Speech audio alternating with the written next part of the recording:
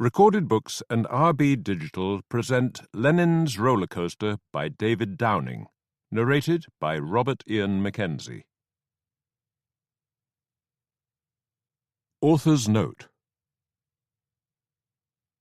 Almost a century has passed since the revolutionary upheaval in Russia that did so much to shape the politics of the 20th century.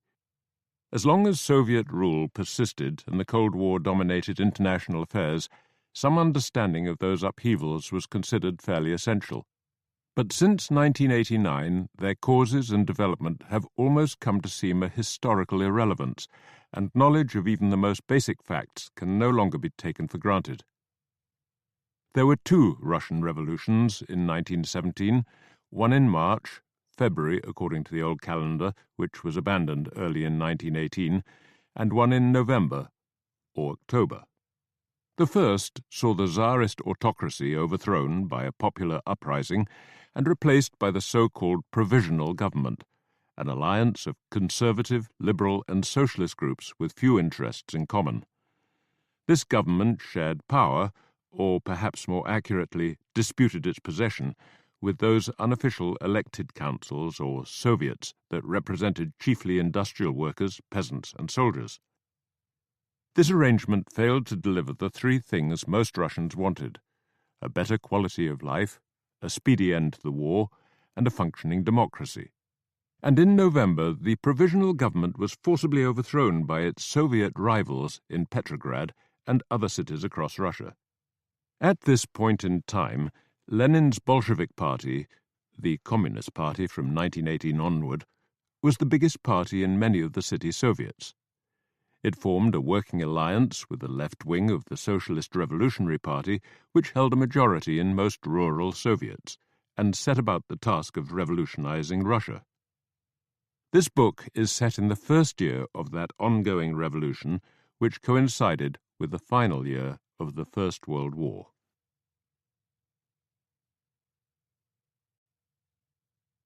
Chapter 1. Excesses. As the horse clip-clopped its way up El Maghrabi Street toward Opera Square, Jack McColl let his gaze slip down the alleys on either side, wondering at the sheer volume of activity that each seemed to contain. Behind him the sun was almost down, the sky above the buildings a lurid orange. The heat, though, showed no sign of abating, and the shirt he'd only just put on was already stuck to his back. Every now and then he swatted an arm at the posse of flies that seemed to have followed him all the way from his hotel. The calash turned left across a corner of the square, its driver letting loose a string of curses at a tram that insisted on its right-of-way. As they passed up the western side of Ezbekiya Gardens, McColl noticed palm fronds writhing above the perimeter wall like ghostly spirits demanding release. He'd been in Egypt for 2 days, long enough to notice a definite change of mood. First, there had been the middle-class family on the train who'd all seemed so friendly until McColl spoke to the child in Arabic. And then the crowd of Egyptian Labour Corps volunteers at Cairo station, whose fervent singing only sounded patriotic if you didn't understand the words. McColl did, and he had spent enough time in India to recognize the signs. Colonial rule might look secure on the surface, but the longer the war went on, the more dangers lurked below it. Turning north away from the gardens, the calash clattered up a short street toward the Wag el-Burqa, which marked the southern border of the red light district. The driver stopped to let traffic cross in front of them, and McColl had time to scan the street in both directions. It had been crowded with troops on his last visit, but maybe the night was still young. It was Cummings' man in Cairo who had given him this errand. "All our Russian speakers were packed off to Russia," Randolph Considine had complained, "and anyone who'd talked to Linkiewicz in English or German always seems to get the wrong end of the stick. So do us a favor and find out what he knows about Prince Kamal's wife." "Why's he still here?" McColl had wanted to know. "I thought the man was a revolutionary. Why hasn't he gone back to Russia?" Considine had laughed. "Well, he's been so useful to us that we put a few obstacles in his way. He kicked up a fuss at first, but since we'd doubled his usual fee, he seems to have settled down again. Maxim Linkievich held court in an alley just west of the Shari Klot Bay. Having arrived in Cairo from points unknown in late 1913, the rumour that he'd escaped from Siberian exile was probably his own invention, he'd soon made himself the city's one indispensable source for local intelligence. The British, always the last to know what their subjects were thinking or doing, were his main customers. McColl had visited the café twice in 1916, and Linkievich was always at the same table, the one farthest from the door. The light seemed poorer than McColl remembered, the two kerosene lamps hanging in the smoky atmosphere like navigation lights in a fog. There were several other customers drinking either mint tea or Turkish coffee, but none gave him a second look. "Jack McColl," the Russian said, rising with a smile and offering his hand. He looked much the same, his thick, dark hair brushed back and overlong, the quick black eyes behind the pebble glasses, a mouth that always seemed to be slightly open. Perhaps he had put on a few pounds. The lightweight tropical suit hugged him a little tighter. "I heard you were back in Egypt," he said in English. "Of course you did," McColl replied in Russian, taking the proffered chair. Linkievich offered him an expensive-looking Turkish cigarette and switched languages. "It's so nice to hear my own tongue, and from someone who doesn't butcher it. Some of your colleagues." He shook his head sadly. "I wouldn't bet much on their chances if they've gone to subvert our revolution." "As if," McColl said with a smile. These days he wasn't a regular smoker, but he'd always been fond of Turkish tobacco. "So how can I help you?" the Russian asked, leaning back in his chair, cigarette arm aloft. McColl got straight to the point. "The wife of Prince Kamal al-Din Hussein," he said carefully. "She's also the sister of the old Khedive, as I recall." "The one you British got rid of?" Linkievich helpfully interjected. McColl looked hurt. "We relieved him of his duties," he conceded. "I'm sure he's enjoying a life of luxury on some Italian island or other." "No doubt. Let me spare you a lengthy explanation. The old Khedive's brother, whom you put in his place, is ill and probably dying, and it has finally come to your attention that Prince Kamal, who's next in line, will refuse to succeed him while you British are calling the shots. And you've probably heard that he and his wife are rather fond of the Germans?" McColl smiled. "And?" "You want to know if the rumors are true, and if they are, whether the royal lovebirds are plotting with the enemy." "Succinctly put." "Thank you. So, how much are you offering? The usual?" "Plus 10%, McColl said generously. No one had bothered to tell him what the usual was. "Fine. But I also want a new passport. The nationality doesn't matter as long as it gets me home." McColl considered. "We'll need something special for that." "Have I ever let His Majesty down?" Linkievich inquired. "Not yet." The Russian tapped the ash from his cigarette into an already brimming saucer.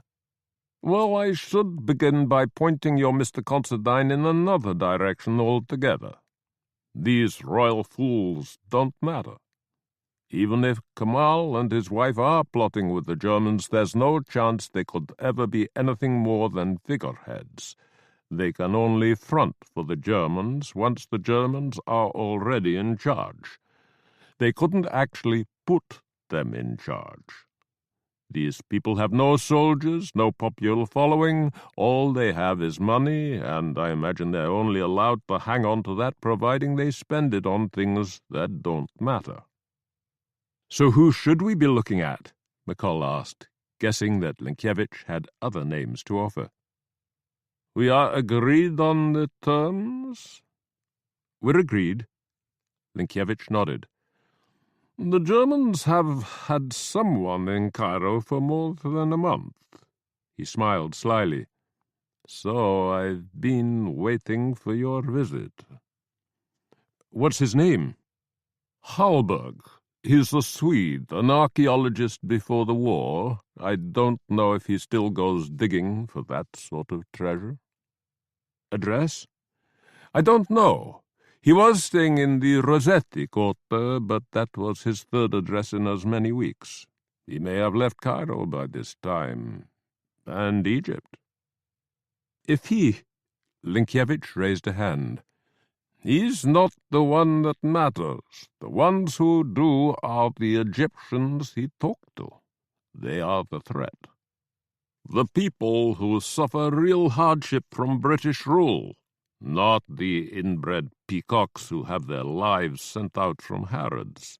And the Germans know this. The Egyptians never liked you, British, but now they're beginning to hate you.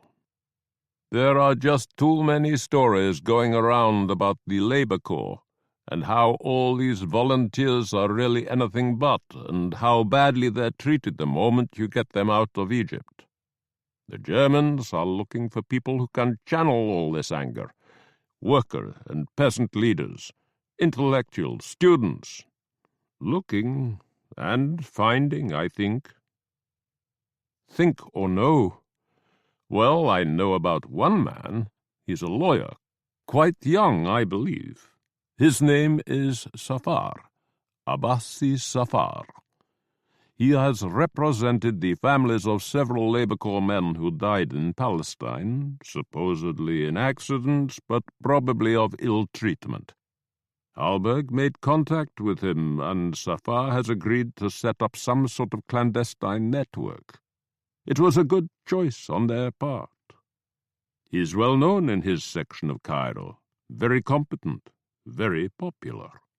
And if you arrest him, you'll probably only make things worse. We can hardly just let him get on with it. Linkiewicz shrugged.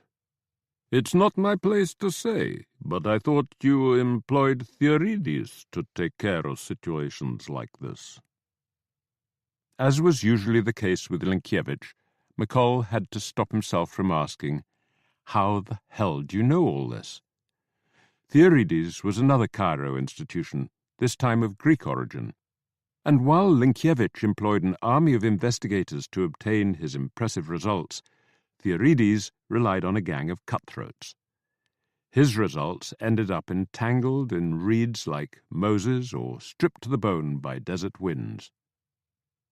Hearing McColl's report an hour or so later, Considine came to the same conclusion.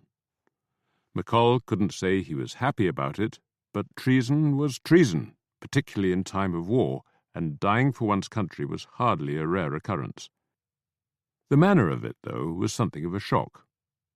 Accompanying the local police to Safar's apartment in Bulak on the following afternoon, McColl found himself staring at the aftermath of a supposed burglary, in the commission of which a man, a woman, and a child had all been stabbed to death. It would have been bad enough if McColl hadn't known them, but this was the middle-class family he'd sat and talked to on the train from Alex, the ones who'd looked worried when they realized he spoke their language. Now he knew why. The train hadn't moved for over 6 hours, and there seemed no immediate prospect of its doing so. In the first-class carriage, the mood was more smug than angry.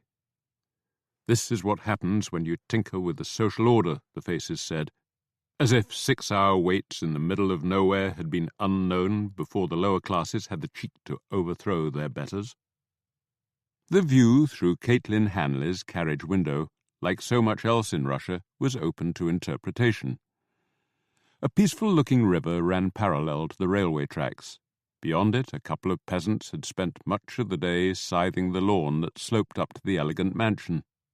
On several occasions, 2 young boys in Lord Fauntleroy outfits had run out onto the terrace and been shooed back inside by their nannies. Out here in the country, the present still looked a lot like the past. Or did it? Over the 6 hours, Caitlin had seen paintings and statuettes carried out to a waiting cart and sensed a real unease in the scurrying servants and grooms. Every now and then one would cast a worried glance toward the peasants on the lawn, who spent more time staring at the house than swinging their scythes. According to one of the ladies in Caitlin's carriage, the mansion belonged to Count de Montovich, whose pre-war investments in Baku oil had tripled the family fortune. He was apparently away in Ryazan, contesting the local Soviets' confiscation of his forests.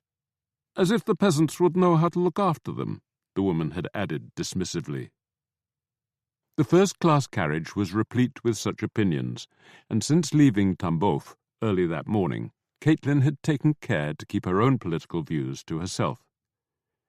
She'd been in Russia for several months, but still felt far from sated.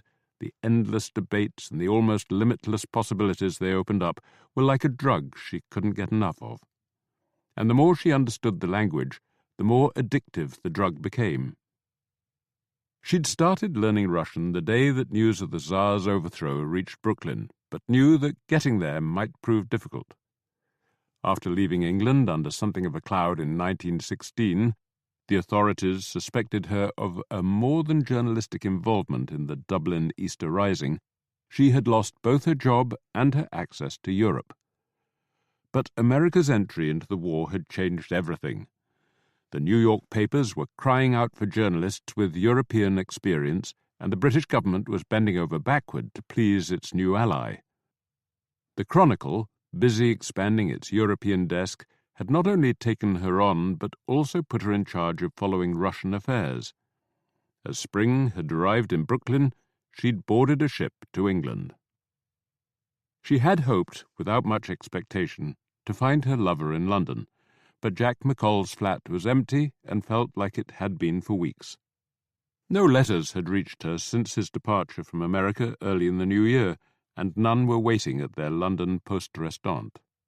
The arrangement they had come to after the Easter Rising was still in place. They would do their incompatible jobs, he as an agent of the British government, she as a journalist with radical views, until the war was over. They would meet up whenever they could, but only as lovers. They would not probe each other's professional secrets. She had no idea where he was and had to admit that she didn't spend all her days wondering. The summer in Russia had been so absorbing, an emotional jamboree of people and happenings, of dreams and nightmares and everything in between. It was getting dark outside. Feeling the need to stretch her legs, she walked to the end of the carriage and stepped down to the side of the track, just as Dmitri Yezhov was passing. The young socialist revolutionary, whom she'd met only that morning, had taken a stroll down the line to see what was holding them up. A verst or so to the west, he'd found another train whose crew knew no more than their own. There were probably others in front of that one, and others still bringing up their rear. Farther down the train, passengers from the third-class carriages were collecting water from the river. Yellow lights glowed in several windows of the mansion opposite, and as she looked across, Caitlin heard, or perhaps imagined, what sounded like a gong. Was the de Montovich family being called to dinner?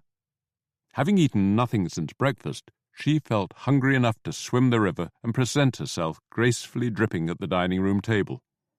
She would probably find a welcome. Russians of all classes were inclined to be hospitable. After wishing Yezhov good night, she climbed back aboard and curled herself up in her frayed first-class seat. 2 groups of passengers were playing cards, several other people reading, but most seemed to be dozing. Caitlin felt her own eyes closing and offered up a silent prayer that the next thing she felt would be the wheels moving beneath her. She wasn't sure which woke her up, the voices full of anger and alarm, or the orange light dancing in the varnished panels of the wall beside her. Through her window she could see that one whole wing of the mansion was on fire, and even as she watched, the other wing burst into flame. Anywhere else in the world, an accident would have been the natural assumption, but here in Russia, in this of all summers, that was the least likely explanation. Every week the papers carried news of one or more estates falling prey to arsonists and several prominent families had either perished in their blazing homes or escaped the flames only to be skewered on their peasants' pitchforks. Caitlin walked to the veranda at the end of the car and squeezed herself into the knot of watching passengers. The mood was black, one army officer muttering darkly about future revenge while his pretty young wife clung to his arm, two older men in business suits tut-tutting and shaking their heads at the madness of it all. "Are we safe here?" the officer's wife asked, gazing out across the river. "I'll shoot the first man who enters the water," her husband promised. On the opposite bank, several motionless figures were silhouetted against the flames. A ring of watchers, a ring of arsonists. Several dogs were barking, and the shadowy shapes of horses were moving in the gloom. The unseasonal sound of sleigh bells mixed with the sharp crack of timbers. No one was hurrying down to the river, not that doing so would have made much difference. The house was beyond saving, ablaze from end to end. In one of the upper windows something moved. A curtain, Caitlin hoped, though the blood-curdling cries that accompanied the apparition suggested something more gruesome. Windows exploded, one after another, like a particularly virulent string of firecrackers. Someone screamed, though whether from pain or excitement was impossible to tell. The young officer next to Caitlin was breathing heavily, like a dog straining at his leash. "Demantovich was a good landlord," another man insisted. "He even set up a school for his peasants' children." Eager to get away from them, Caitlin shouldered her way into the next carriage and walked on down the train until she reached the third-class section. It was another world. A few of the older passengers were sleeping, but most were lined up by the windows, faces lit with exultation. That really was the only word for it. Tinged with guilt, perhaps, though exultation nonetheless. They hadn't set the fire, but it was theirs. She remembered the Bolshevik in Tambov, who had seemed so unperturbed by the recent jailing of his leaders. In his opinion, only fools thought the Tsar's departure would be the final word. "What do you want?" a young soldier asked, tapping her on the shoulder. He didn't look particularly threatening, but Caitlin was suddenly aware of other eyes turned in her direction, examining her clothes, seeing what looked like the enemy. "Nothing," she said automatically. "She's a comrade from America," Yezhov said, appearing at her shoulder like a guardian angel. "She doesn't look like one." "Well, she is. She writes about our revolution for the American workers and soldiers. Writes about things like this," he added, encompassing the fire outside with a sweep of the hand. "I do," Caitlin said gratefully. She did. "They've had it coming for a long time," one woman said. "I know," Caitlin said diplomatically. Perhaps the parents did, but the children? Most of the faces seemed mollified. "I'll go back to my seat," she told Yezhov. He insisted on escorting her. "There are bound to be excesses," he said sadly as they reached her carriage, "after so many years of cruelty." "I understand," she said, "and thank you." Once he was gone, she sat watching the flames rippling like gold dust on the surface of the river. Not long after, their steward announced that the train would soon be moving. The entertainment was over, she thought, and now they could be on their way. A few minutes later, without so much as a whistle, the train clanked into motion, and all that was left in the window was her own distraught reflection.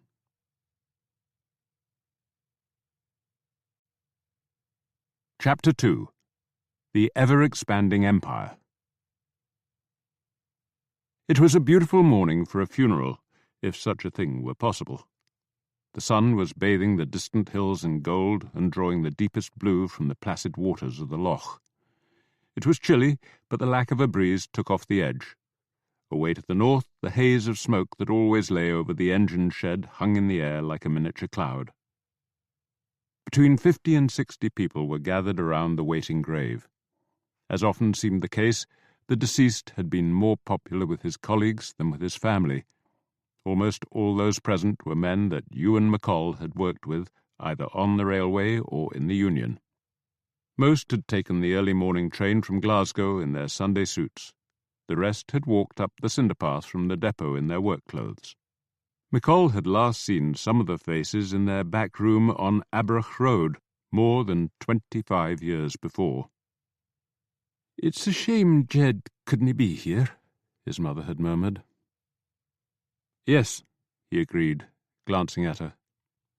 His brother hadn't liked their father any more than he had, but a week's leave to attend the old bastard's funeral would have been a damn sight more congenial than enduring 7 more days of the endless Battle of Ypres, especially now that Mac was gone. Their friend had drowned in the mud, according to Jed's last letter. As the war entered its 4th year, such brutal honesty was apparently much in favour, particularly among the younger soldiers. As the thought crossed McColl's mind that his mother might go home from her husband's funeral to find news of her younger son's death waiting on the front doormat, he noticed a taxi drawn up at the cemetery gates. Much to his surprise, he saw Caitlin step out. She was wearing a long plum-coloured skirt beneath a high-collared black jacket, on her head a hat with a little veil, and she was carrying only a small black bag. She must have left her luggage at the station, he thought. As she walked across the grass toward them, tucking some stray tendrils of hair beneath her hat, he felt his heart lift inside his ribcage. She worked her way through the crowd of mourners, hugged his mother, and then him. The vicar paused in his reading and gave them a mildly disapproving look before resuming. "Ashes to ashes." "How did you know?" McColl asked Caitlin in a whisper. "I arrived back from Russia yesterday morning and found the telegram your mother sent you at the flat." "Ah." The coffin was about to be lowered. His mother had spared no expense, McColl thought, comparing this polished casket to the roughly nailed boxes stacked high on Scottish railway platforms awaiting shipment to France. As this one went down on the ropes, McColl felt tears welling up in his eyes, and he almost angrily brushed them away. He wouldn't have cried for his father 2 years earlier, but the stroke that had almost killed him in 1915 had humanized the old man. Ewan McColl hadn't suddenly become a loving father, but he had turned into someone to pity rather than hate. At moments there had even been glimpses of the man his mother must have fallen in love with all those years ago. The clunk of earth on wood mingled with a plaintive whistle from the direction of the station, as if one of the engines his father had driven in his youth were trying to say goodbye. The railwaymen were lining up to pay their respects to the dead man's wife. She seemed coolness personified, greeting each man with a smile and a few words of reminiscence, almost like a politician. Over the last several years, Margaret McColl, like so many others, had had her life turned upside down, but in her case the changes had been generally positive. The cowering housewife had become a political activist, her name as widely known as her husband's had been at the height of his union career. McColl's boss, Cumming, the head of the relatively new Secret Service, had mentioned seeing her name in the Times in connection with the rent strikes. He'd given McColl an inquiring look, but a shrug in reply had sufficed to close the subject. Cumming was too old school to openly pry into an agent's family affairs. Still, McColl had felt his boss's anxiety. Could an agent enthralled to 2 uppity women, Caitlin being the other, be relied on in the Empire's hour of need? Then again, could Cumming afford to dispense with someone who spoke 9 languages and had, over the last 3 years, served him with some distinction? Heaven only knew, McColl thought. He'd given Cumming reason enough to fire him in 1916, when his career and life had gotten so dangerously entangled with the anti-British activities of the young woman who now stood beside him. "How are you doing?" Caitlin asked him quietly. "Okay." "He must have been liked," she offered, a hint of surprise in her tone. She'd only met Jack's father after the stroke, but she'd heard enough about his earlier shortcomings as a husband and father from the rest of the family. "I suppose he was," McColl conceded, wondering if half this number would attend his own funeral. He very much doubted it. The three of them took the hired car back into town, and after collecting Caitlin's luggage, decided they might as well have lunch at the hotel. "How are Jed and Mac?" Caitlin asked once they'd taken their seats in the nearly empty restaurant. "Jed's okay, as far as we know, but Mac was killed a few weeks ago." "Oh, I'm sorry." Caitlin was shocked. She hadn't known Mac well, but he'd been part of Jack's life for several years, first as his mechanic at the automobile firm, and then as Jed's best friend in peace and war, and she'd liked him. "He was a nice boy," she added, conscious of how feeble it sounded. How many dead soldiers had received that epitaph in the last 3 years? "He really was," Margaret McColl agreed. "And I think his death has hit Jed quite hard," she went on, looking at her other son for confirmation. "I don't know," he said. "I suppose so. It's difficult to tell from his letters, particularly when half the words are blanked out by the censors." After a few moments' silence, Caitlin asked Margaret how things were in Glasgow, and McColl was more than happy to let the two women spend most of the lunch swapping stories of the socialist and feminist struggle they both seemed to live for, here in Scotland and in newly Tsarless Russia. His mother had some welcome news for Caitlin. Only the day before, the Glasgow Herald had reported that her home state of New York had finally granted women the right to vote. Once they'd eaten, Margaret McColl announced that she'd go for a walk around the town, on her own. "Have a think about the man we just buried.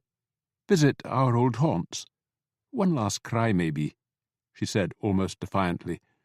"And if you two haven't seen each other for 10 months, I expect you have a lot to catch up on," she added with what looked like a twinkle. They had indeed. Afterward, as they lay naked in each other's arms, Caitlin couldn't help thinking of all the men and women who'd been parted for a great deal longer. "We should be grateful we see each other as often as we do," she murmured. McColl laughed. "Sorry, I just remembered something Jed put in one of his letters. One soldier in his unit was saying that every night he spent apart from his wife was a fuck the government owed him, so his mate turns and tells him that the government probably thinks they've fucked him enough already." Caitlin shook her head. "That's too true to be funny." "I suppose it is. Did you have any trouble getting back into Britain?" "Less than I expected. They kept me for quite a long time, but the man asking the questions knew nothing about my history. As far as I could tell, the only thing that interested him was that I'd been in Russia." "And Russia really was as wonderful as you told my mother?" She heaved herself up onto one elbow. "You think I made it up?" "No, of course not. But Russia's still in the war, and things can't be that easy over there." "They're not," she conceded, "but there's a feeling of hope, of change, that I haven't experienced anywhere else. I know things are happening in Glasgow and other places, but this is a whole country we're talking about, and there don't seem to be any limits to what could happen." She lay back down. "I know I'm not supposed to ask, but have you been there since the revolution?" "I was there in April, weighing up the chances of Russia fighting on," he added in explanation. "And what did you report?" she asked, pushing her luck. "That the chances would be a lot better if we sent them some weapons to fight with." "And have you?" she asked, knowing the answer. "Yes, but nowhere near enough. You've only just come back. What do you think?" "It's merely a matter of time. The soldiers are deserting in droves, and I don't think there's anything the government can do to stop them. And it's not only the lack of guns, not anymore. It's the lack of a reason. The soldiers have finally realized it's not their war." "Even though their new government, the one most of them welcomed, says it is?" "I imagine a lot of them have realized that Kerensky's government isn't new enough. He and his cronies talk a good talk, but they haven't actually changed very much. The war's still going on. The elite still own the banks and the factories and most of the land. The Tsar's gone, but most of his supporters are still around, pulling what strings they can and waiting their chance to turn the clocks back. But I think they're dreaming. It's much more likely someone will speed it up. Another revolution. Led by whom? The Bolsheviks, probably. But there are so few of them. Caitlin shook her head. Their numbers have probably multiplied by 10 since you left in May. McColl gave a low whistle. Kerensky won't last the year, she predicted. An hour or so later, they discovered how right she was. Standing at the hotel bar, waiting to order drinks for Caitlin and his mother, McColl overheard the barman tell two of the railwaymen who'd attended the funeral that there'd been a revolution in Russia. "Aye," one of them replied with a deadpan face. "That news reached Glasgow about 6 months ago." The barman gave him a look. "No, you idiot! Another one!" When McColl relayed the exchange, Caitlin insisted on seeking out an evening paper. She returned 10 minutes later, holding it aloft. "I was right," she said triumphantly. "The Bolsheviks have seized power in Petrograd. Kerensky's gone into hiding." "Is this good news?" Margaret McColl asked. "It has to be," Caitlin told her. "But the report doesn't have any details. It doesn't say whether the other socialist groups are involved, or what's happening in the other big cities." "I suppose you'll be going back," McColl's mother said, sounding almost envious. Yes, I will. I must find a telephone," she told them both. As McColl watched her rush from the room, he had a premonition of how this might pull them apart. If she'd just been going back as a journalist, there'd be nothing to fear, but she'd also be returning as a campaigner, as someone whose sense of herself was thoroughly entangled with her political beliefs. This, he realized, really might change everything. She returned about half an hour later. "Why did I leave?" she asked herself and them as she sat back down. "I'm sorry. It's wonderful to see you both, even in such circumstances, but I knew something like this was going to happen. I told my editor it would, but he wouldn't listen. He just kept saying that American readers are much more interested in what their own troops are doing in France, even though he knows that only a handful have actually arrived." She sighed heavily and took a sip of beer. "Anyway, I got the office in London to telegraph the States. I won't get a reply until tomorrow, but I know they'll want me back there. And there's a boat that leaves Aberdeen for Bergen on Sunday morning. How do I get to Aberdeen from here?" Less than 48 hours, McColl thought. That was all they'd have. "There are plenty of ways," he told her, "and that's because none are easy, but I'll come with you." "No, you should stay," Caitlin said, glancing pointedly at his mother. "I'll be fine," Margaret McColl told them both.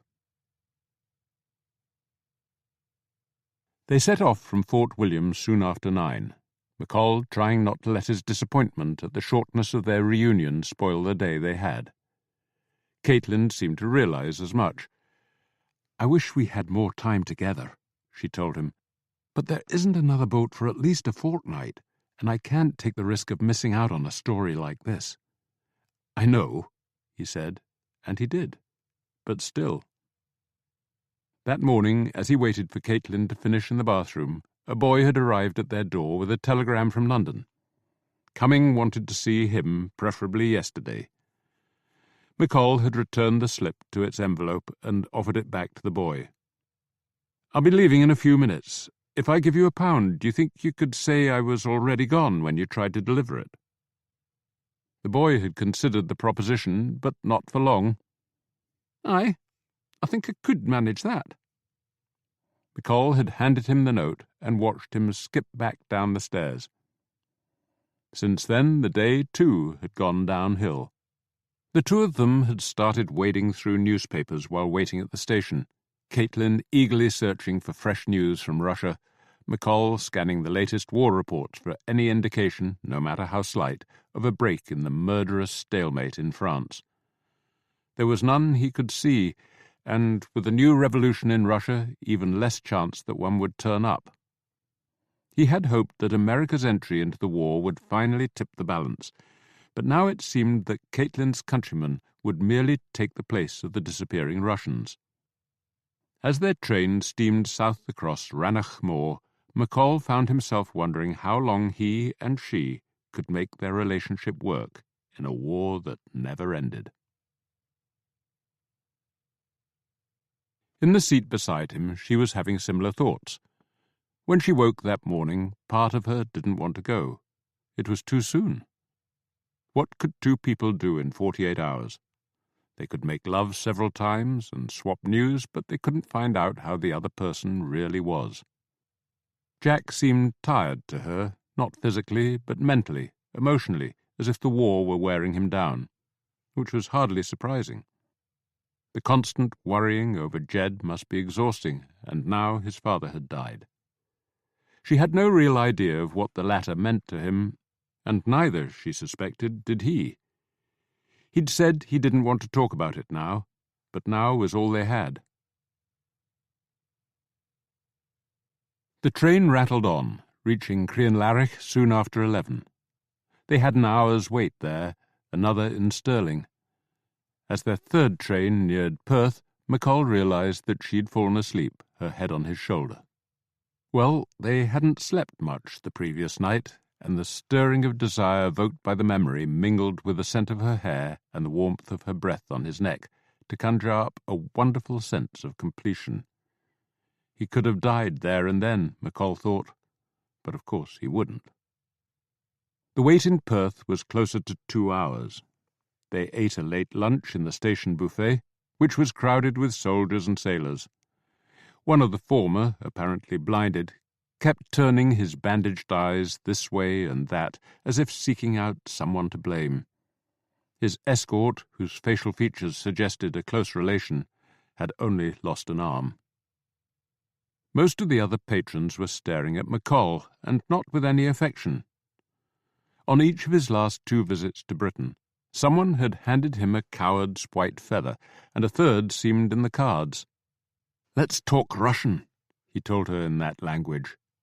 Caitlin had surprised him the night before with the news that she'd become almost fluent during her 4-month stay. "All right," she replied in kind. "Any special reason?" He explained that these days he was considered too young to be out of uniform. "And I can't actually announce that I work for the Secret Service." "I was wondering why they were looking at you like that. I thought they were just jealous of your beautiful companion." "I'm sure she makes things worse," he conceded. Looking around, he saw that the ruse had worked. Thinking him a foreigner, the locals no longer seemed keen on a lynching. "Does this happen often?" she asked. "Not very," he told her. "And anyway, sticks and stones and all that." Storm clouds overtook them on the last leg of the journey, and it was still teeming when their train reached Aberdeen. During the taxi ride to the port, they could hardly hear each other speak for the raindrops drumming on the roof, and both got wetter than they bargained for in their dash to the shipping office. The clerk within confirmed the next morning's sailing and was happy to sell Caitlin a berth. 20 minutes later, they were making love on a very bouncy bed in their 4th-floor hotel room. After sharing a bath in the outsized tub, they found themselves back in bed and reached for their clothes only when the chances of finding somewhere still open for dinner began to look less than certain. By the time they got downstairs, the hotel dining room was closed, but the desk clerk knew of an Italian eatery only 2 streets away. There were no taxis outside, but the rain had almost stopped, so they walked. The restaurant in question was still surprisingly busy, and given the current level of war-induced privation, the food and wine on offer seemed more than acceptable. "You couldn't do much better in Little Italy," Caitlin said. "I used to eat lunch there when I worked in Manhattan," she explained. "There are a lot of Italian restaurants in Glasgow," McColl told her, "but I don't think my parents ever went to any. My father didn't trust foreign food, so my mother never got the chance to try it." "How will she cope, do you think, now that he's gone?" "Pretty well, if the last couple of years are anything to go by. As long as Jed survives, he added, as if the thought had just occurred to him. And you too. Not in the same way. I can't explain it, but I think Jed dying would hit her harder. I don't think she loves me any less, but, I don't know. How are your family coping? Your brother Fergus is too old to be conscripted, isn't he? Yes, and so is Finola's husband, Patrick. She's had another baby, by the way. A girl this time. And your Aunt Orla? Caitlin considered. She seems to have aged a lot lately.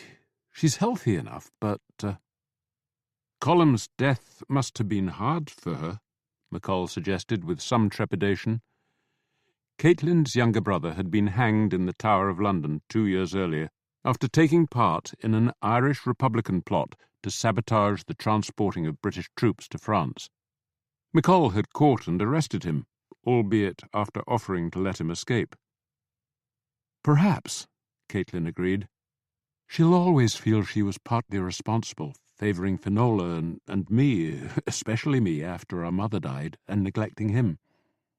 She actually said that? Caitlin smiled wryly. Repeatedly. Does she know my part in this? Oh, yes, I eventually told her the whole story, and she was much more understanding of your behaviour than I was. I think she made it easier for me to forgive you. And your father? He doesn't know, and he would never forgive you. I'm glad you did. So am I. Back at the hotel, a discarded evening paper was lying on the bar. There was a full account of the Bolshevik rising in Petrograd, which had apparently been virtually bloodless, and a much sketchier report from Moscow, where serious fighting was allegedly underway. A map of European Russia showed the wide sweep of towns now under Lenin's control. Have you met any of the Bolshevik leaders, other than your friend Kollontai? McColl asked. Caitlin had known and corresponded with the Bolsheviks' most prominent woman for several years. Quite a few, she said.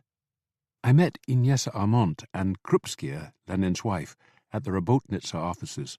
That's the women's magazine. I interviewed Trotsky in June after meeting him in the street. And I met Radek and Bukharin at friends' apartments. He was impressed but hardly surprised. He knew how good a journalist she was. What about Lenin? He asked. No, I mean, I've seen him speak, but I haven't actually been introduced. And are they the fanatics our papers say they are? Caitlin smiled.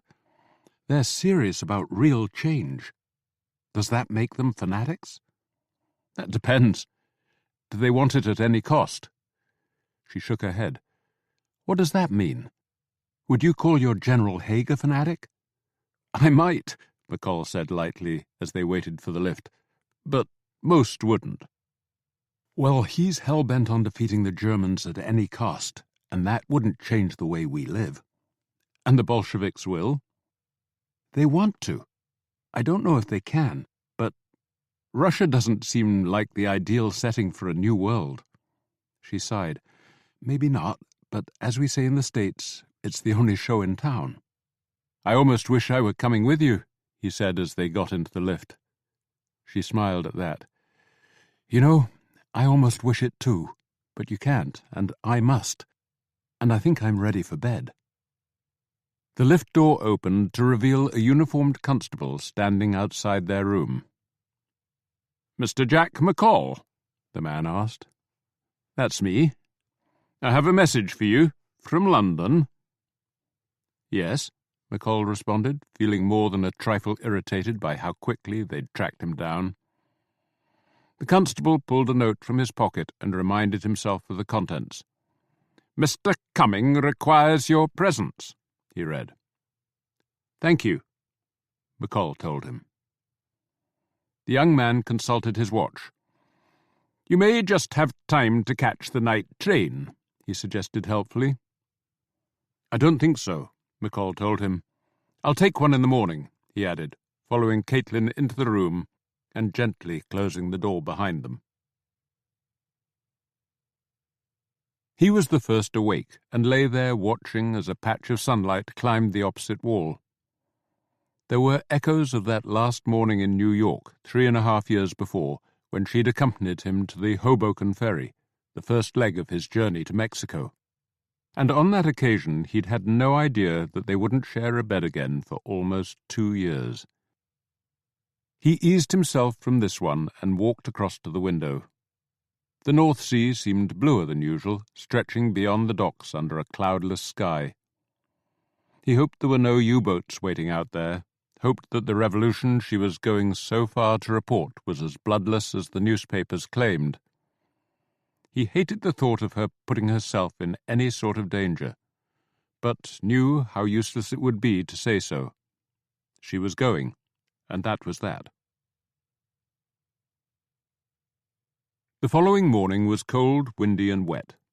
McColl rode the bus south along Charing Cross Road, thinking how dour London was beginning to look after almost 4 years of war. The shop windows seemed sparse. The few umbrella-wielding pedestrians hurrying past them all looked anxious or grumpy.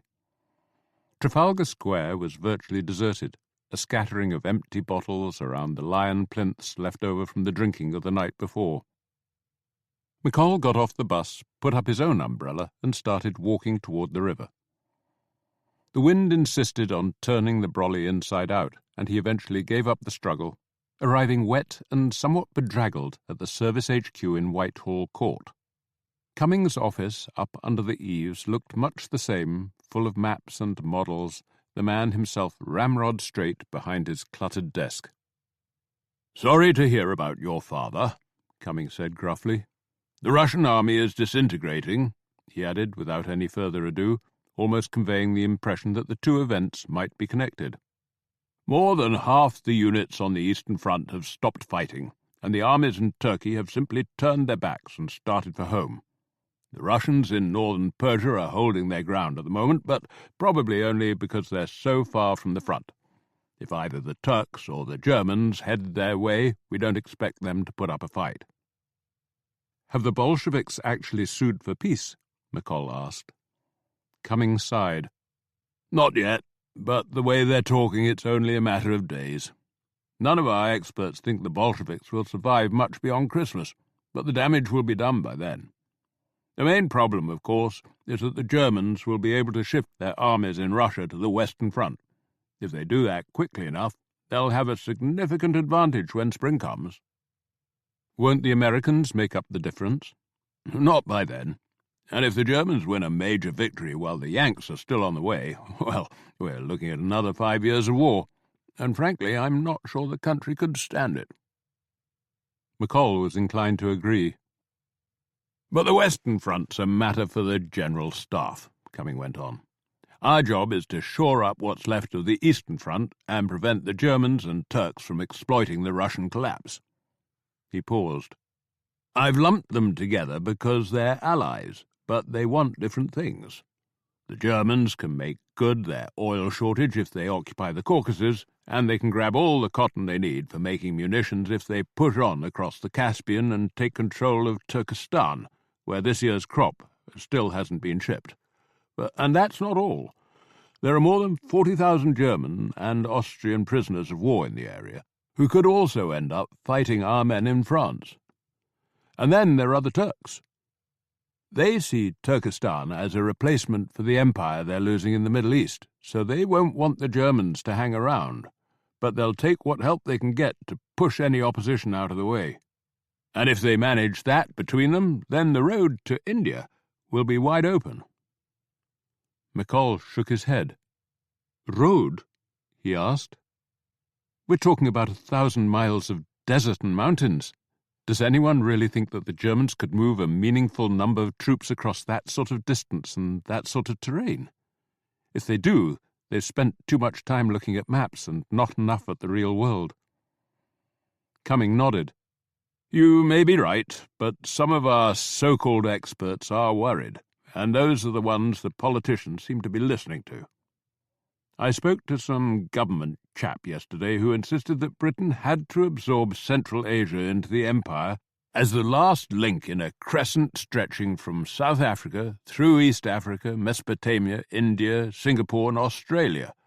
that if we don't take over the area, the Germans will.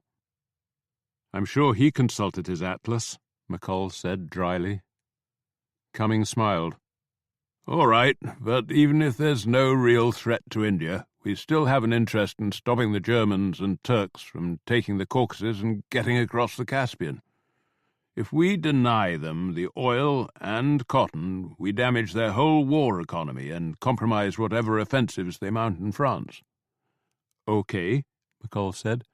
So what's in their way? That's hard to say. The winter weather in eastern Turkey and the Caucasus Mountains is pretty severe, and they probably plan to use the next few months to get their supply chain in order with a spring offensive in mind. The Caucasus has always been a hotbed of disputes. The Armenians, Russians, Georgians, the Azer-Wotsits, the place has been divided on national and religious lines since Kingdom Come, and now it's divided on political lines as well. There are Bolsheviks and Mensheviks and God knows what else almost everywhere, fighting one another and what's left of the old order, and it's hard to keep track of who's in control of any particular place. But as far as we know, the Bolsheviks are in control of both the Baku oil fields and the cotton-producing areas of Turkestan. They run the Soviet in Tashkent. You know what a Soviet is? An elected council. So they say. They run that one, but not the one in Ashgabat, which the cotton shipments would have to pass through. The Soviet there is theoretically subordinate to the one in Tashkent, but the two cities are 500 miles apart, and the Bolsheviks are only one of several influential groups in Ashgabat. The other socialist parties resent being ruled from Tashkent, and the local Turks, Turkoman I think they're called, resent Russian rule full stop.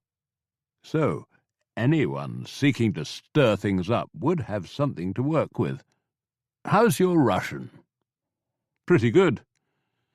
Seems like a hell of a language to me. Strange alphabet, and it sounds like they all have bad colds. McColl smiled.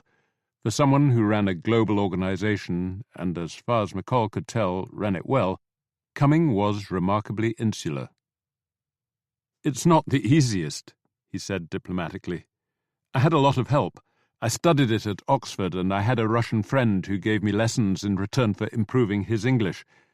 And I've been there 3 times. The job last year and twice before the war when I was still selling automobiles. Can you pass as a native? McColl considered his answer. Most of the time, in most places. My vocabulary is good, but the accent can wander a bit. The trick is claiming you're from a different region than the person you're talking to, because they put down any discrepancies to that. That shouldn't be too difficult in Turkestan, Cumming suggested. If their empire's anything like ours, there'll be people from all over Russia. Probably. So that's where I'm going, McColl asked, just to be certain. You and another agent, Audley Cheselden. Have you run across him? No, McColl said, hiding his surprise. He was used to working alone and generally preferred it that way. He's a good man, young and a trifle rash on occasion, but sound enough. He's in South Africa at the moment, so you'll meet up in Egypt and go on to Persia together. McColl nodded. The rain now hammering on the office windows made such places sound almost attractive. I assume you have some specific tasks for us, beyond just stirring things up. Cumming grinned again. He seemed in a good mood. First, we need up-to-date information. Who's in charge in Ashgabat, and how far does their writ run? Are there any people or groups among them who will work with us against the Germans and the Turks? If not, are there any opposition groups who would, if given the chance? Second, I want a report on how and where we could best put the Trans-Caspian Railway out of action. It's the only means of moving troops from the eastern shore of the Caspian to the border of Afghanistan. Wreck it, and we wreck any faint hope they might have of marching on India, or of moving all that cotton in the opposite direction. We have to keep those stockpiles out of German hands, and it may well be that you'll need to destroy them. Is that specific enough for you?" "It certainly is. One question, though. What if our best allies against the Germans turn out to be the Bolsheviks?" "Then shake them by the hand. I doubt they'll last, but if they do, we can always deal with them later." "Right," McColl said. He didn't need to wonder what Caitlin would say to that. His mission decided, McColl waited in London while others worked on the logistical details. Waited and waited. A second meeting with Cumming followed 3 weeks after the first, but all he learned was that his and his chief's superiors were still mulling over the many potential ramifications of the latest upheaval in Russia. No one, it seemed, could agree what to do about the Bolsheviks and their annoying aversion to war. Seduce them or step on them? That was the question, and if seduce turned out to be the answer, then annoying them first would be unwise. The weeks turned into a month, and that into almost 2 without a fresh summons dropping through the letterbox of his Fitzrovia flat.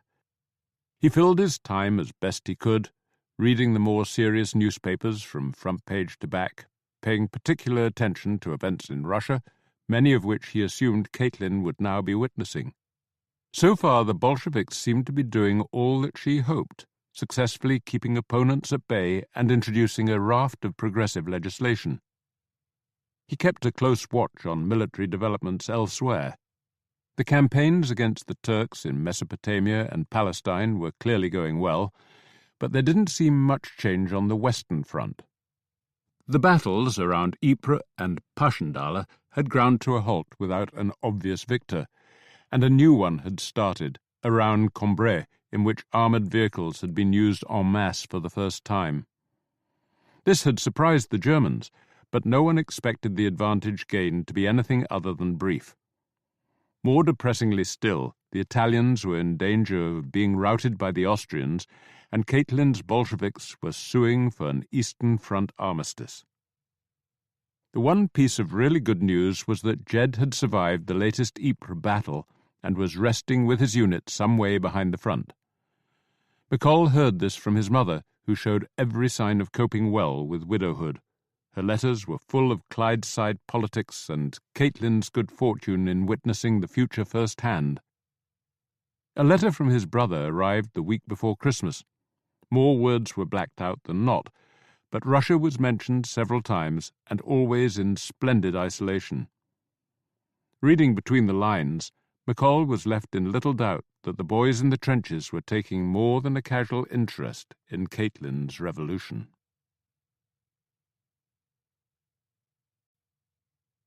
Chapter 3.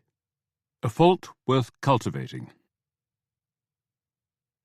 In Finland, the snow had been several days old, but on the approaches to Petrograd there was little more than a dusting, a harbinger of winter rather than the real thing. The wide Neva estuary might be the colour of ice, but for now the water still rippled. Caitlin had crossed into newly Bolshevik Russia at Tornio after enduring a lengthy grilling from the Swedish border authorities. The Russians had been quicker and had contented themselves with a full-body search carried out with all due decency by a stocky young girl in overalls. 3 days of Finnish lakes and forests had followed.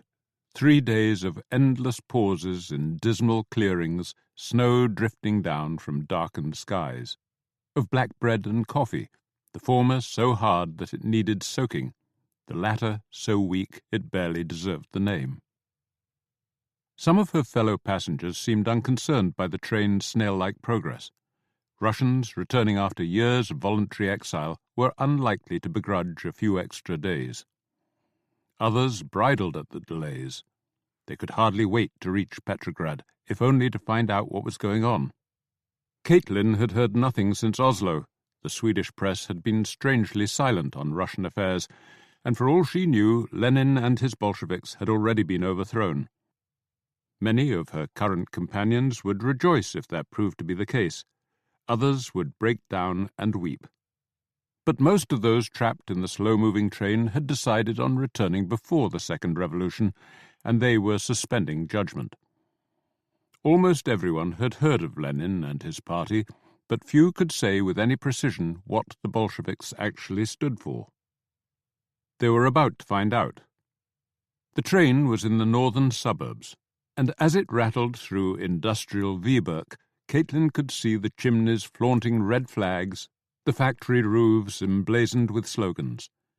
She settled into her seat and smiled. She was back.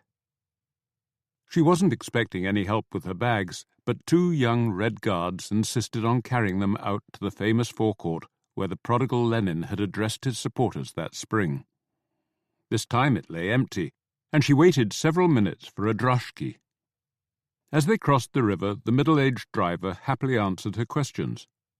Yes, the Bolsheviks were still in control. Yes, a few people had been killed, mostly young fools from the military academy.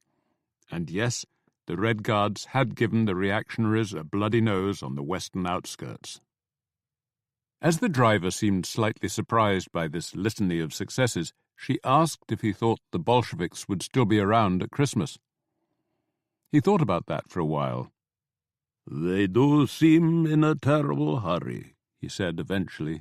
"Maybe they know something that I don't." Of the two hotels she'd patronized that summer, Caitlin preferred the Angleterre. The central location and the friendliness of its most youthful staff more than made up for the tawdry state of the rooms. Her old one was taken, but even this turned out a blessing. The new one had a wonderful view of the square and its cathedral. After dumping her suitcases on the sagging bed, she stood at the window watching the snowflakes drift by.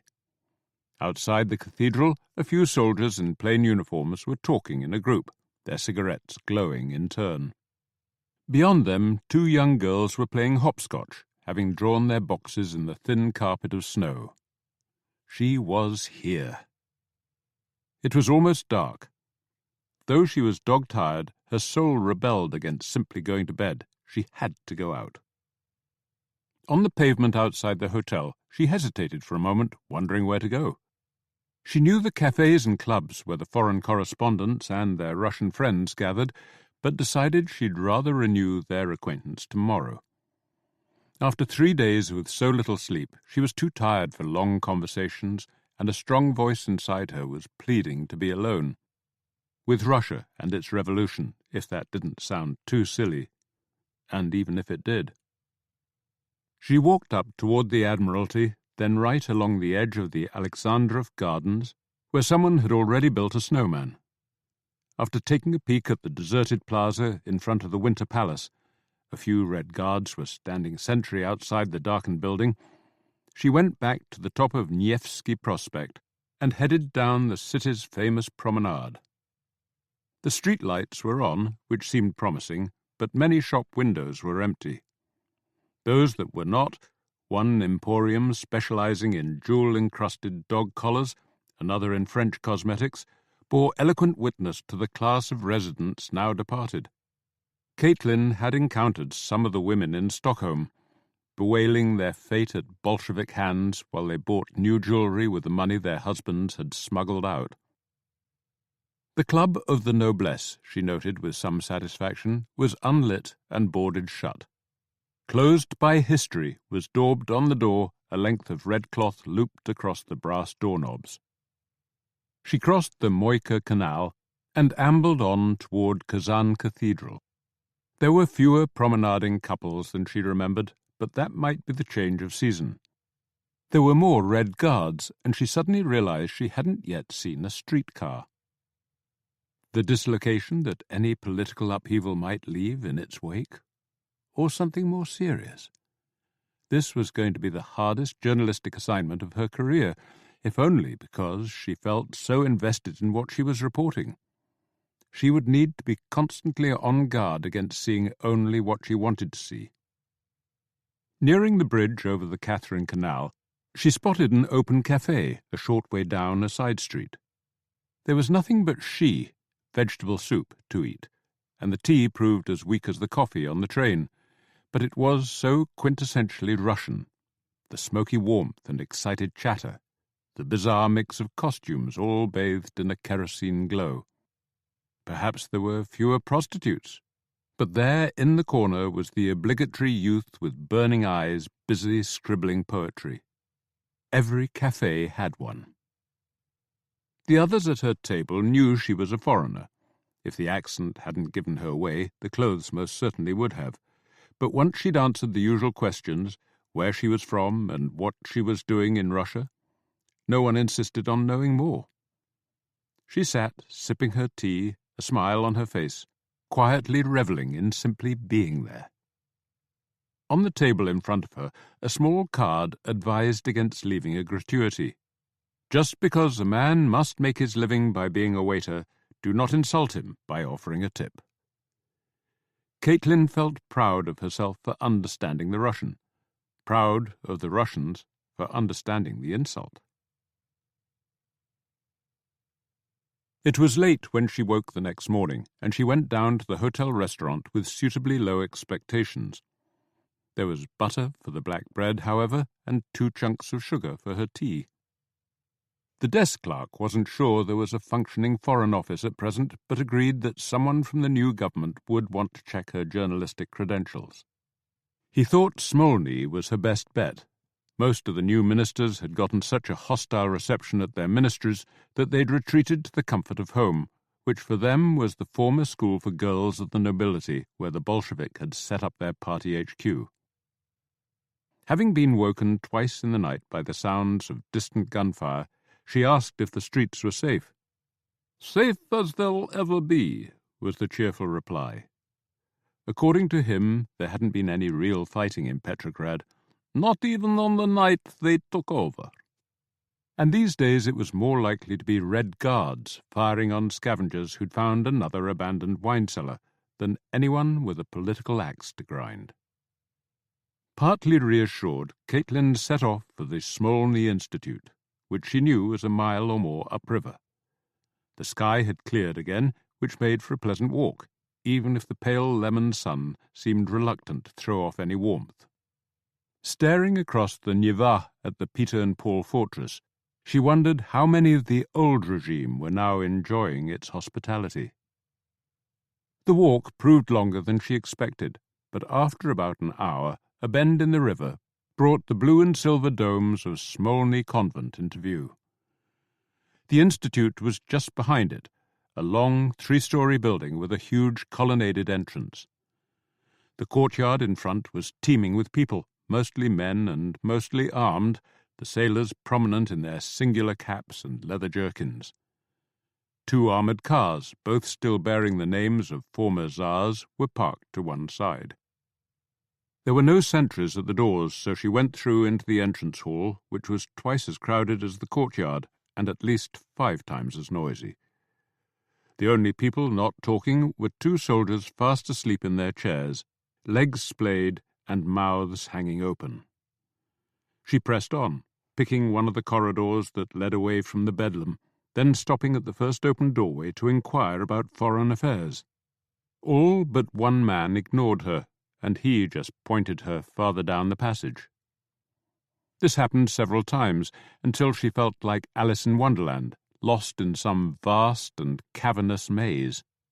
Most people seemed so busy, and nearly everyone looked tired, including the famous Trotsky, who strode past her on one dark corridor, gesticulating wildly at an audience only he could see. The few idle hands belonged to the sleeping, curled up in office chairs and down among the stacks of pamphlets and books that lined so many of the dimly lit passages, often with rifles perched beside them. She was beginning to despair of ever getting out, let alone finding foreign affairs, when someone she recognized came rushing around a corner and almost knocked her over. She had met this young man with the rounded glasses and short dark hair in the summer. His name was Volodarsky.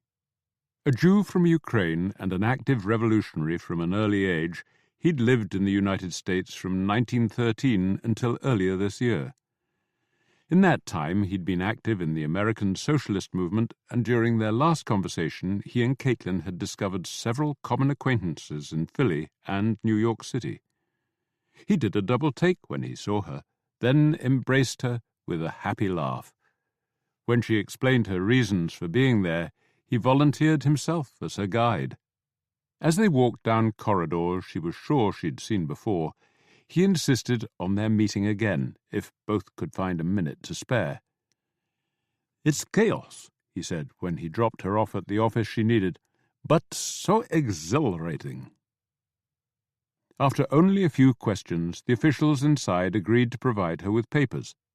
Finding a typist and a typewriter took some time, but once this had been accomplished and her details put on file, an appointment was made with the press liaison officer, who would tell her all she needed to know about sending dispatches home.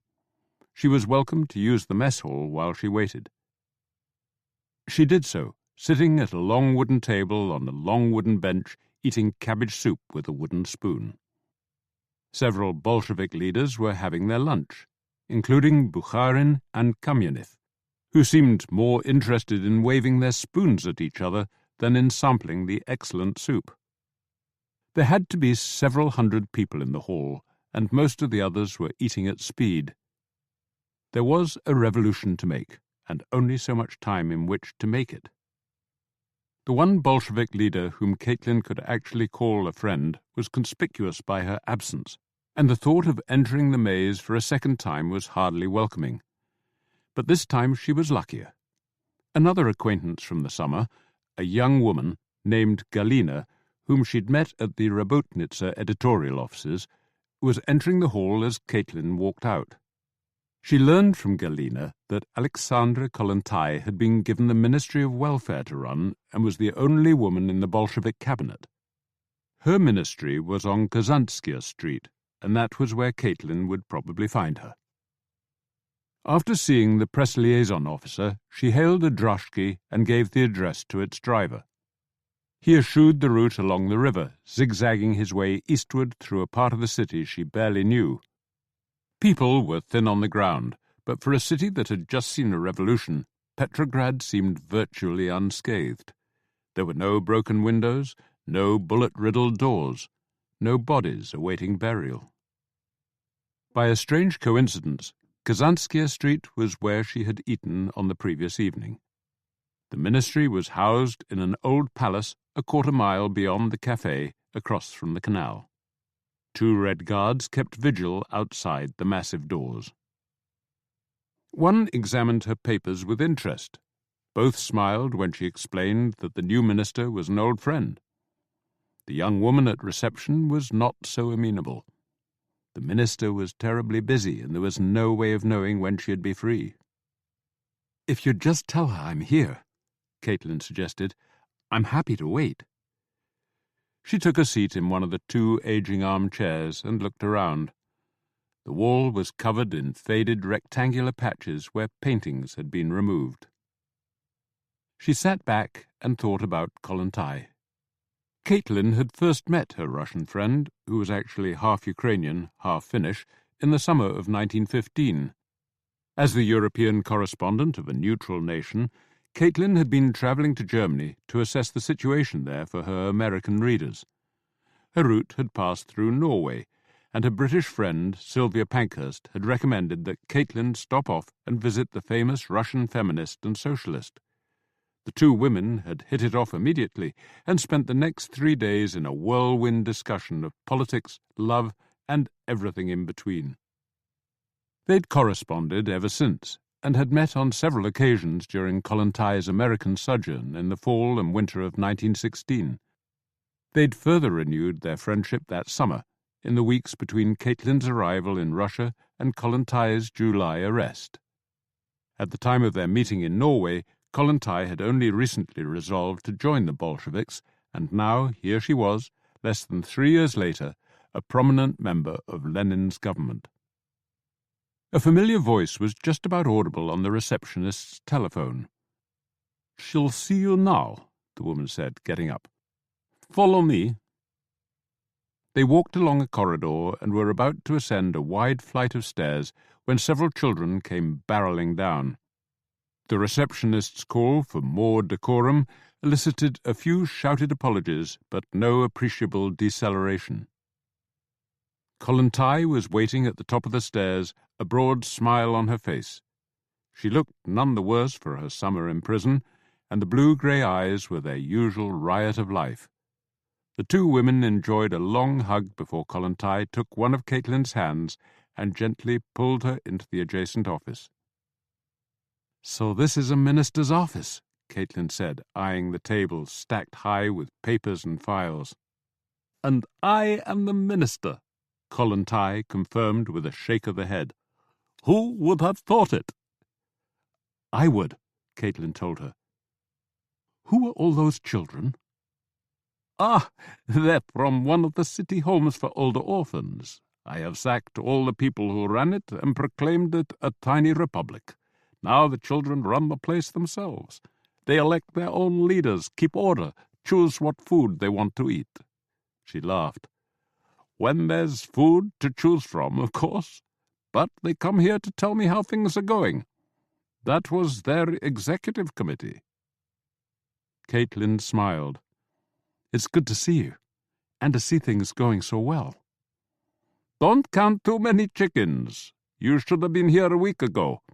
After Lenin gave me this job, much to my astonishment, I have to tell you, I was driven here in an automobile full of myself and my mission, and I couldn't even get through the doors.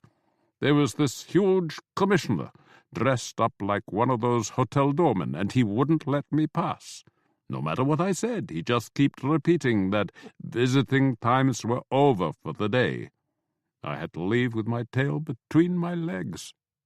I soon discovered that everyone inside was on strike, and when I did get through the doors next morning, with the help of few Red Guards, I found smashed-up typewriters and torn-up documents and most of the staff gone, along with the keys to the safes and half the records." Caitlin was shocked. "What did you do?" "We tied it up. We tried to make sense of what was still there, and we waited for the staff to realize that they needed their jobs to live.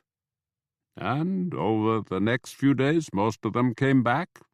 I called a meeting of everyone who works here in the biggest hall we have, and I told them that everyone would be earning the same amount of 600 rubles a year, and that anyone, administrators, secretaries, cleaners, who had suggestions for improving our work would find a ready audience. Of course, the few who'd been earning 25,000 rubles a year were outraged, not least by the thought that the underlings they'd abused for years are no less important than they are." Kollontai leaned forward, her eyes alight. "And what a response! You wouldn't believe how many men and women have come to this office and pointed out better ways of doing things which hadn't occurred to their so-called betters." Caught up in her friend's enthusiasm, Caitlin was already mentally writing her first dispatch from Russia. She asked who was most in need of help. Kollontai sighed and seemed to age 20 years in the process. She counted off with her fingers. 2.5 million maimed soldiers, another 4 million sick or wounded, 350,000 war orphans, 200,000 deaf, dumb, or blind. Heaven knows how many people in lunatic asylums. Elderly people who aren't being paid their pensions, others who never had a pension to begin with. There are bound to be some I've forgotten. This country was in dire straits in 1914, and 3 years of war have made everything so much worse." "So where's the money going to come from?" Kollontai delved into a drawer and brought out a pack of playing cards. "These," she told Caitlin. "Those?" "I forgot. You don't do this in America or England, but on the continent it's quite common. Governments grant themselves a monopoly on production, and most use the profits to fund social programs." "And there are that many people who want to buy them?" "That's what I asked the veterans here, and they laughed at me. And it doesn't seem to matter how much you charge. I raised the price tenfold last week, and the orders are still pouring in. Next to a tax on vodka, it's the surest thing we have." Caitlin couldn't help laughing. "I suppose that's wonderful, in a strange sort of way." "Whatever works," Kollontai said. "We don't have time for anything else." "So, give me a rundown on what's happened in the last 10 days. Kollontai looked surprised. "Don't you know?" "I was in Scotland when I heard about the revolution, and I've been travelling ever since. The Norwegian papers seemed confused by it all, and the Swedish ones had nothing to say." "Wonderful," Kollontai said sarcastically. "The first government in history to really change anything, and no one's reporting it. Let me tell you what we've done in 10 days. We've given the land to the peasants who till it. We've abolished private education. From this moment, all Russians, no matter how well born, will attend the same schools. We've abolished the death penalty. We've published all the secret treaties that Russian government signed with other nations, and we've demanded an immediate peace without annexations or penalties. How's that for a start?" Caitlin could hardly believe it. "That's wonderful. And we're only getting started. There's a conference for women beginning on Monday. You have to be there." "I will be." Caitlin hesitated. "As a journalist, I have to ask this question. How secure is your government? Surely every other government in the world will try to bring you down. Do you really think you can survive?"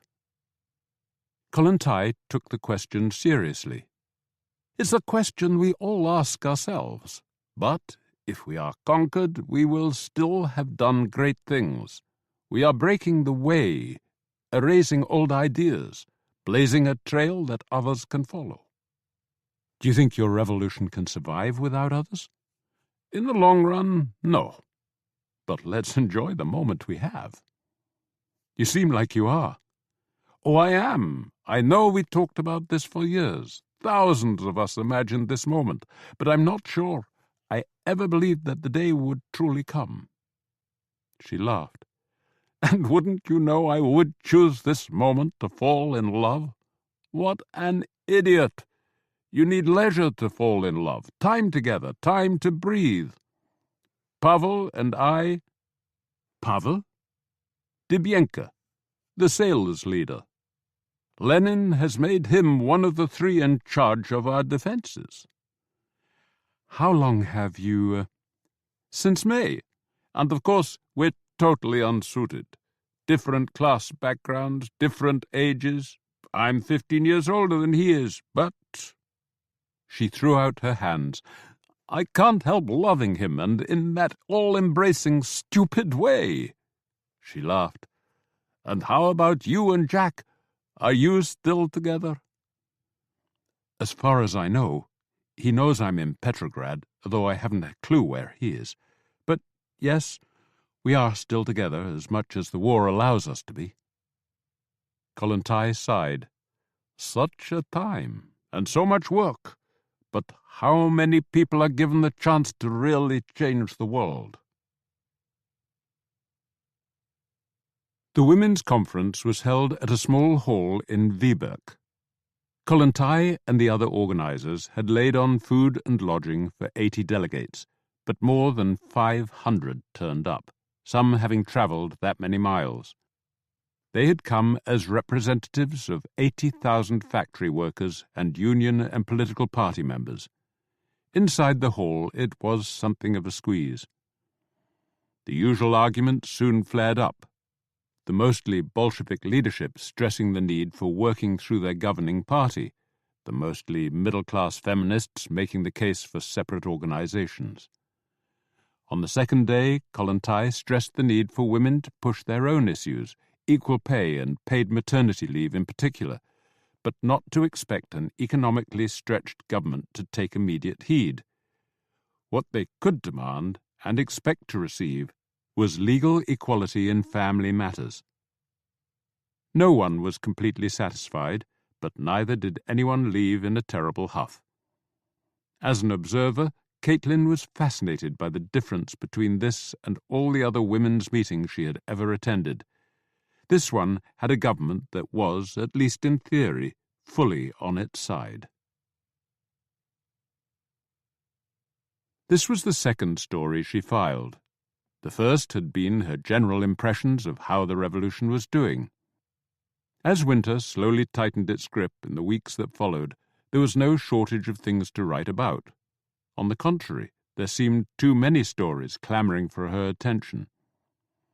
In the first half of December, she attended at least a meeting a day, listening to workers debating one another in vast factory yards, watching Austrian POWs pledge themselves to the cause in the vast arena of the Cirque Moderne, imbibing the arguments of the Tauride Palace or Smolny as the political stars of the revolution debated the course ahead. There was new legislation to report. Having given the peasants their land, the Bolsheviks stopped short of giving the workers their factories, but the playing field between employers and employees was levelled, with committees taken from both making all the important decisions. In some places, this wasn't enough for the workers, who simply took over their places of work and elected their own committees to run the enterprise in question. These committees then spent much of their time trying to lower inflated expectations. There were new laws regulating the press. These were introduced reluctantly, almost apologetically, the Bolshevik government pointing out that the wealthy few still owned the newspapers and were using them to poison the brains and consciences of the masses.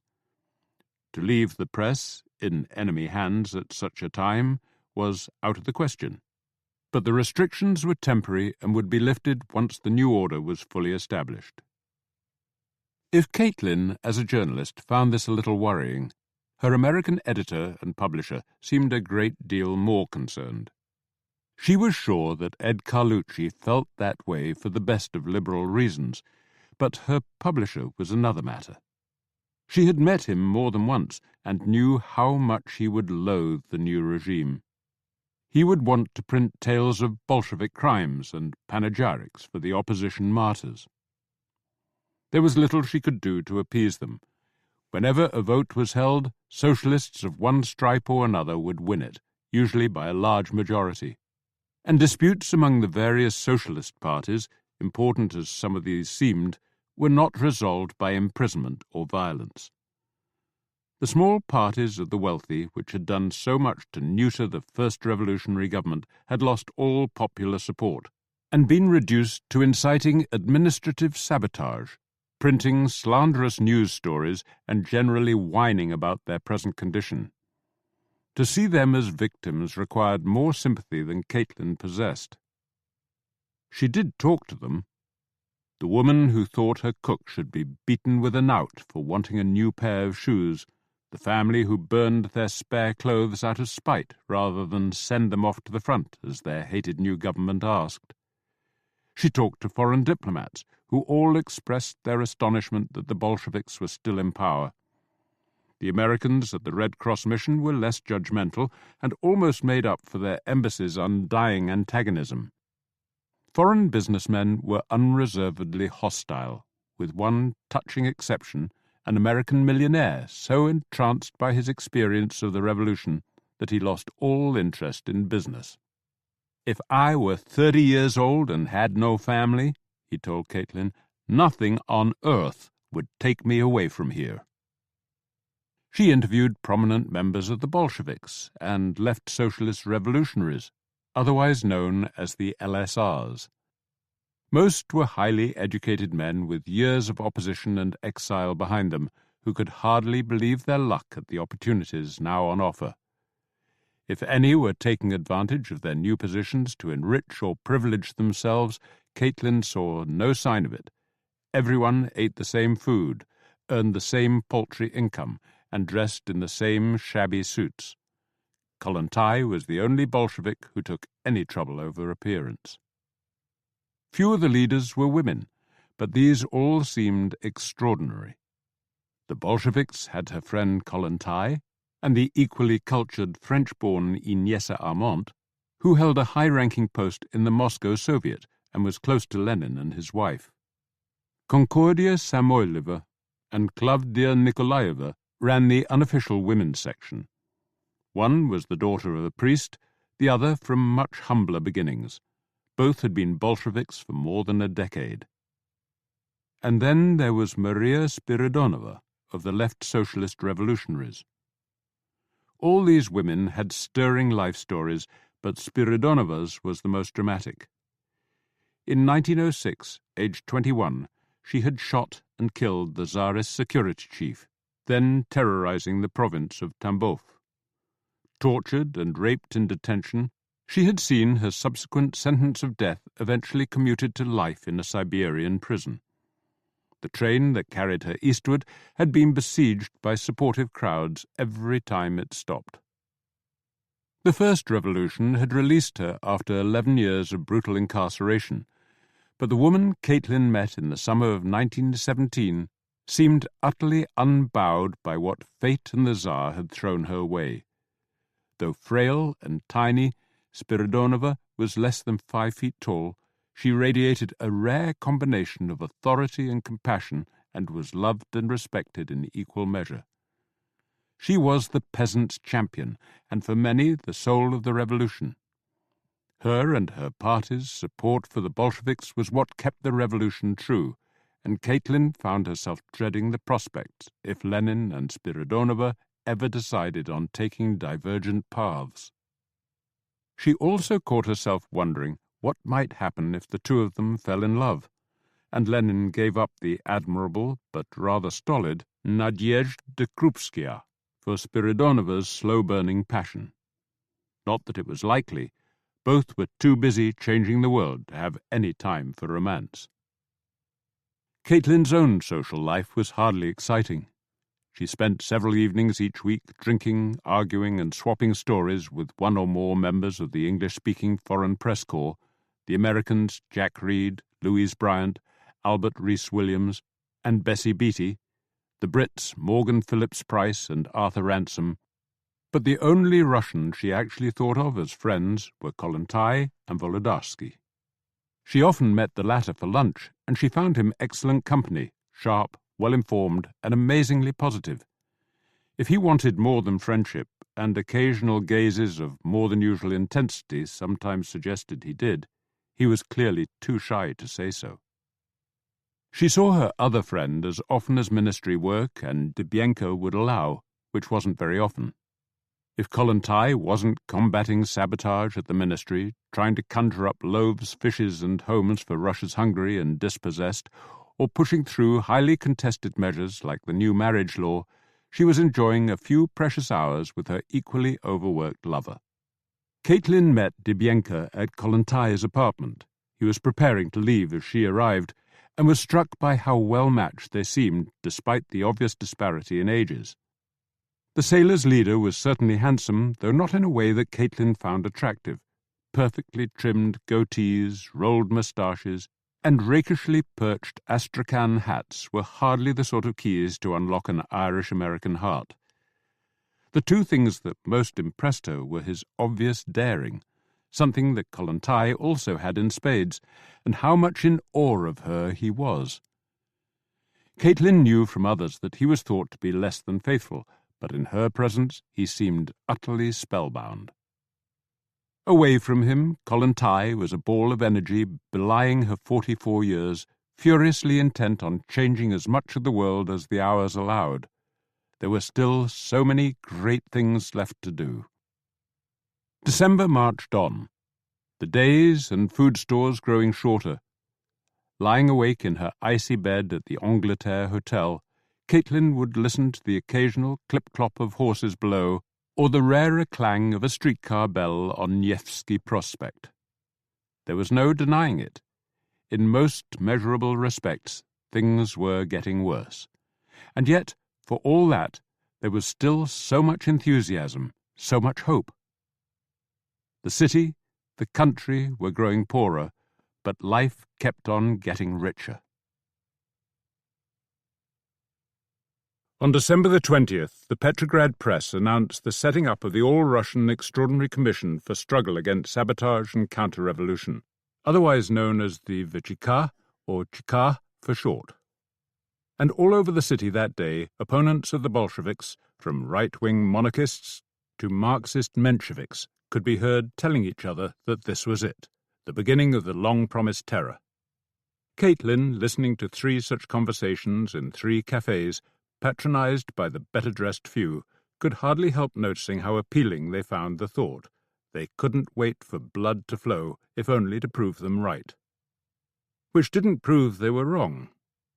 So far, the Bolsheviks had treated their opponents with breathtaking leniency and given their leaders fondness for quoting precedents from the French Revolution. She found it hard to believe that they'd make the same mistakes as Robespierre and company and erect a guillotine in front of the Winter Palace. But she understood what most of her compatriots would make of this new organization and decided that a preemptive investigation might be useful. She would interview one of its leaders. The man in charge was unwilling to see her, but one of his deputies, the Latvian Yakov Peters, had employed some of the socialist American correspondents as part-time translators when he was a member of the Cheka's immediate predecessor, the Military Revolutionary Committee. According to Albert Rees-Williams, Peters not only spoke perfect English, but was usually willing to speak his mind. Caitlin phoned for an appointment and was given one on the next day. The Cheka offices were in the old police building at 2 Garokivia Street, just around the corner from her hotel. Peters' room was on the 3rd floor. The man himself, slimly built, with a fighter's face and dark wavy hair, came out from behind his overloaded desk to shake her hand warmly. He didn't look old enough for his life story, but then few of the Bolshevik leaders did. Peters had spent 4 years as a revolutionary activist in Latvia and another 9 in England, where he'd been arrested, tried and acquitted in the famous Houndsditch murder case, which had ended in the equally notorious siege of Sydney Street. When news of the First Revolution had reached him in London, he'd immediately set out for Russia. Rather to Caitlin's surprise, he knew as much about her. "Am I right in thinking your brother was shot by the British?" was the first thing he asked. "Yes," she said, "almost 3 years ago now." "Did you share his belief in the Irish Republican cause?" She hesitated before deciding that openness might be reciprocated. "That's a difficult one to answer," she said. "My family is Irish, and I support Irish independence, but I'm not convinced that an alliance with Germany was the best way to get it." Peters shook his head. "They accuse us of that, just because the Germans let some of our leaders pass through their country in a sealed train. Some people think that we're all German puppets." "Well, they should know better by now." People believe what they want to believe." Peters smiled to himself. "When were you last in England?" 6 weeks ago. "And how are things there? My wife and daughter are still in London," he added in explanation. "Life isn't easy, not after 3 years of war, but not as hard as it is in Germany, or here." Peters seemed pleased to hear that. "So, how can I help you? You're writing a piece on the new commission?" "In part. How would you define its role?" "It's what it says it is, an organization to protect the revolution from enemies who engage in sabotage or secretly plot against us." "What do you mean by sabotage?" Peters sighed. "Everything from deliberately destroying official documents, which has happened at most of the ministries, to interfering with the transport of essential supplies. Things that prevent us from doing our job, which is to run the country in the interests of ordinary people." "You know what some people are saying," Caitlin responded, "and not all of them bourgeois, that this is the thin end of the wedge, that the more opposition you face, the harsher you'll have to be, and that a reign of terror is only a matter of time." Peters shook his head. "You can't have a reign of terror without a death penalty, and we've abolished ours." "You could bring it back." "We could, but I don't think we will. It would send out the wrong message. Admitted, there are some people whom we'll never win over, no matter what we say or do. But we need the vast majority to support us if we're going to achieve real change. Instilling fear is fine if all you need is obedience, but history shows that it won't get you anything more. We prefer giving wrongdoers a chance to see the error of their ways, to atone for their crimes and live a more useful life. Look, why don't you attend one of our tribunals and see how the system is actually working? I can arrange it, and if you stumble across a reign of terror, then please report it to me." "I will," Caitlin said. "And I'd like something ordinary. We all know that Countess Panina got off lightly after walking off with the welfare ministry funds, but she's a celebrity, and one whom many people still admire. I'd like to see how you deal with the less sympathetic." Peters reached for a ledger, licked a finger, and thumbed through several pages. "You're in luck," he said eventually. "There are several such cases coming up tomorrow morning. At the Grand Duke's Palace, starting at 9. You won't need a pass." He gave her a wicked grin. "You can even take part if you wish. Anyone present can speak, either for or against the accused." "I doubt I'll do that, but thank you anyway." "Thank the revolution." Next morning, after the usual inadequate breakfast, Caitlin took the short walk through the snow to the Grand Duke Nikolai's palace. This lay on the other side of St. Isaac's Cathedral, not much more than a stone's throw from the frozen Neva.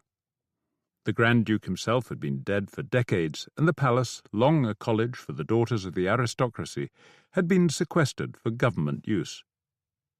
The wood-panelled music auditorium, with its beautiful stained-glass ceiling and elegant red hangings, seemed a strange setting for a revolutionary tribunal, but a cynic might have noted the lack of a working electric light.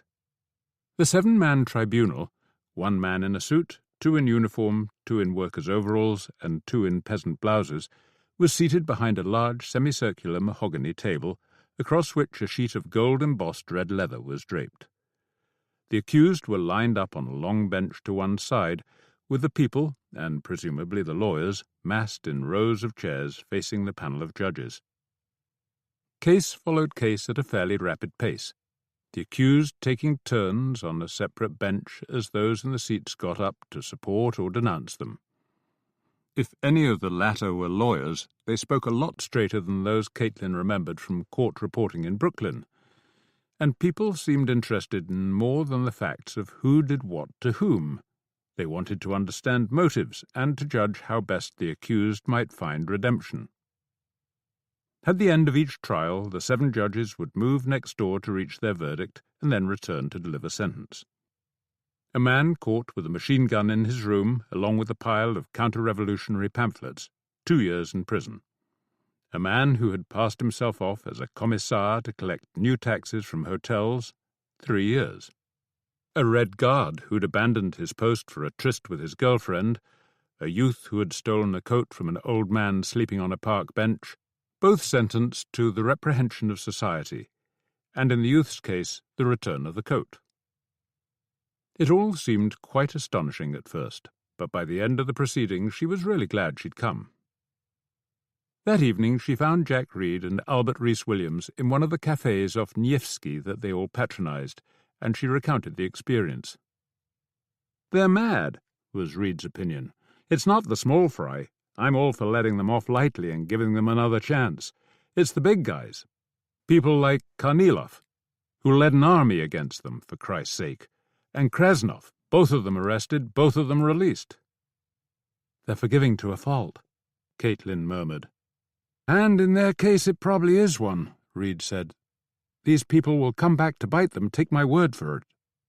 They'll go straight to the English and the French and beg them for help getting back into power. And once the big war's over, maybe even before, the English and the French will say yes. It's all very well being kind and understanding, but it's a recipe for civil war." He might be right, Caitlin thought as she trudged home through the snow. But harshness also had its consequences, and on balance she liked those even less.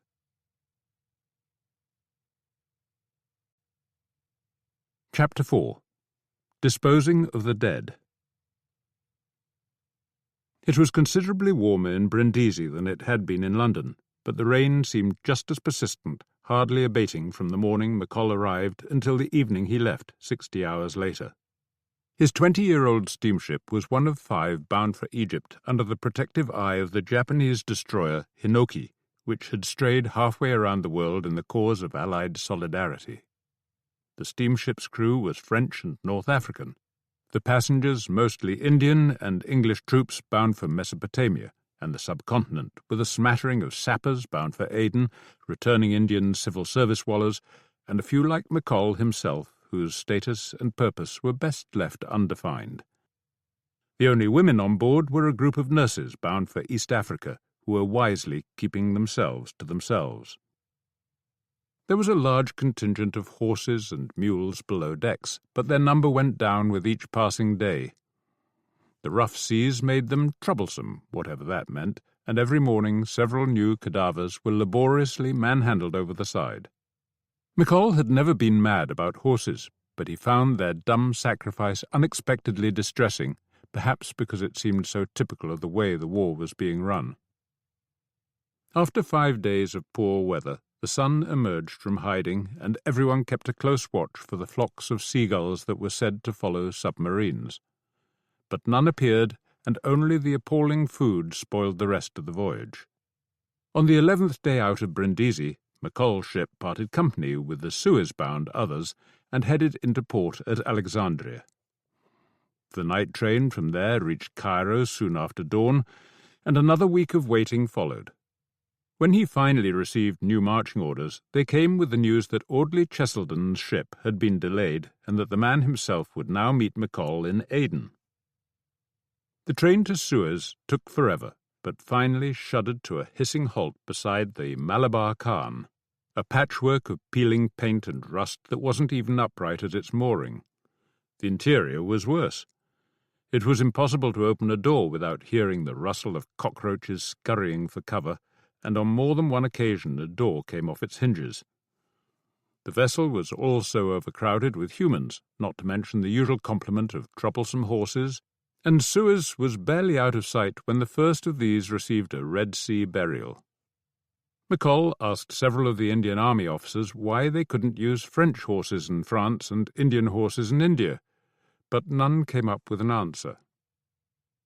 The days that followed were cool enough for sitting out, and he ventured below only when hunger became acute enough to outweigh the taste of the food.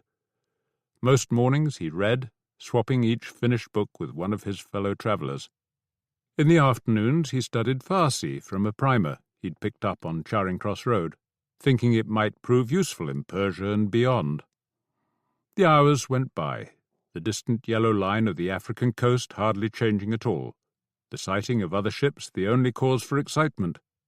When one hove into view, everyone rushed to the rail and waved at the pack of waving strangers a few hundred yards away. It took the Malabar Khan 7 days to reach Aden. This British outpost at Arabia's southwestern tip had been besieged since 1914, but the Turkish besiegers had long since given up hope of mounting a telling attack, and the British defenders were more than happy to leave the enemy where he was, out in the unfriendly desert. With Cheselden's ship still 4 hours away and his own busy taking on coal, McColl took a trip out to see the 11-mile-long perimeter. He found a few sandbagged strong points connected by mile upon mile of thickly strung wire, plus a bunch of sun-bronzed soldiers almost mutinous with boredom. McColl found himself wondering what would happen to the barbed wire industry if peace were ever declared. By the time he got back to port, Cheselden's ship was inching in, and 15 minutes later the man himself came bouncing down the gangway. The first impression was tall and gangly, but the cliché didn't do him justice. His movements seemed barely coordinated, as if each limb were out for a separate stroll. The face was pleasant enough, if spoiled by an overlarge nose. This latter was currently running, a condition that McColl put down to a cold, but which turned out to be more or less permanent. Audley Cheselden's right hand was almost proof of perpetual motion. When it wasn't pushing back the hair that flopped across his forehead, it was usually wiping his streaming proboscis. He had a lot of luggage for a man under 25. 2 suitcases and a trunk seemed more than a tad excessive for the mission Cumming had in mind, but it soon transpired that these were full of African artefacts bound for England. "My father's a collector," Cheselden explained as the native clerk in the shipping office filled out the requisite forms. "I only hope some wretched Austrian sub doesn't send them all to the bottom." not to mention the ship and its crew, McColl thought, but didn't say. However, the young man grew on him as their ship sailed east and north toward the Gulf. Cheselden took the dreadful conditions in his stride, rarely complained about the bite soon stippling his body, and was once even heard defending the cooks. He was used to sleeping on decks, he said, having never found a cabin bunk long enough. He had a friendly word for everyone, whatever an individual's status or colour. He was, of course, keen on the job. Cumming had recruited him in 1914, after only a year trotting the globe for the world's most famous travel business. As Cheselden readily admitted, he had gotten that job on his father's recommendation. His studies at Oxford had proved something less than a total success. His qualifications for this one seemed similarly suspect. Though he claimed a certain fluency in French and German, he spoke no Russian at all, which McColl assumed ruled out any hope of their acting independently in Turkestan. Cheselden disagreed. "I'm good at improvising," and he had studied the history of the region in question, which was more than McColl ever had. Tamburlaine, it turned out, was more than a character in some old play. Cheselden assumed he'd been chosen for the mission on account of his expertise in handling explosives. McColl had trouble believing this, but came to accept that it might be true. The young man's arms and legs might march to 4 different tunes, but his fingers were surprisingly nimble. One night in the Gulf, as they lay side by side on the slowly shifting deck, Cheselden told McColl he had a girlfriend back in London whom he hadn't seen for over 2 years. Her name was Sophia, but he called her Soph. "And she calls me Aud. Soph and Aud," he murmured to himself. "I hope she hasn't met some dashing swine in uniform." He turned to McColl. "Are you married?" he asked. "Divorced," McColl answered curtly. "A long time ago," he added, thinking that Evelyn hadn't crossed his mind for months. He felt reluctant to mention Caitlin. Explaining her was difficult, and not doing so always felt like a betrayal. 18 days after leaving Suez, the Malabar Khan entered the Shatt al-Arab Channel, lines of bright green palms edging the torpid brown waters. Arab dhows danced around the slow-moving steamship as it neared Basra, before finally weaving its way between a couple of vainly scuttled Turkish gunboats and drawing up alongside a long and crowded wooden wharf lined with towering cranes. The town itself was a mile inland, and the trip up a foul-smelling creek in the Gondar-like Belem was definitely one to remember, albeit for all the wrong reasons.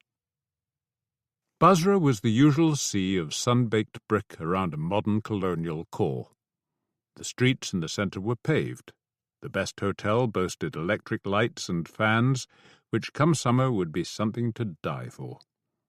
Over the next few days, as the two of them sorted out their ongoing travel arrangements, they came across the usual British landmarks, a racecourse, a church, and a cricket pitch. The locals had created a hybrid of soccer and rugby, which they played at all hours in flowing Arab robes. A movie theatre had been set up in one half-broken-down building. Attending it one evening, McColl and Cheselden found themselves surrounded by enthusiastic Arab males who cheered and hissed the heroes and villains and fell strangely silent only when unveiled women appeared on the screen. The night before their departure upstream, there was a fireworks display in the adjacent square, which both of them watched from the hotel terrace. Rockets zoomed off into the night sky, creating new fields of eye-popping stars. Roman candles blazed and Catherine wheels fizzed, and as the display neared its end, several Arab men, festooned with squibs and presumably attired in fireproof suits, lit their own blue touch papers and somersaulted down the street, pursued by their sons and daughters. As he and Cheselden were punted down the aptly nicknamed Shit Creek next morning, firmly holding their noses, McColl reminded himself that even an armpit like Basra had its happy children, and no doubt the sky above them occasionally coughed up a rainbow. Meshed was still 1,000 miles away, the next leg of their journey a slow cruise up the Tigris on an old paddle steamer. The decks were packed with soldiers, the nights a litany of yells from woken men who'd just been stepped on. The days were long and boring, the river full of twists and turns, sometimes so severe that a boat upstream seemed to be gliding across the nearby desert. On clearer days, the mountains of Persia were faintly visible on the eastern horizon. A stop at Amara offered some relief. McColl and Cheselden went ashore and followed the ship captain's directions to the local British Officers' Club, where drinks could be had in a roof garden overlooking the river. The 3-month-old newspapers seemed like historical documents. Would the battle for Passchendaele be the breakthrough Haig had promised? Were the Bolsheviks yesterday's men? Another 3 days brought the steamer to Kut, its final port of call. The soldiers were continuing north to the current front by train, McColl and Cheselden leaving from a different station for Baghdad. Kut was the town that General Townsend had surrendered to the Turks in April 1916 after his army had endured a harrowing 5-month siege. It had been recaptured 10 months later, and Cheselden insisted on paying Townsend's former HQ a visit, seating himself in the general's chair and arranging his jaw at a suitably heroic angle. It was only 100 miles from there to Baghdad, but the train took all night to reach the fabled city. McColl wasn't expecting much, having spoken to others who had, but Cheselden seemed almost insulted by the lack of flying carpets, their role usurped by Ford vans and peerless lorries. The streets were certainly alive, the Arab cafes with their tiered seating, hubble-bubbles and tiny cups of mocha, the eating houses full of boisterous Tommies. There were myriad signs in English, advertising everything from laundries to language lessons, but remarkably few in Turkish. The old rulers had been gone for less than a year, and they clearly weren't expected back. After securing hotel rooms and eating their first decent meal since Basra, a chicken and vegetable stew with rice, richly savoury with cinnamon, the 2 men walked over to the British Residency. No new instructions from Cumming awaited them, only confirmation that they should continue on into Persia. A short report on the political situation was appended, but was almost as dated as the papers they'd read in Amara. The local political secretary took them out onto the terrace for drinks and expressed his doubt as to their intentions. McColl ignored them. "What we need," he continued, tearing his eyes from the pleasant vista of a river lined with beautiful villas, trees and flowers, "is transport. A peerless lorry would do, and petrol enough to reach Tehran." "I'll find out if the army has one to spare." McColl smiled. "If you tell them they do, then they do, and since we need to leave the day after tomorrow, perhaps you could have the lorry delivered to our hotel tomorrow afternoon, and a mechanic, if possible, to talk me through the do's and don'ts." McColl had been working on automobiles since his return from South Africa, first as a hobby and then as a job, but he hadn't spent much time with lorries, and if the damn thing conked out in the middle of nowhere, he wanted to be able to get it started. The following morning was spent gathering supplies, and by noon a serious pile of containers was waiting in the hotel's palm-shadowed forecourt for the expected arrival of the Peerless. It eventually turned up, driven by the mechanic McColl had asked for. As the 2 of them discussed the vagaries of the engine, Cheselden supervised some willing local youths in the loading of their bags and boxes. With several cans of petrol already on board, there was just enough room in the back for the 2 of them to sleep. After another delicious stew, this one of ground lamb, potatoes and eggplant, and an evening stroll through the still busy Arab bazaar, they took to their beds, an early start in mind. By 6 they were out on the road, heading for the Persian frontier. It took them all day to cover the 120 miles. The road was virtually empty of motorized traffic, but not of civilians, and many of the latter seemed resistant to the notion of a British right-of-way. The surface also left something to be desired, making travel over 15 miles per hour an unacceptable gamble. Even at that speed, Cheselden's head rebounded off the roof more times than seemed healthy, and McColl was relieved to reach the unmanned border, where abandoned Turkish and Persian watchtowers faced each other across a stretch of rock-strewn wasteland. They spent the night in the Persian one, and were disturbed only by the single scream of an unknown animal somewhere close by. The frontier followed the line of the foothills, and all the next day both road and lorry wound upward, glimpses of snow-draped peaks ahead. The Mesopotamian plain stretched out behind and below. It was around noon when McColl noticed that the road ahead was full of men and animals. He pulled the lorry off to one side. The animals, he realized, were mules, and rolls of something were lashed to their backs. Rolls that looked like Egyptian mummies. "It's a corpse caravan," Cheselden told him. "I read about them somewhere. These people are Shia Muslims, and their holy city is Karbala, which is near Baghdad. So they take their dead there for burial. There must be 50 bodies. They save them up. They bury them when they die, then dig them up and wrap them in sackcloth when it's time to go. The caravans make a lot of money for the people who run them, and people know that their relations are buried in the holiest ground. Everyone's happy." Everyone but the mules, McColl thought. Some looked close to collapse as they trudged past the lorry. Their overland journey to Meshed took the better part of a month. Towns went by, each with its small colony of Europeans, eager for news of the outside world, yet clearly glad to be keeping their distance. Kermanshah, Hamadan, and on to Tehran, with its modern hotels and tramways and twice-weekly letters to Europe. Cheselden took the pile he'd written to Soph, each neatly numbered so she'd read them in the right order, down to the office at Kiaban-i-Lalazar, and handed over a thick wad of Persian Shahi.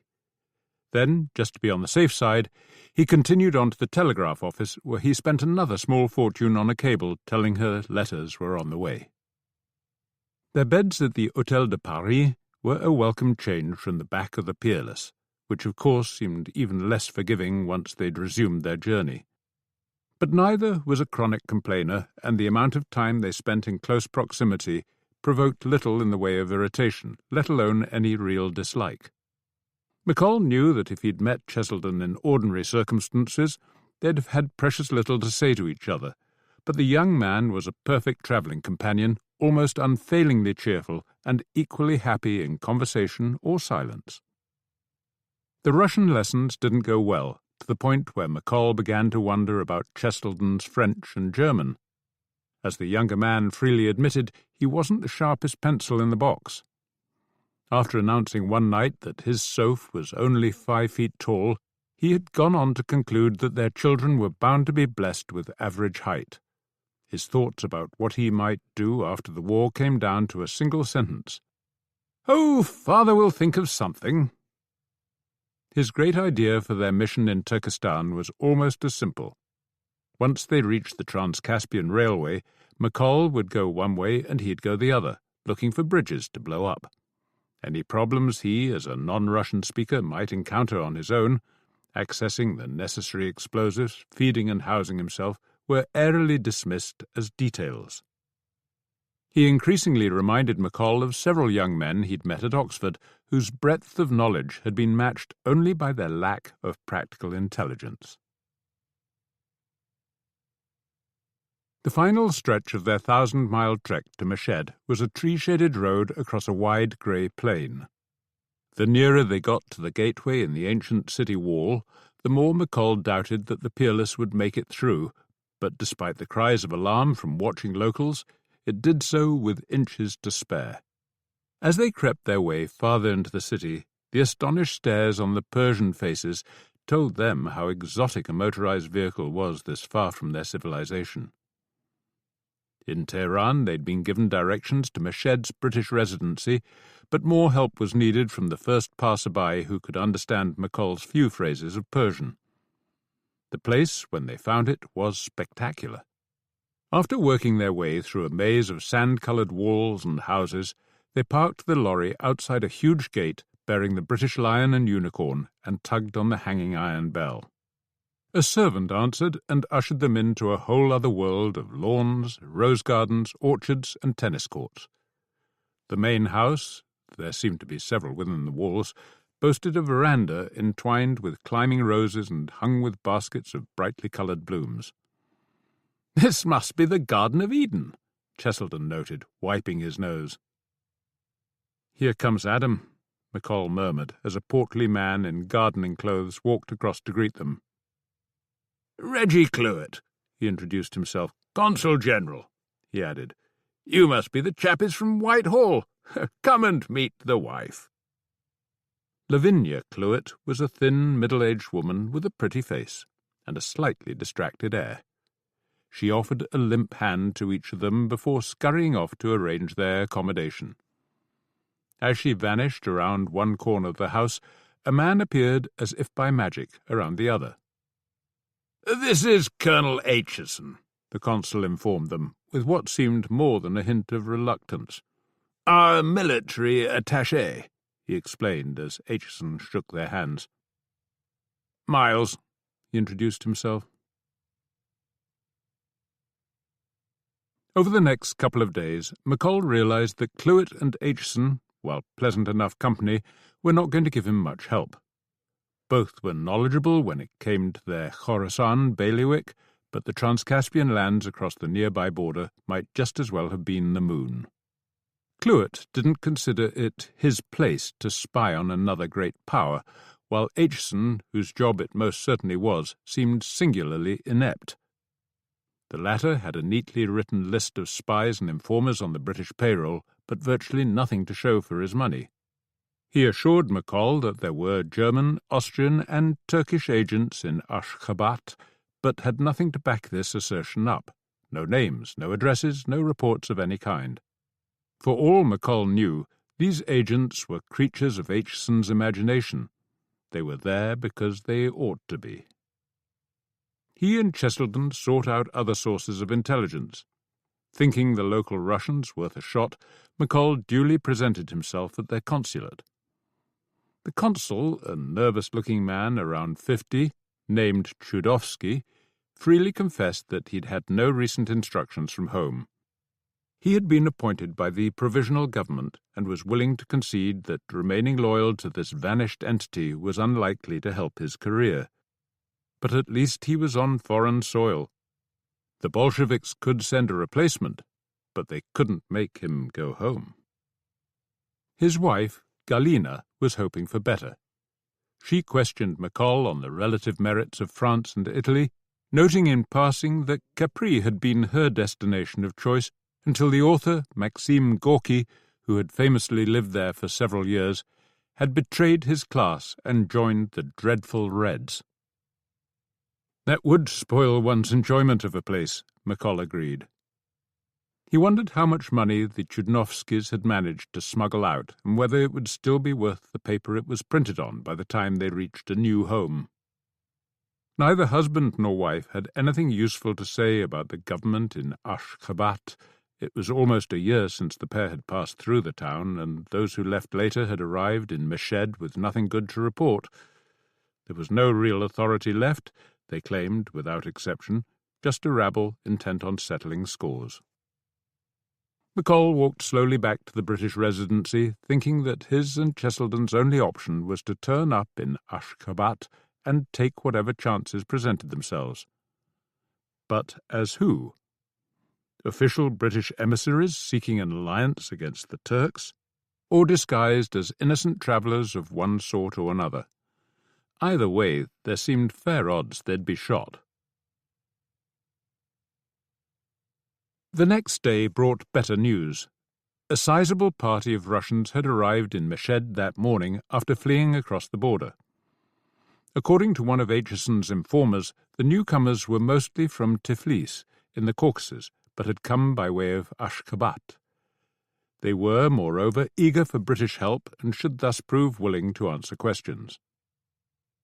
McColl and Aitchison took the consulate brougham into the centre of town, where the refugees were lodged in one of the smaller hotels.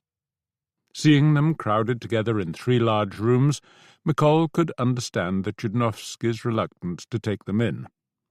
The 7 couples, with assorted children and grandparents, might come from the requisite social class, but they had fewer items of luggage among them than the Chudnovskys had in their lobby. These families would not be choosing between Rivieras. The terms of the deal were quickly struck: information for hotel expenses and transport onto Tehran. McColl's first job was to pin down where each family came from, and much to his delight, 2 were from Ashgabat. The first, a handsome young Armenian, named Tigran Sahakian, had lived there for 4 years. He was a doctor at the city hospital. His wife, the daughter of a local businessman, had lived there much longer. The family had given the first revolution a tentative welcome, and by summer things had seemed to be settling down. It was only in November, when news arrived of the Bolshevik coup in Petrograd, that their situation had markedly deteriorated. "By January we were cut off from the rest of Russia," Sahakian said, "and our so-called Soviet was left to its own devices. It started redistributing wealth and property and arresting any of those who refused to accept their losses. My father-in-law was one of them. We spent 6 weeks trying to find out which prison he was in, and then were told he'd been shot on the day of his arrest." "Who's in charge?" McColl wanted to know. "The local Bolsheviks?" "Not on their own. There are Bolsheviks and Mensheviks and socialist revolutionaries and other parties that someone thought up the day before and will forget again tomorrow. Most of them are railway workers." "Railway workers," he repeated, as if he couldn't quite believe it. "What about the local Turks? The Turkoman, I think they call them." Sahakian shrugged. "What about them? They spend all their time chasing each other across the desert, or admiring their latest gold tooth in the mirror." "They're not involved with the Soviet?" "God, no. These socialists may be only railway workers, but at least they're white men." "And the real Turks? Is anyone worried that they'll cross the Caspian and head for Ashgabat?" "I've never heard anyone say so. If they ever reached Baku, then maybe, but not until then." "And what about Germans and Austrians? Are there any of them in Ashgabat?" Sahakian hadn't seen or heard of any, but one of the other men, a Russian named Poletaev, knew of some who had.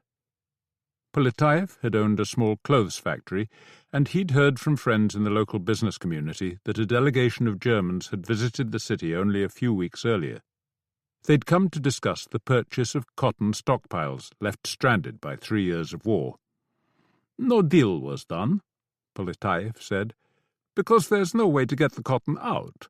But if the Germans reach the Caspian, they can ship it across and train it home." Back at the Garden of Eden, McColl talked matters through with Cheselden. His partner's Russian was unlikely to fool any half-competent authority, and spies, as McColl reminded his partner, were usually shot in wartime. Cheselden, however, had been working on his plan to head off alone once they were both across the border. He argued that while his Russian was dreadful, his German was much better, certainly good enough for him to pose as an escaped prisoner of war. If caught, he wouldn't be shot as a spy, just sent back to the nearest camp. Which was a great idea, provided nobody asked him to describe the one he'd supposedly escaped. McColl was inclined to think that the safest bet for both him and Cheselden was to leave the younger man behind. Cheselden wouldn't hear of it. "What do you expect me to do?" he asked. "Just twiddle my thumbs while I wait for you to come back? I didn't travel halfway round the world to wait." McColl raised his hands in surrender.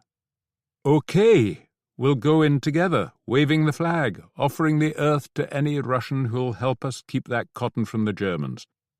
And the first hint we get that it's all going up in smoke, we either go into hiding or make a run for the border, whichever looks the better bet. Agreed?" "Agreed," Cheselden said, wiping his nose on his sleeve and offering his hand.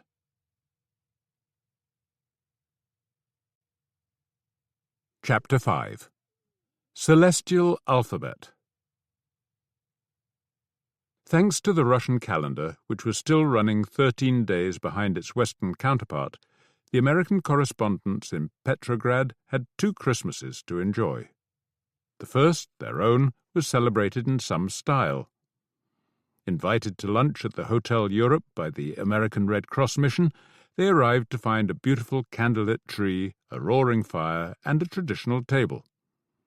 Once turkey with potatoes and cabbage had been served, each guest was solemnly treated to the Russian chef's idea of a seasonal mince pie. After digesting this feast, Caitlin and the other correspondents barely had time to get home and change for the evening entertainment, a full-scale party for the 200-strong American colony in Petrograd. This was held at the old Turkish embassy in a vast reception room lined with enormous mirrors. There was more turkey and real American layer cakes in place of the fake mince pies.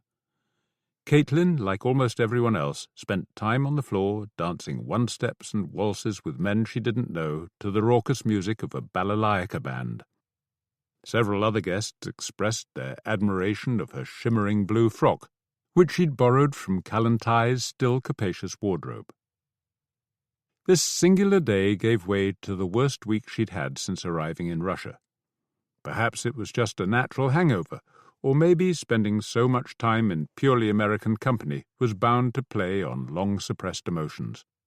Whatever the reasons, 4 hours of daylight no longer seemed anywhere near enough, and the snow-draped city felt more like an icebox than a winter wonderland. The people were no less welcoming, her grasp of the language grew better by the day, but almost overnight, or so it seemed to her, Russia came to feel like a truly foreign country. She felt a long way from home, and achingly lonely. She missed Jack. At this low ebb, she found that her political doubts began to multiply. If women were making bigger strides here than anywhere else, was that only because they had so much further to go? Was the Chika as benign as Peters wanted her, and probably himself, to believe? With Finns, Ukrainians, and other nationalities all chafing at the old Russian yoke, could the country even hold together? And if it did, would the new democracy survive? The Constituent Assembly was due to meet in a couple of weeks, and most of the people she knew expected the Bolsheviks and LSRs to dissolve it. They had their reasons, one she agreed with on her more forgiving days, but were they kidding themselves? Was she? She didn't let these doubts seep into her writing.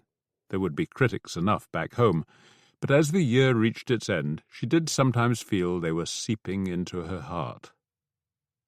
Salvation came in 3 installments: a magical walk, a message from Kalantai, and, most surprising of all, a speech by her own country's president. The walk was with her fellow correspondent, Bessie Beattie, who had discovered the wooded islands just to the north of the city and taken to spending Sunday's daylight hours away from the ever-churning revolution. On the weekend after their Christmas, she invited Caitlin to accompany her, and the 2 of them spent several hours walking through the snow-clad pines and spruces, occasionally sharing a word, but mostly enjoying the heaven-sent silence. The message from Kalantai came 2 days later, informing her that the marriage law was about to be passed and urging her to attend. Caitlin was in the press seats next morning, watching her friend introduce her bill and seeing it duly voted into law. With gender equality as the guiding principle, marriage became a purely civil affair, requiring the couple concerned only to register their union. Securing a divorce was just as easy if children were not involved, and only slightly more difficult if they were. That evening at Kalantai's flat, Caitlin's friend was full of plans for turning one of the city's dreadful children's homes, often known ironically as angel factories, into a new model palace of motherhood, in which women could get the pre- and postnatal care they needed, regardless of how they came to be pregnant. And Kalantai had other news. "Dybenko thinks we should set an example by making use of yesterday's new law," she said, "but most of my friends disagree. They tell me that after everything I've said about the slavery of marriage, people will think me a hypocrite." "Then you should set an example of a slaveless marriage. Caitlin told her, to Kalantai's unconcealed delight. The third thing that lifted Caitlin's heart was the speech that Woodrow Wilson gave to Congress on January the 8th, news of which reached Petrograd 2 days after the Russian Christmas. It wasn't his 14 points for peace that inspired her. For all except European leaders, these simply stated the obvious, but the depth of fellow feeling that the President shared with the Russian people and its current government. Clearly referring to the Bolshevik stand at the Brest-Litovsk peace negotiations, Wilson thought their conception of what is right, of what is humane and honourable for them to accept, has been stated with a frankness, a largeness of view, a generosity of spirit, and a universal human sympathy which must challenge the admiration of every friend of mankind. Of all the people Caitlin had expected to notice such qualities in the Russian Revolution, Woodrow Wilson was among the least likely, and she took his speech as a gift, one of those rare moments in which she felt truly proud of her country. And she wasn't alone in her surprise. Even her fellow journalist, Jack Reed, seemed at a loss for words. Caitlin spent the Russian New Year's Eve at an LSR party on Fontanka Embankment. The diminutive Spiridonova was much in evidence, her animated face more beautiful than ever. She introduced people to each other, enforced the evening's no-politics rule, and even blocked a stampede for the door when a kerosene lamp burst into flames and briefly threatened to burn the building down. There was roast pig and pasties to eat, candles and bottles for light, and a Christmas tree still tenaciously clinging to a few of its needles. There was dancing and comedy and a moving hymn to fallen comrades, and, despite the rule, discussion of events in Ukraine and Finland, arguments over what, if any, terms the government should accept from the Germans.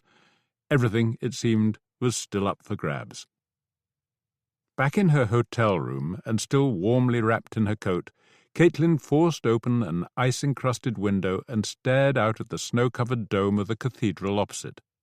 It was almost 2 a.m., and Russia had finally welcomed in 1918, 13 days after everyone else. How much longer should she stay? Arriving in November, she'd naively assumed that a few weeks would be enough to take it all in, to identify the changes and the future they suggested. But as she'd just heard at the party, 2 months had passed and so much remained unresolved. This, the biggest story on earth, was still unfolding, with no clear end, and no end of any kind in sight. Her place was here, she was certain of it. She couldn't understand why Louise Bryant and Bessie Beattie had already arranged their departures, or why Jack Reed was staying only a week or so more.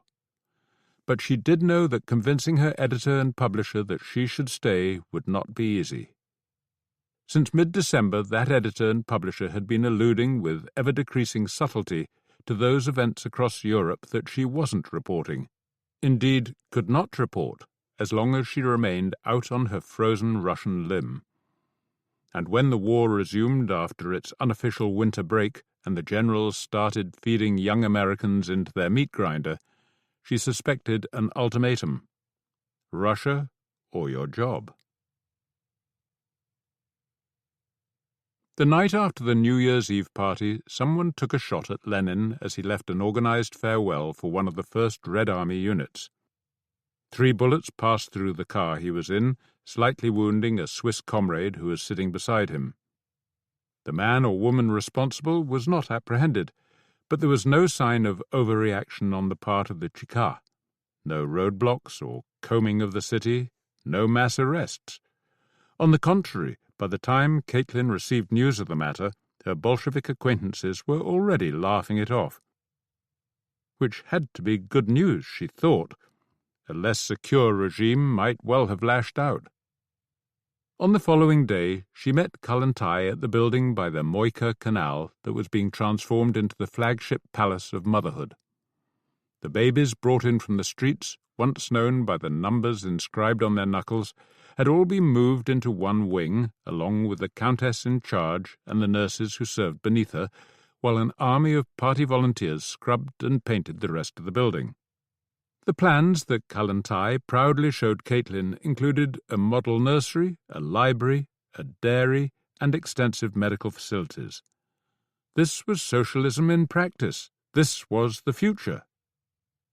The news from abroad was also heartening. Incidents of worker unrest had been proliferating across Germany in recent days, and on January the 16th, a near-general strike brought the Austro-Hungarian capital, Vienna, to a virtual standstill. In Petrograd, Caitlin heard Red Guards and party members eagerly discussing the latest reports as if their own lives depended on these faraway events. As of course they did. She hadn't yet met a Bolshevik who thought the revolution could survive on its own, and a German revolution was everyone's great hope, offering both freedom from future attacks and the strongest of potential allies against the rest of the world. Caitlin thought about the socialists she'd met there in the summer of 1915, the brave men and women who'd chosen prison or a life in hiding rather than support the war. Were they thinking their hour had come at last? No one was counting chickens. On the day that the news from Vienna arrived, the Bolshevik government announced a state of siege in Petrograd. The Constituent Assembly, elected in late November, was due to convene in 2 days' time, and trouble was expected. It duly arrived.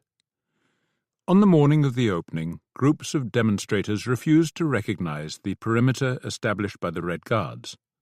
Fights broke out, then shooting, leaving several dead in the snow. Caitlin heard the gunfire, but only later learned that 15 people had died. Inside the Tauride Palace, she sat in the press gallery behind the podium watching the leaders of the various parties arrive. It felt like a reprise of the previous summer's high-level gatherings, with Kerensky the most notable absentee. Kallentai waved to her, then sat reading through a file of notes, apparently oblivious to the strange atmosphere. There were guns everywhere, Caitlin noticed, in the hands of the sailors and Red Guards who ringed the chamber, peeking from the pockets of many politicians. This was just theatre, she thought, and dangerous theatre at that. Having overthrown the rightists and moderates in November, the Bolsheviks would never meekly relinquish their power, election results notwithstanding. The proceedings finally began at 4 p.m., after an argument over who should kick things off. The Bolsheviks won by sheer force of voice, and their spokesman, Sverdlov, read out a list of their achievements in government. A member of the opposition was then elected chairman, and the next few hours were spent rejecting all the laws and decrees that the Bolsheviks had put forward. After Lenin and his party had finally walked out, Spiridonova asked that the assembly recognize the steps toward peace with Germany and Austria that the government had taken. When the majority refused, arguing instead for a comprehensive international agreement, the LSRs walked out as well, leaving the liberals and moderate socialists alone in the chamber, surrounded by government guards. And that, Caitlin thought, was that. The people in front of her, who carried on debating as if it actually mattered, thought they had turned the clock back to October, when Russia was still at war, the peasants were landless, and the workers were still waiting for any real change. But the power had passed on. At 4 a.m, the guards announced that the task they'd been given was to protect the whole assembly and not just a mere party caucus. They invited the remaining delegates to go home, politely at first and then with more insistence. The Constituent Assembly had apparently outlived its usefulness. The following Friday, the also-elected Third Congress of Soviets opened in the same chamber. Caitlin attended on the first day and thought the difference noteworthy. Yesterday's suits were gone. In their place, a strikingly diverse group of working men and women, come from every part of the country to discuss their mutual future. Toward the end of the afternoon session, a hand tapped her on her shoulder. It was Kallentai, silently urging her out of the gallery. "You're invited to a wedding," her friend said once they were out in the corridor. "Whose?" Caitlin asked, surprised. "Mine. Mine and Pavel's." "Congratulations. When are you?" "In half an hour." in the office of Znamenskia Street. Caitlin started to say she would be there, but Kallantai was already gone. The service was as short and sweet as the new law intended. There were about 40 other guests, most of them women or sailors. Flanked by Dibienka and her grown-up son, Misha, Kallantai looked a picture of happiness. A long line of droshkis was waiting in the darkened street, each with a sailor holding the reins and a lantern swinging beside him. Kallantai and Dibienka took the one at the front, and the guests all bundled into those lined up behind. Caitlin found herself sharing a two-seater with one of the sailor comrades, who introduced himself as Sergei Pitakov. He was a good-looking young man of about her age, with an air of confusion that probably stemmed from finding himself so close to a female who wasn't his mother or his sister. The procession rattled across the Neva and up a broad avenue. Looking behind her, Caitlin could see the line of lanterns stretching back in the darkness like a necklace of stars. When they finally reached their destination, she could hardly believe her eyes. She'd ridden Petrograd's roller coaster, the American Mountain they called it here, back in early summer, but she knew that the park was shut down in winter. It wasn't closed today. According to Pitakov, one of the sailors had heard Kallantai tell Dibienka how much she loved roller coasters, and a plan had been born. Over the last couple of days, this sailor and others had cleared the tracks of snow, de-iced the machinery, and lit numerous braziers beneath the structure to keep it from refreezing. And here it stood, surrounded by snow-covered Ferris wheels and carousels, reflecting the light of the moon now rising above the city. The red cars had all been adorned with yellow hammers and sickles. A laughing Kallantai climbed into the front seat of the first car and almost pulled Dibienka in beside her. For someone who'd defended a revolution, he looked a little nervous. All the other guests piled in, save one woman whom no one could persuade. Caitlin claimed a seat in the third car, feeling both excited and nervous. Climbing in beside her, Pitakov offered her a reassuring smile. The switch was thrown, and the cars began to climb, Petrograd slowly spreading out beneath them.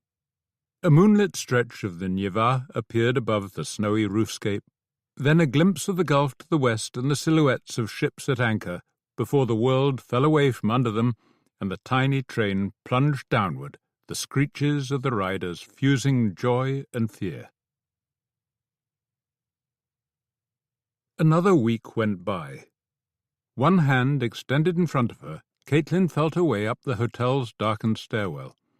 The electricity was out again, crippling the elevator, and candles were never left burning in untended areas. As a child, she'd always rather liked the dark, but Petrograd had cured her of that. The long summer nights were entrancing, but winter's price was much too high. She felt exhausted and dirty.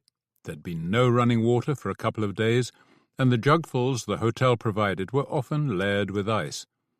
There was no doubt about it, conditions were still getting worse, with no sign they'd ever improve. Even cutlery was running short. At the table where she'd just eaten, cabbage soup and black bread for a change, she and 6 other people had taken turns with 3 wooden spoons and a single knife. And as for getting around, she'd spent the better part of the day struggling from place to place on foot, because most of the roads were blocked by snow, and no streetcars were running on the few that were not. The authorities had no sooner cleared the rails and wires than the power stations had run out of coal. The news from the outside world offered little in the way of compensation. The only good tidings of recent days had come from Britain, where women over 30 had finally been given the vote. But even this was soured, at least in Caitlin's mind, by the price that Emmeline and Christabel Pankhurst had paid for this piece of male largesse, their almost rabid support for the war. Elsewhere, the outlook was thoroughly bleak. Serious fighting had broken out in Ukraine between the right-wing breakaway government and the local Bolsheviks, and the same seemed about to happen in Finland. A renewal of fighting on the Western Front was still a month or more away, but the Germans had already transferred enough divisions from the Eastern Front to shift the balance. There were now 4 American divisions in France, with many more to follow, but by the time the latter arrived, it might well be too late. Russia's own military position remained precarious. Over breakfast that morning, Caitlin had eavesdropped on the conversation at a neighbouring table between 2 long-term residents. The couple in question were minor aristocrats who had lacked the will or wherewithal to leave and were now pinning their hopes on the Germans. The woman would have preferred an English takeover, but as that seemed unlikely, she was willing to cope with the Kaiser. As long as the wretched Bolsheviks were gone and they got the chance to live the way they had. It might still happen, Caitlin thought. Trotsky and his team had stalled the German negotiators at Brest-Litovsk for almost 2 months, but the latest report suggested that the latter's patience had finally run out and that an ultimatum was in the offing.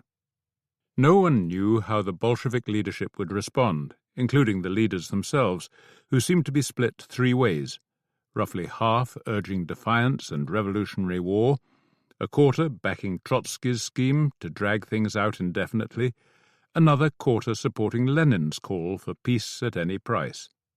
If the German negotiators called Trotsky's bluff and Lenin was outvoted by those of his colleagues who wanted a revolutionary war, then hostilities seemed set to resume, and German soldiers might well be marching down Nevsky Prospect before another week had passed. Next morning, Caitlin ran into Volodarsky at Smolny and solicited his opinion over tea in the noisy canteen. He was worried, he told her, as much by the split in the party leadership as by the possibility of a new German offensive. If you look at it from a pragmatic perspective, then it's easy to appreciate all 3 points of view, he told her. Lenin's right. We do need a breathing space. The rebels are right. It would be a betrayal of the German working class to make a loser's peace. And since they're both right, then putting off the decision for as long as possible makes perfect sense. So Trotsky's right, too. And from an unpragmatic point of view? Caitlin asked. Oh, we have to keep fighting no matter what. We always knew we couldn't stand alone. So saving our own revolution at the expense of others could never make sense. Then Lenin's wrong. Volodarsky smiled. Not necessarily. It would all depend on how much we surrender and how long a breathing space we take. Caitlin shook her head. Maybe the Russian people have carried the torch as long as they're able. Maybe, but I'll tell you one thing. Volodarsky leaned forward as if to amplify his words. In these few months I have had more joy than any other man should have in all his life. That same afternoon, Caitlin received a cable from New York. The message was friendly enough in tone, but her editor had clearly reached the limit of his patience. The time had come to choose, stay in Russia or resign from her job. It felt like an impossible choice.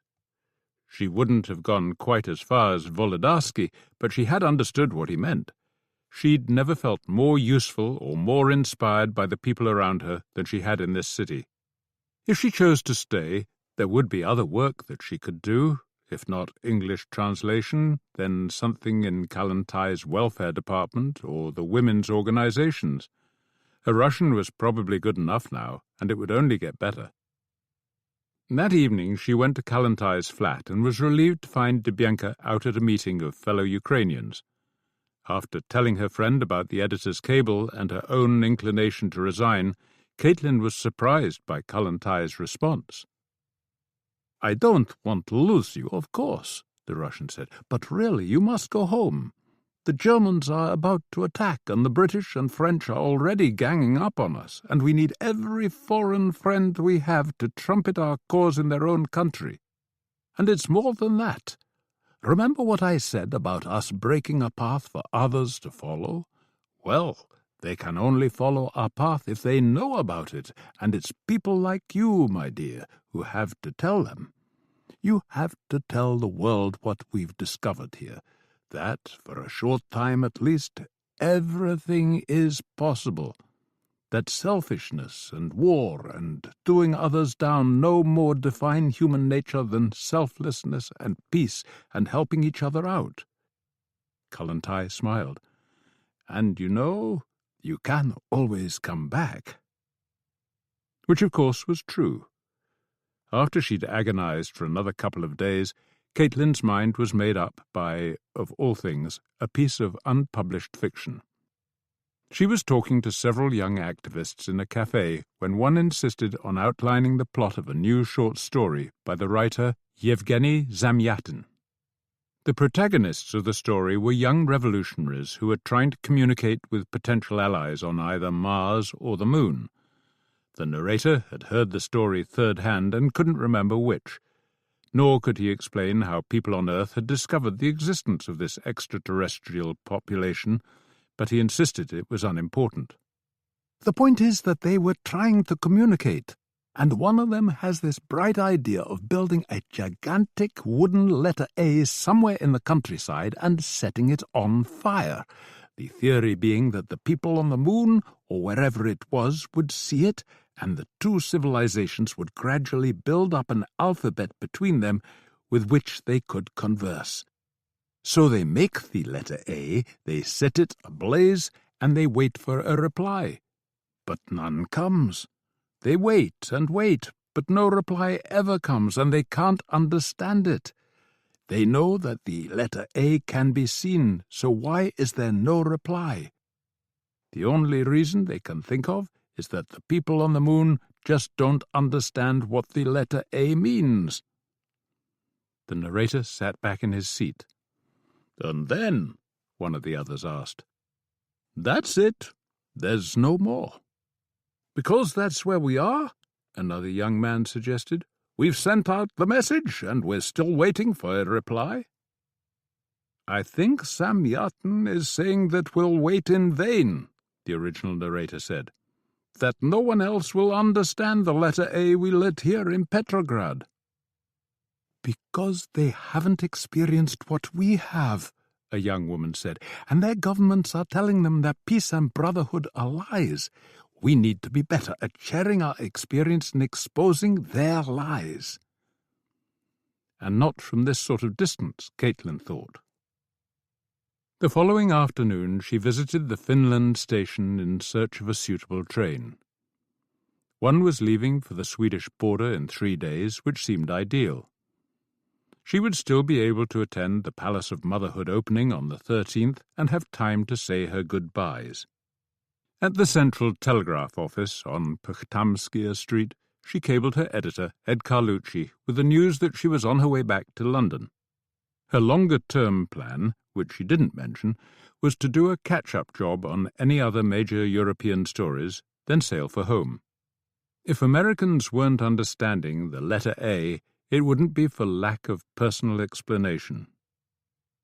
Later that day she kept an appointment to see Spiridonova. Once the samovar had come to boil, they sat and sipped tea in the LSR leader's Spartan room by the light of a single candle. Caitlin was keen to understand why a big majority of the LSRs were now so opposed to signing a peace treaty with the Germans. Most of your support comes from the peasants, Caitlin said, and they bore the overwhelming brunt of the war. Why would your party want it to continue? Spiridonova shook her head. We don't want that war to continue. That was a war for the landlords and bosses and the nation they claimed we all belonged to.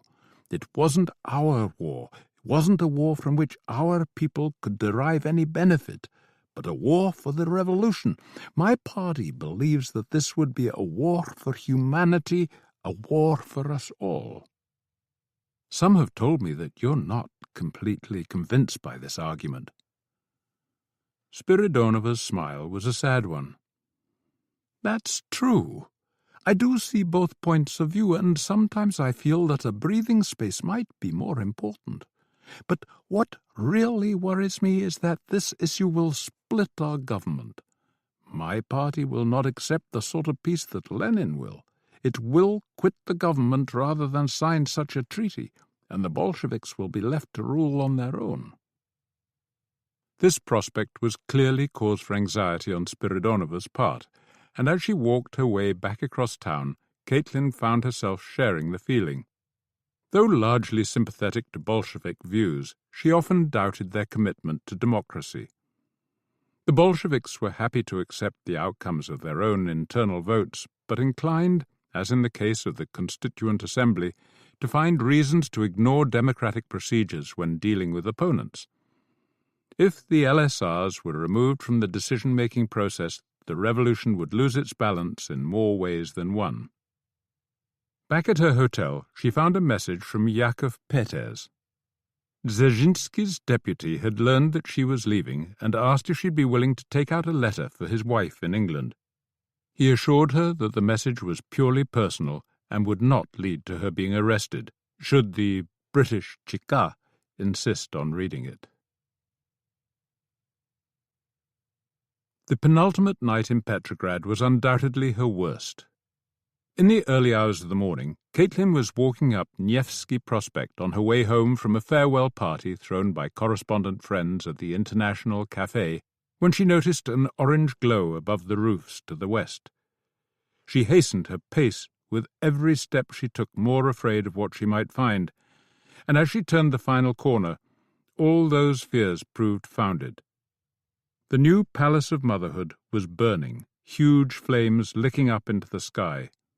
There were firemen in attendance, but she could see at a glance that the building was beyond saving.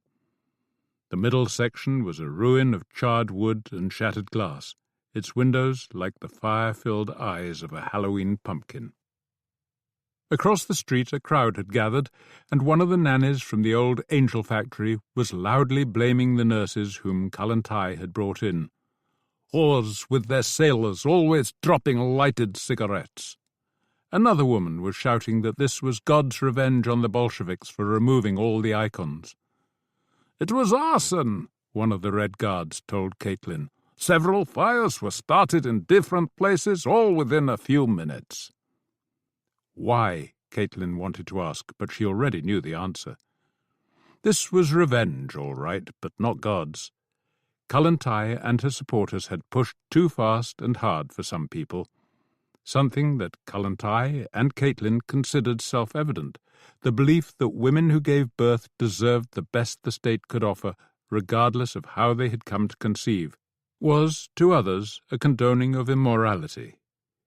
To those ignorant bigots, Kallantai's dream was a nightmare, promoting indecency, corrupting children, and sanctioning blasphemy, and one or more of them had lit the deadly candles.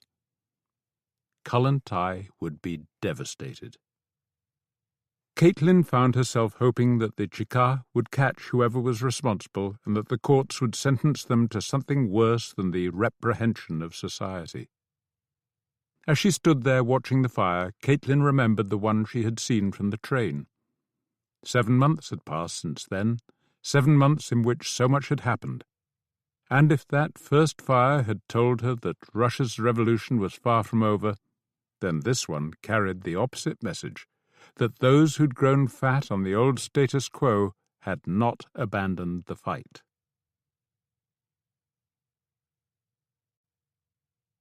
Chapter 6. Letters to Soph.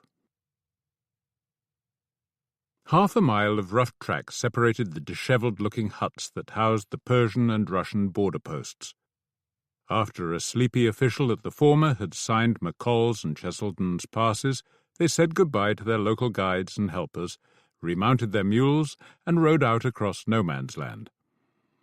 As the Russian post slowly came into focus, McColl could see several soldiers sitting outside it, watching their approach. No one seemed particularly bothered, or at least not enough to reach for a horse or a gun. As they dismounted outside the wooden hut, an officer in uniform emerged.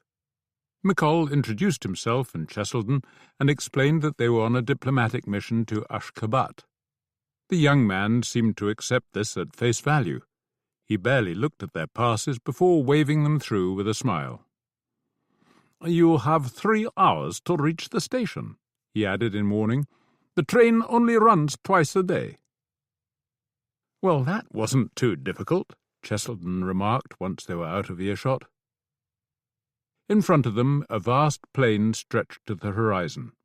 Somewhere out there, allegedly 12 miles distant, were Kaka, its station, and the train to Ashgabat. Behind them, the mountains they'd crossed since leaving Meshed rose into the southern sky. The journey had taken 4 days, but hadn't been hard. The worst nights of winter were over, the worst days of summer still some months away, and both walking and riding had proved easier than either man expected. They had met several groups of refugees heading into Persia, and on each occasion McColl had swapped letters of introduction to the British consulate in Meshed for information on the state of affairs in Transcaspia. He had no idea how Clewett and company would react when these refugees knocked at the gates of Eden, but he was sure that Cumming would back him. The 2 men he had spoken to had provided the names of friends in Ashgabat and Krasnovodsk who would be sympathetic to a British approach. One had been at the meeting that Poletayev had mentioned between cotton wholesalers and potential German buyers. So they had some cards to play. On more than one occasion during their 1,000-mile trip from Basra, McColl had found himself speculating on what sort of idiots sent 2 men halfway around the world to infiltrate a country of which they knew next to nothing and still expected a happy ending. He hadn't shared this thought with his companion, since he knew that Cheselden would think he was joking. Because almost alone among those still fighting for king and country, his partner, God help him, still believed that the authorities usually got things right. The cluster of black dots lining the horizon had to be Kaka and its station. Closer at hand, another small farm clung to the side of the road, its small green garden like an island of misplaced hope in the dry brown immensity that surrounded it. The cottage was of sturdy construction, and the machines in the yard were definitely European. And all of it was Russia, McColl told himself. He remembered a line that Caitlin had quoted: "A country that refutes all preconceptions, a people that never fails to surprise." "It's really quite civilized," Cheselden said, suitably disconcerted. Kaka, when they reached it, was barely awake. They found a serai for the mules and paid for a fortnight's board. If McColl and Cheselden hadn't returned by then, the owner was welcome to keep or sell the beasts. The station was unpopulated, but there was shine enough on the rails to prove their recent use. McColl stared down the line in both directions, thinking that this was an arm of the old Silk Road, the track bed flattened by centuries of plodding camels. He felt a very long way from home. 30 minutes before the train was due, a man arrived on foot and promptly shut himself inside the station buffet. Minutes later, smoke curled out of the chimney. A few minutes more and the door was flung open. A basket piled high with hunks of black bread sat on the counter. Behind it, a samovar and a cauldron of soup were heating on the stove. As McColl and Cheselden were being served, the sound of a train became audible. They were still hurriedly eating and burning their tongues in the process when the engine wheezed into the station, and what looked like all the passengers tumbled down from the carriages and swarmed into the buffet. McColl and Cheselden watched in awe as the motley scrum engulfed the counter, waving and shouting at the unperturbed proprietor. There were Russians and Turks and Persians and Indians, tribesmen and traders and farmers, wearing everything from sheepskin hats and boots to suits and dresses that wouldn't have seemed out of place on the pre-war Champs-Élysées. Out on the dusty platform, McColl bought tickets for himself and Cheselden. The guard conductor insisted on seeing inside their suitcases, but wasn't unfriendly. "The revolution has many enemies," he explained apologetically, as if he couldn't imagine the British playing such a role. Boarding the 7-coach train, McColl managed to find an empty window seat from which he could watch for any bridges seemingly ripe for destruction. The 80-mile trip took just over 4 hours, and all he saw were culverts of varying sizes for channeling runoff under the tracks. As they reached the outskirts of Ashgabat, He and Cheselden scanned opposite sides of the line for any stockpiled cotton, but the only wagons on show were full of strange-looking logs. "It's Saxol," Cheselden said, plucking another plum from his tree of esoteric knowledge. "A desert tree they use for fuel." The station platform was lined with people waiting to board, but much the same number seemed to get off. The two of them took their time, Cheselden staying with their suitcases while McColl quizzed the Russian booking office clerk about hotels. The two deemed suitable for Europeans were the London and the Germania, which didn't make for a difficult choice. By the time McColl rejoined his partner, the platform was almost clear, just a single man sitting on one of the benches.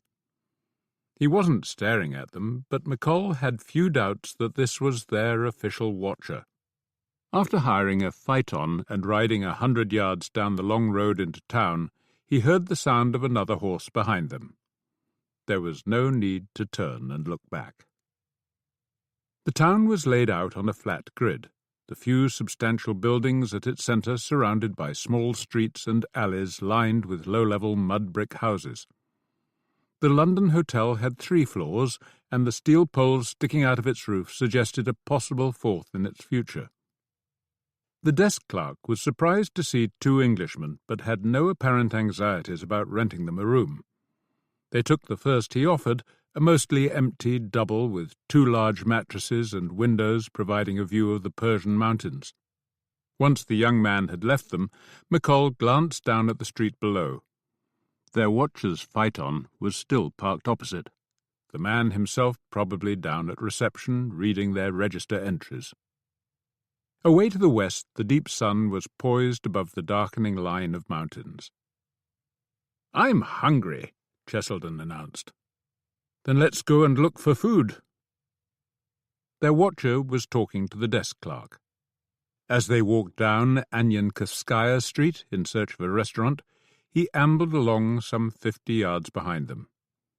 It was getting colder, and the light was rapidly fading, but most of the shops were still open for business and the streets by no means empty. Lights were shining in the posher Russian emporiums, kerosene lamps being lit in the narrower streets of the trading quarter. Above the buildings to their right, a minaret was silhouetted against the yellow-green sky. There was no obvious police or military presence. Indeed, the only proof that the revolution had reached this far south was the red flags adorning the larger establishments. In all other respects, life in Ashgabat seemed little different from life in Meshed or Tehran. When they did find somewhere to eat, the menu board was scrawled in Farsi, the sparse clientele, a mixture of Russians and locals, whom Cheselden said were called sharts. The place was clean, the food was good, and the other patrons showed a healthy lack of interest in who the two of them were, even when they tried conversing in German. That language was obviously not as rare in Ashgabat as they would have liked. Night had fallen by the time they finished, and the street outside was lit only by occasional lamps still hanging from storefronts. Their watcher tailed them back to the hotel, a moving shadow in the gloom, his footsteps barely smudging the silence. Though sorely tempted to turn and confront the man, McColl restrained himself. "You never force your opponent into making a hostile move," had been one of his father's favourite sayings, and what was good for Glasgow labour disputes was surely good for the mean streets of Ashgabat. If the other side wanted a war, then let them declare it. The knock on the door came at 7 in the morning, and McColl was encouraged by its civilized tone. It was a peremptory rap, no more, not a frenzied hammering, let alone a splintering of wood. The uniformed Russian whom McColl invited in was outwardly apologetic. About the early hour, about the need for them to dress and come with him at once, about the need for ablutions and breakfast to wait. The two of them insisted on taking a piss, but otherwise did as requested. A phaeton was waiting outside, its driver enjoying a particularly evil-smelling cigarette.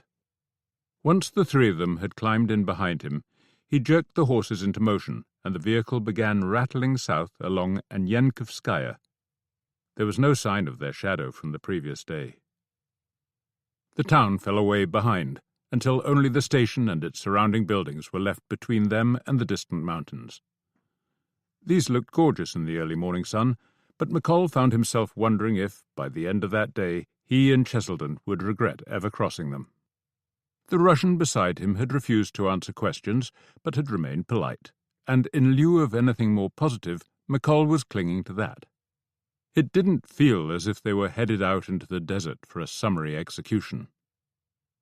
100 yards short of the station, the phaeton abruptly pulled off the road and came to a halt outside a modern two-story building. According to the signs by the door, it housed the railway board and the telegraph office. After ushering the two of them up the stairs and into a room with a long wooden table and more than a dozen seats, their escort told them to wait and promptly disappeared. McColl sat himself down in one of the chairs and gazed out the east-facing window at the receding ribbon of track. "What do you think?" Cheselden asked him. "An interview with the current powers that be would be my guess. Everyone tells us they're railwaymen, and here we are next door to the station." A large clock on one wall loudly ticked the minutes away. 5 became 10, 10 became 30, and soon a whole hour had gone by. They could hear people below, but it was almost 10 o'clock when footfalls sounded on the staircase. 5 Russian men filed into the room, 3 in workmen's clothes and 2 in shabby military uniforms. The latter pair removed their guns from leather holsters and set them down on the table, then took seats on either side of the door. The other 3 sat themselves down at the head of the table like a row of presiding judges. "Your papers?" the one in the middle asked, holding out a hand. He seemed the oldest of the 3 and had a darker complexion than his 2 companions. Like the man on his right, he was wearing a red enamel star in his lapel. McColl passed them across and waited while the 3 men examined them. "Which of you is McColl?" the middle one eventually asked, making the name sound like a glottal stop. "I am. And whom am I addressing?" All 3 looked surprised by either the impudence or the fact that someone might not know. "This is Citizen Semyashko," the middle one said, indicating the weasel-faced man on his right. "And this is Citizen Volchev," he added, turning to the bulky, red-nosed man on his left. "And my name is Strakhov, Arkady Strakhov. We are the Emergency Defense Committee of the Ashgabat Soviet." He concluded his introduction with an admirable lack of self-importance. He turned to McColl's companion. "You are Cheselden?" The latter looked to McColl for guidance. "My partner doesn't speak Russian," McColl told them. "But he does speak German." "Yes, and French." Strakhov ran a hand through his thinning black hair. He looked Armenian to McColl, but the name was Russian. "So why have you come to Ashgabat?" Strakhov asked. "To spy out the land for your army in Persia?" McColl smiled and spoke slowly. "There are very few British troops in Persia, and there's absolutely no possibility of their crossing the border without the permission of the Russian government." "You are expecting an invitation?" the one on the left, Semyashko, asked sarcastically.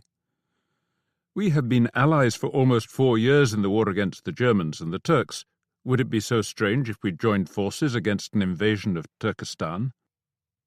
"A month ago, no," Strakhov said. "But our government has made it clear that we are no longer at war." McColl had heard in Tehran that the Bolshevik negotiator, Trotsky, had informed his German counterpart that Russia was adopting a neither war nor peace policy, which raised any number of questions. "I was not aware that a peace treaty had been signed," he told the 3 men, hoping that was still the case. "Not yet, but it's only a matter of days," Strakhov answered, causing Volchev's lips to pucker in what might be disapproval. McColl wondered if the lack of a star in Volchev's lapel meant the man was not a Bolshevik. A left socialist revolutionary, perhaps? Last he'd heard, they were all for fighting on. "What if it isn't?" he asked, looking at Volchev. What if the Germans and Turks take Baku and cross the Caspian and advance along your railway? Will you just let them walk over you? That won't happen, Strachov answered him, sounding almost too convinced. It may be unlikely, McColl conceded, but if it does happen, would you let your revolution die rather than accept our help? Why would the British ruling class help our revolution? Volchev asked, speaking for the first time. Because we share a common enemy, no more, no less. We don't have many troops in Persia, but those we have would double the number at your disposal, McColl continued, veering off into fiction. In truth, he had little idea what forces either side possessed. And we could provide more weapons for your troops, he added, as we did for your first revolutionary government. Volchev's shrug was not entirely discouraging, but Semyashko was having none of it. And I suppose that once the battle was won, your troops would hurry back to Persia, he said scornfully. They would, McColl insisted. We are only interested in stopping the Germans. And there's nothing else you would want from us? Strachov asked incredulously. McColl admitted there was. If we agreed to fight together, then my government would expect you not to sell your cotton stocks to the enemy. Strachov's smile was bitter. The stocks left over from the last two harvests still belong to the mill owners, for the moment at least. But the Soviet will have the final say, Semyashko interjected. I don't understand, McColl said. The cotton belongs to the wholesalers, but they need permission to sell it? Something like that, Strachov said with some irritation. You make it sound stupid, but why should those with capital always have the final say? McColl didn't feel equipped for an ideological discussion. Have the Germans approached you? That is our business, Semyashko said flatly. Is your government prepared to make an offer? Volchev asked, causing Semyashko to roll his eyes. Yes, McColl said. We have no way of transporting the cotton, he added, but we will pay for the stocks to be destroyed. Pay with what? Semyashko asked. The weapons you say you need, or notes of credit on a London bank, whichever you prefer. I don't believe it, Semyashko said flatly.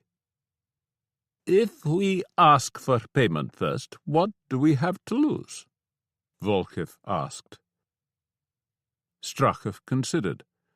The two of you will be taken downstairs while we talk this over, he eventually decided.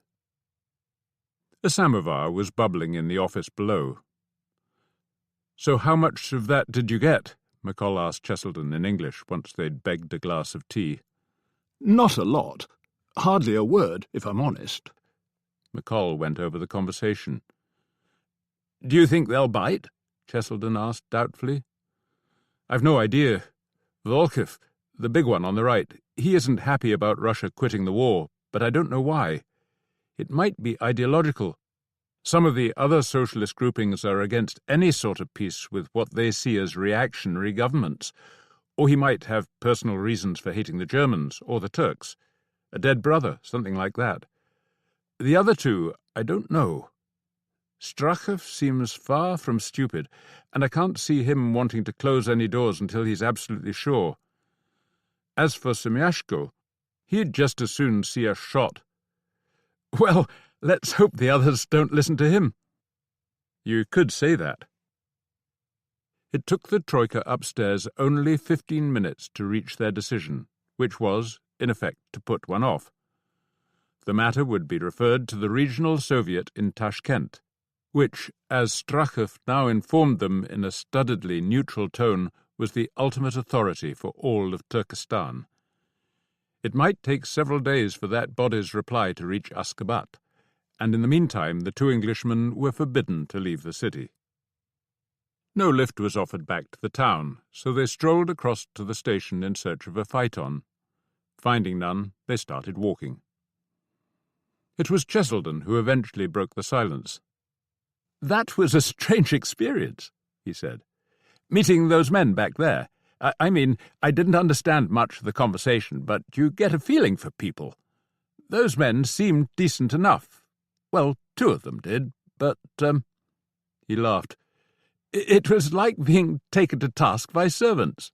Nothing wrong with that, I suppose, but it felt strange. To them as well, I thought. I mean, they're railwaymen. They can't find it easy suddenly being in charge. My father was a railwayman, McColl said. Cheselden stopped in his tracks.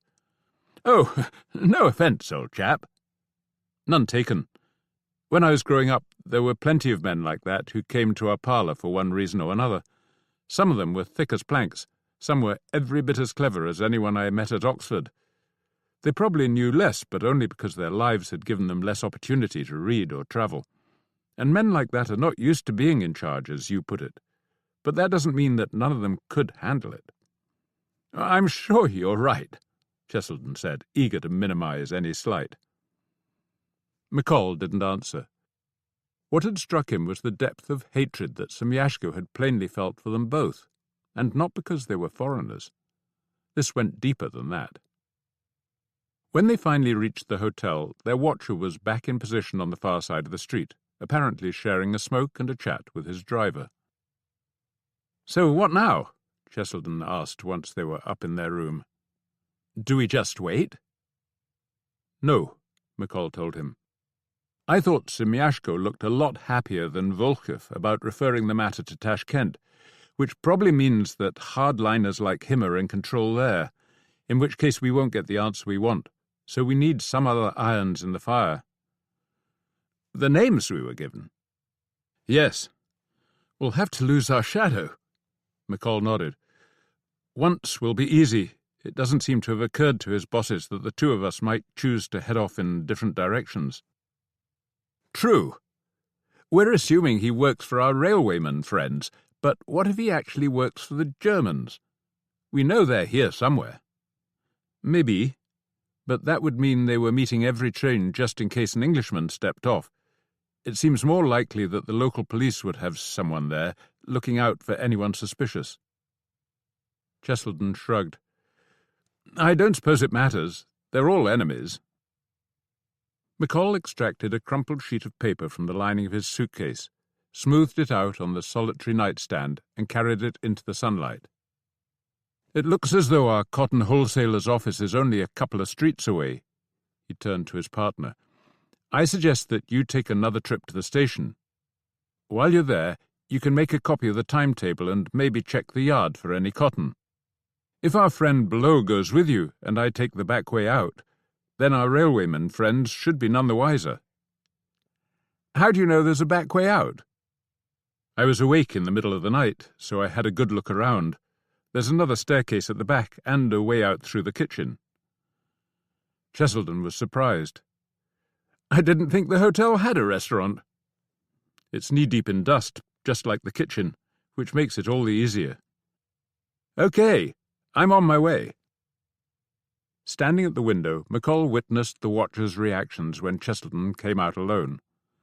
The man stared at the door for several seconds, willing McColl to follow, then glanced up at the window, hoping to see him still in the room. McColl obliged, but not too obviously, standing still with his back to the window for the better part of a minute. When he finally looked out, Cheselden and the watcher were almost out of sight. He met no one on the back stairs. The disused kitchen's outside door led into a dusty alley, and this to a small street of mostly shuttered shops. Several men suggested that he stop and peruse their wares, but he passed them by with a smile, his eyes in search of street signs. As far as he could tell, there were none, and by the time he found a Russian speaker who knew where Azadi Street was, he had walked 2 blocks past it. The office, when he eventually found it, was on the ground floor of a small brick building. Opening the door, he found a young Russian woman typing at her desk. "I'm looking for Alexei Lutovinov." She gave him a worried smile. "You are—" "A friend of a friend," he said reassuringly. At that moment a door opened and a middle-aged man walked in. "This is my father," she said. McColl offered his hand, explained how he'd come by Lutvinov's name and the purpose of his visit. The Russian gestured for his daughter to leave the room. "The British government will pay me to destroy my cotton," he said once the door had closed behind her, in a tone that suggested he couldn't quite believe his ears. "As far as we're concerned, anything's better than having it fall into German hands." "I am only one owner." "We will offer the same deal to all the owners. I'm hoping that you could tell me who they are and how to contact them." Litvinov gestured McColl to a chair and sat down himself. "I understand what you want," the Russian said, "but you must appreciate that this is not a simple matter. The current government would have to approve such action." "So I was told this morning," McColl explained Strachov's description of the current situation. Litvinov made a wry face. "That is where we are. The government has not taken ownership of the cotton lands or industries, but it has passed new laws giving the growers and workers greater influence in how these are run. How much influence remains unclear, and in practice varies from place to place. This state of affairs might last, but I doubt it. Only last month the Tashkent Soviet seized several mills, only to hand them back a fortnight later. Presumably at Petrograd's behest, but my colleagues and I think it's only a matter of time before we find ourselves ousted completely. So if a deal could be done at all, it has to be done very quickly. How will payment be made?" "Accounts will be opened for you and your colleagues in a London bank," McColl explained, knowing that this would prove acceptable. Litvinov and friends would be well aware that they had no future in a Bolshevik Russia. "I will talk to people, the other owners, at least the ones I can reach, and there are people in the new government, the Soviet, whom I can sound out. But don't worry. I will be careful." "Have the Germans already approached you?" McColl asked. "Of course. They've had agents here in Ashgabat for several months and have built up quite a network of informers. And they're not only offering money, they have promised to reinstate the old regime here in Turkestan." "That must be tempting," McColl suggested. "It would be, if we believed it possible." "Have they also approached the Soviet?" "Of course." Litvinov grinned, "and promised support for their regime." "What was the reply?" "The Soviet is divided. Those three you met this morning, Strachov and Semyashko, are Bolsheviks, but of very different types. I knew Arkady Strachov at school. He has more sense than most, and he seems sincere enough. I'm sure he believes he's changing the world for the better." "And Semyashko?" McColl prompted. Litvinov grunted. "He'll say the same. But what really excites that man is tearing the old world down." "He did seem resentful," McColl agreed, and perhaps with good reason, he thought. The old Russia had been a punishing place. "What about Volkov?" "Sergei Volkov is the local leader of the Socialist Revolutionaries, and like his leaders in Petrograd, he is in favor of continuing the war. He's our best chance of doing this deal." "Strachov told me the three of them had agreed to ask Tashkent for instructions." I doubt Volkov was in favor of that." Litvinov paused. "And other things may happen first," he added mysteriously. "We may see a change in who controls the Soviet before too many weeks have passed." Having offered this hint, Litvinov refused to elucidate. "You should talk to Volkov," was all he would add. McColl elicited the relevant address, then took his leave. He went for a walk around the town, aware that this was likely to be his last chance to do so without a shadow. The streets were pleasant enough, but essentially uninteresting, and the only building he came across of any aesthetic value was a Baha'i temple.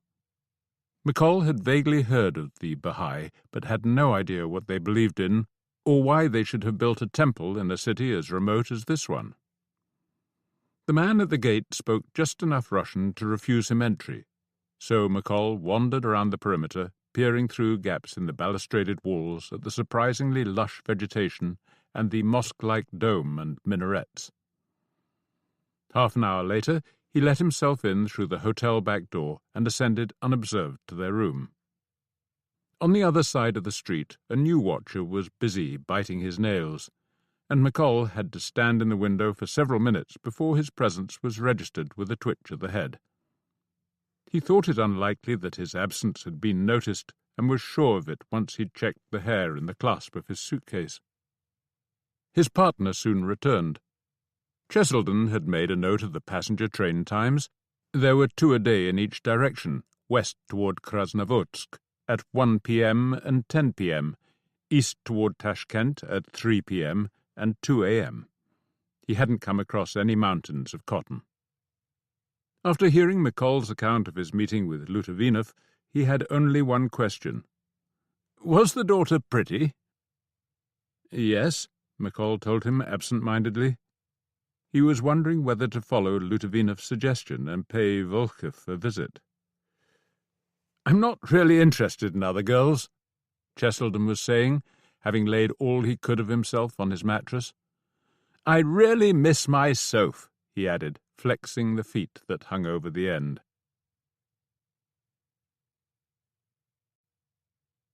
Late that afternoon, the two of them used a stroll around town to pinpoint Sergei Volkov's home, a one-story bungalow on the southern edge of a built-up area that reminded McColl of the India cantonments.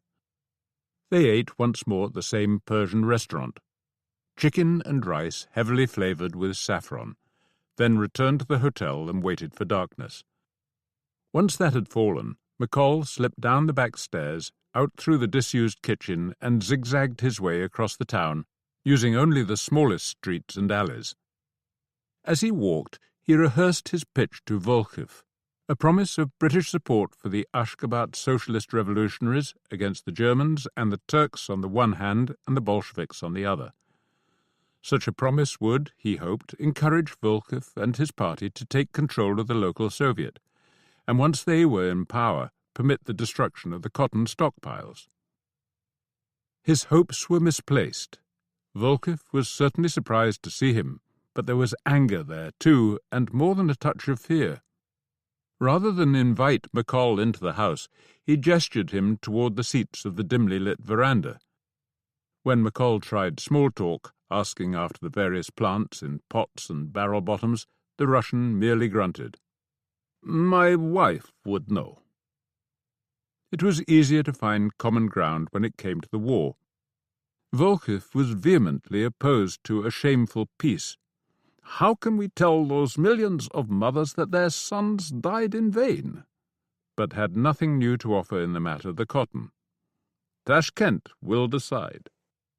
When McColl casually suggested that the Soviet in Ashgabat might choose to go its own way, Volkov stared at him in silence for almost a minute before saying McColl should talk to the wholesalers. "Discreetly," he added, as if to himself. Behind the Soviet's back was the implication. "Discretion is difficult when our every movement is followed," McColl said. Volkov again looked surprised. "Not by us," he insisted. "Are you sure?" "I am in charge of the local police. We have no men watching you." Cheselden had been right, McColl thought as he made his way back to the hotel. The Germans had been keeping them under observation, using local helpers. He re-entered the building as he had left it and wearily climbed the stairs. Their door was slightly ajar, and the smell of blood hit him as he pushed it open. Cheselden was face down on the floor, his head surrounded by a large and glistening pool. Dropping to his knees, McColl could see that the throat had been cut. A sudden noise spun him around, but it was only the door's rusty hinge. He moved across to close it, keeping his head low to avoid being seen. As he did so, one of the 2 candles gutted out. Crawling over to the window, he inched an eye around the frame to scan the street below. One watcher was still there, the other probably reporting in. Checking his bag for the Webley service revolver, he found only the oilcloth in which he'd wrapped it. He went back to Cheselden, lifting him up and away from the puddle of blood. After closing the young man's eyes, he sat and stared at the body, trying to take it in. In death, the gangling young man looked no more than an overgrown boy. On the other side of the room, the pages of an unfinished letter to Soph were scattered across the mattress.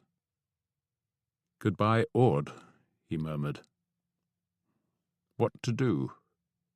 It seemed certain that Cheselden's killers would come back for him once they knew he was there, and now they had his gun.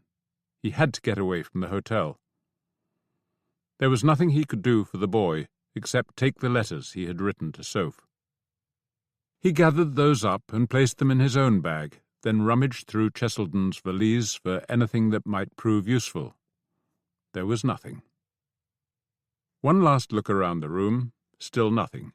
He grabbed his bag and half-crouched his way across the room, rising to his full height when he knew that he couldn't be seen from outside. Pressing his ear to the door, he heard only his own thumping heart.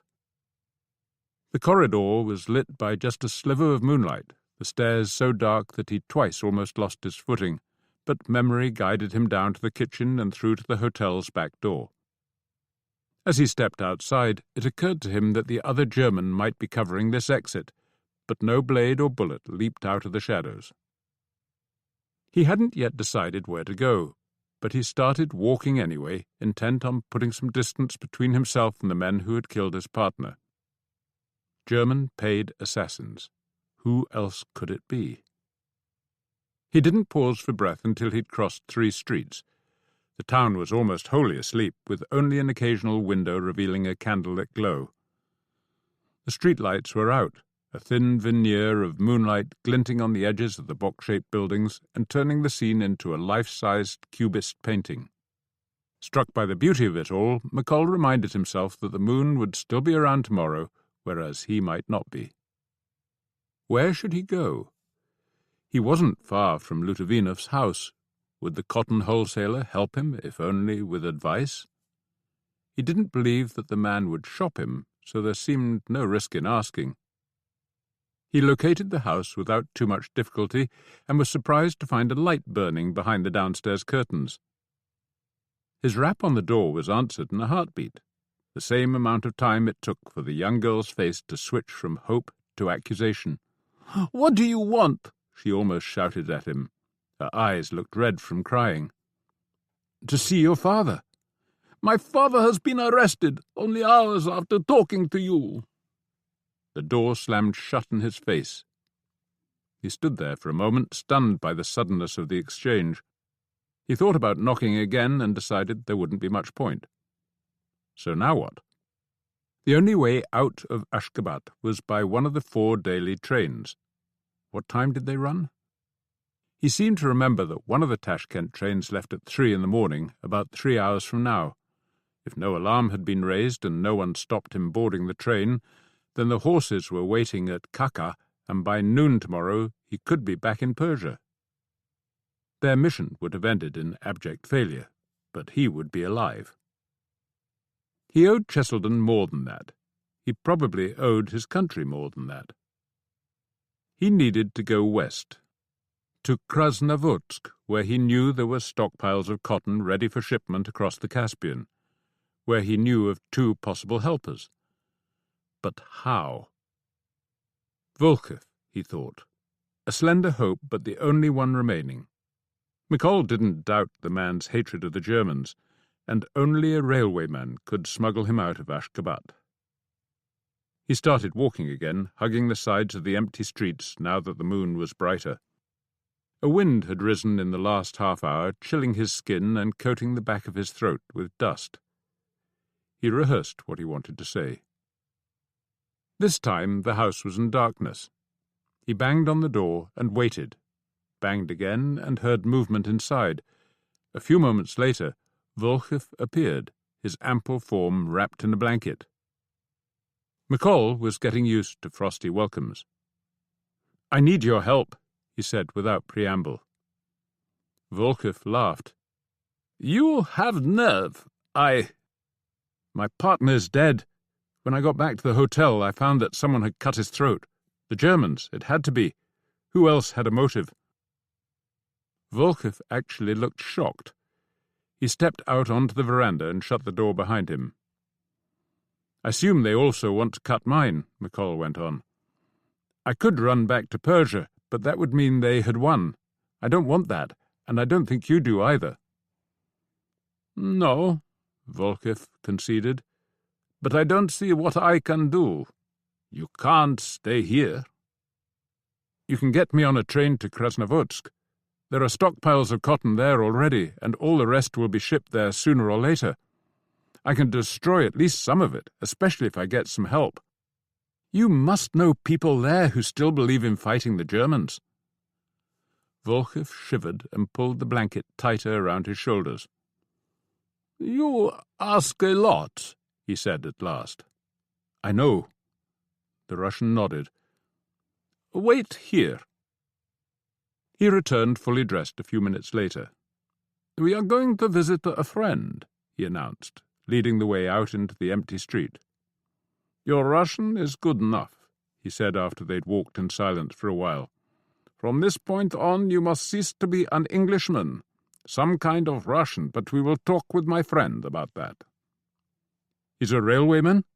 "Of course, and a comrade. He will get you to Krasnovodsk." It took them about 15 minutes to reach the friend's gate. "Wait here," Volkov said, and walked on up the path. McColl could only just hear his rap on the door, but it opened a few seconds later. Volkov disappeared inside. McColl watched and waited and told himself that Volkov would not betray him. That this wasn't Semyashko's house, and he wasn't about to be offered up as a sacrifice in some local power struggle. If he were, there was nothing he could do.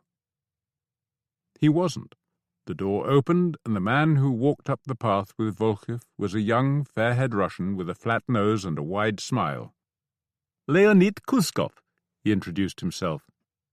"And you are Georgy Kuskov," Volkov added. "Leonid's uncle." "Who is interested in fighting Germans and Turks," Kuskov said, looking him in the eye. "And only Germans and Turks?" The question mark was infinitesimal but impossible to ignore. McColl took the point. "Your revolution is your business," he said flatly. Kuskov seemed happy with the answer. "I will get you to Krasnovodsk. Do you know Moscow at all?" "I've been there."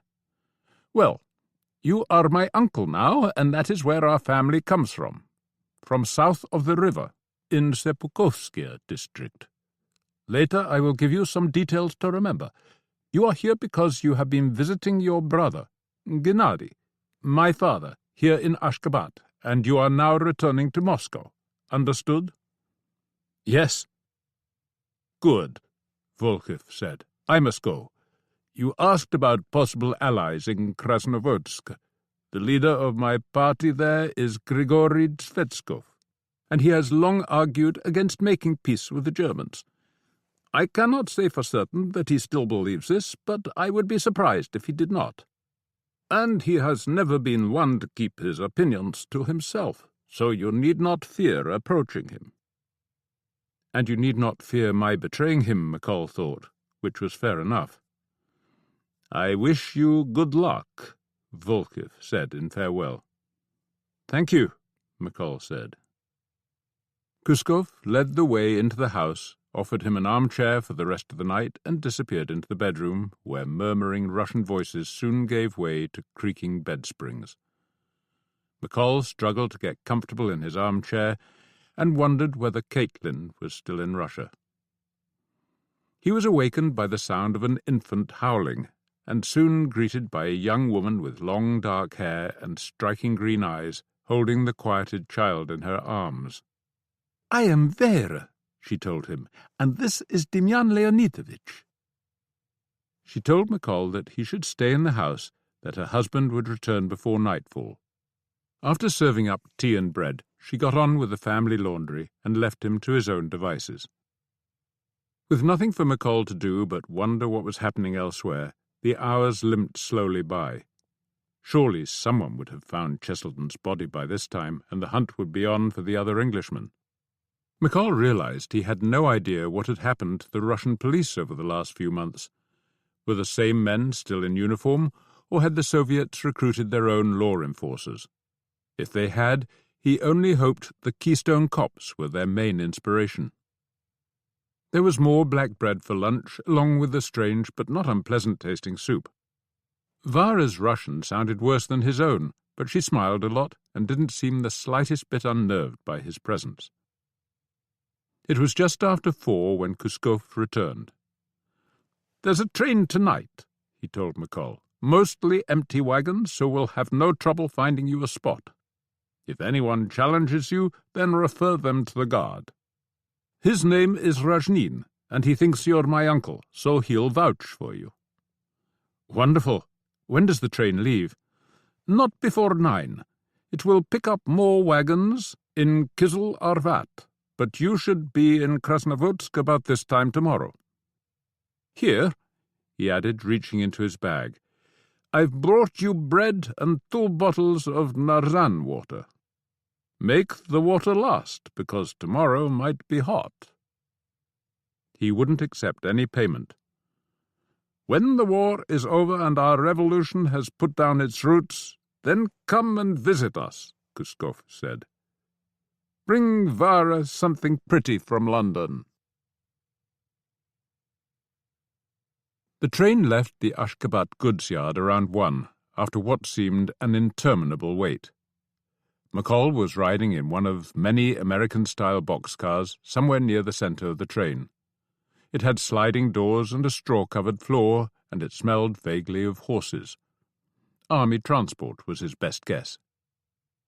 Once the train had been in motion for a couple of minutes, he eased one of the sliding doors open and sat himself against the jamb to scan the line for bridges.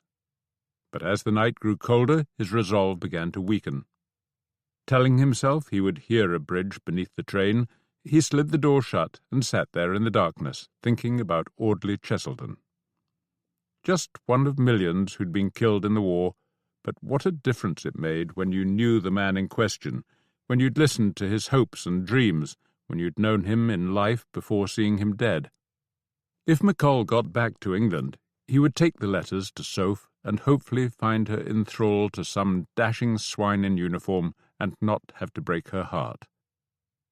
The train reached Kisel Arvat as the day was dawning. This, Kuskov had told him, was where the Trans-Caspian Railway had its main workshops, and here they were, plunked down on the empty steppe like factories on the moon. The train shunted this way and that with many a jolt and jerk, but no one slid back the door of his boxcar, and an hour or so after arriving, the train was headed west once more. Soon it was warm enough to sit by an open doorway, and as McColl watched the desert roll past, he wondered how Strachov and company were doing. Were they still questioning Lutovinov, eliciting the names of the business contacts that the Russian had promised to pass on? Had Lutovinov implicated Volkov and raised the suspicion of the latter's Bolshevik partners? All that really mattered to McColl was whether they knew he had left Ashgabat. The lack of a search at Kisel Arvat suggested they probably didn't. The train rumbled on, pumping sparks and smoke out across the desert. Every hour or so it would pass through another small settlement, another genuine contender in the middle-of-nowhere contest. McColl tried to put himself in the minds of the ragged children who noisily ran alongside it. Did they know of different worlds farther down the line, or were they just chasing an iron dragon? It was late afternoon when a wide bay came into view, and what looked like the open sea beyond. The train hugged the shoreline for a few miles before pulling up in a fan of sidings, most of which were occupied. With the door just cracked ajar, McColl could see cranes in the distance and a line of roofs beneath a rocky backdrop. Krasnovodsk. He was wondering whether to wait there for darkness when he heard the sound of voices. It was too late to push the door shut, so he just stood behind it, holding his breath. Boots crunched in cinders, then stopped right outside. "Georgy Kuskov?" a voice said hopefully. McColl slid back the door. Two men looked up at him, one in uniform, the other not. Neither appeared armed. "There he is," the former said to the latter, as if the matter had been in doubt. Without further word, he turned and walked back up the train. The guard, McColl realized. He lowered himself gingerly to the ground and reached back for his suitcase. "My name is Karyelin," the other man said. "Anatoly Davidovich. I have been asked to take care of you here in Krasnovodsk." He was a studious-looking young man with longish fair hair, glasses, and a neat moustache. About 25, McColl guessed. "You are a socialist revolutionary?" "Of course." "My friend in Ashgabat told me I should talk to your leader, Grigory Zvetskov." Karyelin nodded. "I know. I am one of his deputies. But he has had to visit Kislavad. He may be back tomorrow. We shall see. In the meantime, I will look after you. Tonight you will stay in my house." "That's very kind of you," McColl said automatically. He was disappointed not to be dealing with the top man, but Karyelin seemed intelligent enough. "Do you work on the railway?" he asked. "No, but my father and brother do. I am a teacher at the town school." It took them about 15 minutes to reach Karyelin's home, a small one-story house not far from the sea. Krasnovodsk was possibly the worst-lit town McColl had ever seen, and seemed little bigger than a village. "The population is around 8,000, Karyelin told McColl, as if divining his thoughts. The Russian lived alone, but apparently not for much longer. A plump young blonde was standing by the stove and stirring their supper. Elisa and he would be married in spring. She was friendly enough, but McColl detected a few uncertain looks, as if she didn't quite trust him with her husband-to-be. After serving their supper, she went home to cook for her parents. Karyelin clearly wanted to talk, and the exhausted McColl did his best to oblige. They discussed the war, its causes, conduct, and consequences. Karyelin believed that any peace deal with Germany would be a betrayal of the German working class and found it hard to believe that the Bolsheviks would sign one. "I used to think the story about their being German agents was ridiculous, but sometimes now I wonder." They talked about the revolution and where it might take Russia and the world. According to Karyelin, it was only a matter of time until other nations followed their example. Why would the worker and the peasant continue working for the industrialist and the landlord when they saw they didn't have to? Eventually, McColl brought the young Russian back to the business of cotton. He told Karyelin that he supported the revolution and that he had taken this job for the British government only because he truly believed that defeating the Germans in Transcaspia was in both their interests. And most of that was true. McColl didn't see how a German or Turkish invasion of Central Asia would serve any local interest, and unlike his boss and most of his colleagues, he was still keeping an open mind as far as the Bolsheviks were concerned. Caitlin's enthusiasm had rubbed off, at least to the extent that he was willing to give them a chance.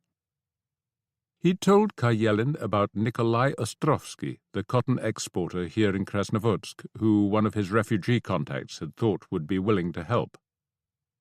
The expression on Karyelin's face was not encouraging. "Who told you about Ostrovsky?" he asked. McColl named the source, who by this time would be in Tehran. Recalling the man in question, he had to concede that his loathing of the Bolsheviks had more than matched his loathing of the Germans. According to Karyelin, Ostrovsky was less even-handed. "The rumor here in Krasnovodsk is that he's already made his deal with the Germans," the Russian told McColl. "Rumors are only rumors, true, but this one I believe.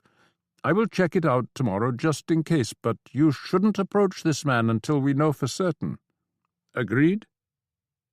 McColl nodded. "I'm happy to wait, just so long as you agree that we need to do something about the cotton."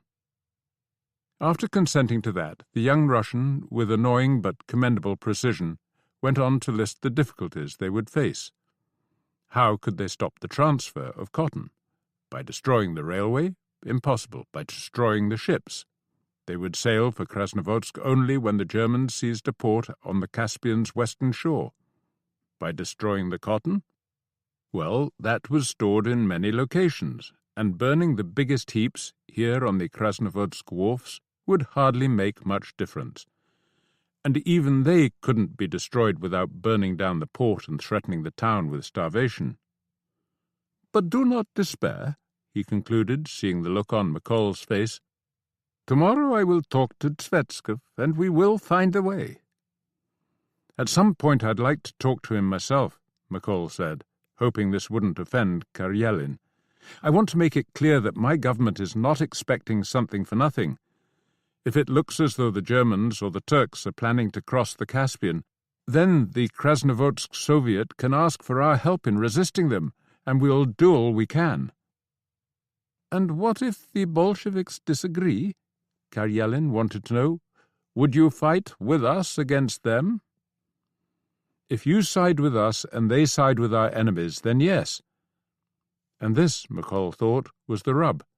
Supporting one Russian revolutionary faction against another, even if only to further an anti-German agenda, was meddling in Russian politics, and he would have to live with that, or he might as well go home. Caitlin would see things differently. His eyes were beginning to close, and Karyelin was a kind enough host to notice. "I imagine the train was too cold for sleeping," he said. "Come, I'll show you your bed." McColl awoke to find his host gone, the familiar meal of bread and Nazan water waiting on the table. A note alongside informed him that Karyelin would return around 6. After visiting the outhouse, McColl noticed a mirror hanging on the wall and took some time to examine himself. He'd lost weight over the last few weeks, and his cheekbones seemed sharper than he remembered, even under 2 days of stubble. "Jack of Gaunt," he murmured to himself. "A desperate character." Strakov and company had only seen him in a relatively clean-shaven state, so he decided to leave the beard alone, at least for the moment. With the sky free of clouds and the edge already off the morning chill, it seemed criminal to spend the day indoors. Karyelin hadn't said he should, and a real Georgy Kuskov would surely have gone for a stroll. Somewhere in the town there might be something other than bread to eat. He first explored the docks, walking out onto the long wooden jetty beneath the towering stacks of cotton bales. They wouldn't be hard to set ablaze. A few splashes of kerosene and a single match would suffice. But Karyelin had been right. The jetty would go up too, and the cranes would drop into the water, leaving no means of unloading the food the town would need to survive. Should he do it anyway? McColl thought he knew what the generals back home would have said, but until he was sure that there was no alternative, and probably even then, he didn't think he could. There had to be another way. A hanging haze of smoke led him on to the railway station and yards. There was more cotton in the latter, 2 long lines of cars packed with the stuff. Perhaps he could torch these trains. A drop in the ocean certainly, but the gesture would be noticed and might encourage the locals to do more. He would suggest it to Karyelin. The town looked as boring in daylight as it had darkness. There was no hotel that McColl could see, and only a scattering of shops, none of which had much to sell. The bazaar was open, but had already run out of food. It was going to be a long day. Rather than go home, he walked on beyond the last few houses and found himself on a beautiful beach. There was no one else about, so he stripped off his clothes and waded out through the gentle surf. The water was cold, but no colder than Loch Linney on a bright spring morning, and for the first time in weeks he felt thoroughly clean. Karyelin came home later than predicted, and the look on his face was grim. "Bad news," were the first words out of his mouth. "The Ashgabat Soviet has put a team of police on tonight's train. An executive committee member named Semyashko is in charge." "I've met him." "I thought you might have. Once his men have searched every house in Krasnovodsk and weeded out everyone who doesn't actually live here, He'll be the one to identify you." "Fuck," McColl said in English. Caitlin recognized the tone. "It is not as bad as it sounds. The train is due at 8 in the morning, but friends will ensure that it doesn't arrive before 10. Too late to catch the morning boat to Baku, which you must be on. And the cotton. You must leave that to us. This is a small town, and if you're still here when they arrive, they will certainly find you. And one way or another, that will be the end of your war." The Russian was right, and McColl knew it. There was no escape across the desert, and a train would simply take him back to Ashgabat. A ship was his only hope. Next morning, Caitlin walked him down to the quay. According to the Russian, the two men by the gangplank were Bolsheviks, and probably there to check those departing. "But don't worry, I've known them since school. Let's go and introduce ourselves." Praying that the Russian knew what he was doing, McColl followed him across the quay. "My friend's uncle," Caitlin said in reply to their questioning looks. "Georgy Kuskov." McColl introduced himself, shaking their hands. "What are you doing here?" Caitlin asked them. "Looking for an Englishman," one of the men said, his eyes scanning the dock. "Well, good luck." McColl could hardly believe his own, but managed a comradely smile. As the two guards carried on scanning the quay for the wanted spy, Caitlin saw him onto the ship, which hardly seemed big enough for a sea crossing, and helped him buy the necessary tickets for his passage and meals. "And for once there will be something to eat," the Russian told him. "I just saw the cook come aboard with a big bag of cabbages. But don't leave it too long," he added, "or they'll all be gone." "Thank you," McColl told him, "for everything." Listening to Caitlin's tales of Russian generosity, he had half suspected she'd simply been lucky. Apparently not. "I will tell you something to make your journey easier," Caitlin said quietly after checking that no one was in eavesdropping range. "Something you must not repeat to anyone. Do I have your word?" "Of course," McColl said, hoping he'd be able to keep it. "The Bolsheviks in Ashgabat will not be in power much longer. It is probably a matter of weeks, a few months at most. And once we control the Soviet, there will be no deals with the Germans. We will burn the cotton rather than sell it to them." "That is good to hear." After they embraced, McColl watched Caitlin bound down the gangplank, share a few words with the bored-looking Bolsheviks, and stride off down the jetty. He was an impressive young man, McColl thought, as Kuskov had been. Russia's future might be brighter than people thought. It was almost 9:30, but there was no sign of anyone lifting the gangplank. As he waited, McColl kept his eyes on the far side of the bay, where the line from Ashgabat skirted the shoreline, and there, to his distress, a plume of smoke appeared above the rocky outcrop, heralding the coming of a train. It was distant enough to look toy-like, but seemed to be barreling on as if eager to make up lost time. 10 more minutes and it would reach Krasnovodsk. When was the damned ship leaving? Looking down from the rail, he could see that the gangplank was at last being hoisted aboard. The two Bolsheviks were walking away.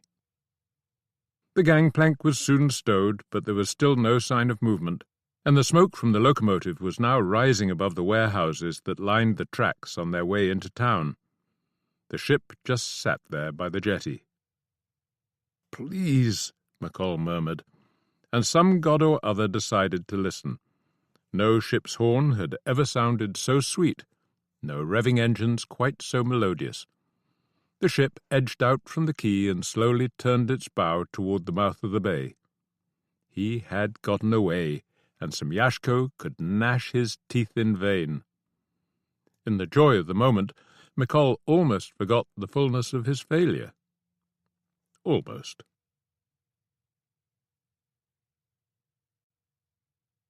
Chapter 7. A Different Drum.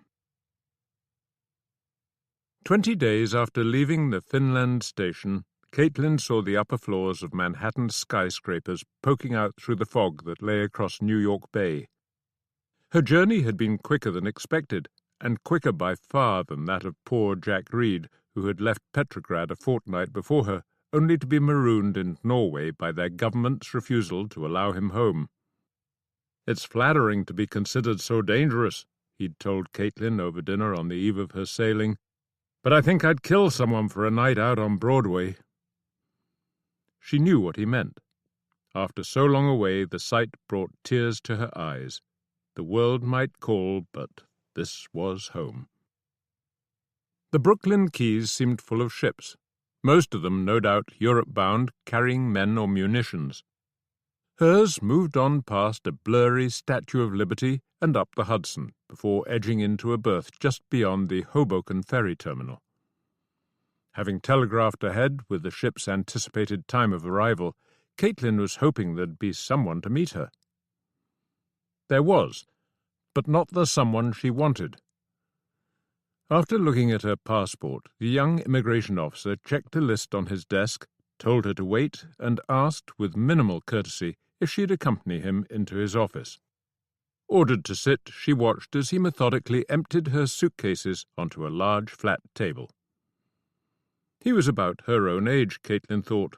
Short black hair, wiry build, probably of Italian parentage. His New York accent inclined her to like him. The look in his eyes and the twist of his mouth did not. Her clothes and toiletries were put to one side, her notes and newspaper clippings to another. After unrolling a revolutionary poster in which Woodrow Wilson, dressed as Uncle Sam, was looking down on Europe with dollar signs for eyes, the man gave Caitlin a nasty look. "Wait here," he said, leaving the office and closing the door behind him. A uniformed woman came in and ordered Caitlin to strip off her clothes. "Completely?" "That's what strip means. It's freezing in here." The woman nodded her agreement. There was anger in her eyes, too.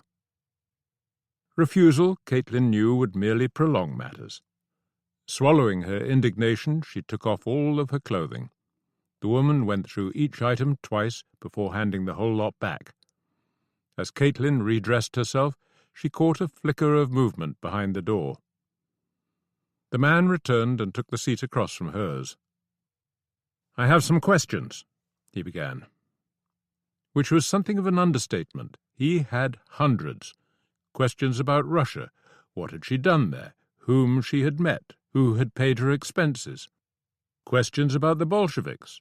How well did she know Madame Kollontai? This with a leer. And what had they asked her to do in America? There were questions concerning the war and how she felt about her own country's involvement. Did she consider herself a patriot, or did she agree with traitors like Eugene Debs and Bill Hayward, who claimed that the war was a trick on the American people? None of it was subtle. Quite the contrary, in fact. It was all so glaringly obvious that she even wondered for a while if she might be missing something. But she knew she wasn't. The man reminded her of the stupider Bolsheviks she'd met in Petrograd, young men who'd swallowed a creed whole and felt compelled to resent those who hadn't. There seemed no point in lying, and giving him honest answers felt almost as good as slapping his face would have done.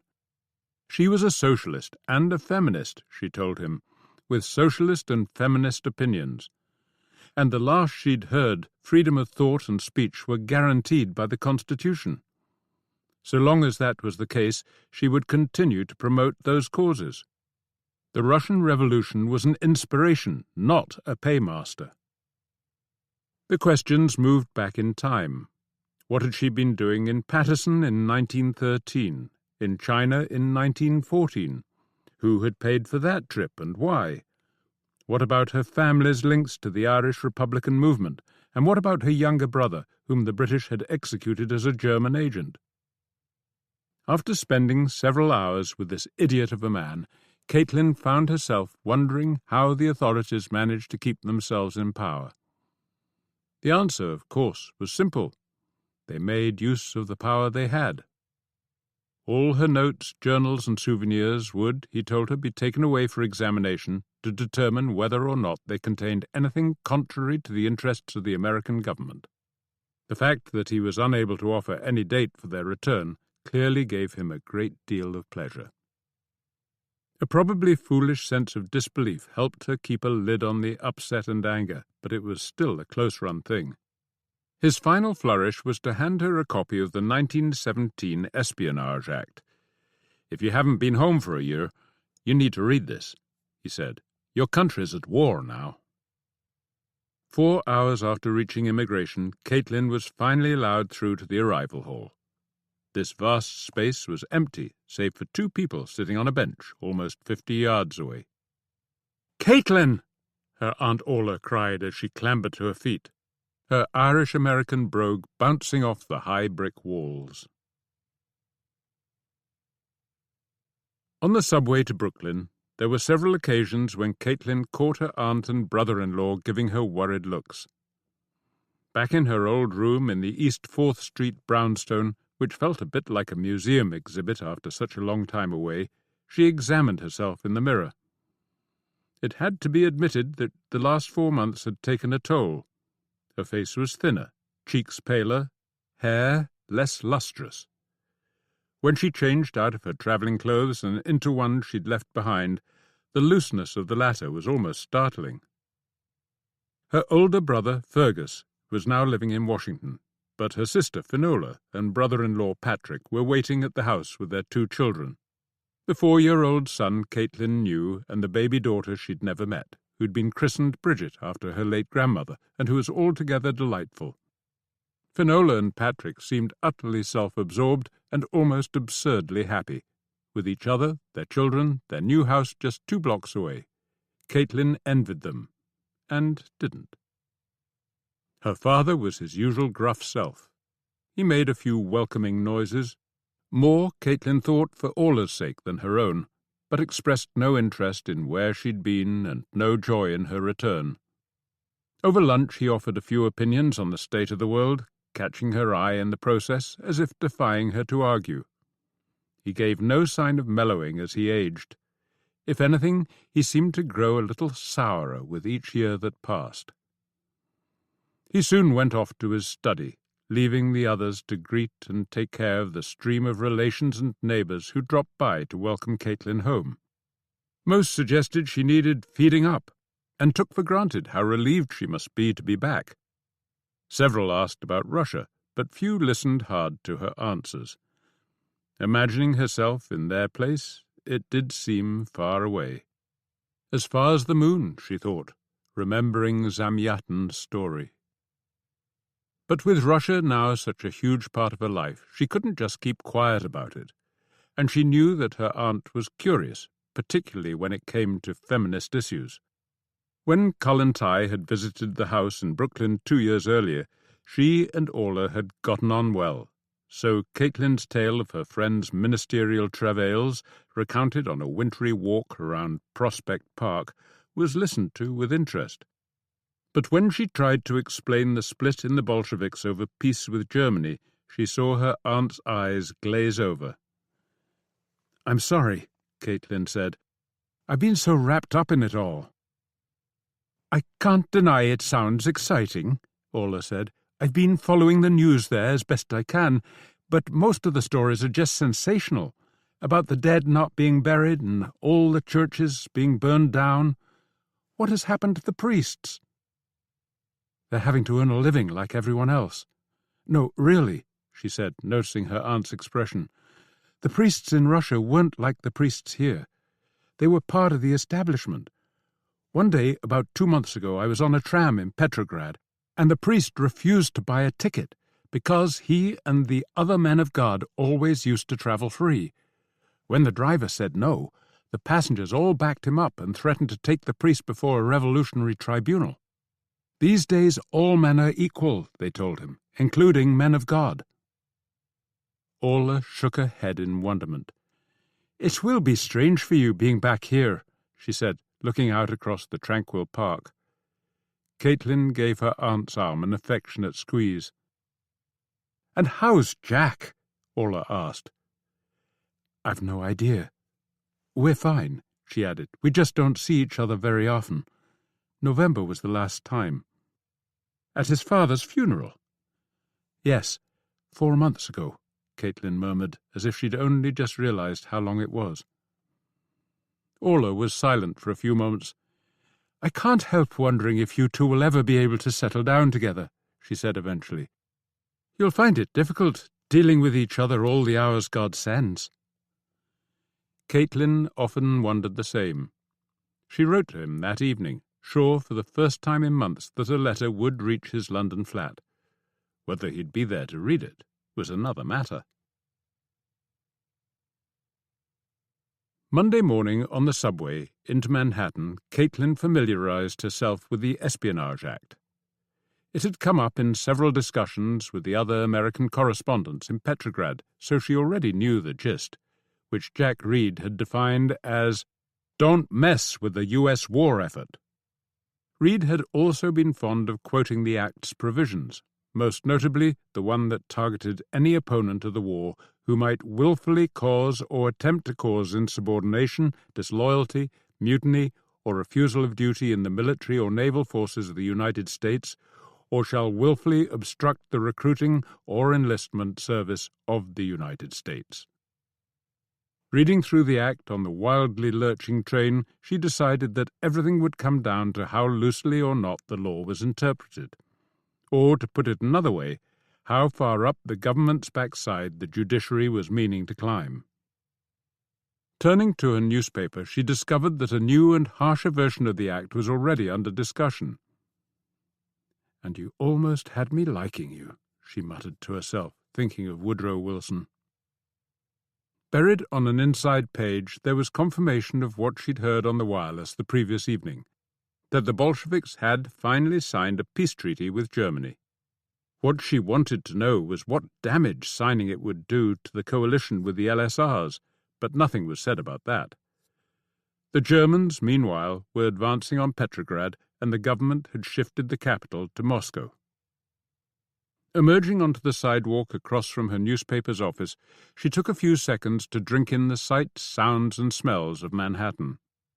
Reassured that nothing much had changed in 20 months, she jinked her way across the busy street and pushed through the revolving doors. The elevator man was one she hadn't met before, but several of the secretaries upstairs jumped out of their chairs to welcome her home. They all looked slightly strange to Caitlin, and for a moment she couldn't work out why. But then she realized. The fashions had all changed. Tired of looking dowdy, she had actually made an effort that morning, but what had been smart in 1915 now seemed as passé as Kerensky. Her editor, Ed Carlucci, was surprised to see her at all. And on his way out. "It's lovely, of course," were his first words, "but I expected our European correspondent to be in Europe." Caitlin explained. "When I arrived in Christiania, there was a boat for home on the very next day, and none to England for weeks, so rather than maroon myself in Norway for the rest of the war, I thought I'd come home for a few days' vacation. Now that our army's off to France, there can't be any shortage of ships heading east." "It seems a long way around," Carlucci said, massaging his grey moustache with his right forefinger. "But you do look like you could use a rest." "So everyone tells me." She reached inside her bag and passed across the article on Peace, the Bolsheviks, and America that she'd written on the boat. Carlucci gave the first page a brief and, Caitlin thought, almost apprehensive look. "I expect it'll go in tomorrow or Wednesday," he said, glancing at his watch. "I have a meeting, so we'll have to wrap this up." He managed a smile. "And since you have come back, you might as well take some time off. The rest of this week, at least. Why don't you come in on Monday, and we'll talk about the next few months. With the Germans moving all those armies west, this summer's going to be a doozy." Caitlin had never heard the word before, but she had no trouble guessing what it meant. Back in Brooklyn, she noticed how much emptier the house felt. With Colum dead, Fergus and Finola buying homes of their own, and herself almost always away, On weekdays her father and aunt had the place pretty much to themselves. Her father clearly found this unsettling. Like a coin in an otherwise empty tin, he rattled rather noisily. It was mostly self-directed, but early that evening it was Caitlin who bore the brunt. "So have you finished your gallivanting in foreign parts?" he asked out of the blue as they passed on the stairs. "Probably not," she said. "Well, it's time you found yourself a husband. Either that or earned a proper living, one that doesn't require you to take so many handouts from your aunt." Caitlin was shocked by the virulence. "I haven't asked Aunt Orla for a cent since the day I left college," she replied coldly, which was strictly true, she told herself. The subsequent cheques had all been unsolicited. Her father shook his head as if he knew her denial for the half-truth it was, and carried on down the stairs. He was on his way out of the house, which was where he spent most evenings, leaving Orla and Caitlin to sit and talk or listen to the wireless. In the daytime, Caitlin would read in her room or go out, lugging a clutch of newspapers to a bench in Prospect Park or walking the empty beach at Coney Island. She devoted one day to trawling through a year's worth of papers at the local library, trying to get a proper handle on what had happened to her country. The war was the simple answer, but how had it made itself felt? There had been a marked lack of enthusiasm for joining up in the early weeks and months. Reading between the lines, Caitlin thought it obvious that the government had adopted a dual approach. On the one hand, introducing a draft to compel participation, on the other, setting up a vast propaganda machine to discourage dissent and encourage compliance. The Committee on Public Information was the principal official organization established to sell the war to the American people, but there were other semi-official ones, like the American Protective League. Both had enlisted tens of thousands of volunteers, whose sole aim seemed to be the demonization of anyone less gung-ho than they were. This wasn't surprising. After 3 years of reading about the slaughter in the trenches, even the most patriotic American was unlikely to be blindly in favor of this particular war. Far easier, then, to accuse those who opposed it of being unpatriotic. German Americans had been the most obvious target, but those Irish and Finnish Americans who balked at sharing sides with England and Russia were also considered fair game. Many individuals had been attacked, some killed. Homes and businesses had been burned to the ground, sauerkraut rebranded as Liberty Cabbage. While a few hardy souls had gone underground, most of these enemy Americans had learned to fly the flag and keep their thoughts to themselves. The socialists had been less discreet.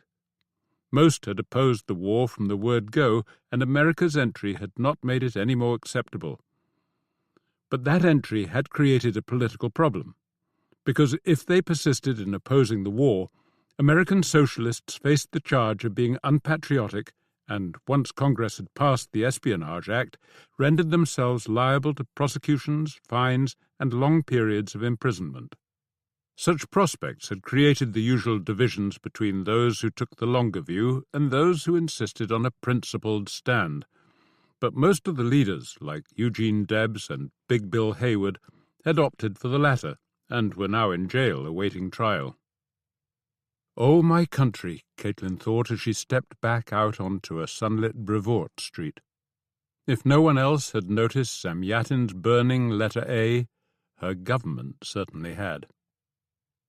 That evening was just as depressing. After ringing around to a few old friends, she arranged a gathering in one of their old Greenwich Village haunts. About a dozen people turned up, and for the first half-hour it felt like one of those nights she'd spent before the war, when she was working on a city desk and knew a good proportion of New York's rebels. But it soon became apparent that these were different people, older, more cynical, more cautious.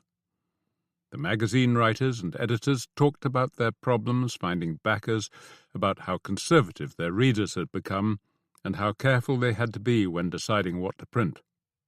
An artist once known for his political daring told Caitlin that politics was boring before launching into an aggressive defence of his latest work.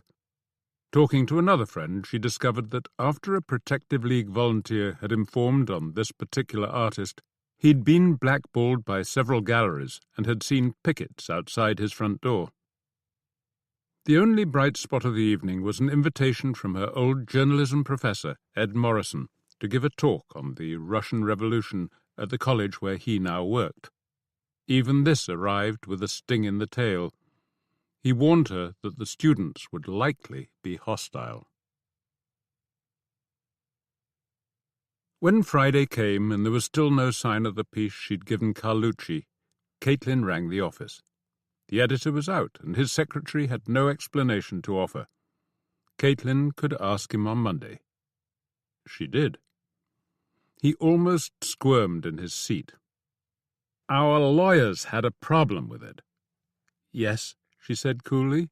She'd half expected something like this and was determined not to lose her temper. "Nothing definitive," Carlucci said, scratching his head. "But these days, well, we want to pick our battles, and Russia isn't a good choice. There's a new act coming from Congress, and the more responsible we look, the less draconian it'll be." "Why Russia?" she asked, knowing the answer but wanting him to spell it out. He grunted. "Because the public's had enough of it.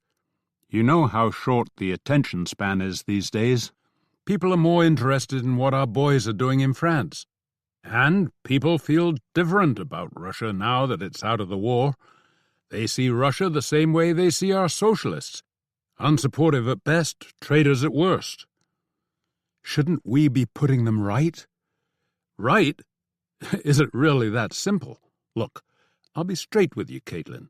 You're a good reporter, one of our best, but I think you become too invested in Russia and its revolution. I think you need to stand back a little, be a little more objective. And in the meantime, I want you to go to Europe again, concentrating on the war. That's what Americans want to read about in 1918. Caitlin took a deep breath. "I have been covering the war," she said quietly. "This war is about more than men killing each other. It's about a new world. Isn't that what Wilson has been talking about? A world in which people get to determine their own governments and their own lives." Carlucci looked uncomfortable but quickly recovered. "Of course it is. But for most American families, the ones who have boys out there or fear they soon will have, the men-killing-men part is pretty damn important. And they don't want to read that their boy is dying in a war of rival imperialisms or whatever it is Lenin calls it. Dying for nothing, in other words." "That is what they're doing." He took a deep breath. "You may think that, and I'm not sure you're wrong. But it's not what this paper will say." Caitlin wanted to argue, but knew it was futile. "I understand," she said. "How soon do you need an answer?" "I'll give you another week." He showed her both palms. "But after that—" "Fair enough," she said. "I'll let you know." On her way out, she visited the paper's legal department and asked one of the lawyers if he'd see what he could do about retrieving her notes from the government. He wasn't optimistic. The journalism school's lecture theatre was a small tiered affair, the seats rising Nickelodeon fashion towards a tall ceiling. There were only a couple of high windows on which the evening rain was audibly beating. As Ed Morrison introduced her, the harsh lighting gave the rows of faces turned toward Caitlin an almost spectral cast. Most of them did look hostile, she thought, and would have done in any light. She rose to stand behind the lectern, half expecting a chorus of boos. After she and Morrison discovered that the microphone was out of order, they looked at each other and laughed as if to say, "This can't be happening." Paranoia, she told herself. This was a room of journalism students, of young men and women who knew the importance of reason, who could be swayed by cogent argument. There were, she realized, very few women, and several of the men were wearing Protective League badges. She began by describing the often comic difficulties of her last journey to Russia, and was rewarded by a few smiles. Her first impressions of Petrograd in the aftermath of the Bolshevik Revolution were received in silence, as were her descriptions of the various measures the new government had introduced. Many of the new laws had simply given Russians rights that Americans took for granted, she pointed out, and when it came to those measures that were even more progressive, well, perhaps Americans could learn something from the Bolshevik example. "Socialist garbage!" someone at the back shouted. A medley of insults followed, causing Morrison to stand and raise his hands. "You'll get your chance to respond during questions," he shouted back. "Now show some courtesy to our guest." Caitlin ploughed on. The U.S. should recognize the Bolshevik government, because it reflected the will of the Russian people. Brest-Litovsk was not a betrayal. After 3 years of appalling suffering, the Russian armies and people were simply unable to fight any longer. Their own President Wilson had acknowledged as much in his speech the previous January, and even now, at the end of their military strength, the Bolshevik example was doing more to undermine the Kaiser than was any Allied army. Americans should support the Bolsheviks because they, unlike Britain and France, preferred a fair and lasting peace to a world of feuding empires. The silence by this time was truly stony, and Caitlin decided enough was enough. "That's all I have to say," she said. "I'm happy to answer questions." The applause was decidedly thin. A dozen hands went up, and Morrison picked out a suited youth who wasn't wearing a badge. "According to our newspapers, the Germans paid Lenin and Trotsky to take Russia out of the war," the young man said. "Doesn't that make nonsense of everything you've just said?" The shouts of support coalesced into a wall of noise. "It would if it were true," Caitlin said, once the clamour had subsided. "But it isn't." "You've been to Germany and Russia," another youth shouted. "Maybe they're both paying you." Again the noise took a while to recede. "I'm paid by the New York Chronicle," Caitlin said coldly, "and no one else." Morrison's next choice was one of the few women in the audience. Her question about women's voting rights in Russia was jeered by most of the men, Caitlin's answer drowned out by hooting. It was getting ridiculous and not a little scary, but she didn't want to give her hecklers the satisfaction of driving her out. She sat back down beside Morrison, waiting for the tumult to fade. "I'm sorry," he shouted in her ear. "I expected better of them." She could see that her old professor was close to tears. On the benches in front of her, some of the eyes were shining with hatred. As the noise died down, someone shouted the essential question. "Do you support American participation in the war?" Caitlin stood up slowly, weighing her answer. "I believe that a just peace without annexations or reparations will serve the world and America better than continued slaughter." "But isn't that just what a German would say?" the same voice shot back. "Now that we're in the war, and your Kaiser's on the ropes, isn't that just what he wants?" Her dry rejoinder that the Germans had rejected such a peace was drowned out by the baying students. "That's enough!" Morrison was yelling at her side. "Enough treason!" someone screamed back at him. It sounded like a 12-year-old to Caitlin, but she was probably biased. Morrison hustled her out the side door and insisted on seeing her into a taxi, apologizing all the way. "Don't," she said. "I think I've learned more about my country in the last hour than I have in a week of wading through the newspapers." "It's not pretty, is it?" "No, it's not." She gave him a farewell smile as the taxi started up, then told the driver to stop at the first subway station. If only the Kaiser had been paying her, she could have sat back in comfort all the way to Brooklyn. Sitting on the subway train, she realized how shaken she was, and how angry. And more than either, how disappointed. in her fellow Americans for their parochialism, in herself for forgetting that and other realities. Had she really believed that the American establishment would suddenly grow a conscience and abandon its power and privilege? The Bolsheviks would never have been so naive. She'd returned to America high on the hope she'd found in Russia, wanting to share it, wanting to spread it, wanting to grab people's shoulders and point their eyes at the sky and at Zamyatin's bloody great letter A. But the ways she might get her message across seemed to be fast disappearing. Her newspaper would let her write on anything but Russia. The socialist magazines were either walking on eggshells or being closed down. A speaking tour had seemed a feasible option, but that evening's experience had not been encouraging, which left only writing a book, and for that she needed her notes. How else could the bastards obstruct her? At 7 the next morning there was a thunderous knock on the door.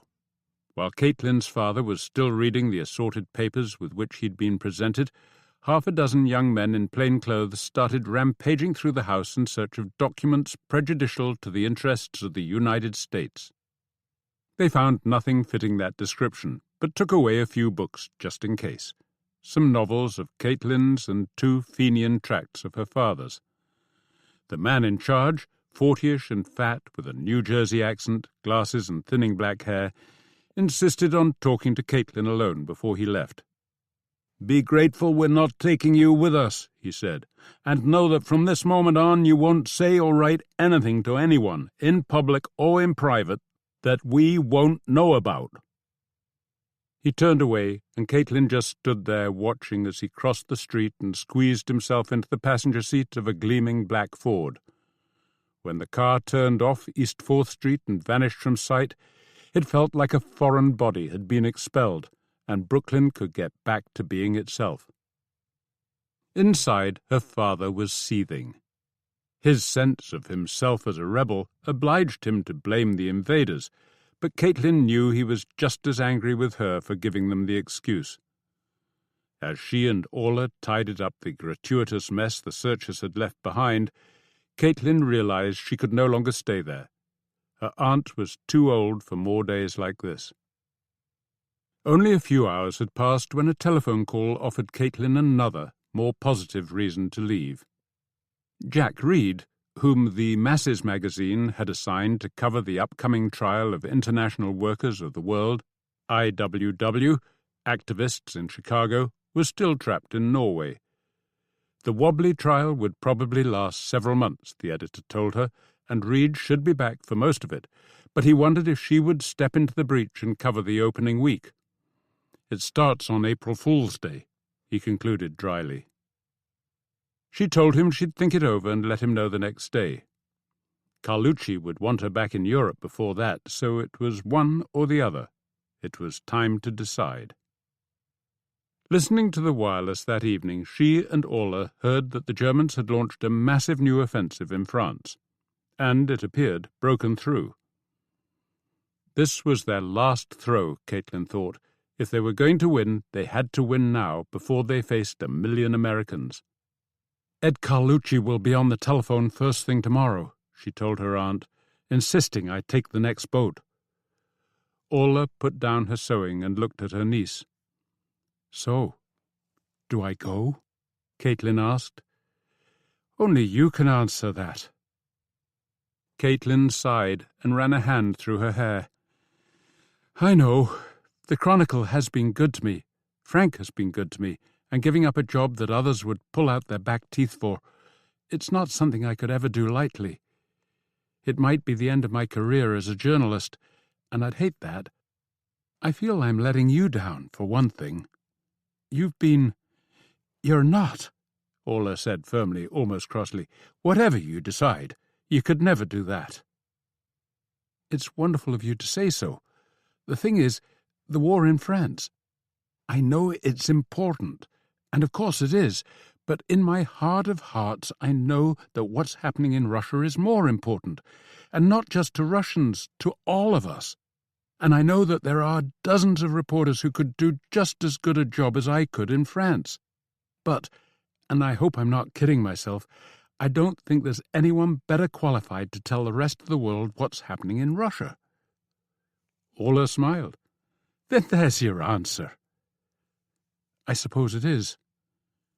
Do you need money? Caitlin held up her hands. I can't take any more from you, she said, her father's voice in the back of her head.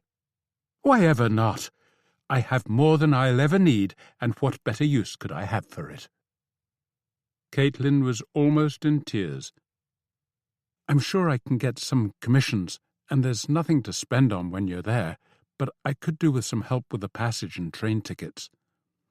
That's settled then. Tell me how much you need, and err on the generous side. I don't want you not coming home because you can't afford the fare. She smiled. I must be soft in the head, paying for you to go away again. It feels like it was only yesterday you came home. It does, doesn't it? Caitlin went to sit with her aunt on the sofa, and laid her head on Orla's shoulder.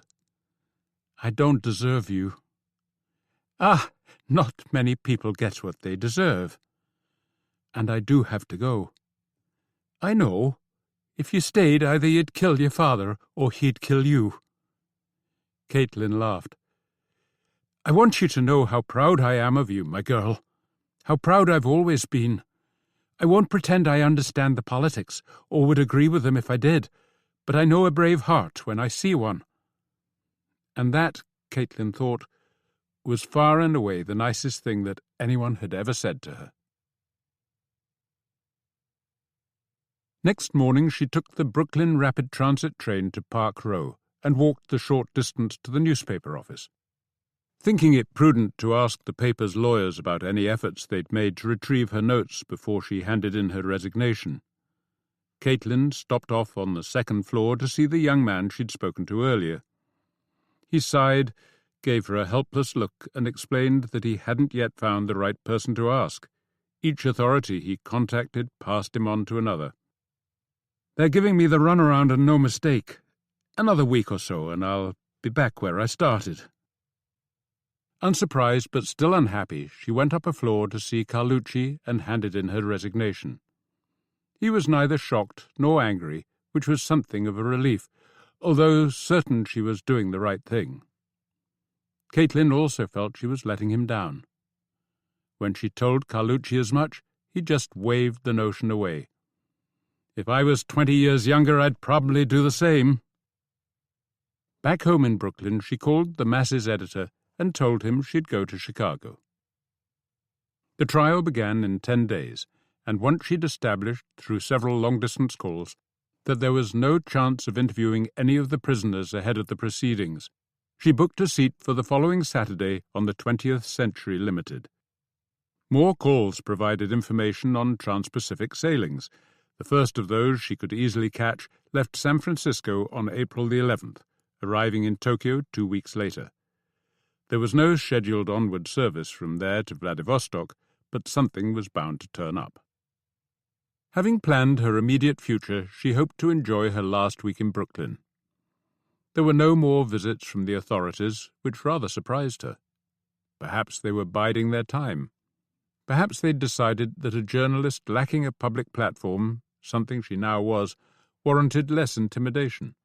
Or maybe they knew she was heading back to Russia and were simply thinking good riddance. Her father was almost nice to her on those rare occasions their paths happened to cross.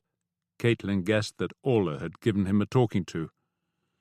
Finola and Patrick were utterly mystified by her decision to leave again so soon, her sister unconsciously twisting the knife when she said how much their aunt had looked forward to Caitlin's return.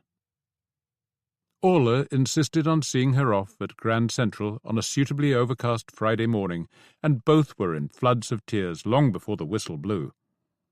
Her train was out in open country when Caitlin finally dried her eyes and sought the distraction of the newspapers she'd bought for the journey.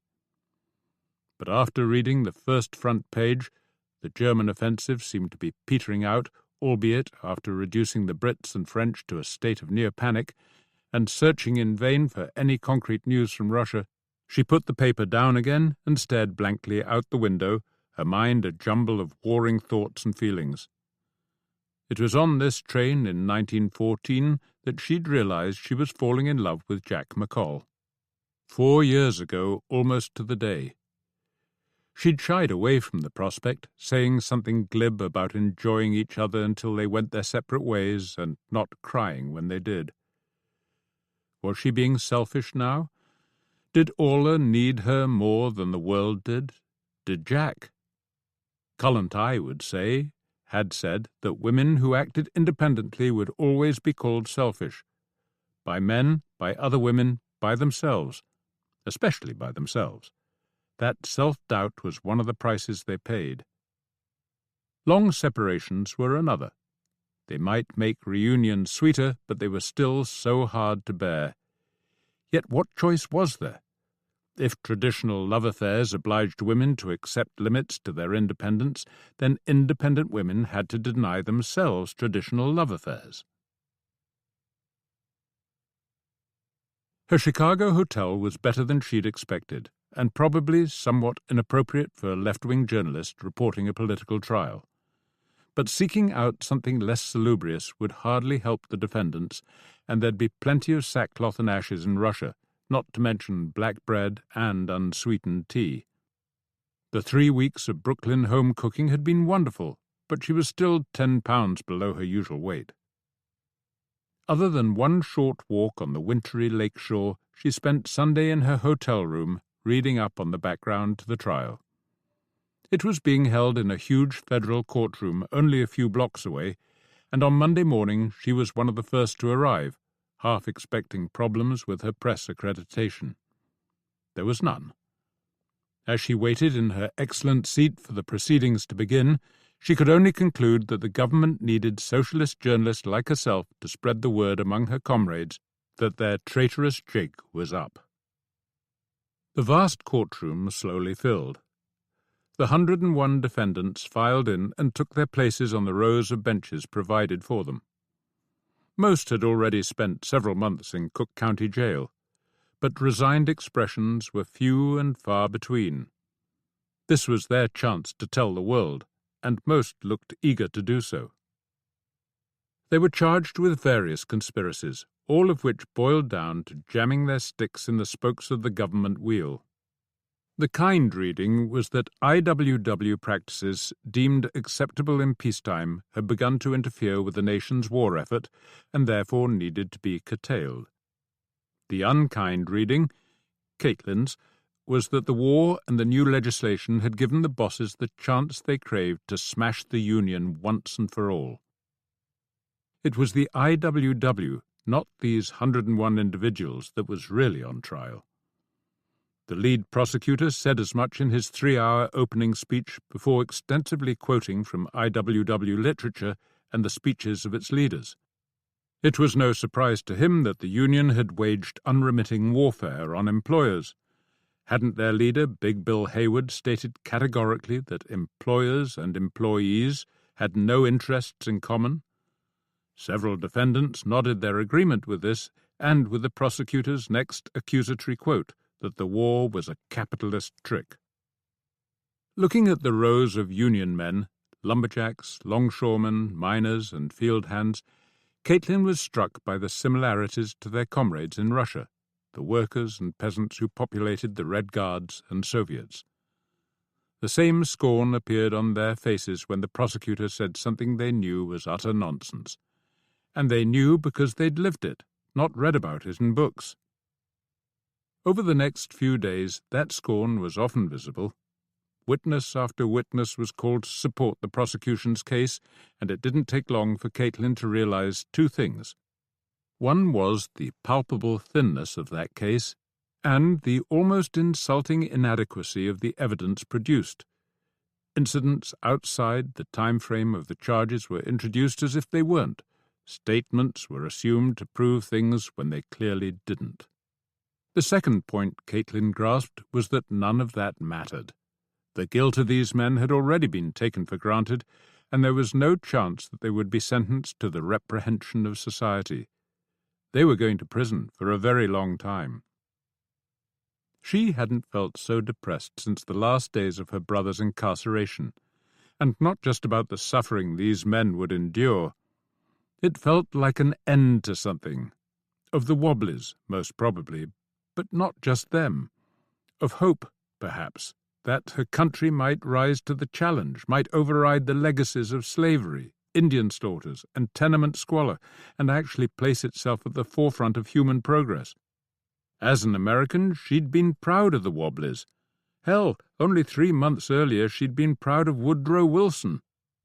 And now here his government was, grinding the best into dust. After a weekend writing the piece for masses, she found herself boarding another train. As it chugged past the teeming stockyards and out into the Iowa plains, she had the sudden feeling that she was heading out into a void, the past cut loose and abandoned.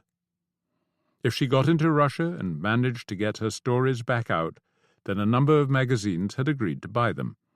But after several years of working for a paper, she had to admit she missed the security. And true independence, as her father had rather cruelly pointed out, also required that you earn your own living.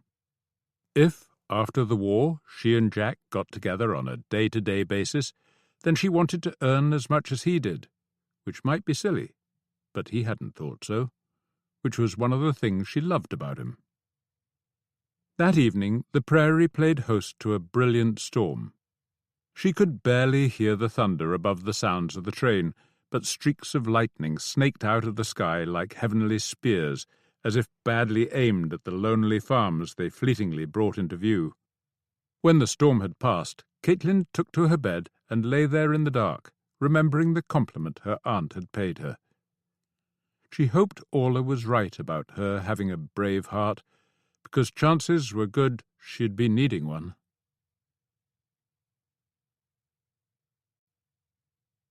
Chapter 8. Chapliner Junction. McColl gave the door a vigorous knock, as he had the day before. The lack of response was the same, but his nose detected something different. A smell he recognized and wished he didn't. The door seemed unlikely to resist a frontal attack. Ramming his shoulder against it, he could feel the lock giving way. Another thrust and he was in, the jamb torn from the wall. For a moment he thought he was back in Ashgabat. The positioning, face down and spread-eagled, was almost identical, the pool of blood surrounding the head much the same size. But this corpse had been here for longer. The blood was dry, the flies eating rather than drinking. Steeling himself, McColl rolled the body over for a look at the face. The eyes were caught in shock, the mouth half open. The blood from the exit wound below the chin had created the illusion of a long red beard. More to the point, the still visible tattoo of a sea serpent on the dead man's neck confirmed it was Lyubov Nakaryakov, McColl's proposed point of contact here in Sevastopol. London had sent him the name and description more than a month earlier, while he was still in Baku. He got to his feet and walked across to the single window. There was no sign of fresh activity in the street below, no indication that the house was being watched.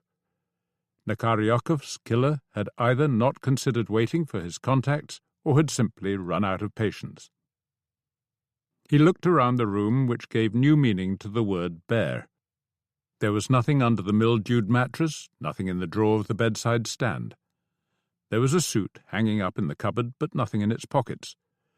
The rest of the dead man's wardrobe was stuffed into the canvas bag by the door, presumably bound for a laundry.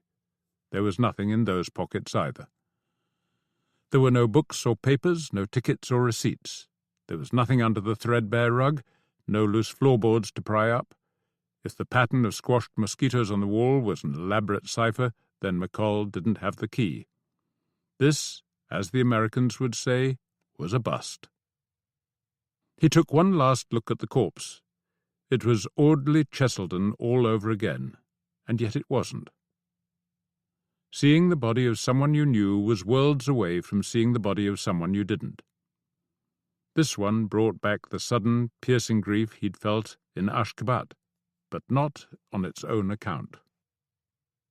He had no intention of reporting his discovery, But he didn't suppose Nakaryakov would be unduly inconvenienced. And no doubt someone else would find him before too long. The smell would see to that. After propping up the door as best he could, McColl walked back down the stairs, opened the front door, and warily stepped outside. There were no curtains twitching, no curtains at all, come to that, and no one lurking in the narrow street.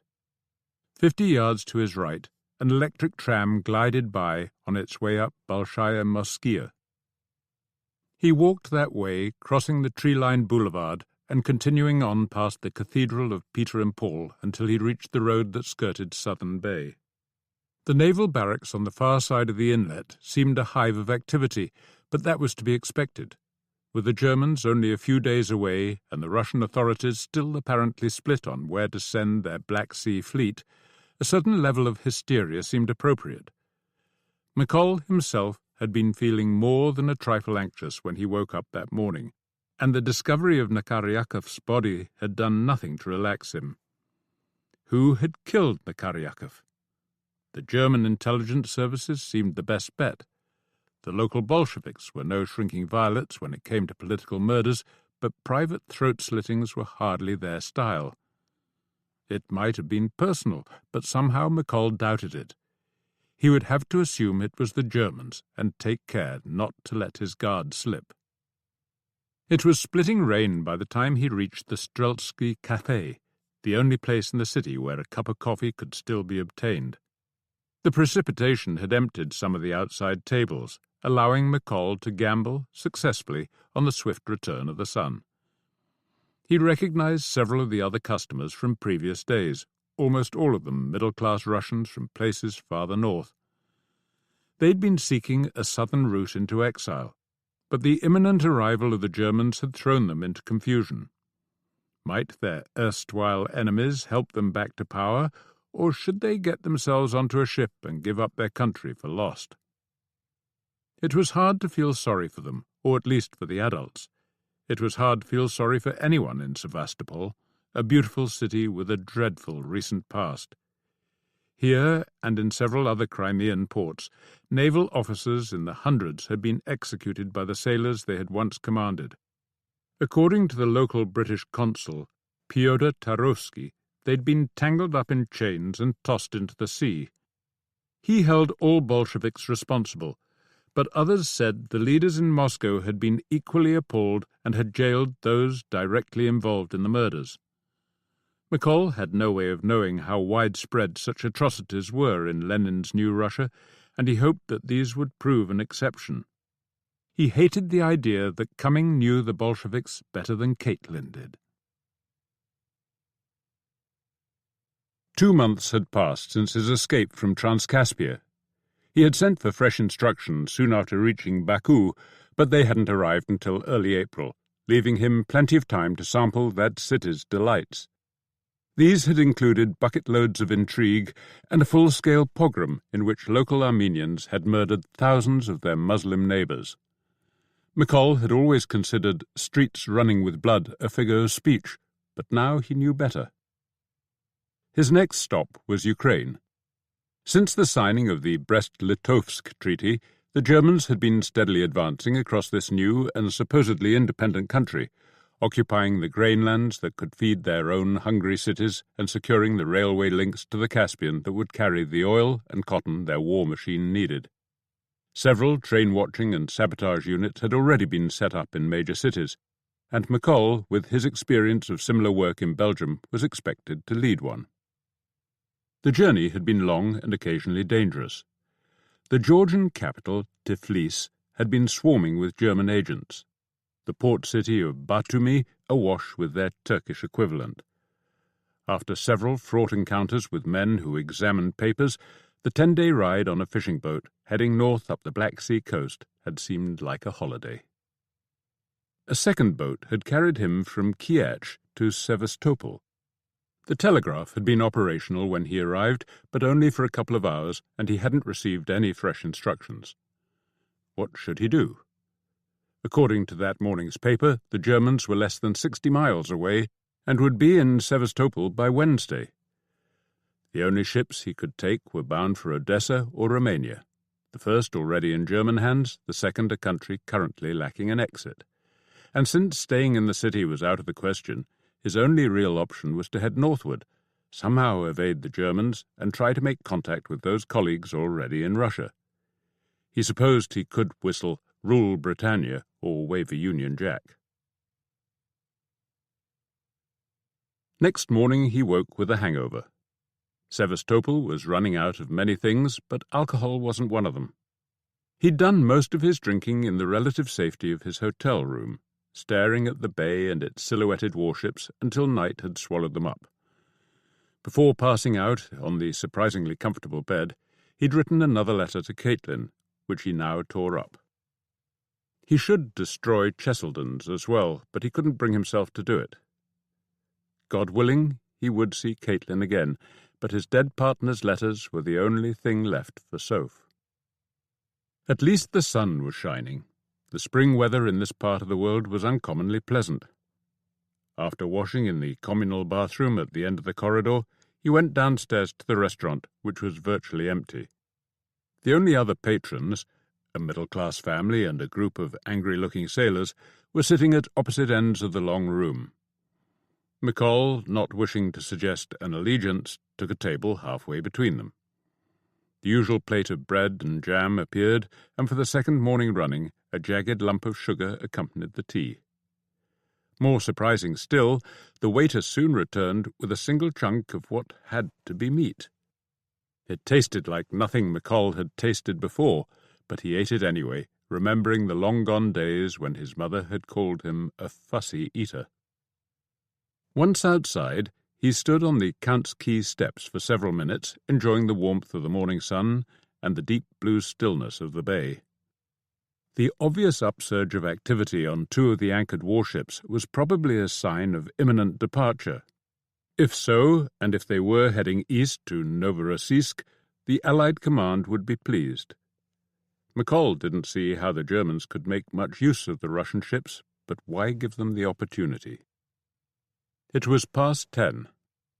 Reluctantly tearing himself away, he walked back across the square and onto Yekaterinskaya. The mood here was febrile. Even the gulls wheeling above the street seemed unusually raucous. Sevastopol was in the last throes of something, but no one knew quite what. The British consulate was on a side street behind the church of St. Nicholas, 2 rooms on the first floor of a yellow limestone mansion. Acting Consul Tarovsky was an English-speaking Russian who dreamed of owning a cottage close to Shakespeare's birthplace. He greeted McColl with the usual downturned mouth. No, there was nothing new to report. Nor did he think there would be. The telegraph line to the west ran through Ukraine and was now effectively blocked by the Germans. The Bolsheviks were still allowing ordinary traffic on the roundabout route via Moscow, but had forbidden the sending of coded messages since our troops landed at Murmansk early in April.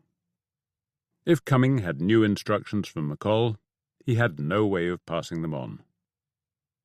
"But I do have something to tell you," Tarovsky told him, reaching for his cigarette box. "The consuls from Kiev and Kherson both arrived last night, and I'm sure they will have all the latest information." After examining the inside of the box, he gently closed it again. "They are staying at the Grand Hotel. But I wouldn't call on them just yet. I expect they'll still be sleeping. It was 3 o'clock this morning when they woke me up to announce their arrival." "Where do they mean to go from here?" McColl asked. Tarovsky shrugged. "They didn't say." McColl took his leave and resisted the temptation to double back and catch the consul lighting up one of his precious cigarettes. He bought a local paper and took it to the Streltsky Café, where the clientele looked much the same and the coffee still flowed from its precious unknown source. The war news was suspiciously good. The second German offensive of the spring had slowed to a halt after more impressive gains. How much more did they have, McColl wondered? And what was keeping the Americans? He had another task that morning, one that required him to take the short ferry ride across Southern Bay. He hadn't needed a gun in Baku, and being caught with one on his journey across the Caucasus might have proved fatal. But now, with Nakaryakov's death and the prospect of venturing behind German lines in Ukraine, he was eager to replace the one he'd lost in Ashgabat. And according to his favourite waiter at the Kist Hotel, there was a healthy market for firearms in Sailor Town. The bar the waiter had suggested was a 15-minute walk from the Pavlovsky Point landing stage on a corner of the crossroads just beyond the Naval Hospital. It was closed when McColl arrived, which might have been a blessing, and a knock called forth a boy of not much more than 10, who gave him another address in exchange for a rouble. He walked on through the grid-like streets, seeing only women and children. The sailors were doubtless on their ships, still arguing over where to take them. It was a young woman who answered the door, and an older one who showed him 4 guns, each complete with ammunition. Officers' pistols, he guessed, taken from those about to be drowned. "Who do you want to shoot?" the old woman asked as he examined them. "No one," he said shortly. "I'm travelling to Moscow, and the country's not safe." "Nowhere is," she said with evident satisfaction. He chose the Mauser C-96, partly because he'd handled one before, but mostly because he knew that its widespread use in Russia would make ammunition easy to find. And it was a good gun.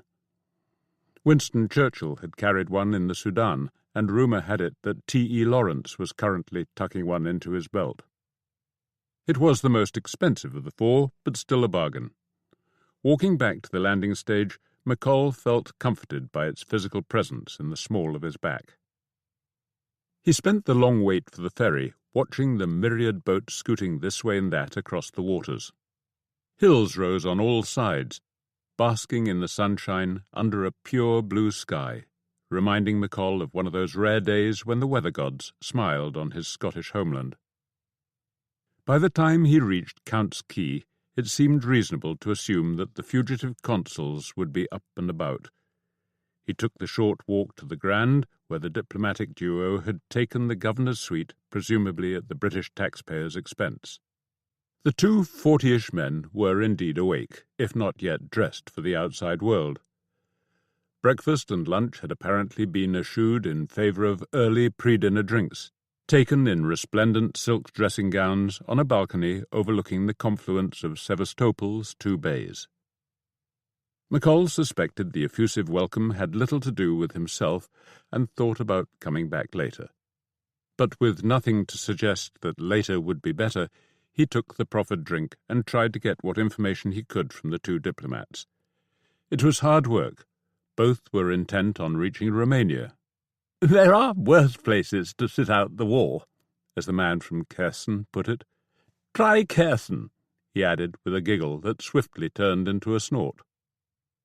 Kiev had apparently been better, particularly before the revolution went and spoiled it all for the consul and his Russian friends, but the latter's fate paled into insignificance when compared with the love of the consul's life.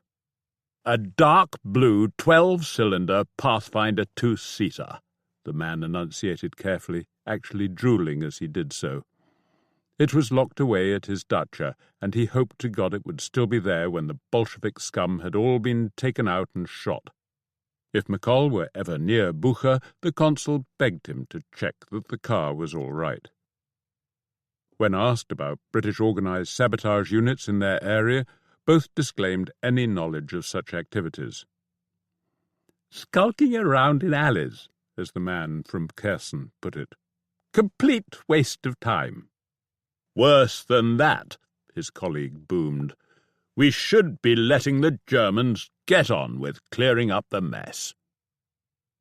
If he'd needed advice on having a suit pressed in Kherson or a billiard cue mended in Kiev, then these would have been the men to ask. McColl took his leave without regret. It wasn't often he met Englishmen who made the prospect of losing the war seem almost attractive. He was no nearer a firm decision on what to do when he woke up the following morning. According to his restaurant waiter, 3 full trains and 2 empty boats had arrived during the night, leaving a sizable surplus of would-be émigrés with no chance of an onward ticket.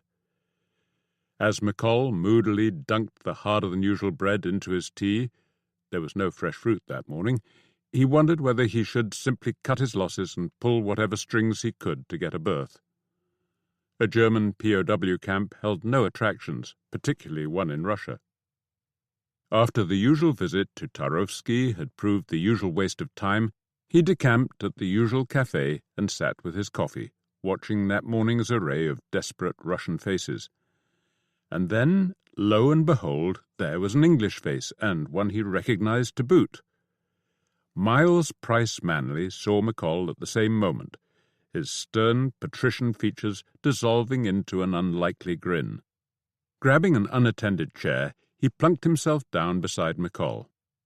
"I've been looking for you," he said in Russian. "You found me," McColl responded in the same language. He hadn't seen Price Manley since the previous spring, when they'd both been stationed in Petrograd.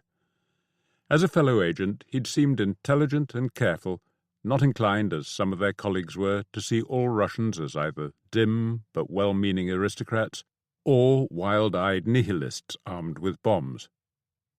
"And where have you popped up from?" he asked. "That-a-way," Price Manley said, jerking a thumb toward the north. "Just arrived?" "In the middle of the night. I dozed on the station platform until it got light, and then went in search of a boat." He paused to order a coffee from the hovering waiter. "I haven't had a decent cup in weeks." "Did you get a berth?" McColl asked. "I did. The ship leaves tonight. Allegedly for Constanza." "You said you were looking for me." "Yes. I found your hotel. It was the first one I tried, but you'd just left." He stopped to admire the cup of coffee that the waiter had just placed in front of him, then took a first sip. "Oh, excellent. Yes, I have things to tell you, but this is a trifle public," he added in a low voice. "Have you got a few hours to spare?" "Yes." "Well, I always wanted to see the place where the Light Brigade came to grief, and the clerk at your hotel told me there's a place down here where you can hire a carriage with rubber wheels." "I know it, yes, but it's only an hour's ride." "Oh, all right," McColl agreed. Taking time off from one war to visit another seemed a bit much, but he had nothing better to do. The carriage company's owner was pleased to see them, so pleased that he offered to charge them 10 times the appropriate fare. Once that misunderstanding had been sorted out, driver and carriage were summoned from the stables, and soon they were heading down past the station and up into the hills that lay to the south of the town. "Look over there," Price Manley said loudly in English. "There's a naked woman in that field." The driver's motionless head suggested he wasn't a linguist. "So what do you have to tell me?" McColl asked Manley Price. "I got orders for you just before I left. They couldn't get them to Sevastopol, and Cummings' man in Moscow hoped you'd still be here when I arrived. The old man wants you in Kiev." "As your replacement?" More or less." "What made you leave?" Price Manley grinned. "The Rada police got a photograph from somewhere, not a very kind one, but sadly recognizable, and they passed it on to the Germans. And strange as it may seem, secret work gets a trifle difficult when your face is pinned onto hundreds of lampposts. I was more of a danger to my own people than I was to the enemy." "Well, let's hope they don't have my picture," McColl said. Romania suddenly seemed a more enticing destination. "No reason they should have," Price Manley said cheerfully. Their carriage was passing the gates of a large cemetery, and he asked the driver whose it was. "Franzuski," the man said, drawing out each syllable before aiming a gob of spit in the cemetery's general direction. He clearly wasn't fond of the French. "Vostochная война," he added in explanation. The Eastern War, which was presumably what the Russians called the Crimean War. "So tell me about Kiev," McColl said once they'd left the graveyard behind. Price Manley did so. He'd run a network of train watchers in the city, gathering information about the movement of German troops and providing the Allied military leaderships with a clearer idea of how many were being shifted westward. But the flow of trains had slowed in recent weeks. In Price Manley's opinion, the Germans had moved all the troops they could if they weren't to leave their grain and oil shipments unprotected. So sabotage is the name of the game now. Stop the traffic. There are 3 groups in Kiev that we're involved with, not running them but helping with things like documentation, money, coordination, and with actual operations. You have experience with explosives, right? I do. McColl had a mental picture of the Belgian railway bridge collapsing into the Meuse. Good. Your main problem will be getting there in one piece. The Germans have taken a real grip on the railways, and there are no roads to speak of. Someone told me there were only 12 automobiles in Odessa. Can you believe that? There's about that number in Sevastopol. The commissars drive around in them. Price Manley grunted. How's your memory for names and addresses? Not bad, but I'll write them down when we stop and burn the paper before I leave Sevastopol. All right. Now, tell me about the situation in Ukraine. Price Manley grimaced. A mess. How much do you know already? Assume nothing. Well, you know that Ukraine declared itself independent soon after the Bolshevik takeover. The new government, the Rada, is a mishmash of nationalists and moderates and socialists, rather like the old Kerensky government. The Bolsheviks in Petrograd said they accepted Ukrainian independence, but a lot of Ukrainian Bolsheviks weren't at all happy with the Rada, so they're at war with each other. The Rada people welcomed the Germans as allies, only to find that the Germans had other ideas, so now they're just set on holding on until the Germans leave. The Ukrainian Bolsheviks never stopped fighting the Germans, even when Lenin told them to, though some people say he egged them on in private. So they're all at each other's throats. And I haven't even got the Russian nationalists, the socialist revolutionaries, and the anarchists. There are thousands of anarchists in Ukraine. God knows why. A Russian I met thought it was the flat horizons that drove them to it. McColl laughed. What about the bigger picture? What's happened since the treaty was signed? Apart from the Germans sending half their troops to France, well, the Bolsheviks dropped us like a hot potato. No cooperation at all. You don't think that had anything to do with us landing troops in Murmansk? McColl asked innocently. Oh, you heard about that, then? That was front-page news, even in Batumi. Ah, and yes, I guess it did. Not that they've done anything since they arrived. Worst of both worlds, really. We've pissed the Bolsheviks off without achieving a damn thing. And more than that, they stopped us using code and forced us back on couriers, who keep getting arrested. Which hardly encourages Lenin and company to trust us, McColl noted wryly. Oh, that ship has sailed. We're going to have to fight the Germans without any help from the Bolsheviks. The best we can hope for is them staying neutral. And once the Germans are beaten, McColl asked, do we just get out of Russia? Price Manley looked surprised by the question. I don't know, he said. Up to London, I suppose. He thought a bit more. If it were up to me, I would. It's not our country, and I'd have trouble choosing a side. I've met decent chaps on all of them, and some right bastards, too. He hesitated. But I don't get the feeling that's the way things are going. Some of our people in Moscow, you've met them, you know what their politics are, their idea of revolution was killing Rasputin, so that the Tsar and his wife would come to their senses. McColl smiled, but only briefly. There's something you need to let London know, he told Price Manley before recounting his gruesome discovery 2 days earlier. And you've no idea who killed him? Price Manley asked. None whatsoever. Speaking of killing, I think we're here. The driver had brought the carriage to a halt, where the road ran along the crest of a ridge. There, he said in Russian, sweeping an arm to embrace the land to their left. Idiot soldati, he added, which didn't need translating. It certainly looked like the ideal spot for a suicidal charge. A flat, narrow valley, plugged at one end by a hill and flanked by two long ridges. McColl had no trouble picturing the host of thundering horsemen, drawn sabres glinting above an unrolling carpet of dust, or the cannons lining the higher ground, gouging holes in their ranks. "I used to charge my lead soldiers between two lines of books," Price Manley said, gazing out. "There's not to reason why, there's but to do and die," McColl quoted softly.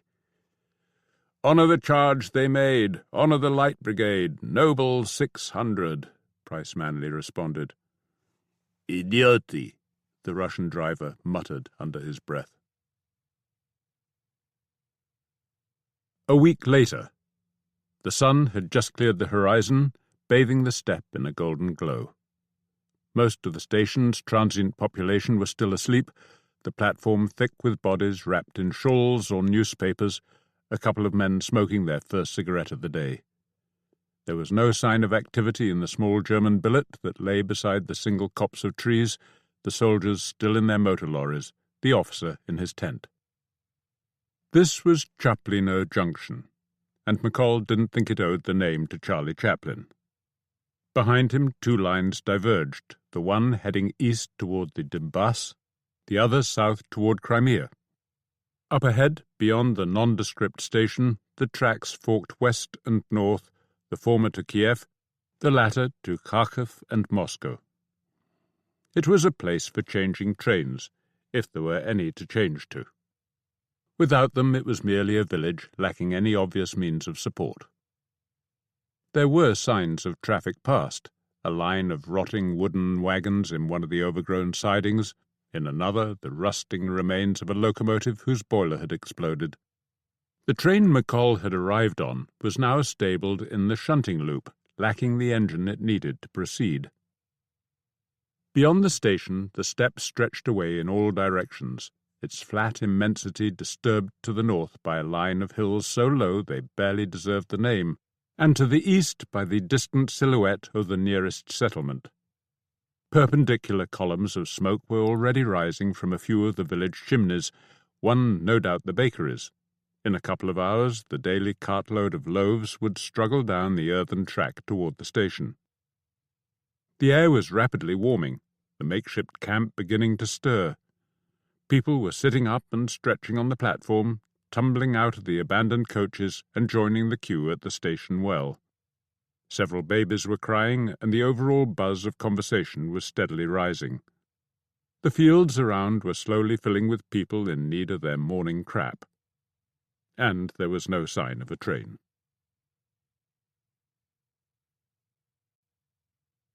The day after the visit to Balaclava, McColl had taken a local train to Simferopol and hidden away in a crummy hotel. As he'd hoped and expected, the bulk of the German occupation force had moved straight on to Sevastopol, dropping off units as they went to guard the lines of supply.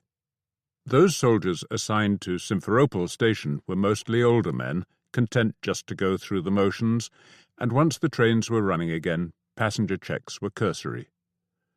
After 4 boring days in the city, McColl had presented his papers for their inspection and been airily waved through.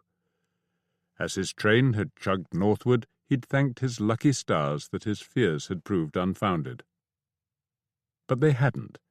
At some point in the night, the train had been diverted, and on arrival at Chaplino Junction had endured the ultimate slight. Its engine had been stolen by a passing German transport. It was time to see if there was any fresh news. The station's only employee couldn't conjure trains out of thin air, but that didn't stop the several hundred stranded passengers from behaving as if he could. His office was usually under siege, his parentage often in question. As far as McColl could see, only the presence of German troops had saved the hapless soul from being lynched. They needed him to man the telegraph. At this hour of the morning, there were only a few angry people leaning over his shoulder as he sought the latest news from up the line. There was none to appease them. Several German troop and freight trains were expected on the east-west line, and Russian trains would have to wait their turn. Was there any alternative?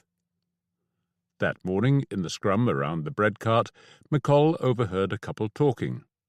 Like him, they were heading for Kiev, and in lieu of a train were considering walking to Yekaterinoslav on the Dnieper, where one could still catch a boat upriver.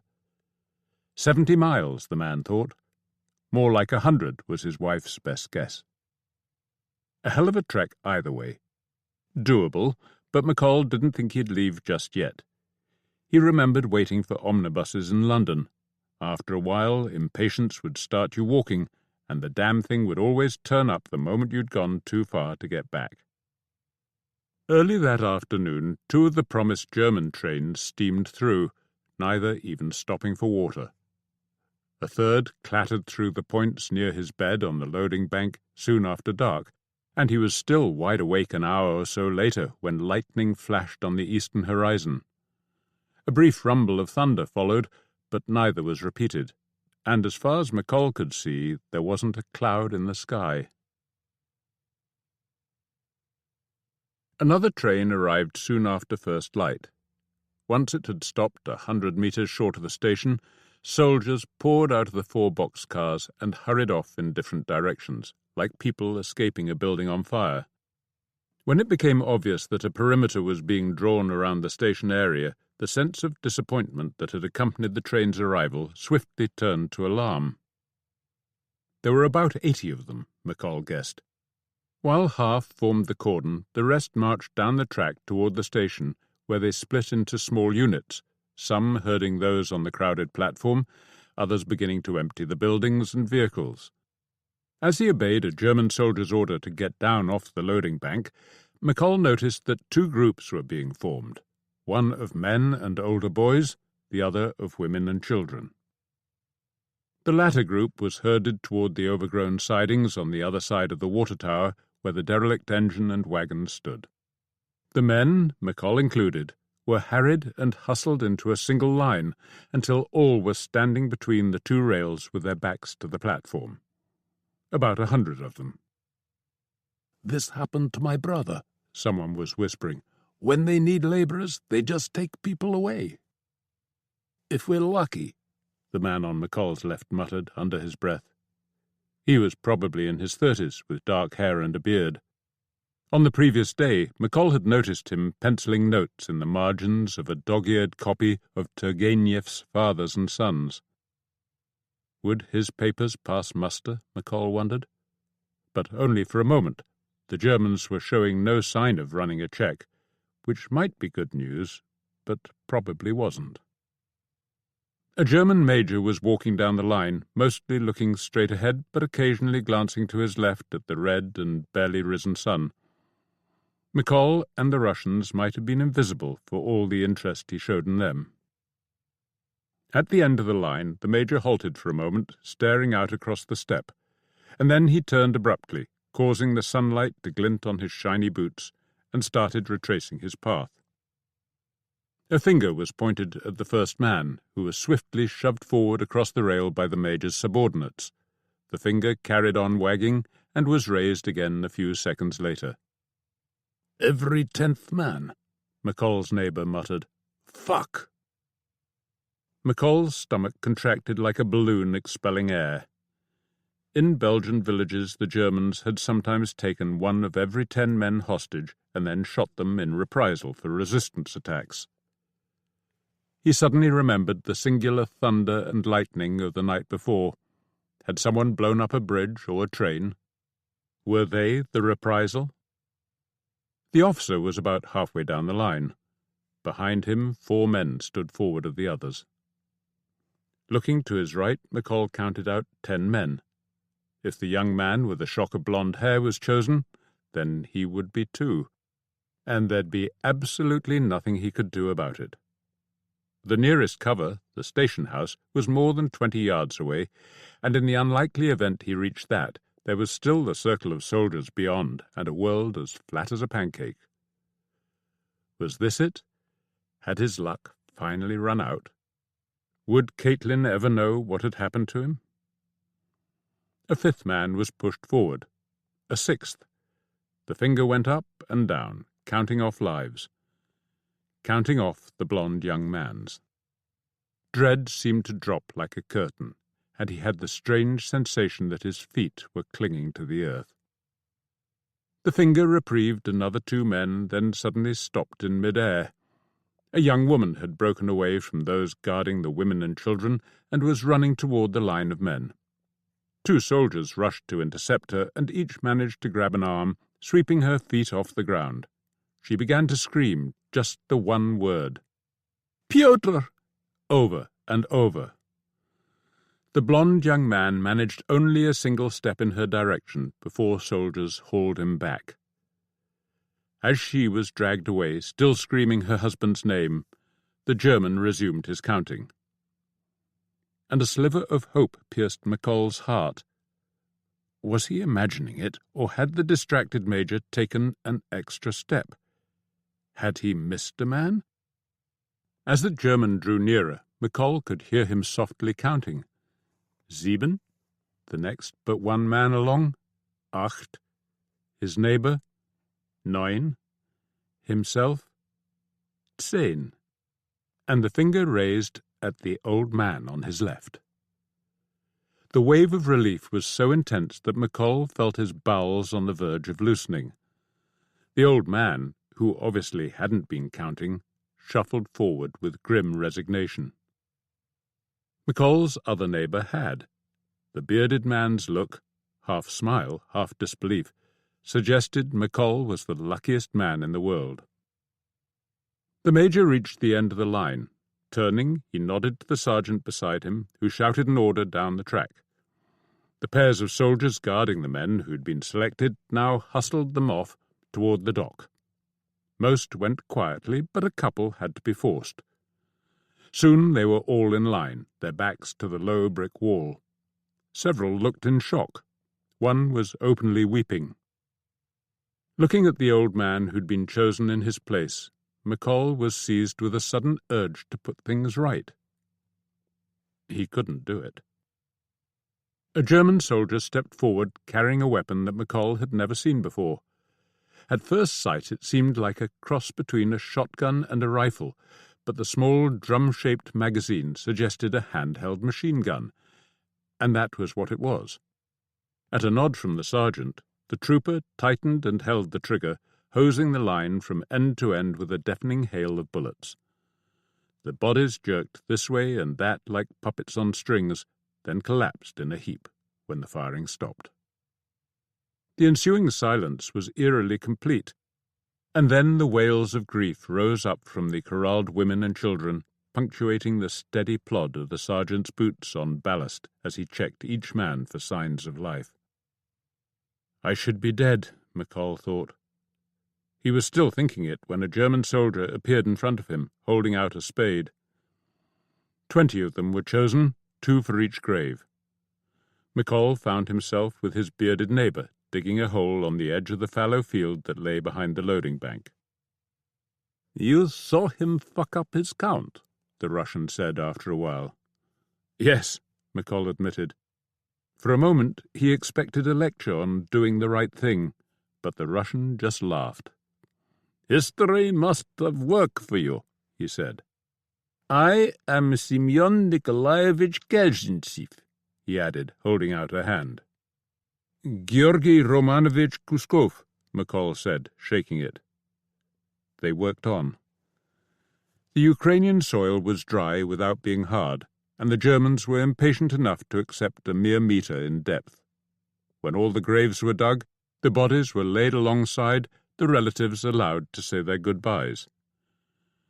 No one came to see the old man, most of whose face had been ripped away.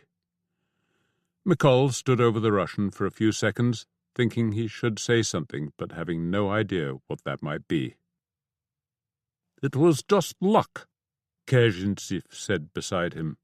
"Good for you, bad for him. I wouldn't lose any sleep over it." "I don't expect I will," McColl said.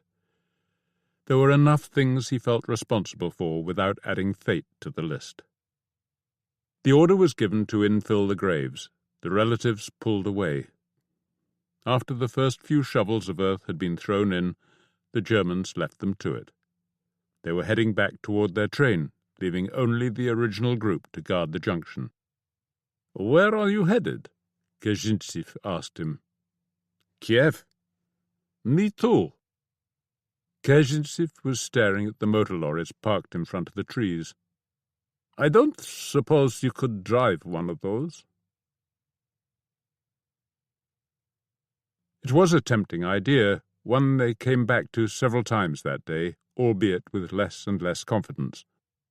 After the executions and burials, local hostility was further stoked by the posting of a notice threatening additional reprisals, and the small German garrison wisely showed no inclination to relax its vigilance.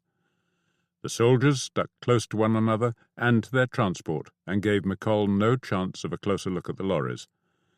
Not that he really needed one. He was pretty sure he could get one started, with or without a key, but what would be the point?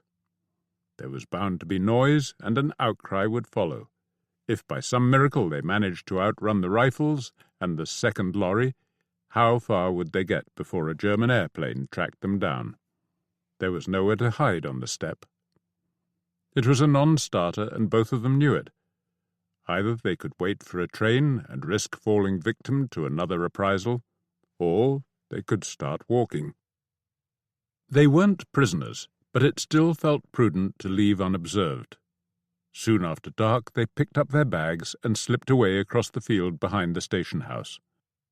According to the locals they'd asked, Yekaterinoslav and the Dnieper River were almost directly east of Chaplina Junction, but the railway that connected them took a big loop to the north, almost doubling the distance and increasing the probability of unwanted encounters with Germans. So they'd decided on the direct route, navigating their way across the open steppe by a sky that they hoped would remain open. Their progress was slowed only by the uneven ground. There were few obstacles of any kind, natural or man-made, the occasional stream to ford, the even rarer fence or hedge to climb. They circled the small settlements that appeared in their path, only once attracting the attention of dogs, whose incessant barking seemed to follow them for what felt like hours. Above them the sky behaved, rarely clouding the pole star from view, and then for just a matter of minutes. By 3 a.m., Kezhintsev reckoned they had walked around 50 versts. "Let's sleep now," he suggested, "and do most of our walking by daylight. We'll need to find food and water." McColl was only too happy to get off his feet, and was asleep within moments of hitting the ground. The return of daylight brought him briefly back to consciousness, but the next thing he knew it was 10 in the morning, and Kezhintsev was waking him out of a nightmare in which he couldn't find his brother Jed, who was loudly screaming for help. During the day's walk, he learned some of the Russians' personal history. Kezhintsev was an engineer by trade. He had a wife and 2 daughters, aged 7 and 4, the second of whom he'd not yet seen. Called up in 1914, he'd managed to survive 3 years on the Eastern Front, and in the process had become a Bolshevik. He had grown up in a small town west of Minsk, and it was there that the German occupation authorities had hanged his 15-year-old brother for allegedly stealing a hunk of bread, and left the corpse in situ to serve as an example. His father and mother had been clubbed to death by drunken German soldiers when they tried to cut it down. No wonder the man hated Germans. But why had he become a Bolshevik? Hadn't they signed a peace treaty with the Germans? "Only because there was no army left to fight them. It was just tactics, yes? We all want our revolution to survive, and we will do what is necessary. Some will sign pieces of paper, some will continue to fight, and those who sign the paper will be as pleased as the fighters when we kick the beasts out of our country." They saw no Germans that day, and the villagers they met said the enemy rarely strayed far from the safety of their trains. All were women or much older men. Those younger men not killed in the war were away fighting for some group or other. One old man told them that both his sons were fighting with an anarchist group led by a local woman. "Marussia," he said, Remember that name." Kazintsev had already heard of her. "They say she commands several hundred men," he told McColl, "and has magnificent breasts." She probably had a horse as well. At each village they asked how much farther it was to the Dnieper, and the answer was always depressing. Walking what felt like 10 miles usually seemed to advance them 5, and on one occasion left them even more distant. When they sank to the ground on the banks of a small river soon after 10 that evening, the Dnieper still seemed as far away as ever. Kazintsev was sitting with his back against one of the trees. "So who are you, really?" he asked out of the blue.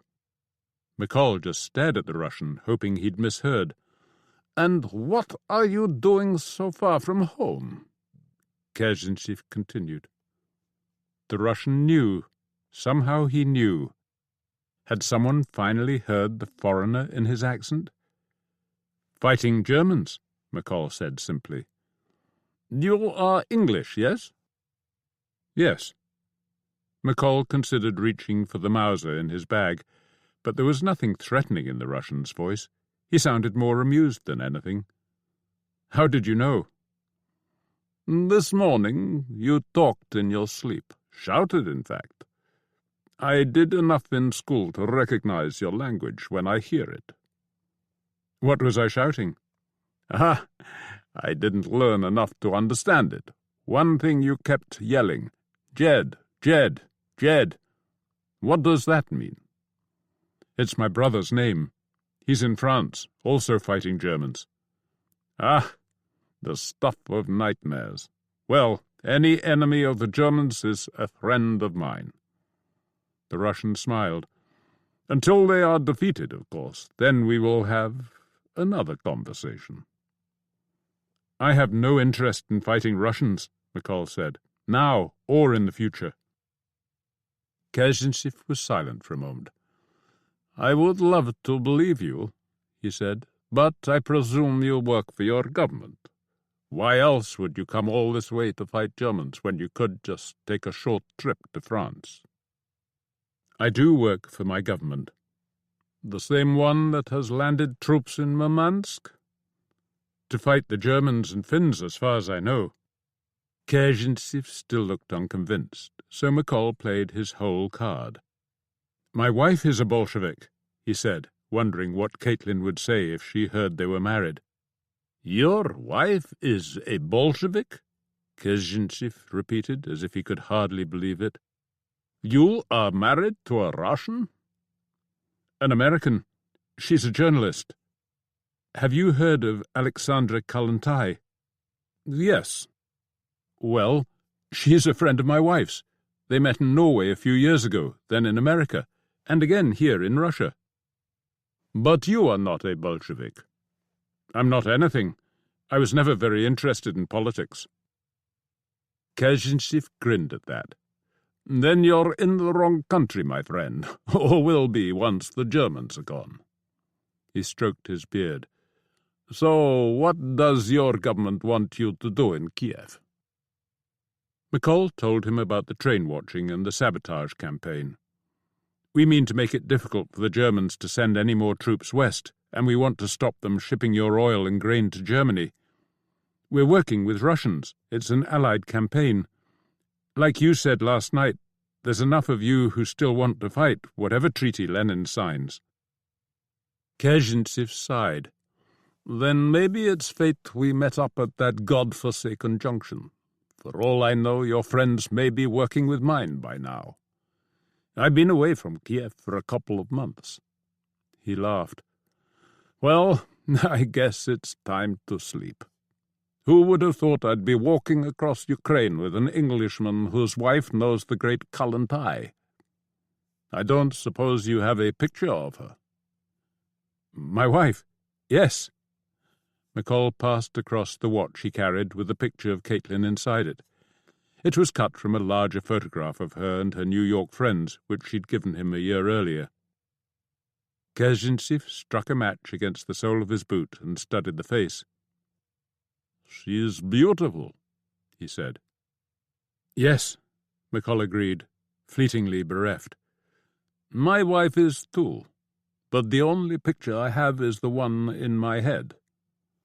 The Russian passed back the watch and laid himself flat on the ground. It's enough. Their early start next morning proved fortunate. Another half-hour's sleep, and chances were good they'd have walked straight into the German billet that lay a mile to the east. Or at least they assumed it was Germans inside the tumble-down hut that stood 20 yards from the river. Who else would have 3 horses tethered outside and 2 men with Slavic faces roped to the nearest trees? McColl and Kazintsev hunkered down in the tall grass and took a long look. One prisoner was clearly asleep in his bonds, and the other had given no indication that he'd noticed their approach. Both men wore lengths of black cloth around their necks. "Anarchists," Kazintsev whispered. "Our enemies' enemies," McColl reminded him. Kazintsev sighed. "I know, but there's no point freeing them without killing their guards, and we have no idea how many men there are inside that hut." "There are only 3 horses," McColl pointed out. "True, but I have only 1 knife." "I have a pistol." Kazintsev gave him a look. "Why didn't you say so? Let's go." Their second dose of luck was as telling as the first. Halfway to their feet, as the hut door swung open, they were back on their haunches by the time the men emerged. There were 2 of them, both with German-style close-cropped hair, wearing long johns, vests and boots, and carrying rifles. They glanced casually this way and that, in the manner of men who weren't expecting surprises. Their appearance had awakened the other Russian, who wanted untying so he could have a crap. The Germans ignored him. After checking their horses, one soldier giving his an affectionate nuzzle, the 2 of them sauntered down to the river and started stripping off. A few seconds later, 4 pale buttocks were bouncing into the river, both men whooping with distress at the coldness of the water. "I'll take care of them," Kazintsev whispered. "You make sure there's no one else inside." It seemed a fair division of risk. Keeping low, McColl began working his way through the grass toward the back of the hut. He had just reached it when one of the bathing Germans suddenly burst into song. McColl circled the hut, ears pricked for the sound of movement inside. He heard none, which made it all the more surprising when a third German stepped out through the door almost into his path. With no time to think, McColl lashed out with the Mauser, catching his opponent on the side of the head and dropping him to the ground. The man groaned and tried to push himself up. McColl hit him again, and this time he stayed down. There was no reaction from inside, but McColl eased an eye around the jam to check that the hut was empty. It was. The Germans in the river were now chorusing together. They sounded happy. He was picking up the fallen man's rifle when he heard the first shot. Kazintsev, he thought, and hoped. The singing had stopped. As he hurried toward the river, 2 more shots rang out. He found the Russian staring at the 2 naked bodies floating face down in the water. "Were they alone?" Kazintsev asked. "One more. He's out." The Russian strode off toward the hut. McColl followed, knowing what to expect. He arrived in time to see Kazintsev lift the man's head by the hair and drag the knife across his throat. The reek of blood brought back the day in Ashgabat. Kazintsev was already sawing through the ropes that bound the 2 anarchists. They were both in their 20s, McColl reckoned, one much stockier than the other. The thinner man went off to have his crap, leaving his friend to explain their recent predicament. A month or so earlier, Marussia's anarchist army had been forced to retreat in the face of the German advance, and they'd been one of several pairs left behind to monitor the enemy's movements. 2 days ago they'd awakened to find their house surrounded, its location betrayed by a local villager who wanted her hostage husband to live. These 3 Germans had been given the job of escorting them all the way back to Yekaterinislav, because a public hanging there would have a more salutary effect than a private one out on the steppe. "How far is it to Yekaterinislav?" Kezhintsev asked. The anarchist shrugged. 20 miles, maybe less, but it's full of Germans. If you have to go there, better arrive after dark." His partner returned a great deal wetter. "I pulled out the bodies," he said. "We should bury them. If the Germans find them, they'll take reprisals." "Or even if they don't," Kezhintsev said. "But I suppose it's worth making them wonder."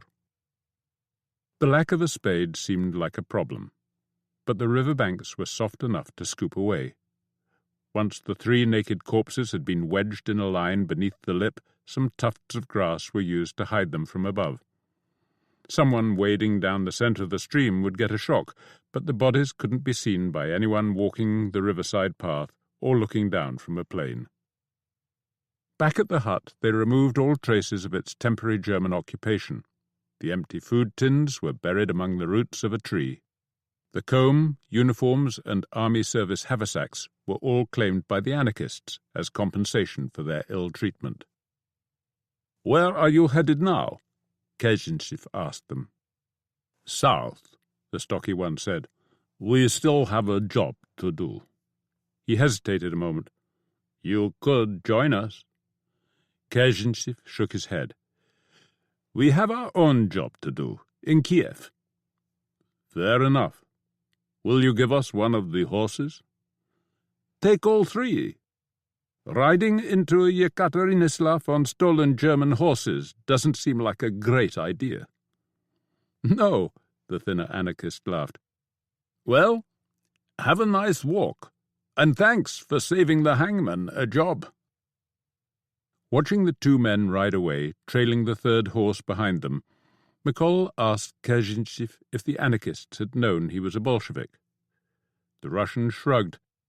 "They knew I wasn't an aristocrat or a German lover. Anything else they could live with." "What do you think of anarchists?" "They're romantics. You know that thing people say about their wives? Can't live with her, can't live without her. I used to feel the same way about anarchists, but I'm beginning to think I could live without them if I had to." He smiled. "It's too early in the morning for politics." The hours went by. The 2 of them sat outside. Kezhintsev reading his Lermontov, McColl writing mental letters to Caitlin, Jed, and his mother. Just hidden 3 naked Germans. In mid-afternoon, the Russian suggested they set off. "Arriving in the middle of the night would be worse than arriving in daylight." The river grew more serpentine as it headed east, and the farmhouses became more frequent. The only airplane they saw was flying north, away from their anarchist friends, which had to be good news. The Dnieper appeared with disconcerting suddenness. After rounding a tree-lined bend of their small river, they found themselves gazing out across at least a mile of water. For a fleeting moment, McColl felt like one of those famous explorers he'd hero-worshipped as a child. The chimneys in the distance had to be Yekaterinislav.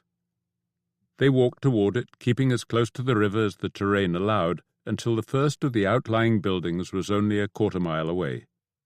After the light had faded, they walked on into the town, which seemed eerily empty of both locals and Germans until they reached the centre, where some sort of ceremony was underway. "The Germans are crowning a puppet," was Kezhintsev's guess, one that the bored faces of the Russian bystanders did nothing to refute. There were a lot of German troops on display, but no obvious tension in the air. The local landing stage was a half-mile to the west, and almost as crowded as Chaplina Junction. The good news was the paddle steamer anchored in the middle of the river, scheduled to leave for Kiev at 8 the following morning.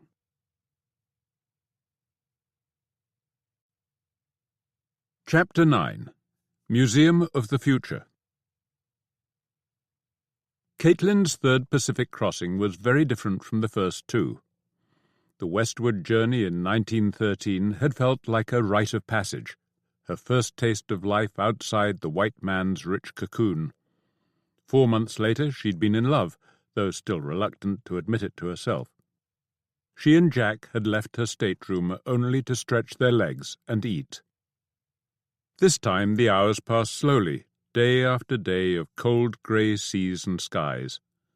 Her fellow passengers seemed a strange and mostly dreary mixture, returning Chinese students and Japanese businessmen, polite young Americans who worked for some unnamed arm of the government, the usual handful of well-meaning Christians intent on saving Asians from themselves. She spoke when spoken to and tried to be pleasant, but she had nothing in common with any of them.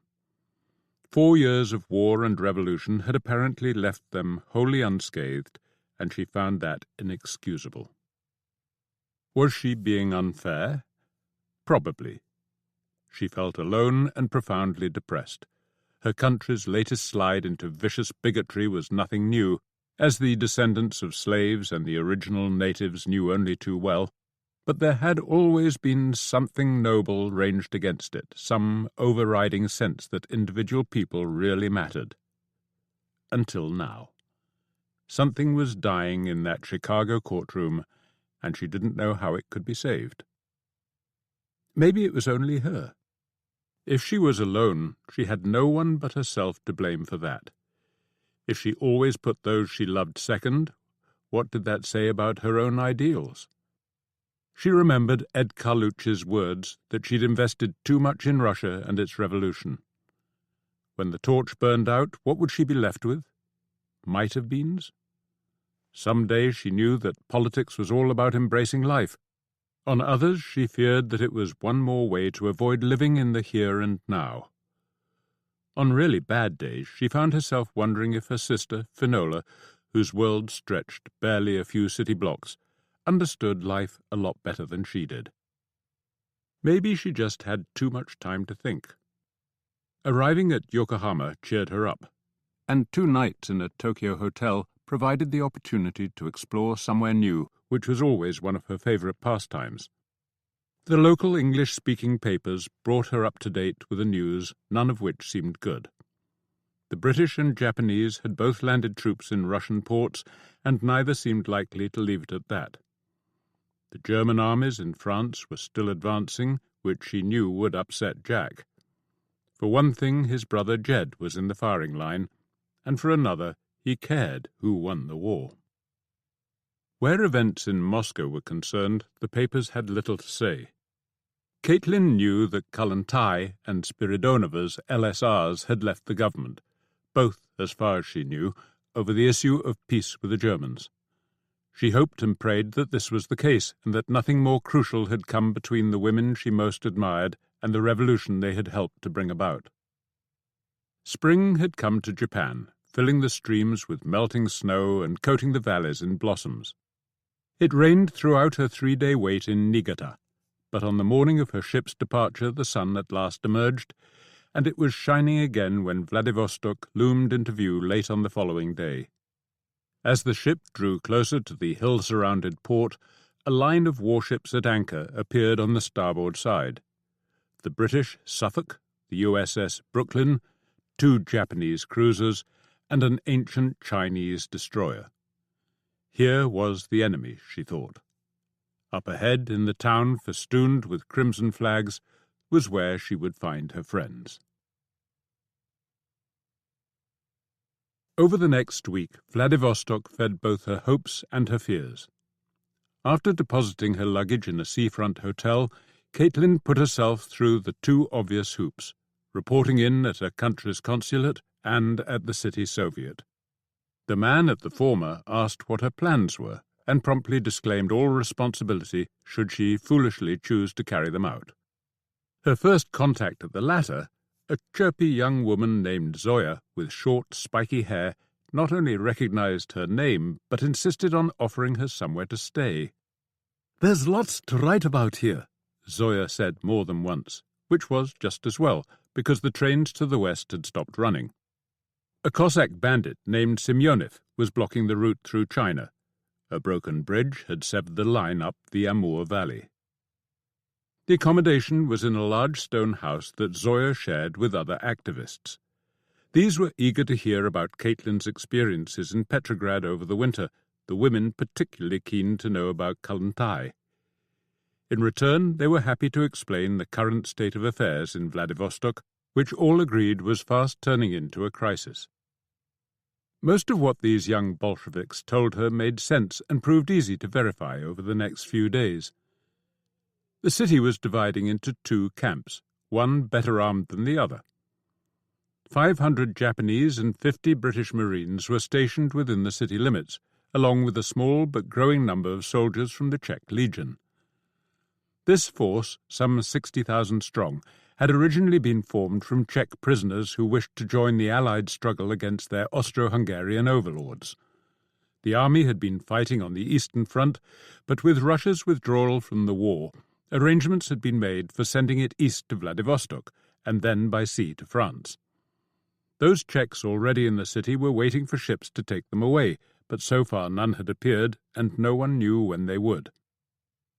There were more Marines on the warships anchored in the bay, and probably more warships just below the horizon.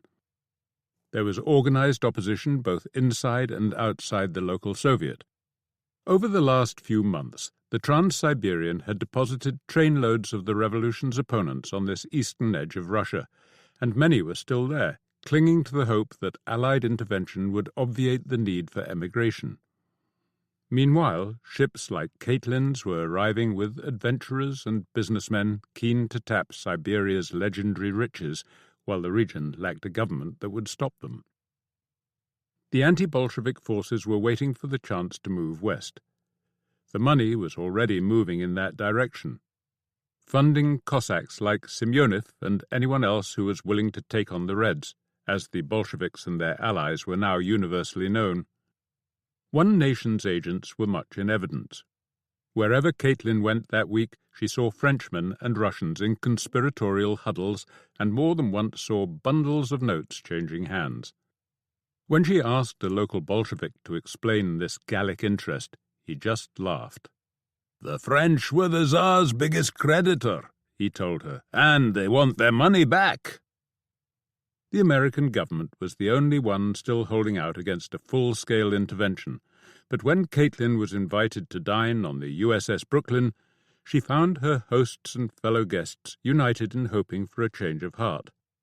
Now that Prince Lvov, the March Revolution's first prime minister, had formed a new government in exile in Peking, the Allies had someone they could get behind, and no one else at the table could understand their president's reluctance. All of which boded ill for those who wished the revolution well.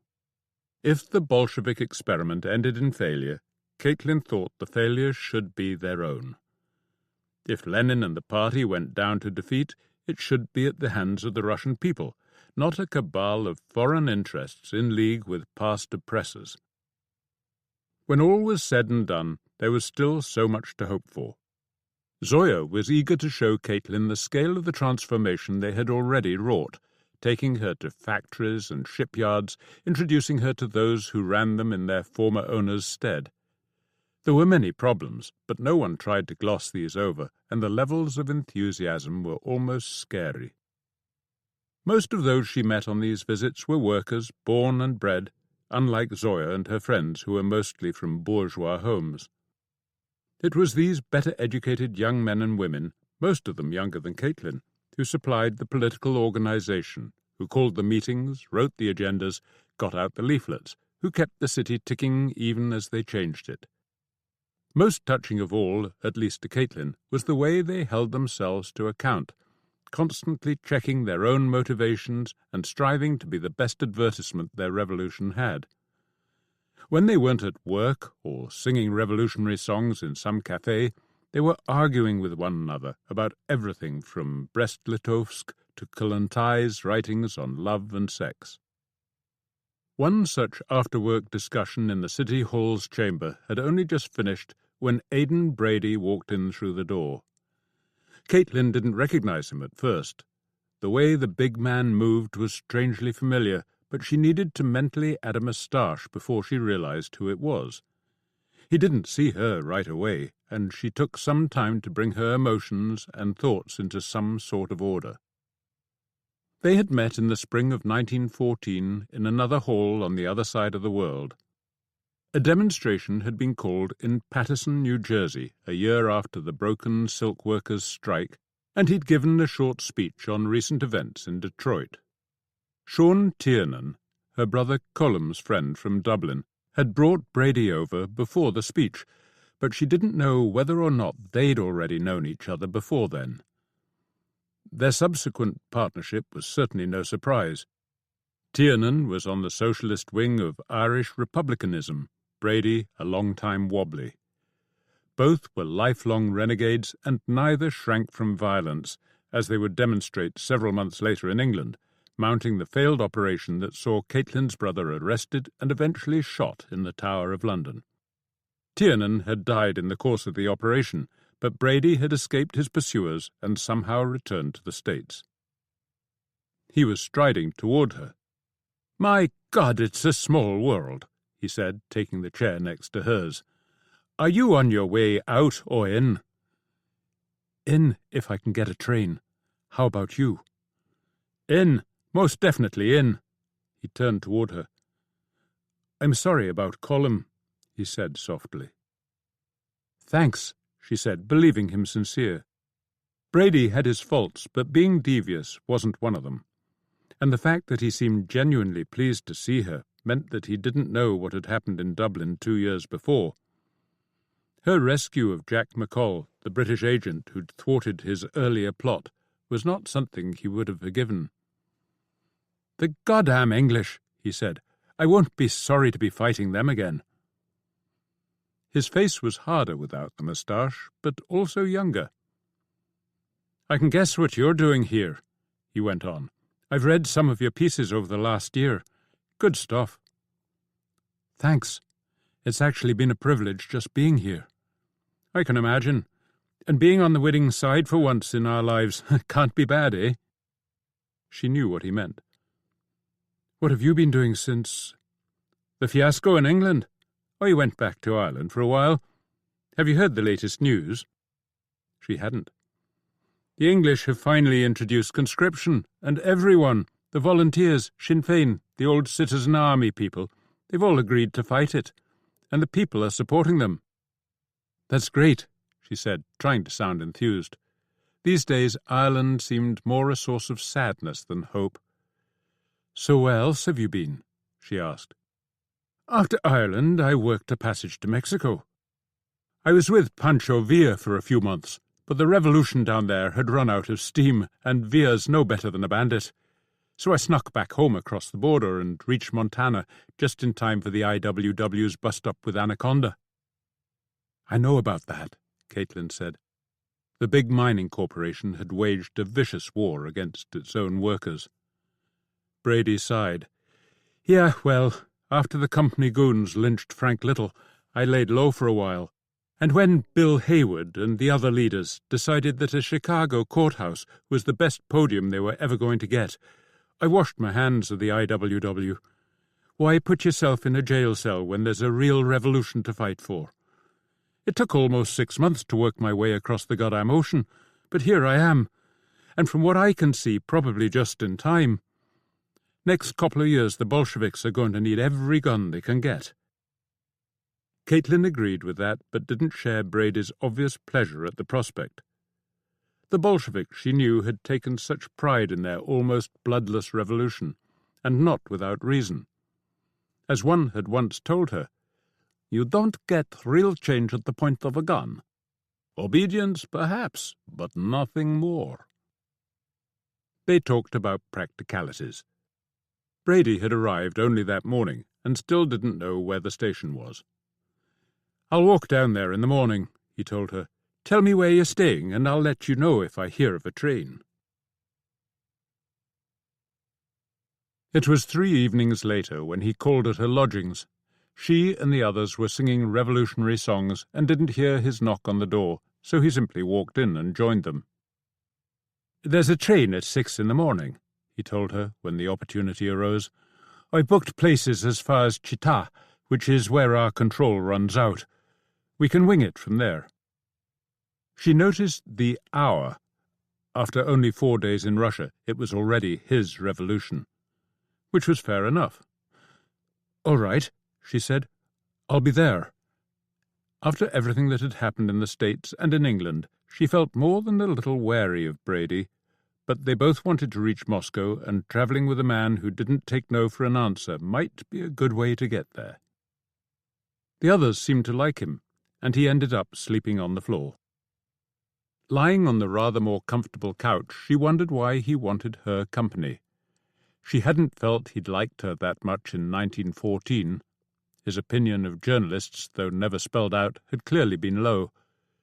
Did he feel guilty for surviving what her brother had not? She doubted that. There was always the usual reason a man went out of his way to help a woman.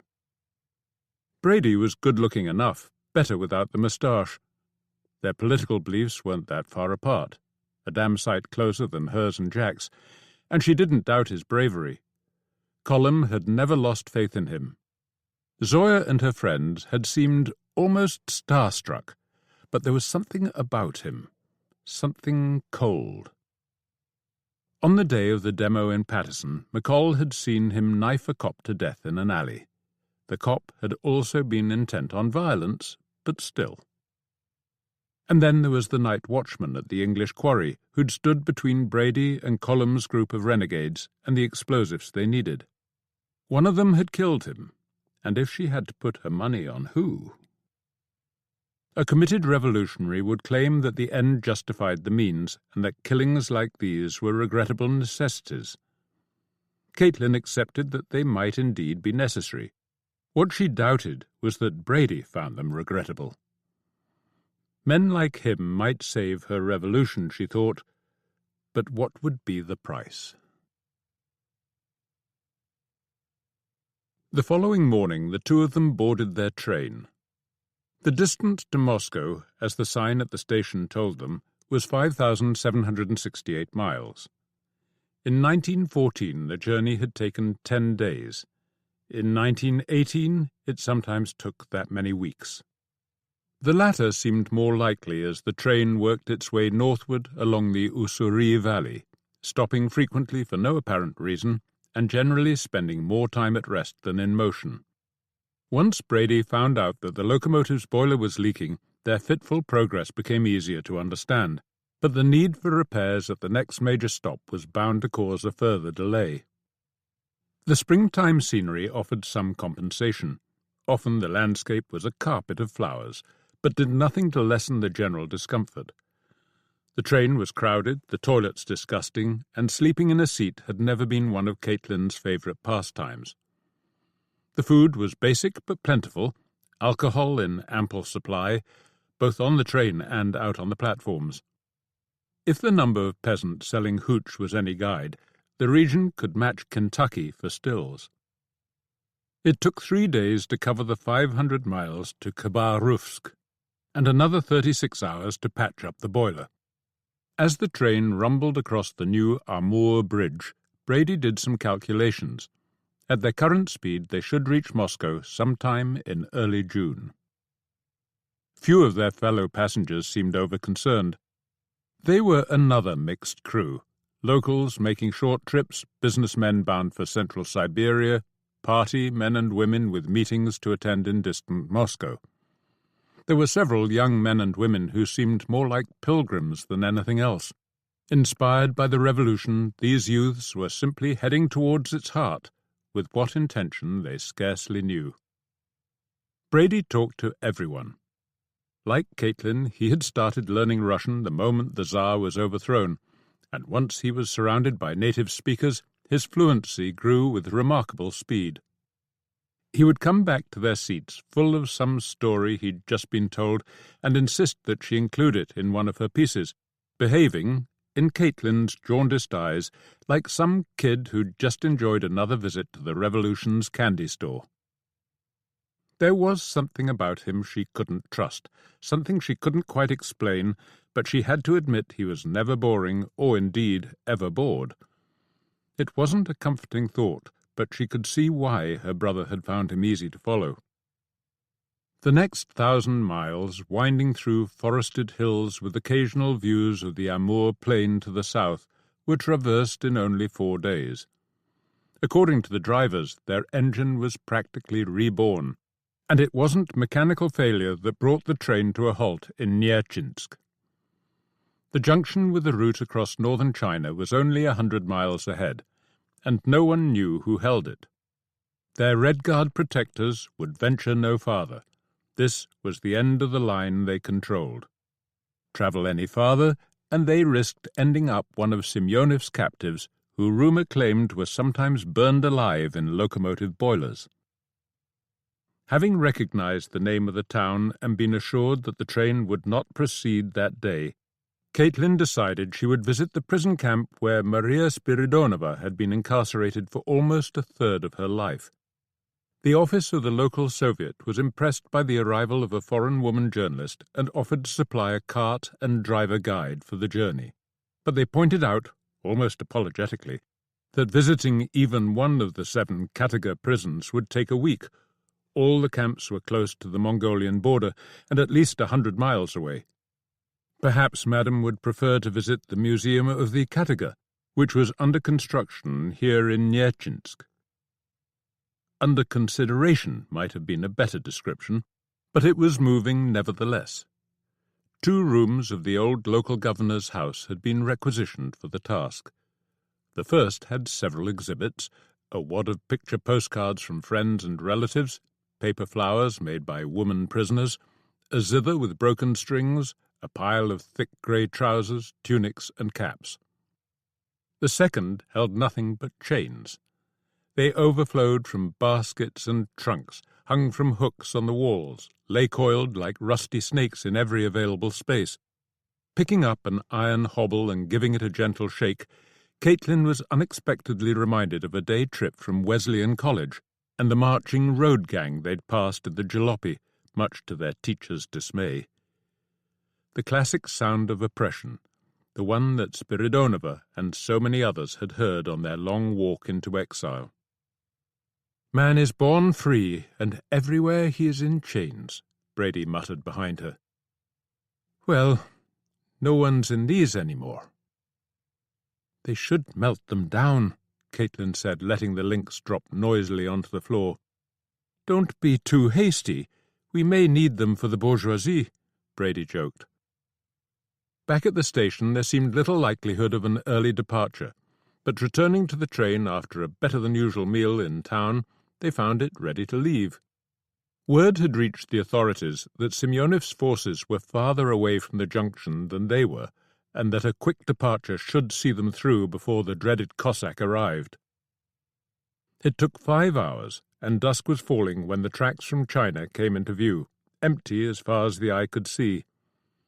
The junction station was almost deserted, but there was coal enough for the locomotive and no news of any recent trouble between there and the next big town, some 50 miles ahead.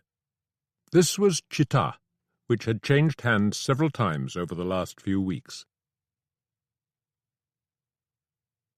They arrived next morning to find Red Guards in charge of the station, but according to Brady, the town was full of other armed groups, all trading hostile stares. Many people boarded the train during the day, and from the looks they gave the nervous Red Guards, Caitlin deduced that few of the newcomers were Bolshevik supporters. As night fell, a palpable rise of tension offered further proof that this was the case. Leaving would have helped, but the crew seemed in no hurry, despite unconfirmed news that Semyonov's men had seized the junction behind them. The situation up ahead was equally unclear. Certainty, Caitlin realized, was something they would have to learn to do without. As day turned to night and the train continued to sit there, she drowsily wondered if she had ever reached Moscow. When she woke, it was almost light. Brady was snoring beside her, and the train was running through a wooded valley alongside a fast-flowing river. A walk through the crowded carriages showed most of the passengers still asleep, a condition that suited them if the next 12 hours were any guide. The usual debates were soon underway in every car, but the customary tolerance of other views was conspicuous by its absence.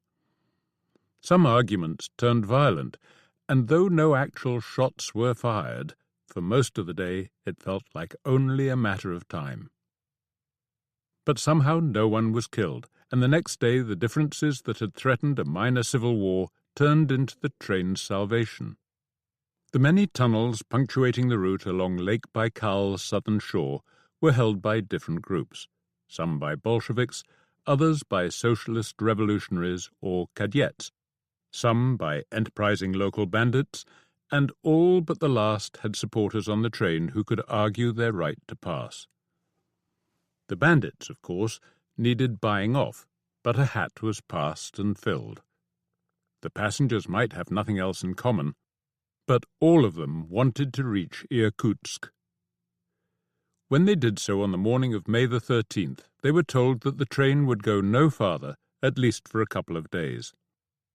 After almost a fortnight of sleeping in a seat, Caitlin felt that the prospect of a hotel bed offered ample consolation for this new delay, and while Brady took out his frustration on some hapless railway official, she inquired as to where she might find a good one. The Central was recommended, but was probably full. If so, the Metropole was just as comfortable.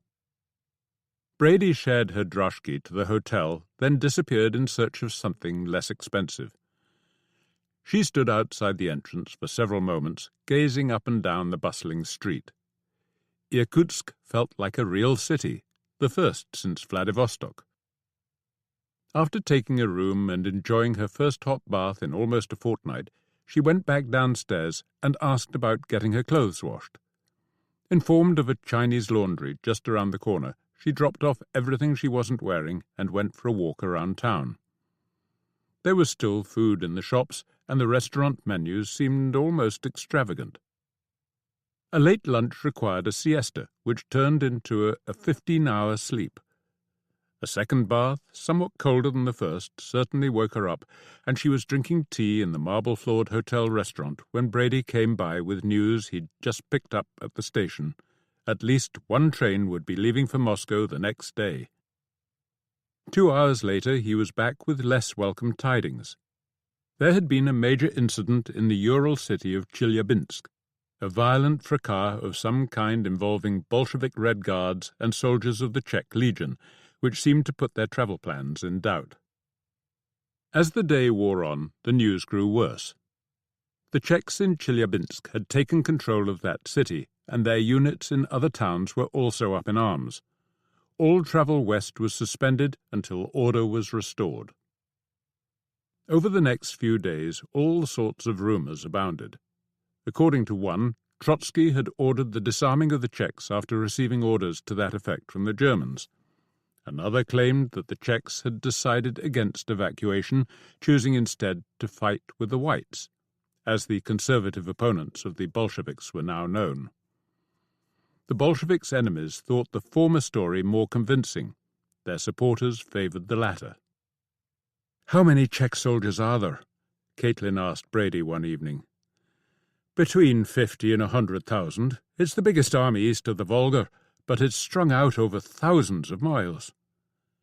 "And why in God's name would they want to stay and fight for the Whites?" she wanted to know. Brady shrugged.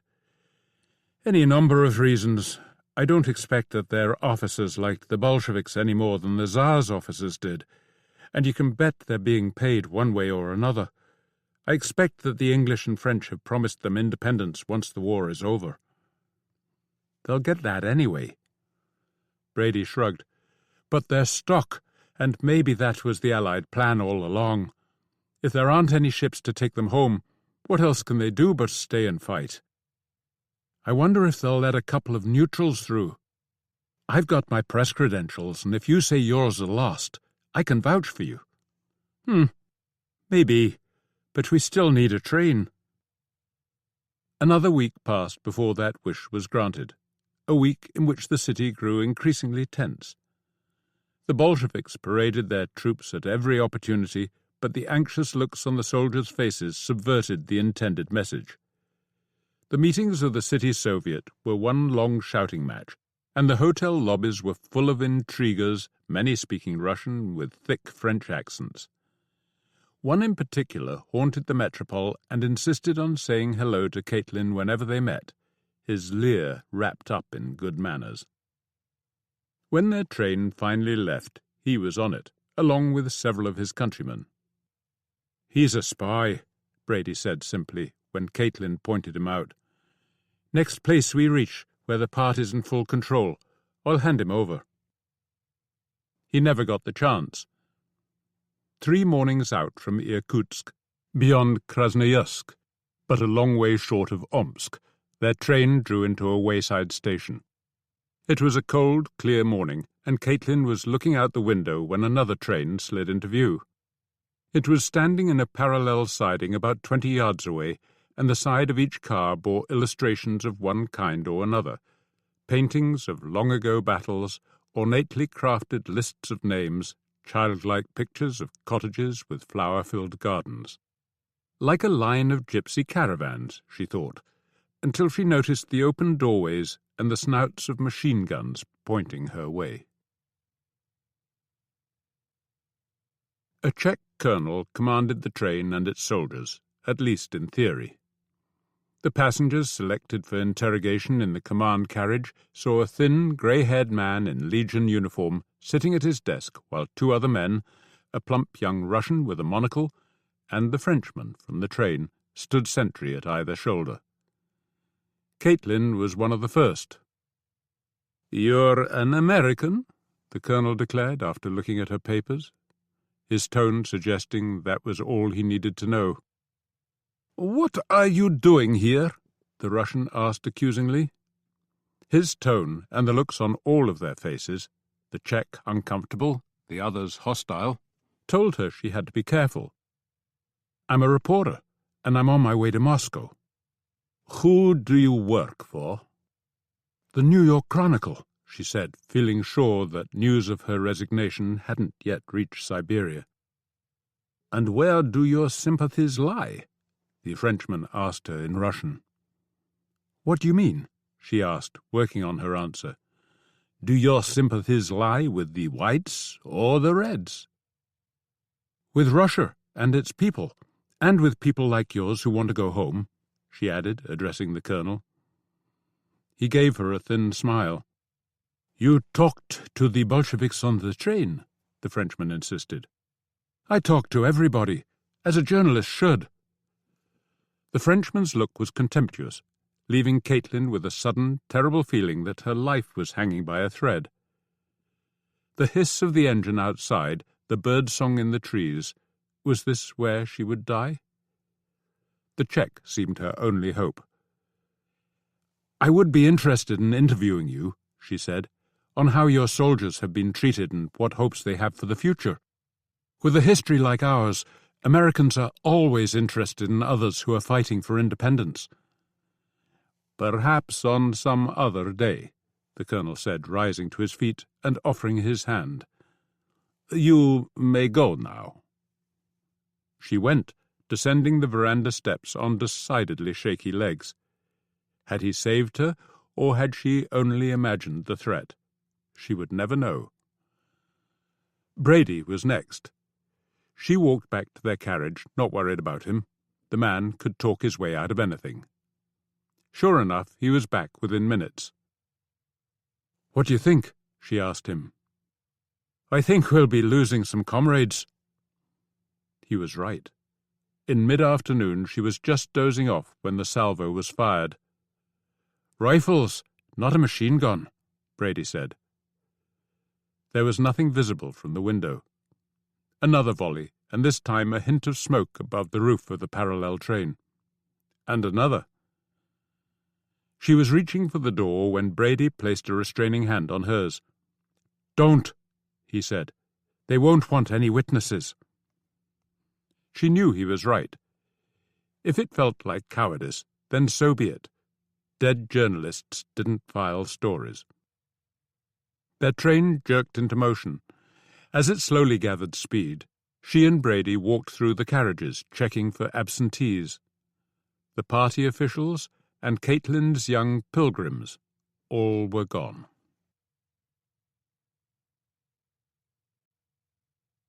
Chapter 10. The price of cabbage. The 300-mile journey upriver took 4 days. The paddle steamer, Kutuzov, stopped at all the scheduled calling points and quite a few places besides.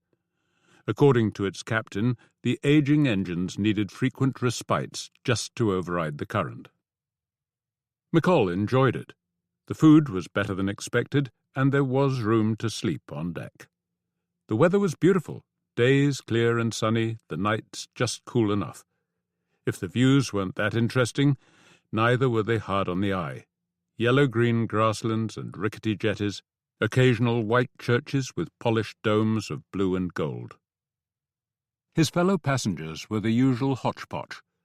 Rumour had it there were a couple of princes locked away in one of the cabins, and there was certainly no shortage of paupers lining the decks. According to Kezhintsev, most of the crew were Bolsheviks, but they, unlike their brothers in Sevastopol, bore no great grudge against their officers and captain.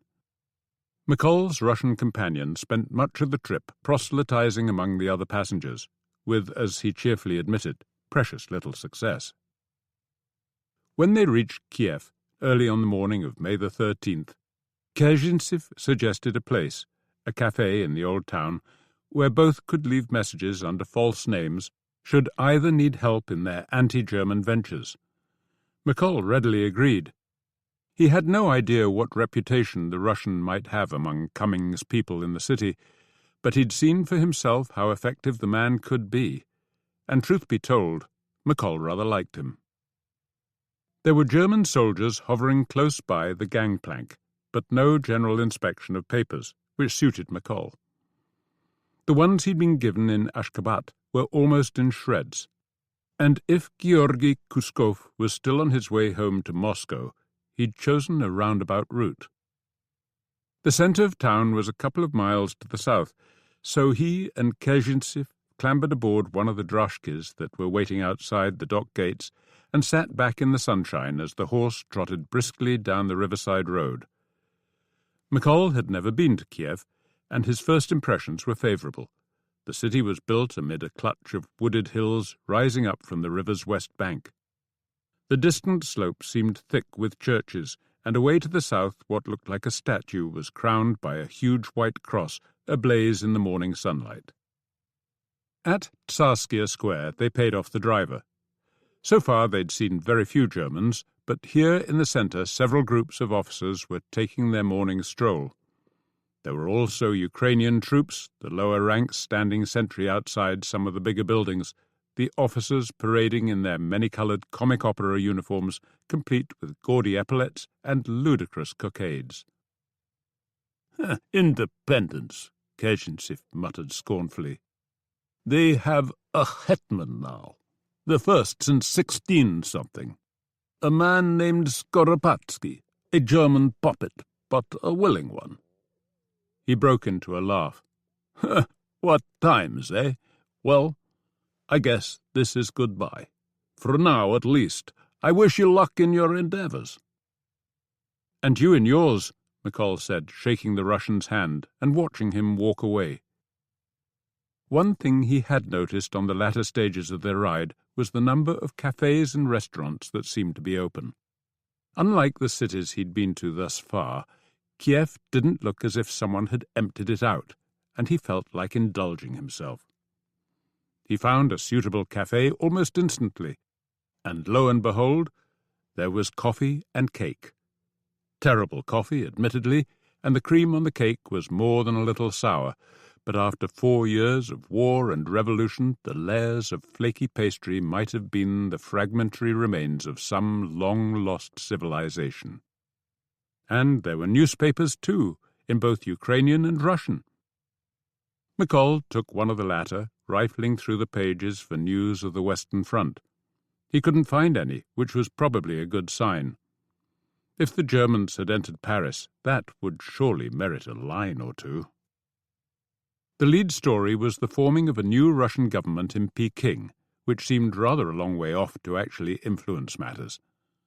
According to Manly Price, the Japanese were itching to invade Siberia, so maybe they would take this government with them and drop it off at the Urals, Or maybe it was all just wishful thinking, like the stories heralding the imminent collapse of Lenin's regime in Moscow.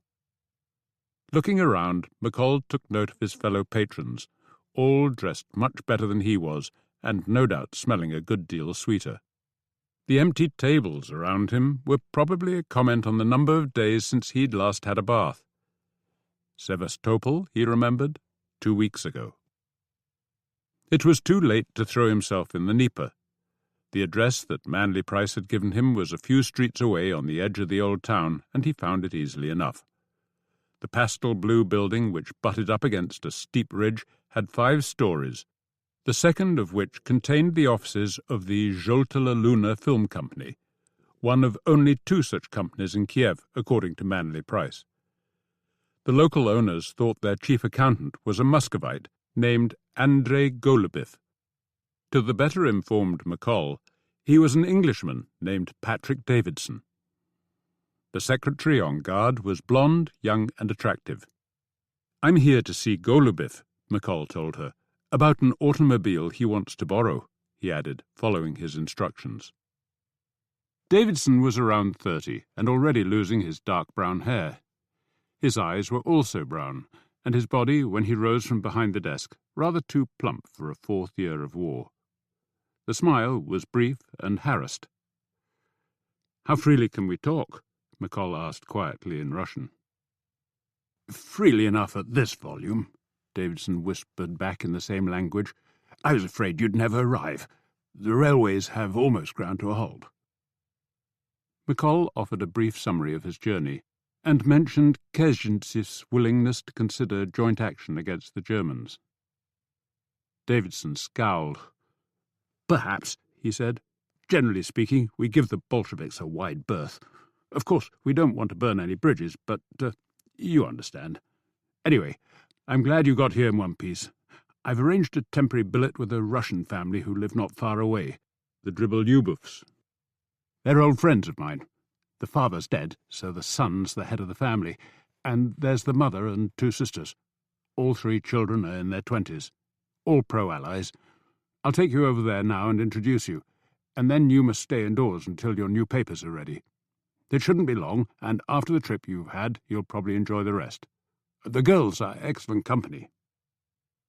As they walked on into the old town, Davidson gave McColl some personal background. He'd grown up in Russia as the son of an expatriate businessman, and a brief resume of the situation in Kiev. "There are refugees pouring in from the north. The cafes and theatres are full of them. They all have their stories of Bolshevik cruelties, and they see the Germans as their protectors. The people working with us tend to be locals. Most see themselves as Russian patriots, and they wouldn't dream of turning their guns on the Bolsheviks until after they've beaten the Germans." Their destination was a faded yellow house on a small street behind St. Sophia Cathedral. A diminutive servant girl answered the door and ushered them through to a lovely room at the back, where the family was sitting in a circle of chairs. The acacia, visible through the French windows, filled much of the tiny garden. Golubev made the introductions. The mother, Yevdokia Dribolyubova, was a handsome woman in her 50s, greying hair coiled in a bun at the nape of her neck. The son, Yakov, was a dark-haired, bespectacled and mustachioed young man in his late 20s, with the air of someone who took himself very seriously. The daughters, Tanya and Elisa, were dark and pretty, with small teeth and big eyes. McColl shook hands and returned smiles.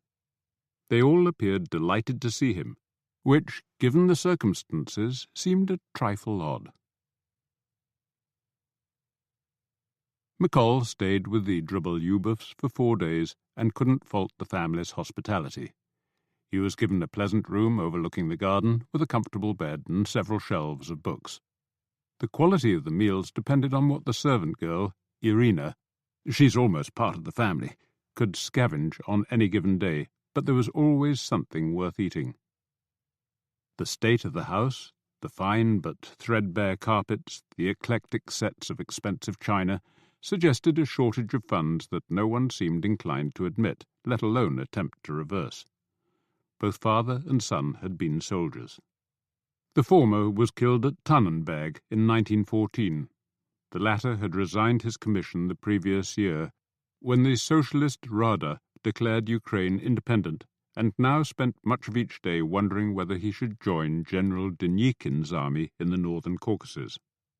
Neither mother nor daughters had ever earned a kopeck, and though now obliged to do occasional household chores, insisted on dubbing such efforts volunteer work. All the family members spent most of their days where McColl had first encountered them, in the still splendid living room. The women read novels and sewed. Yakov perused the newspaper and various histories. They all enjoyed listening to music on their precious gramophone, which they played ever so quietly for fear of attracting a thief. They conversed a great deal on a surprisingly wide range of subjects, and were clearly determined to make the most of their visitor. Yakov was keen to know McColl's opinions on the war and how it was going, on Russia's future and the other Allies' role in helping to shape it. He was disappointed that McColl knew less about General Denikin than he did, and was convinced that once the Germans were beaten, the Allies would sort his country out. The British troops in Murmansk, the Japanese in Vladivostok. These were just the beginning. They'll help us set up a proper democracy, one based on Russian values. Tanya and Elisa were more interested in England and what life there was actually like. Neither ever talked about leaving their home and their country, but it was perhaps in the back of their minds.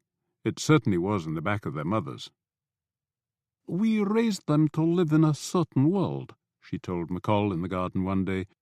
"But that world is gone, and despite what Yakov says, it's never coming back. A year from now, I fear that people like us will feel more at home in a foreign country than we do in our own." But on they read, on they sewed, reminding McColl of characters in a Jane Austen novel. He knew what Kezhintsev would make of the Drobolyubovs, what Caitlin would, come to that, and the two of them wouldn't be wrong. And yet, none of the four were unthinking or unkind. All had their hearts in more or less the right place. McColl felt sorry for them, probably more than he should. They shared the outside world on only one occasion, when the older daughter, Tanya, asked him to accompany her on a shopping expedition. They were close to the cafe where he'd enjoyed his coffee and cake when local police began clearing the street, and a few minutes later a mounted German regiment came trotting through, all polished blades and helmets, stern eyes straight ahead. Tanya's eyes were shining, but not, McColl thought, for the Germans. This was how her father and brother had gone to war. This was the past in all its glory. Davidson arrived after dark on the fourth day and took his time getting around to the business at hand. He was clearly besotted with young Elisa, and apparently oblivious to her lack of interest in him. McColl found himself wondering whether she might be the price of a future escape to the West. After tea had been served in the mismatched cups, Davidson brought forth the fruits of his labours. McColl had 2 sets of new papers, each with a new name and history. One was for Arkady Voitovich Bielov, a Russian born in Kiev who had just returned to the city after several years in Petrograd, and was staying with his uncle Anton, a dispatcher at the goods yard. He was a teacher whose teachings the Bolsheviks had found objectionable. The other set was for Christian Vysotsky, a photographer from Moscow, who was hoping to start a new studio here in Kiev. "Why 2?" McColl asked. "The first is easier to prove, because you really will be staying with the uncle. But if you're caught by the Germans, we'd prefer you use the latter and keep Bielov out of it. Understood?" "Yes," McColl said, saving his doubts for later. There were also new clothes, 2 whole sets, to add to the outfit that Yakov had lent him. And new digs. "Not so convivial, I'm afraid," Davidson told him, after they'd said their thanks and goodbyes. As the droshky carried them southward, Davidson took frequent looks over his shoulder, just to make sure there was no one behind them. After skirting the botanical gardens, they turned east, eventually diving under a railway bridge and entering a neighbourhood of neat workers' cottages.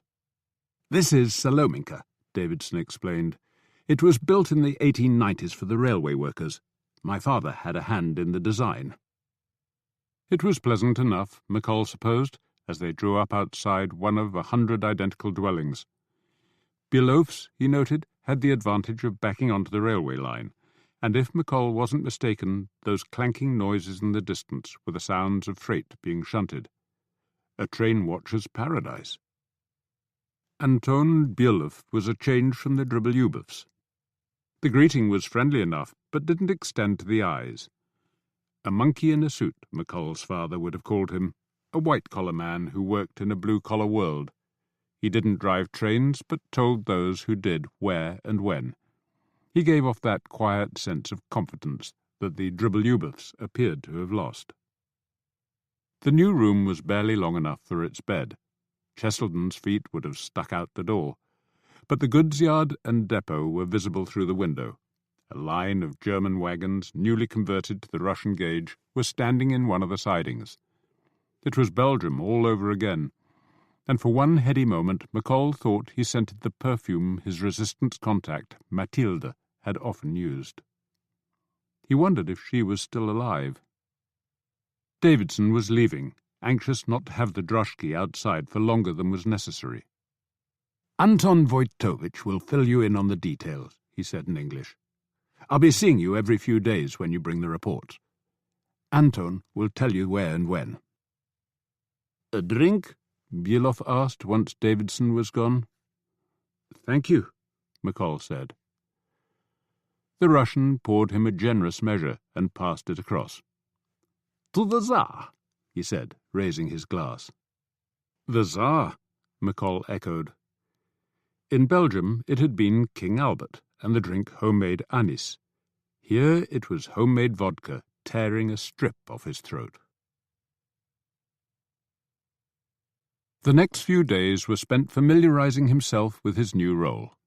There were about a dozen men involved in the Kiev train-watching network, all of whom worked for the railway in some capacity or other. Around half were train watchers of the classic sort, simply noting the composition and cargoes of trains that ran past their points of vantage. The rest had jobs in the goods depot and signalling section that provided them with access to current and projected German movements. None of them knew one another, and McColl had weekly meetings with each individual at different workers' cafes in the area around the station. He then collated the reports and passed them on to Davidson for onward transmission to Moscow and eventually London. It was a smooth-running operation, and by the end of the week McColl felt as if he'd been doing the job for much longer. There appeared to be little in the way of danger. The Germans seemed thin on the ground, and those in evidence were mostly involved in guarding critical infrastructure. They wanted their trains to run and didn't seem to care who knew what they were carrying. The job rarely took up more than half of any given day, which gave McColl plenty of time to pursue Davidson's more general request of assessing the political mood among the city's lower classes. This also involved sitting in cafes and bars, often for hours on end, to little apparent effect. As many of the overheard conversations were in Ukrainian, his lack of that language was a handicap, but enough were conducted in Russian, or a mixture of the two, to convince him there was no such thing as a uniform mood. On the question of Ukrainian independence, those he listened to seemed equally divided between those who'd always been in favour, those who were now disillusioned, and those, like the local Russians, who'd always been against. On ideological matters there was an even wider spread. The Bolsheviks, Mensheviks, liberals, and monarchists all had their followings, but all were also split. The Bolsheviks over Brest-Litovsk, the monarchists over who they wanted for their monarch, and so on and so on. In the more well-to-do parts of the city, anti-Bolshevism reigned.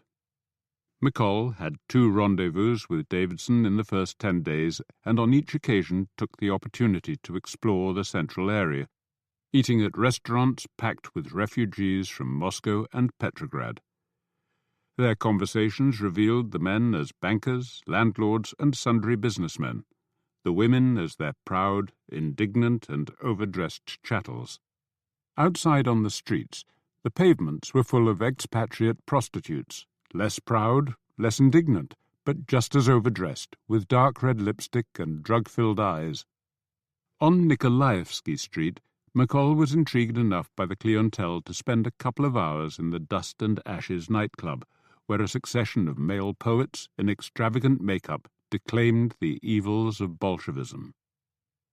After that, the cafes around Kiev station seemed almost like home, but as the days went by, the job and its risks seemed harder to justify. The number of troop transports had shrunk to almost none, and there were no westward movements of oil or cotton, or at least not through Kiev. There was some grain traffic.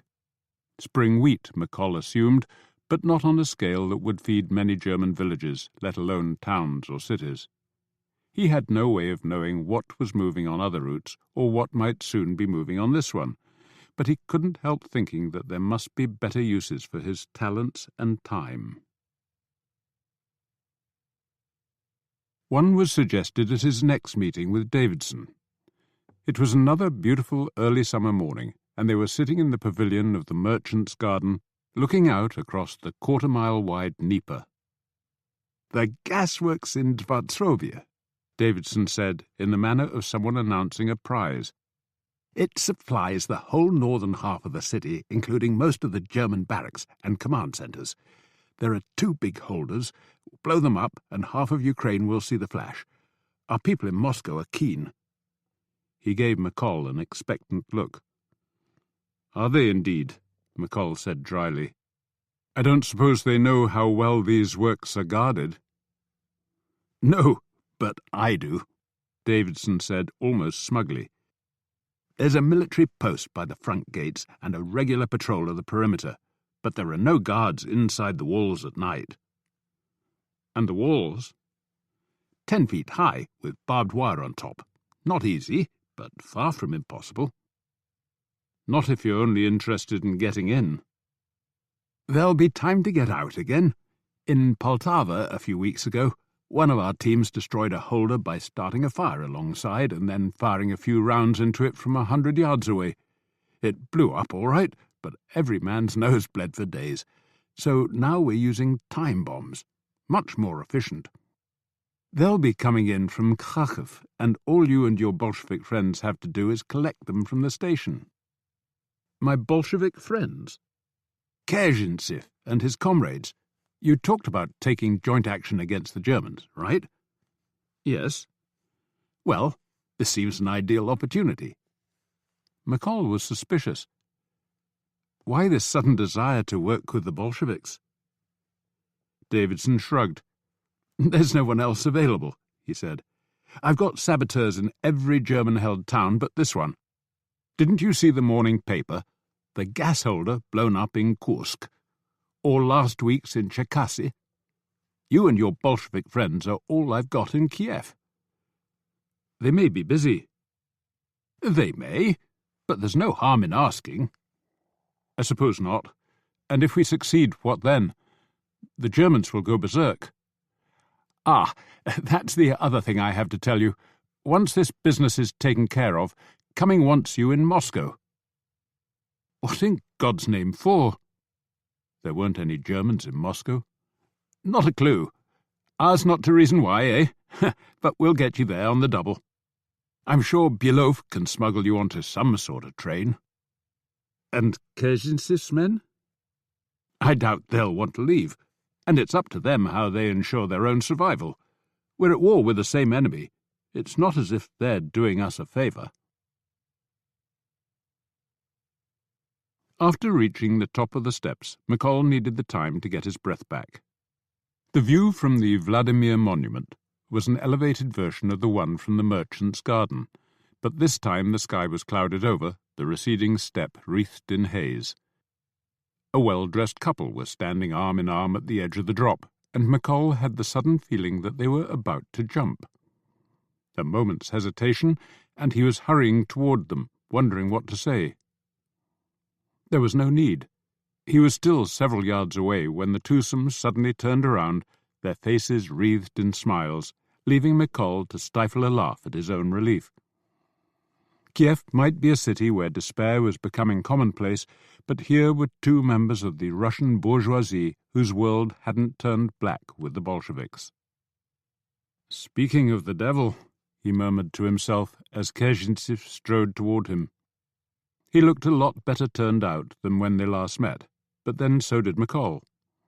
They warmly embraced, McColl aware of the gun in the Russian's side pocket, Kezhintsev of the belted Mauser in the small of the Scotsman's back. Men who were more than they seemed, McColl thought, and maybe less. "It is good to see you," the Russian said as he took in the panoramic view. "How does the train counting go?" McColl smiled. "Well enough, but I have a proposition for you," he added, glancing around to ensure there were no listeners. "How would you like to blow up the Dvarsovia gasworks?" "Very much. We have been thinking about it for a couple of weeks, ever since the one at Kursk was destroyed, but we haven't yet found a way of doing it without sacrificing at least one of our men." "It was our people at Kursk. They used time bombs, which made all the difference. When the bombs eventually went off, everyone was miles away, and we can get the same devices for the works here." "So why do you need us?" the Russian asked. "We're overextended, and you and I did talk about joint action." Kezhintsev gave him a searching look and seemed satisfied with what he saw. "We did, and anything that hurts the Germans. But first I must convince my comrades. They're not all as broad-minded as I am." McColl laughed. "Neither are mine. Shall we meet again here, same hour, in 2 days' time?" Kezhintsev nodded. "I'll be here." "So, how are your wife and children?" The Russian sighed. "They left for Moscow this morning. It's safer there, but I miss them already." He smiled at McColl. "But this business, it will be my consolation. I will persuade my friends." As he watched Kezhintsev walk off, McColl realized he was hoping that the comrade said no. Why? The gasworks appeared to be a target worth hitting, the attendant risks hardly excessive. Was it because the operation seemed such a win-win for the British? If he and the Bolsheviks succeeded, it was one in the eye for the Germans, and if the Bolsheviks were subsequently caught, then who in London would shed a tear? McColl liked Kezhintsev more than Davidson, and half suspected he would find the Russian's colleagues more to his taste than the Englishman's. As he made his way back down the steps, he wondered where it would end. The day he favoured Bolshevism more than the system he worked for was the day he should hand in his notice. 2 days later, Kezhintsev reported his comrade's agreement to the sabotage mission. McColl told Davidson, who passed on the news to Kharkiv, where the time bombs were being put together. Delivery was promised in 10 days or less. June had arrived, and the weather was suddenly hotter, as if the gods had belatedly noticed the date. McColl continued to collect reports from his train watchers, but the only significant event was the transit of a large cotton shipment. The Germans had finally started moving the stuff across the Caspian. He also had another meeting with Kezhintsev, who was fretting at the wait. The Russian had enlisted 3 comrades, 2 of whom were not much more than boys. "Orphans," he added. "Their parents were killed by the Germans." McColl tried, without much success, to keep up with news of the wider war. A third big German offensive had begun toward the end of May, but finding out how successful it had been, or still was, proved beyond him. The Marne was mentioned in one report, which he hoped was a mistake. That was the river that had marked the German high tide in 1914, and if they'd reached it again, then Paris would be in their sights. He supposed he would find out in Moscow, if he ever got there. The big Russian news was the revolt of the Czech Legion. The process of moving the Czech force east to Vladivostok had started in early spring, but over the last few weeks things had gone badly wrong and a substantial chunk of the Legion had taken up arms against the Russian authorities. The Kiev newspapers, anti-Bolshevik to a man, were ecstatic. On the evening of June the 7th, Belov reported that the train carrying the time bombs was leaving Kharkiv at 7 that evening and was expected to arrive in Kiev 24 hours later for overnight remarshalling. The bombs were hidden among the disassembled parts of a Russian engineering works, which the Germans had decided could be more profitably sited in their own country. The necessary details arrived the following afternoon. On Davidson's orders, Belov met McColl and Kezhintsiev on a prearranged street corner a few hundred yards from the goods depot. "Line 8, car 17, the crate numbered B24. Belov said succinctly as McColl leaned in to light his cigarette. "Thank you," McColl said, but his dispatcher host was already on his way. "Get that?" he asked Kezhintsiev. "I did," the Bolshevik said, staring at Belov's back with ill-concealed disdain. "Is that why he couldn't just carry the damn things out in his lunchbox?" he demanded. "Because he hates Bolsheviks?" "Probably. But he's given us the train, and he's spent the last week checking the timing of the German patrols. We couldn't have collected the bombs without him." "We haven't yet." The night was clear, but mercifully lacking a moon. Soon after 10, Kezhintsiev cut a neat flap in the wire fence the Germans had erected around the goods depot. There were only 4 points of entry, 2 for trains, 2 for carts and motor lorries. All 4 were gated and guarded. Searchlights illuminated the long stretches of unguarded wire that separated the depot as a whole from the through lines and surrounding streets. Thanks to the shadows cast by 2 towering birches, the spot they had chosen for ingress was darker than most, but McColl felt far from invisible. As they hastened across the stretch of open ground that lay between them and the nearest line of wagons, he half expected a shout of alarm, swiftly followed by gunfire. Once under a wagon, they took a few moments to check that they hadn't been seen. All McColl could hear was the clanking of buffers elsewhere in the yard and an engine in steam much farther away. No running feet, no guttural voices. They were safely in. Now to find the bombs and then get safely out. Track 8 was the 8th of 14 sidings, counting up from the main line. The 2 of them began working toward it, carefully checking each walkway between trains for signs of movement, then ducking under the nearest pair of couplings and checking the next. The train, which McColl had watched arrive soon after 7, was easily recognizable. Some 30 unmarked boxcars topped and tailed by wagon-mounted machine guns. There'd been at least 30 soldiers on board, but according to Belov, the usual procedure was to allow them all off once the train was inside the fenced-off area. He seemed to be right. The train on track 8 stretched a long way to their left and almost as far to their right. The locomotive was gone, presumably for coaling. "I can't see any markings on the wagons," Kezhintsiev said in a whisper. McColl tried the other end, and there it was, a large number 5. He beckoned the Russian over and pointed it out. They started walking down the train, keeping as close as possible to the left-hand rail and wheels. The sound of something passing stopped them in their tracks, but as far as McColl could make out, it was only an engine running light, probably bound for the far end of the yard. Car 17 was distinguished only by its neatly scrawled number, under which someone had scrawled 17, as if Russian numerals were rendered differently from German ones. The door was well-oiled, sliding back with hardly a sound.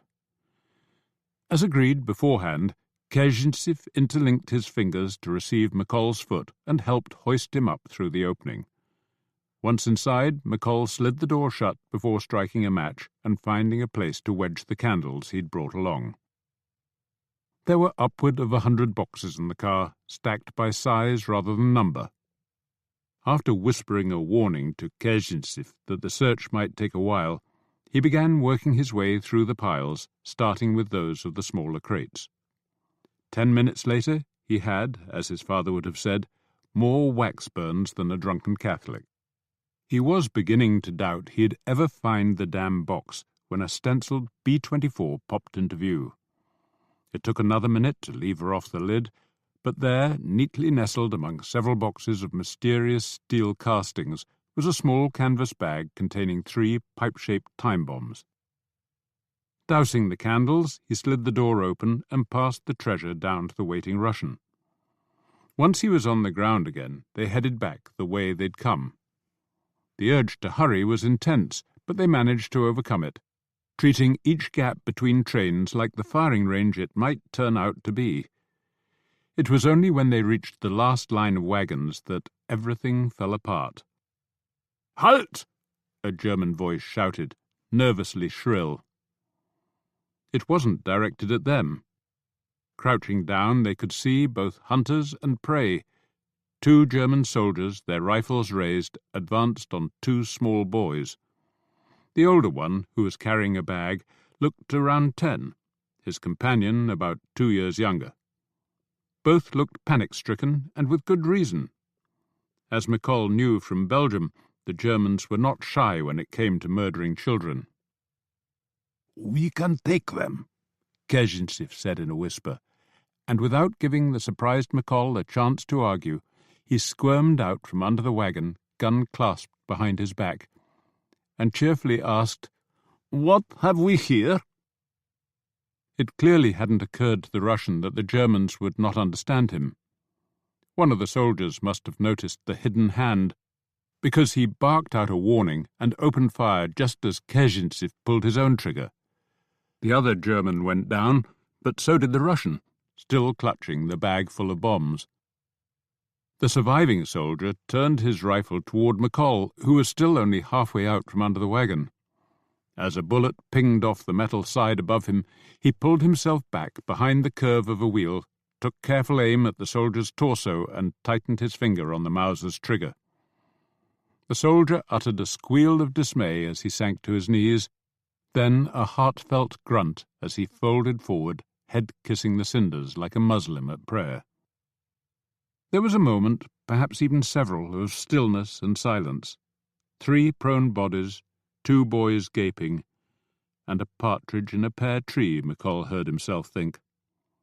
And then there were shouts in the distance, and a bell began tolling as if the end of the world were nigh. The 2 boys seemed to wake from their trance, turning tail and herring off into the distance before McColl could say a word. Their bag lay abandoned, having spilled what looked like a trio of cabbages. McColl strode across to where Kezhinsif was lying, and found to his surprise that the Russian was still alive. But he was breathing his last, and he seemed to know it. There was no fear in the eyes, though. "Buggered that up, didn't I?" he whispered. "Get the kids away," he said, forcing each word out like it might be his last. "They're gone," McColl started to say, but the Russian's eyes had stopped moving. There was no sign of the boys. Grabbing the bag containing the bombs, he headed for the fence. There were sounds of movement away to his right, but buildings blocked the view. His prospective captors were still out of sight. Reaching the wire, he walked toward the stand of trees, searching for the hole they'd cut. It wasn't there. Retracing his steps, he finally found the well-disguised flap and forced himself through, picking up the bag again. He resisted the thought of just leaving it there. If the boys were caught and tied to sabotage, their chances would be minimal. This was his risk to bear. There was a yard-wide gap between the German fence and the walls of the properties beyond. He made his way along it, conscious of the lights now weaving patterns above the goods yard to his right, and the incessant ringing of the sonorous bell. No one had seen him, he told himself, no one but the boys. If they were caught and questioned. There was no future for him in Kiev, but that didn't matter. Cumming already wanted him in Moscow. It was just that getting from the one to the other was likely to prove more difficult than either of them had envisaged. After hesitating for a moment, he turned left along a narrow passage between houses. This opened onto an empty street which sloped down toward a bigger road, the one, he hoped, that passed under the lines near the southern end of the yard. It was almost midnight and there was no one about. At the bottom of the street, he paused in a shop doorway, then squeezed himself deeper into the shadows as a German motor lorry rumbled past. The driver seemed in no hurry, and the lorry's presence was probably coincidental. He assumed that the Germans would scour the depot and hoped they'd finished doing that before widening their search. He hoped the boys had gotten out the way they'd gotten in and weren't huddling in some dark corner, praying the Germans would pass them by. The street ahead was clear. He walked on, keeping to the shadows as much as he could, trying to avoid an impression of haste. Passing the road that sloped up to the depot, he saw the gate office blazing with light. A few yards more, and a rifle cracked in the distance. Just the once. So, maybe a soldier shooting at shadows? The bridge that passed under the yard was at least 50 yards long, a tunnel in all but name. Its dark mouth felt like a death trap, but the only alternative was walking across the open tracks. McColl hurried into the gloom, boots slapping on the stony ground. The place smelled of mould, even in June. Somewhere in the middle, a memory of almost drowning appeared out of nowhere, and emerging at the other end he felt the taste of Loch Linney water on his tongue. How old had he been? 7? He turned right into the Salominka railway colony. The bell, he realized, had stopped tolling. It must have done so while he was inside the tunnel. As he passed down the first row of houses, he could imagine the faces at windows on the opposite side, all wondering what was happening in the depot across the tracks. Belof, of course, was able to guess. His host of the last 3 weeks looked appalled to see him, and maybe a little surprised. "You can't stay here," the Russian said. "I won't," McColl reassured him, "but I need my things," he added, pushing his way in and heading for his room. The thing he wanted most was the map of the local area that he'd finally acquired the previous day, after 3 long weeks of searching. Always know the way out was a maxim that had saved his life on more than one occasion. There wasn't much to pack, the map and a spare set of clothes, the letters to Soph, and his 2 sets of papers. Belof was waiting by the front door. "Are you leaving Kiev? Golubov will want to know." It took McColl several seconds to remember that Golubov was Davidson.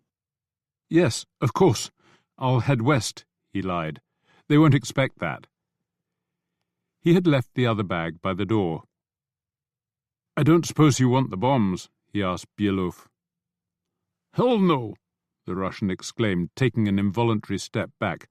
"Why in God's name did you bring them here?" There was no answer to that. "Thanks for the hospitality," McColl said, picking up the other bag and slinging it over his shoulder. After quick looks up and down the empty street, he pulled the door shut behind him and headed north in the direction of the station.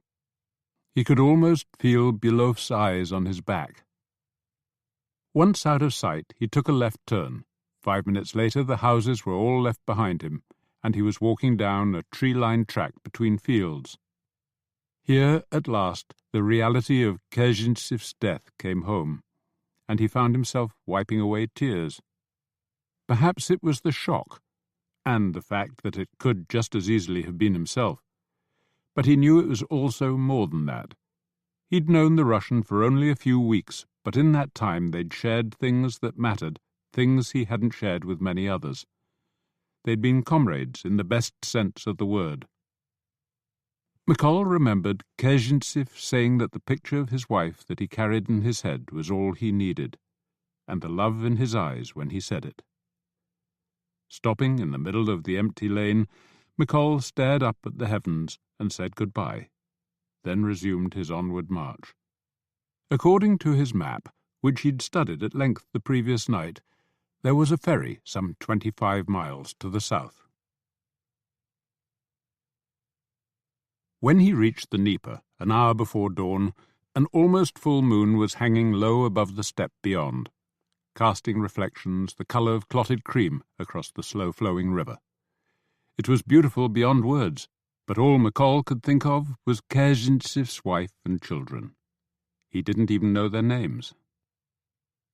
As the world grew lighter, he studied the landing stage below. There was no one waiting at the ferry, but he saw a simple rowboat tethered to a similar stage on the eastern bank. The river was about 600 yards wide, the current difficult to judge. A hard row, but better than swimming. When a man appeared on the other side, McColl went down to the empty stage and rang the bell that hung from the wooden post. The man waved back but showed no inclination to cross. He was, it seemed, waiting for someone to share the oars. McColl sat down and waited, trying to keep his impatience in check. He wasn't expecting to see any troops, but the local commander might have ordered a plane or two aloft.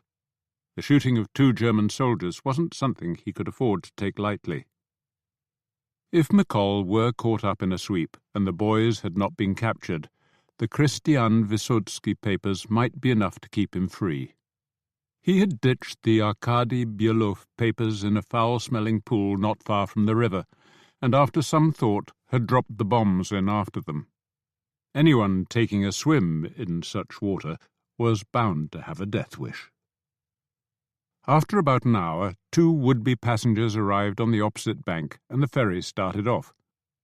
The crossing took about 20 minutes, the ferryman steering the boat in a wide half-circle to compensate for the current.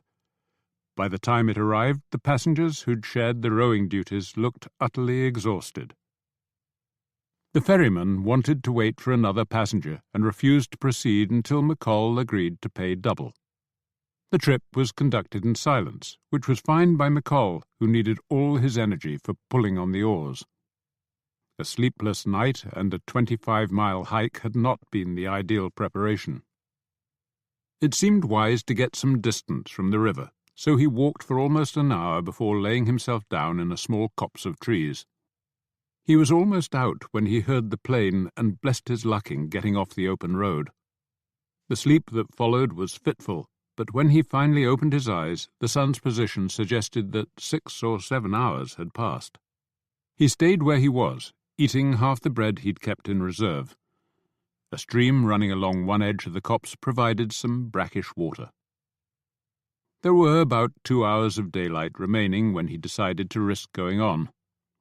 The station he wanted to reach, the third to the east of Kiev on the route to Moscow, was around 40 miles to the north, and by the time darkness fell he should have managed 10. Another 30 overnight, and he'd be there by dawn, waiting for a train. Always assuming some were running. If none were, he had no idea what he'd do.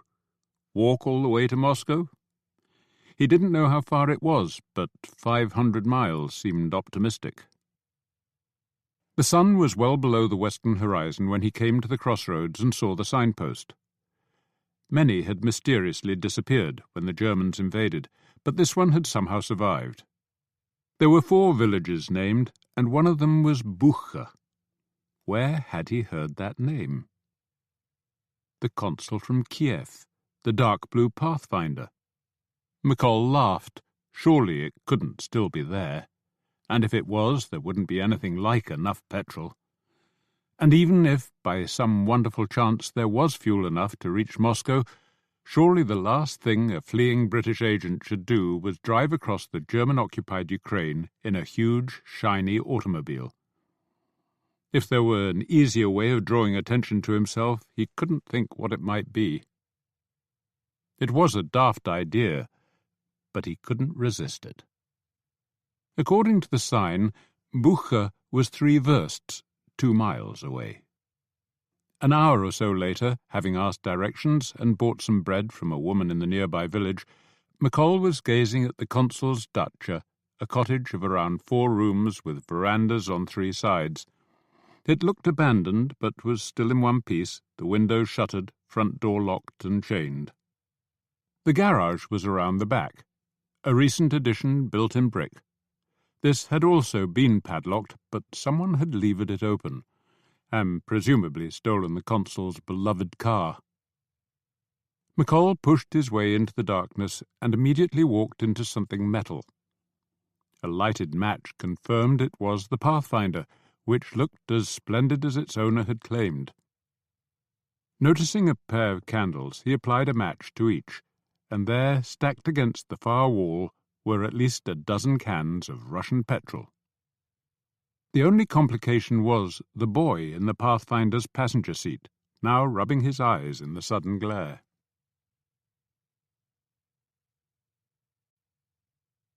Chapter 11. Tsars of All Sizes.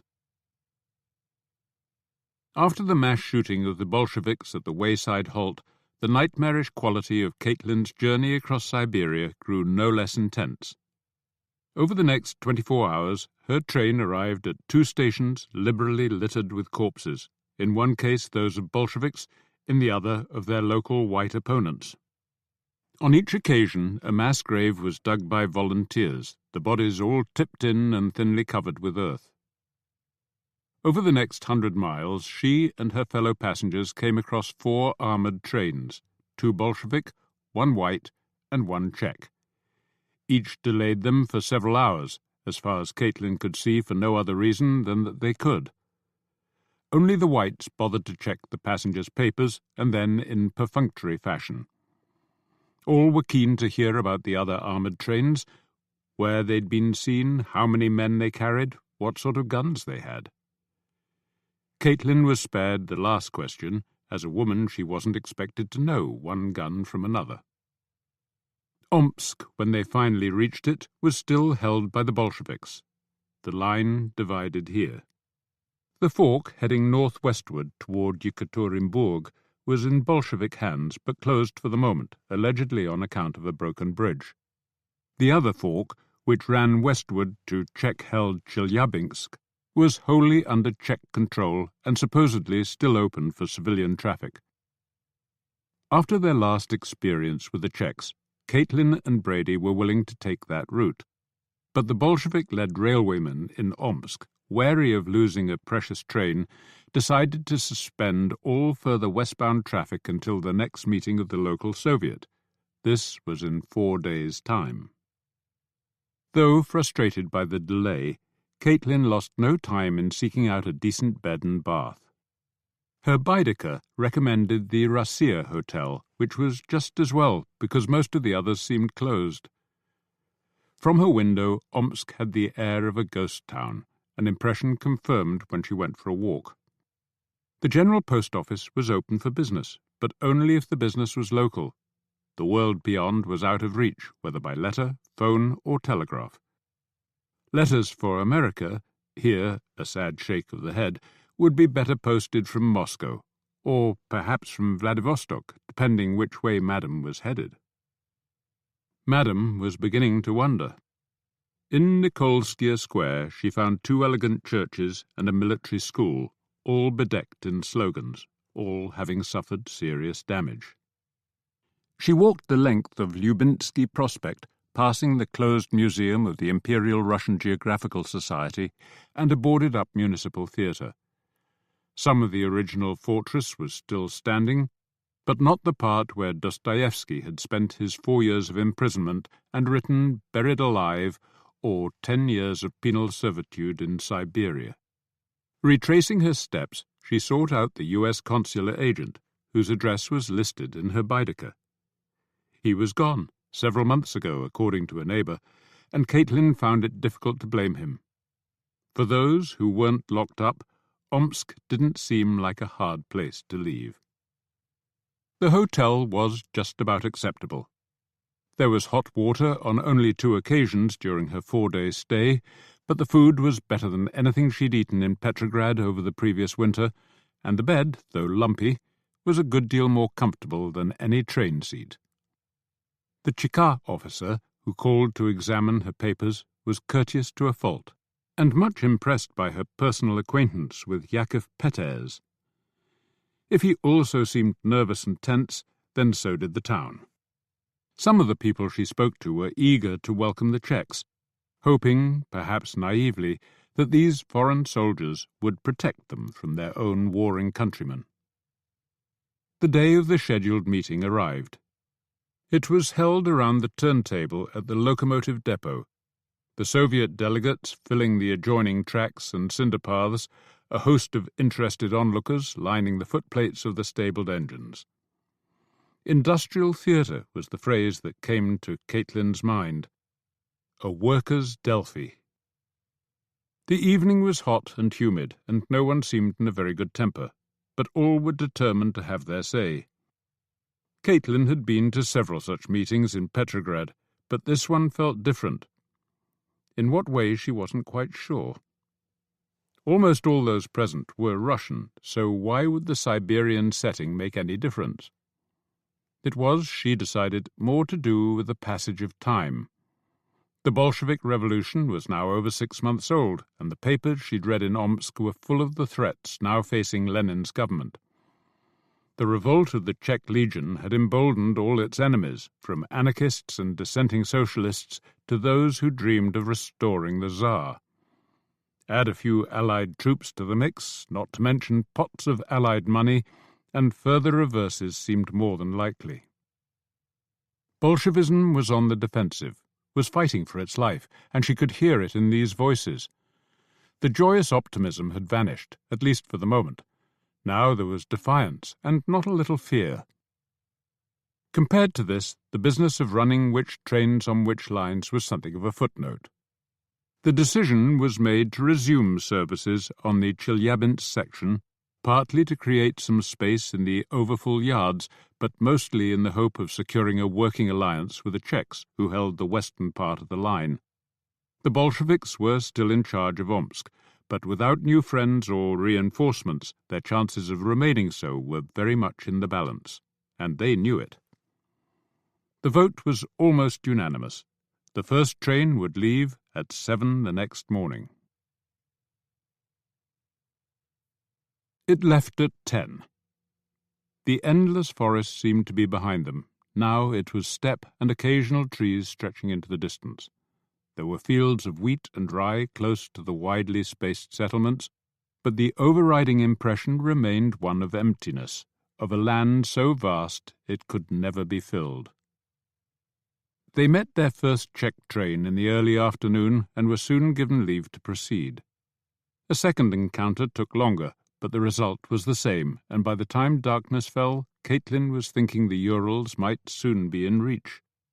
She woke around dawn to the ominous sensation of the train running backward. This was Kurgan, and they were being shunted into a siding. It was mid-morning before an explanation was forthcoming. All civilian traffic between there and Chelyabinsk was suspended, and their train would be held for an indefinite period. Brady went off to investigate and returned an hour later with even worse news. The Czechs had decided to use the train, suitably armoured, on the diverging line to Yekaterinburg, most of which remained in Bolshevik hands. Its passengers were effectively stranded in Kurgan. Brady went off again without saying where he was going. Uncertain what to do, Caitlin decamped to the station's restaurant and sipped her way through 2 glasses of tea while she waited for his return. Heaven, she decided, would be a place where trains ran on schedule. It was early afternoon when he finally came back.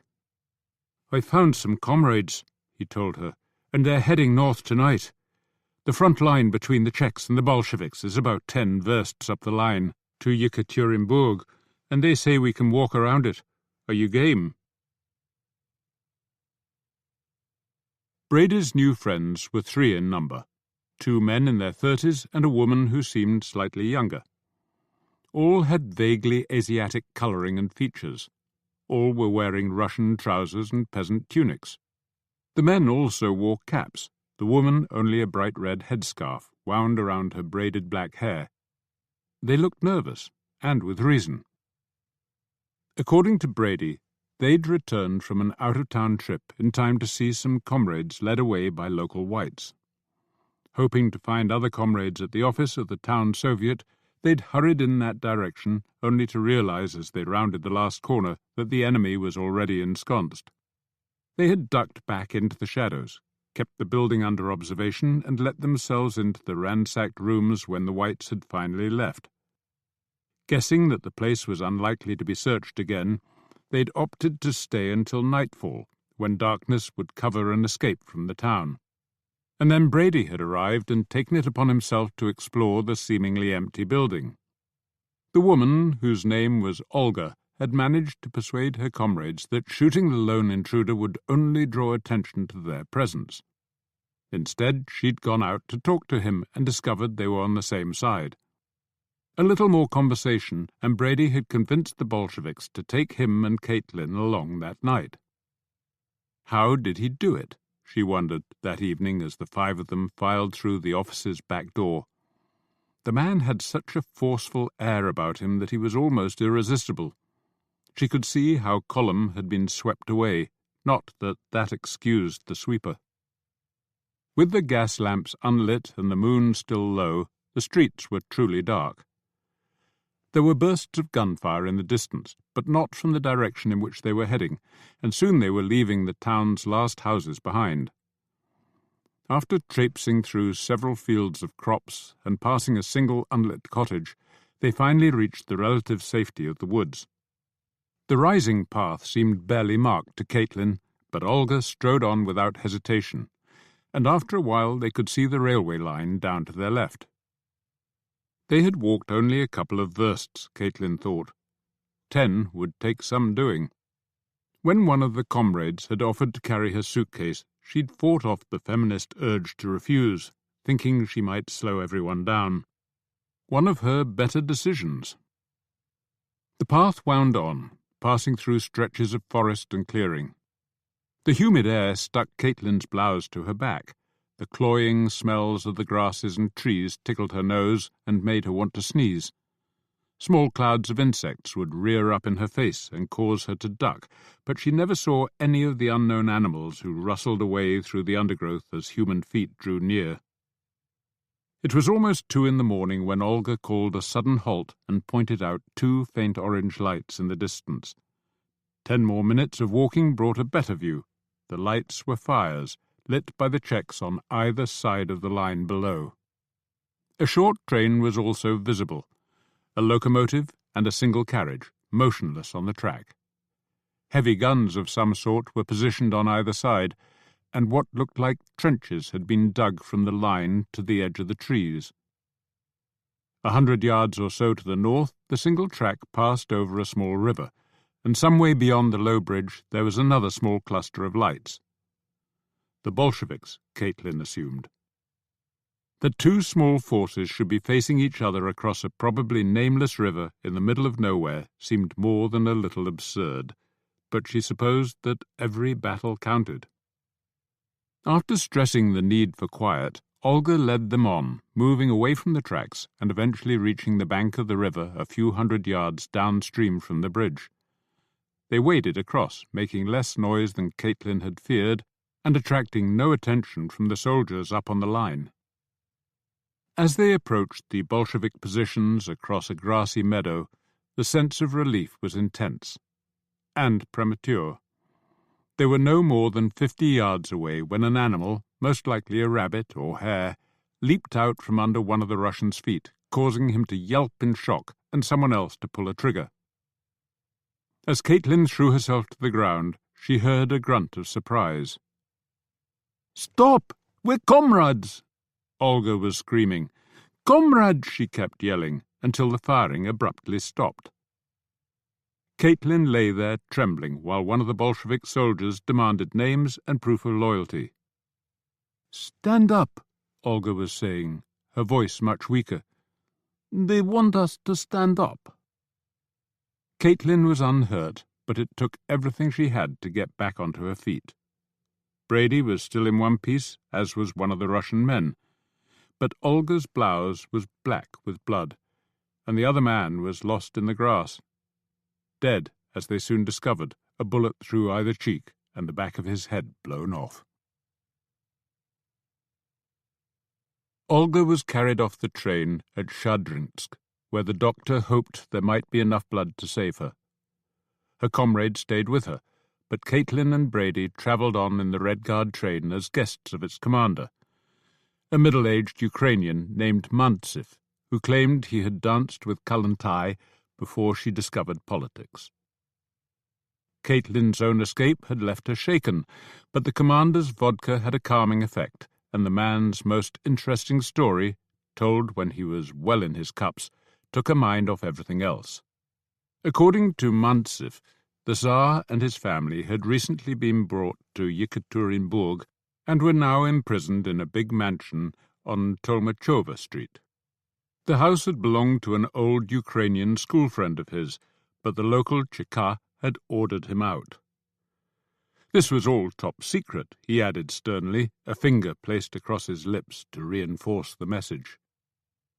A bit late for that, was Caitlin's opinion. The thought of interviewing the fallen Tsar was an intoxicating one, and after the journey they'd had, another short stop would barely register. Brady was keen to press on, and when he suggested that they meet again in Moscow, she didn't demur. She couldn't say she felt any warmer toward him, but there were so many points of connection, the Wobblies, Column, their recent journey, that she found it hard to imagine not keeping in touch. Once they'd said their goodbyes, she took a droshky into town. The American hotel still bore that name, but probably not for much longer. Once Wilson joined the other Allies in their military intervention, a rechristening seemed likely. A room was available, and there were no raised eyebrows when she asked after Tolmachova Street. If the Tsar and his family were there, the receptionist was not aware of it. Up in her room, she opened the window to let in some air, and then she lay on the bed, trying to work out how best to make her pitch. Nothing persuasive occurred to her, and pictures of Olga kept popping into her mind. Standing in the tall grass with blood coursing from her side, pale as death when they lifted her out of the train at Shadrinsk. Caitlin didn't even know the woman's second name. At 9 the next morning she presented herself at the Regional Soviet of the Urals. After showing her press accreditation, she was ushered into another room and made to wait no more than a few minutes before a young official arrived. He brusquely refused her request for an interview and denied the facts on which it was based. The Tsar and his family were not in Yekaterinburg, and spreading such a dangerous falsehood could land her in serious trouble. She could see the lie in his eyes, but knew there was no point in calling him out. She thanked him and left, feeling more determined than ever. As her aunt had often told her growing up, she didn't take well to being told no. At the very least, she would find the house. The northern end of Tolmachova Street, as the hotel's map of the town informed her, was less than a verst away. After walking to that point and staring down the suspiciously empty street, she decided that she would be less conspicuous in the carriage. When a droshky finally appeared, she asked the driver to carry her down to the church that was visible at the end of the road. The mansion was easy to spot. The sentries at the gate, the new wooden fence, and the whitewashed upstairs windows all suggested a place of confinement. The house was 2 stories high and at least 100 feet long, with arched dormer windows at either end of the roof. It was also built into a slope which offered the prospect of better views from behind. At the church she paid off the driver, waited until he was out of sight, and started walking back toward the mansion. She was resigned to not gaining entry.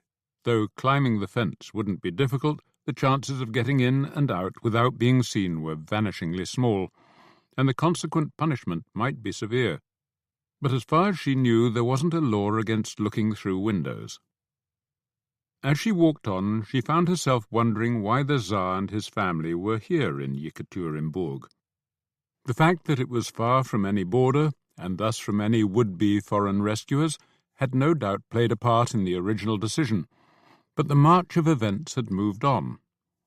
Now that the Bolsheviks had lost their grip on large chunks of Siberia, a domestic rescue by the Whites or their Czech allies seemed a much more likely possibility. What would the Bolsheviks in Yekaterinburg do if the enemy closed in? They couldn't let the Tsar become a rallying point for their opponents. They would have to move him again, or kill him. And killing him would be effective only if they also killed his heirs, every last one of them. Caitlin felt no sympathy for Nicholas and his wife, who had ruled Russia with a criminal lack of human feeling. But whatever political logic dictated, she couldn't condone the killing of children. She was drawing close to the mansion. There were others on the street now, just ordinary people going about their business. A couple of men, a woman with a small daughter, and rain was beginning to fall. Just a few spots so far, but the dark clouds threatened more. There was only one sentry at the gate, and he was looking inward, talking to someone inside the courtyard. As she walked along the front fence, she saw no gaps to peer through. Reaching its end, she stopped to look back. Seeing no one, she started up the grassy slope between the mansion and its neighbour. The fence remained impervious, so she kept walking up, toward the trees that stood atop the hill. When she turned to take a second look, most of the mansion's rear facade was visible, but on this side, too, the upper windows had been rendered opaque, and there were no signs of any residents. The hand on her shoulder was far from gentle. "What are you doing here?" one of the Red Guards asked as the other yanked her purse from her hand. "Just looking," she said, like a guilty child. They each grabbed an arm and hustled her back down the slope to the street. For a naive second she thought they intended to let her go, but another quick march past a couple of dumbstruck locals brought them all to the gates. Once inside the courtyard, she was stood against a wall and ordered not to move. Was she about to be shot? Her mind refused to believe it, but her heart seemed less convinced, beating at twice its normal rate. As the Red Guards returned with a single companion, surely not enough for a firing squad, 2 stable doors swung open to reveal a garaged car. It was the first she'd seen since Omsk, and it was flying a Cheka flag. She was bundled into the back, the new man up front by the driver, holding her purse in his lap. When she asked him where they were going, he simply ignored her. Not that she had any doubts. The Cheka headquarters were in the old Tsarist police station, a few hundred yards to the north of her hotel, which they passed on the journey. She hadn't seen much friendliness in the eyes that followed their car, and there wasn't much here, the duty officer holding her papers up to the light as if expecting forgeries. A long wait ensued, during which several Chekists walked past without so much as a glance. Either they'd all been neutered, or the month on the Trans-Siberian had finally destroyed her looks. When allowed to use the bathroom, she peered at her face in the badly cracked mirror and had to admit there was much to deplore. But there was no sign of any lasting damage. She hadn't lost her beauty, merely mislaid it. The thought didn't cheer her up for long. When she was finally taken in for interrogation, the man across the desk seemed like every white stereotype of a Chekist. All sneers, threats, and ready assumptions of guilt. To make things worse, his quick speech and strange accent were hard to understand. The questions came thick and fast. What had she been doing there? How had she known that the Tsar and his family were held there? Who was she working for? She tried to explain. A Red Guard had told her about the Tsar being in a house on Tolmachova Street, a Red Guard on the train from Kurgan. She had never learned his name. And she'd guessed from the fence which house it was. As a journalist, she had simply been curious. Her American readers might not like the Tsar, she added disarmingly, but they would be interested to know what had happened to him. And she herself, she had to admit, had been intrigued by the possibility of actually seeing one of the family at a window.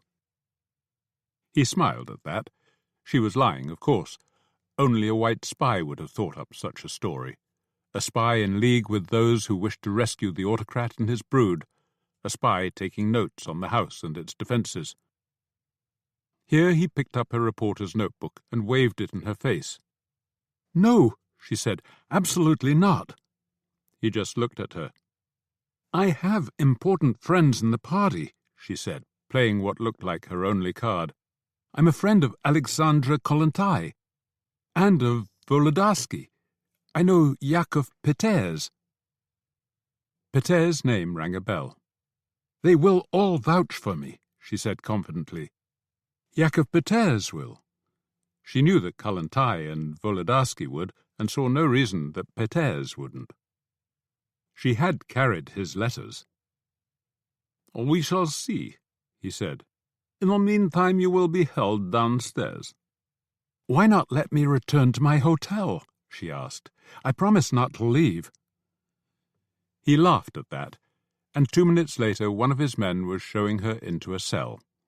It had one small window high in the wall, an upturned bucket in the corner, a couple of unlit candles lying on a badly stained mattress. Once the door had slammed shut behind her, she lowered herself to the floor and fought the urge to cry. She knew she'd behaved like a fool and could only hope that the men upstairs would realize the same.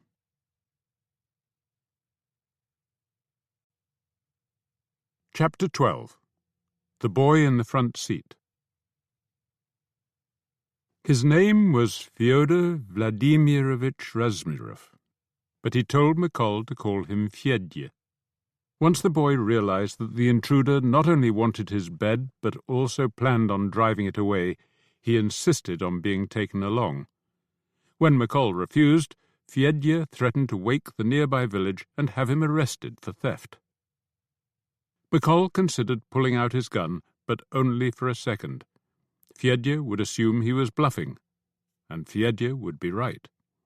And it occurred to McColl that the boy might provide useful camouflage. What sort of foreign agent would travel with a child? "What's your name?" Fyedya asked with some truculence. "Christian Sergeyevich Vysotsky," McColl told him, "and if I take you with me, you must pretend to be my son." Fyedya thought about that for a second, then nodded his agreement. "Fyodor Christianovich Vysotsky," he said, trying it on for size. "Do I have a mother?" "She died 5 years ago." Fyedya looked like he might burst into tears. He was painfully thin, with tousled light brown hair, large eyes, and a face that seemed too old for his body. His clothes and shoes were falling apart. "My mother died at Easter," he said solemnly. "Before we go, I must visit her grave." "I'm sorry," McColl said. "You must do that, but first we need to know if this automobile will run." He looked around for the starting handle and found it hanging on a peg. After checking the oil and petrol, he gave the handle a hopeful turn, and much to his surprise, the engine roared into life. Fyedya looked astonished, and not a little frightened. "How old are you?" McColl asked, turning the engine off again. 11? It was as much a question as an answer. "And are you from this village?" "No. We came from our farm, a long way away. That way," he added, gesturing toward the west. "The nearest town was Zhytomyr." McColl had no idea where that was. "My mother and father were Russians, not Ukrainians," Fyedya insisted in a tone that suggested he thought that highly significant. "We escaped from the Germans, but my mother was sick and she died on the road not far from this village." "What about your father?" Fyedya shrugged. "He went off to the war, and my mother said he died. My sister died too. There was only my mother and me." "And the village took you in?" The boy gave McColl a telling look. "They didn't drive me out." "So where do you want to go?" "I'm only going to Kozyelets and the railway station there." "Will there be trains to Moscow?" "I hope so. But why would you want to go there?" "My uncle is in Moscow. Look." He produced a piece of paper from his pocket on which someone had scribbled an address. "My mother had it," he said. "One of the men in the village told me it's where he lives." McColl had never heard of Groholsky Street. "It's in Moscow?" Fyedya shrugged. "It must be." McColl handed back the piece of paper. Moments like this he felt torn between weeping and shooting someone. "Let's say goodbye to your mother," he suggested. It was almost fully dark, the stars providing only a glimmer of light, but Fedja led the way across the fields at a brisk pace. The graveyard was a few hundred yards distant, a small fenced area with 50 or so plots on the edge of the village. The same ground was probably reused every few generations. Why waste land on the dead when the living needed food? The grave of Fedja's mother was off to one side, a mound that seemed too short for a grown-up, a simple cross of birch twigs at its head. Fedja sank to his knees, put his hands together, and began a one-sided conversation.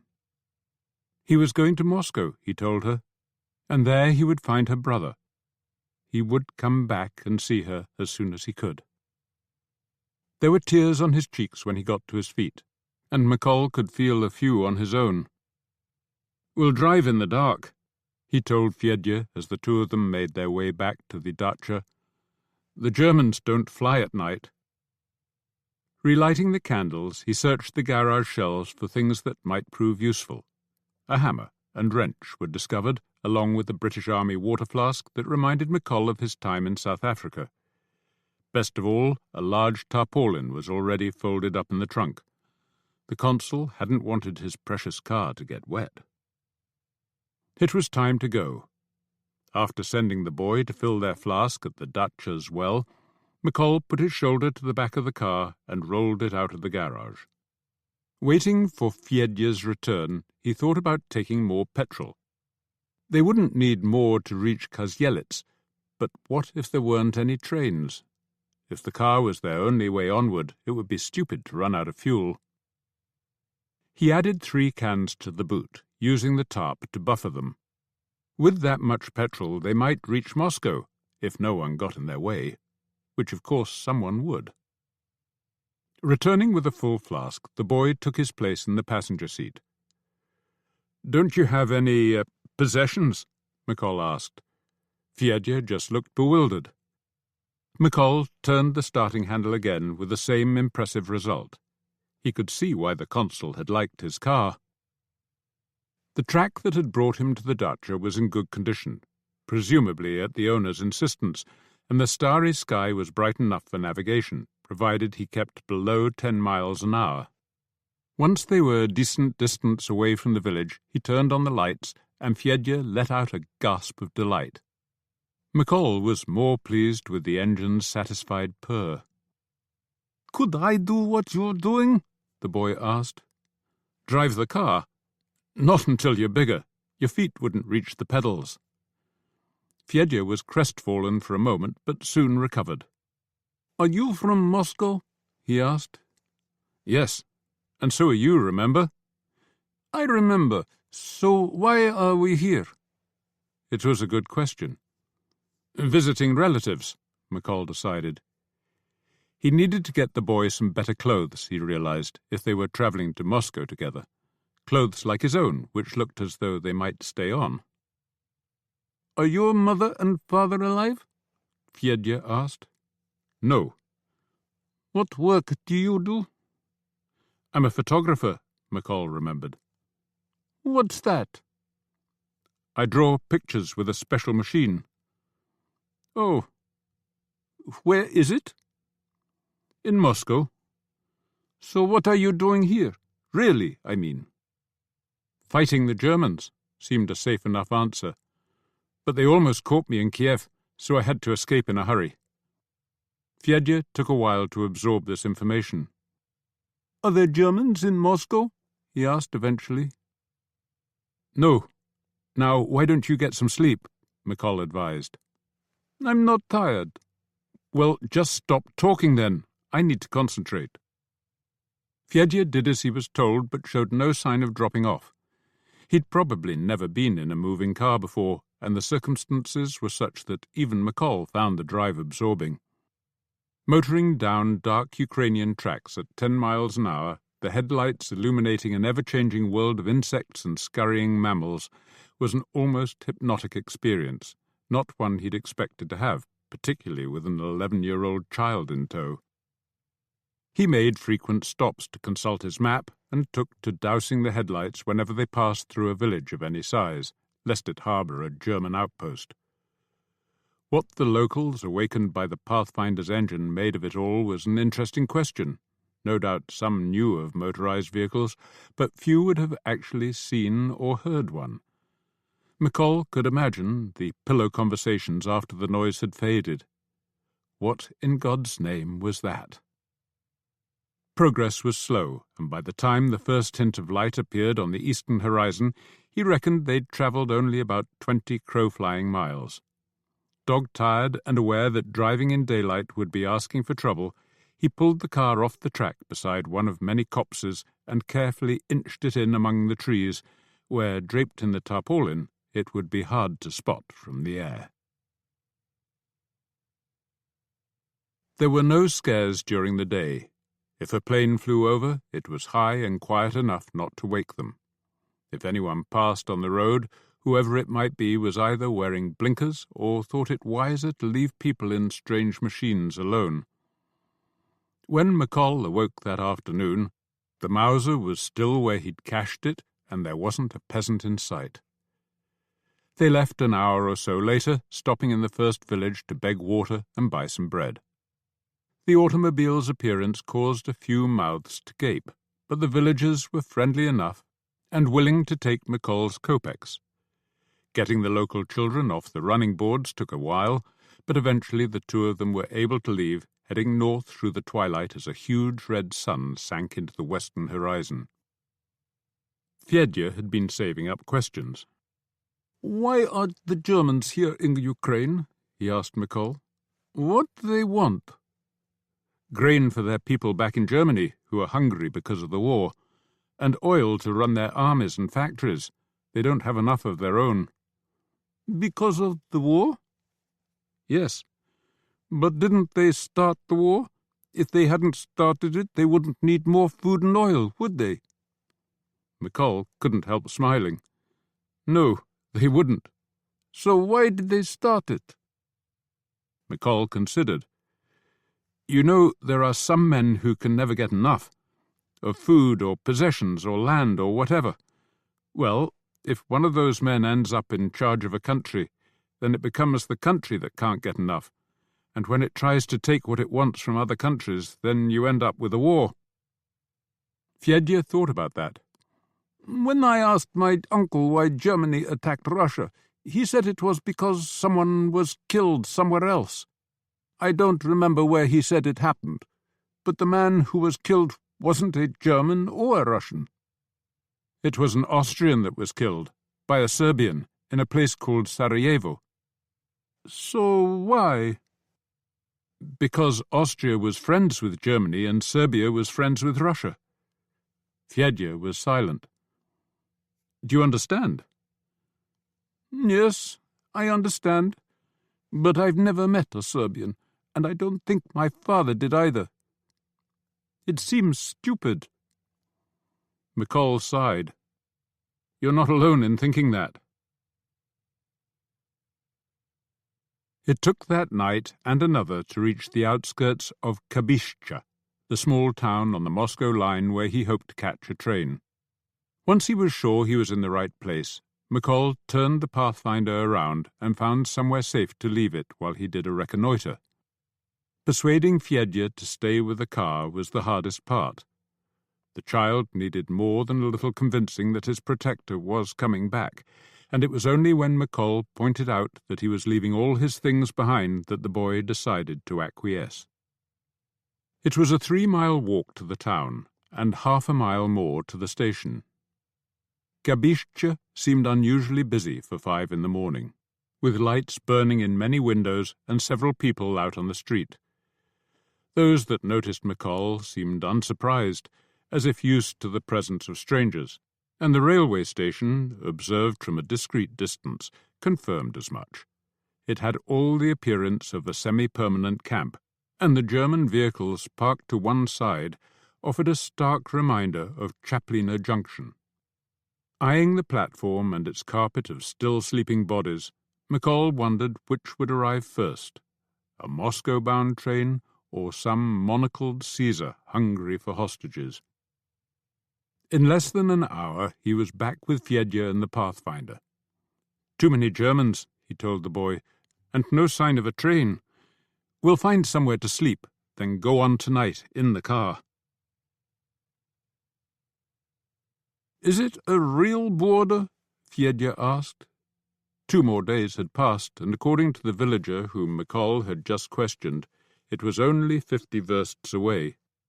"I thought Ukraine was part of Russia," the boy went on when McColl failed to answer. "Not anymore, or not for the moment at least. Everything's up in the air until the war ends. If the Germans lose, they'll have to leave Ukraine, and then I don't know what'll happen. Some people here like being part of Russia, some like being independent. I don't suppose most people care one way or the other, but the ones who do will probably fight each other." "Another war?" "I wouldn't bet against it." "What do you know about the socialist revolutionaries?" Fedya asked, apparently changing the subject. "They're a political party. They and the Bolsheviks were the 2 main parties in the new Russian government until a couple of months ago. Then there was a big falling out, and the socialist revolutionaries left." "Why do you ask?" "My uncle is one." "Why did they fall out?" "The Bolsheviks wanted peace with the Germans at any price, but the socialist revolutionaries didn't." "Why did the Bolsheviks want peace?" Fedya asked, sounding almost indignant. "Because millions of soldiers had died and the ones who were left didn't want to fight anymore." Fedya thought about that and agreed it sounded sensible. "So why did the socialist revolutionaries want to carry on?" "Well, that's more complicated. I think they believed that ending the war would strengthen the German Tsar, and that doing so would weaken the revolutionaries in Germany, and that if there were no German revolution, then the Russian Revolution would have a hard job surviving on its own." "So, who was right?" McColl shook his head. "I don't know. Maybe they both were." "I expect my uncle will know." "Probably." "So what do the Bolsheviks want? Are they good people?" "Some of them must be. They say their revolution is for ordinary people, and so far that looks true. They've given the peasants the land they work, and they've given workers more say in how their factories are run." "So who doesn't like them?" "Well, the people who used to own the land and run the factories, for a start. And, well, it's complicated." "It doesn't sound it." McColl laughed. "You may be right. I hope so." And he did, he thought later, driving through the night with Fedya asleep at his side. It would be wonderful if something truly good came out of the war, if the terrible slaughter proved an unintended midwife for something better to be born, a world in which men and women had more control over their work and their lives, in which they weren't forced or fooled into fighting for people with whom they had nothing in common, and into fighting against those who lived similar lives and shared much the same concerns, albeit in a different language. Why did that seem so unlikely? Why did he find it so hard to believe? 2 questions, he realized. They always got put together, but were they really one and the same? Should the world change? Could it change? Those who thought it should often assumed it could, as if right would always find a way. But what if it didn't? The struggle might last 100 years and then only end in defeat. He and Caitlin had often talked about this, and he found himself wondering how and in what direction her experience over the last few months had influenced her thoughts. Was she still in Russia? And if so, might she be in Moscow? He knew, of course, that he shouldn't seek her out. What was the phrase? A conflict of interests. He didn't know what Cumming wanted of him in the new Russian capital, but it was hard to believe that the Germans would still be his principal foe, and any association with a foreign enemy of the Bolshevik regime would render Caitlin's situation as a journalist impossible, if not downright dangerous. He drove on through another night, tacking this way and that down the lanes and tracks, keeping the mostly visible pole star at roughly 10 o'clock. There wasn't enough light to drive without the headlights, and driving with them on was like boring through an endless tunnel. After 8 hours of that, dawn came as a revelation. The plain opened up around them, dotted with trees and occasional settlements. Some of the latter seemed dead, as if war or something worse had drained them of life, leaving the cottages vacant and forlorn amid a sea of dried-out crops. Others seemed the opposite, as if the war had passed them by, and things went on as they always had, smoke curling up from the chimneys, fields of golden wheat shifting in the breeze. The roads were mostly empty. A few carts, the odd peasant on foot, an occasional group of refugees. Each time they inched their way past one of the latter, McColl expected pleas for assistance, but none were ever forthcoming. For all the relevance the Pathfinder had to their lives, it might have been one of H.G. Wells's Martian spaceships. The only motorized transport they saw belonged to the Germans, and they were lucky the Germans didn't see them. They'd started off early, hoping to reach the Moscow highway before nightfall.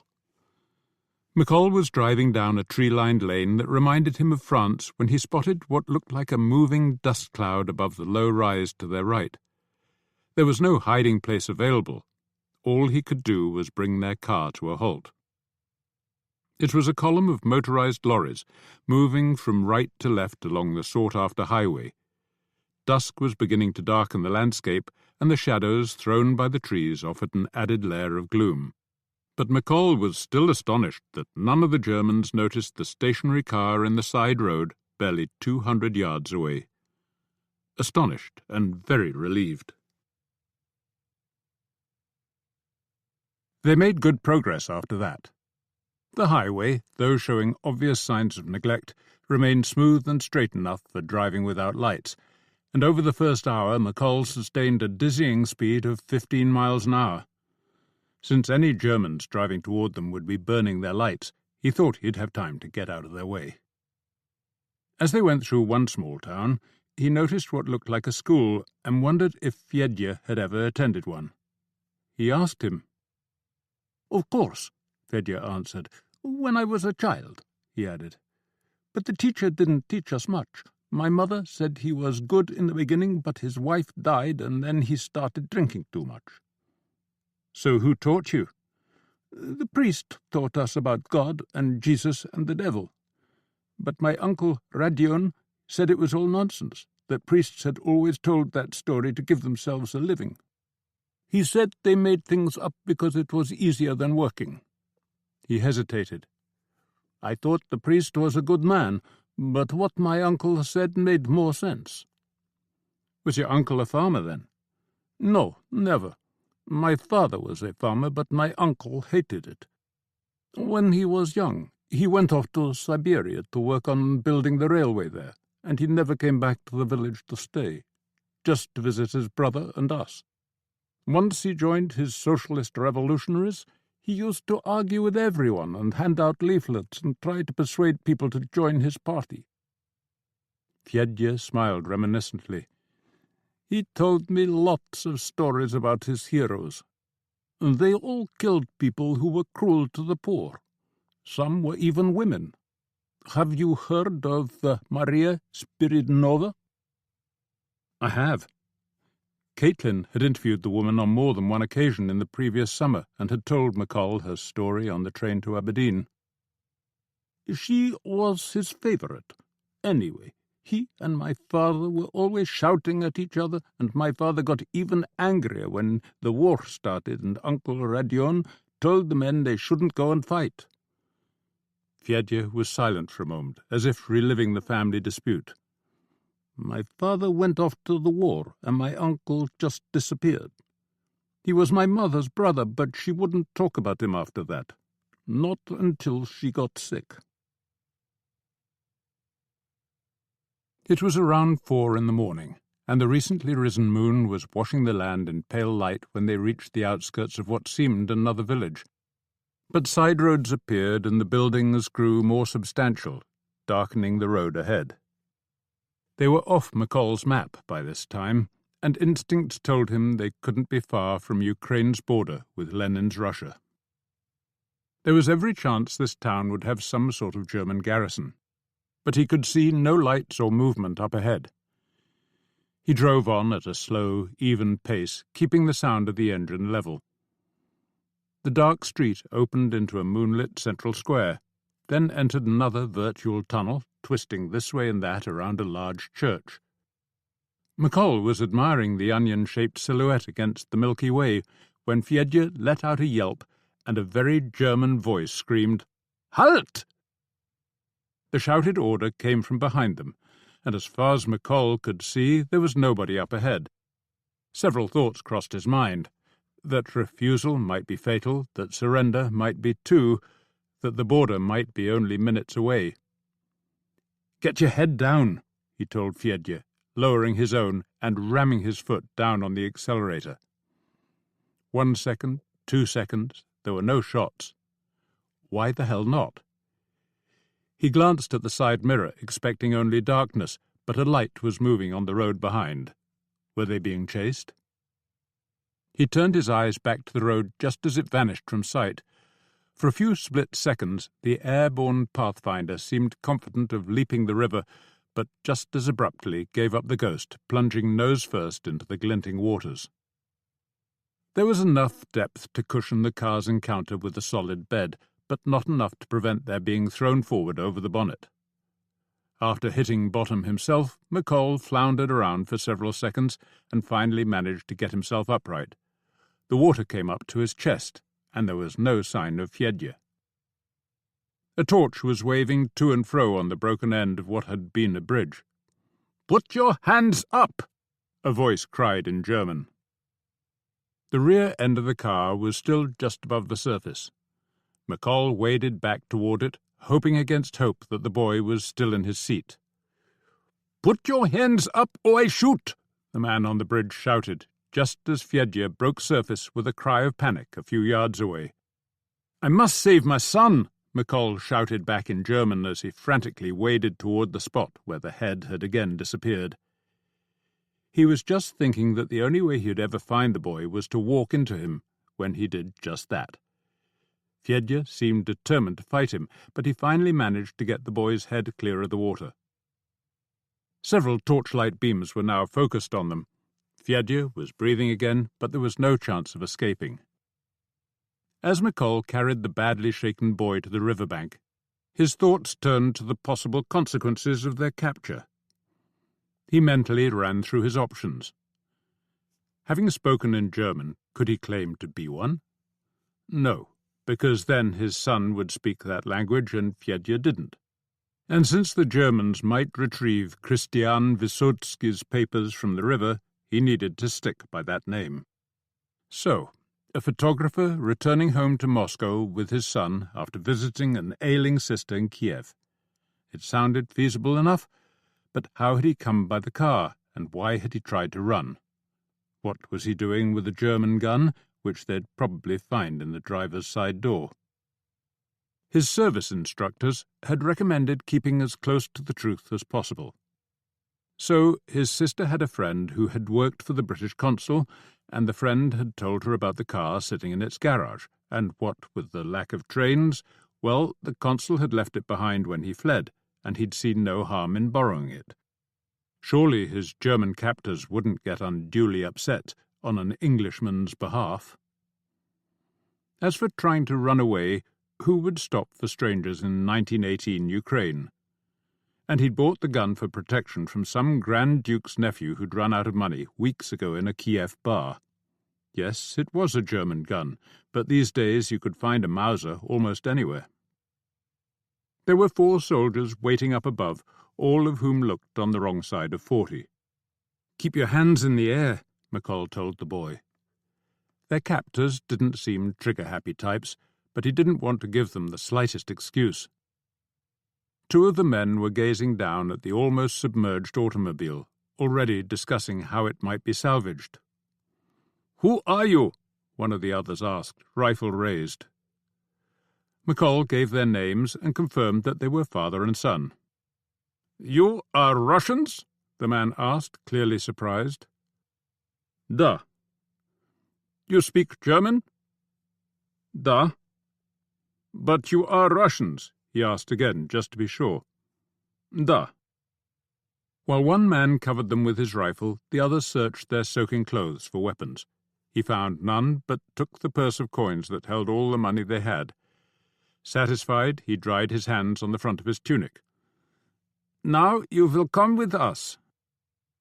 They were marched back to the church, then down a long side street until they reached a pair of railway tracks. Beyond these, McColl could see nothing but trees and open country, and for a minute or two he feared the worst. He was still wondering how to handle the situation. What should he say to Fedya, when a light appeared ahead? It was a brazier full of blazing wood at the gate to a newly built stockade. One of the two men on guard was asleep, but the other unlocked the padlock securing the latch, and McColl and Fedya were prodded inside. "We have done nothing wrong," McColl said in German, lest his silence be taken as an admission of guilt. The Germans ignored him. The two who'd brought them walked off toward town, and the conscious guard started picking his nose. Looking around, McColl could see tens of bodies spread across the beaten grass. All he could smell was shit, so he guessed they were sleeping rather than dead. Two fresh soldiers came to collect McColl next morning.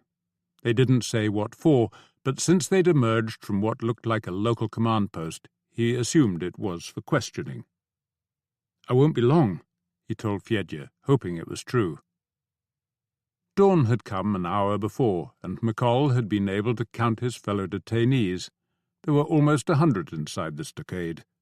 All were male as far as he'd been able to tell, but 10 at least were boys of 14 or less. Talking to some of the older inmates, he'd learned that most were peasants rounded up to do forced labour. The few whom the Germans had arrested for suspected involvement in resistance activities were also required to work, but would probably be shot if and when their usefulness expired. Most of the other prisoners were watching through the palisade as he was led toward the building. It was a combined cottage and barn, the latter containing a field kitchen and an open-sided dormitory for the men. The former an administrative office and living quarters for the man in charge. He was a young lieutenant, flaxen-haired and fine-boned, who looked like he wished he were somewhere else. McColl was not offered a seat. "You speak German?" the lieutenant said. It wasn't a question. "Yes." He answered the questions that followed with what he hoped was sufficient but not excessive humility. His name, his sons, his learning of their language while working for a German employer in Kiev. His and Fedya's reason for being on the road, and the parentage of the automobile now rusting in the river. The lieutenant was interested in only one thing. "Your German will be useful," he said. "We have Russians we need to question," he added. "And if you help us in this regard for a week or so, then you and your son will be free to continue your journey." McColl thought about asking whether his money would be returned, but decided not to bother. He knew that the lieutenant had no intention of letting him go. "What about my son?" he asked. "Will he have to work?" The lieutenant shrugged. "Some boot cleaning, laundry, cooking. Nothing too arduous. We are not savages." Back at the stockade, McColl found that though one work party had already been taken out, the lean-faced Bolshevik named Ostrov was still there. He had come to introduce himself, and, McColl guessed, find out what he could, soon after their arrival the previous night.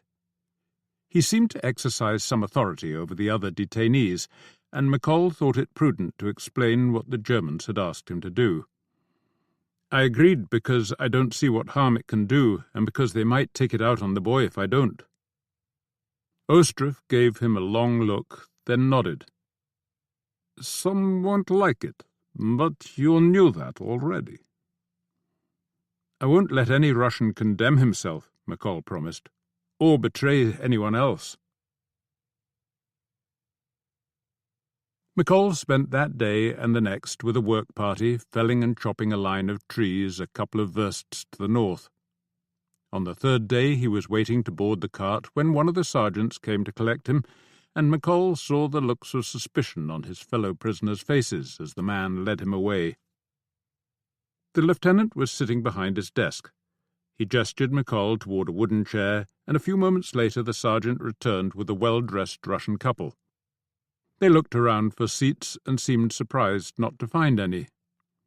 The man was grey-haired and probably in his 60s, the woman about half that age, with a mass of blonde curls that badly needed attention. "Names?" the lieutenant asked, with a nod toward McColl. "Names?" McColl repeated in Russian. The man supplied them. Both, it turned out, were more than happy to share their life stories, particularly the most recent part in which Bolsheviks had robbed them of everything they had, except, that was, for the suitcases full of clothes and personal possessions that were still in the carriage on the other side of the river. Could the Germans bring the carriage across? If so, they would be on their way. The lieutenant heard them out, his obvious boredom tempered only by fleeting sneers of contempt. "Tell them they can walk to Kiev," was his final ruling, one that McColl passed on with rather more joy than he should have. The twosome looked stunned, and when the man opened his mouth to protest, McColl was fully expecting 2 new recruits for the work parties.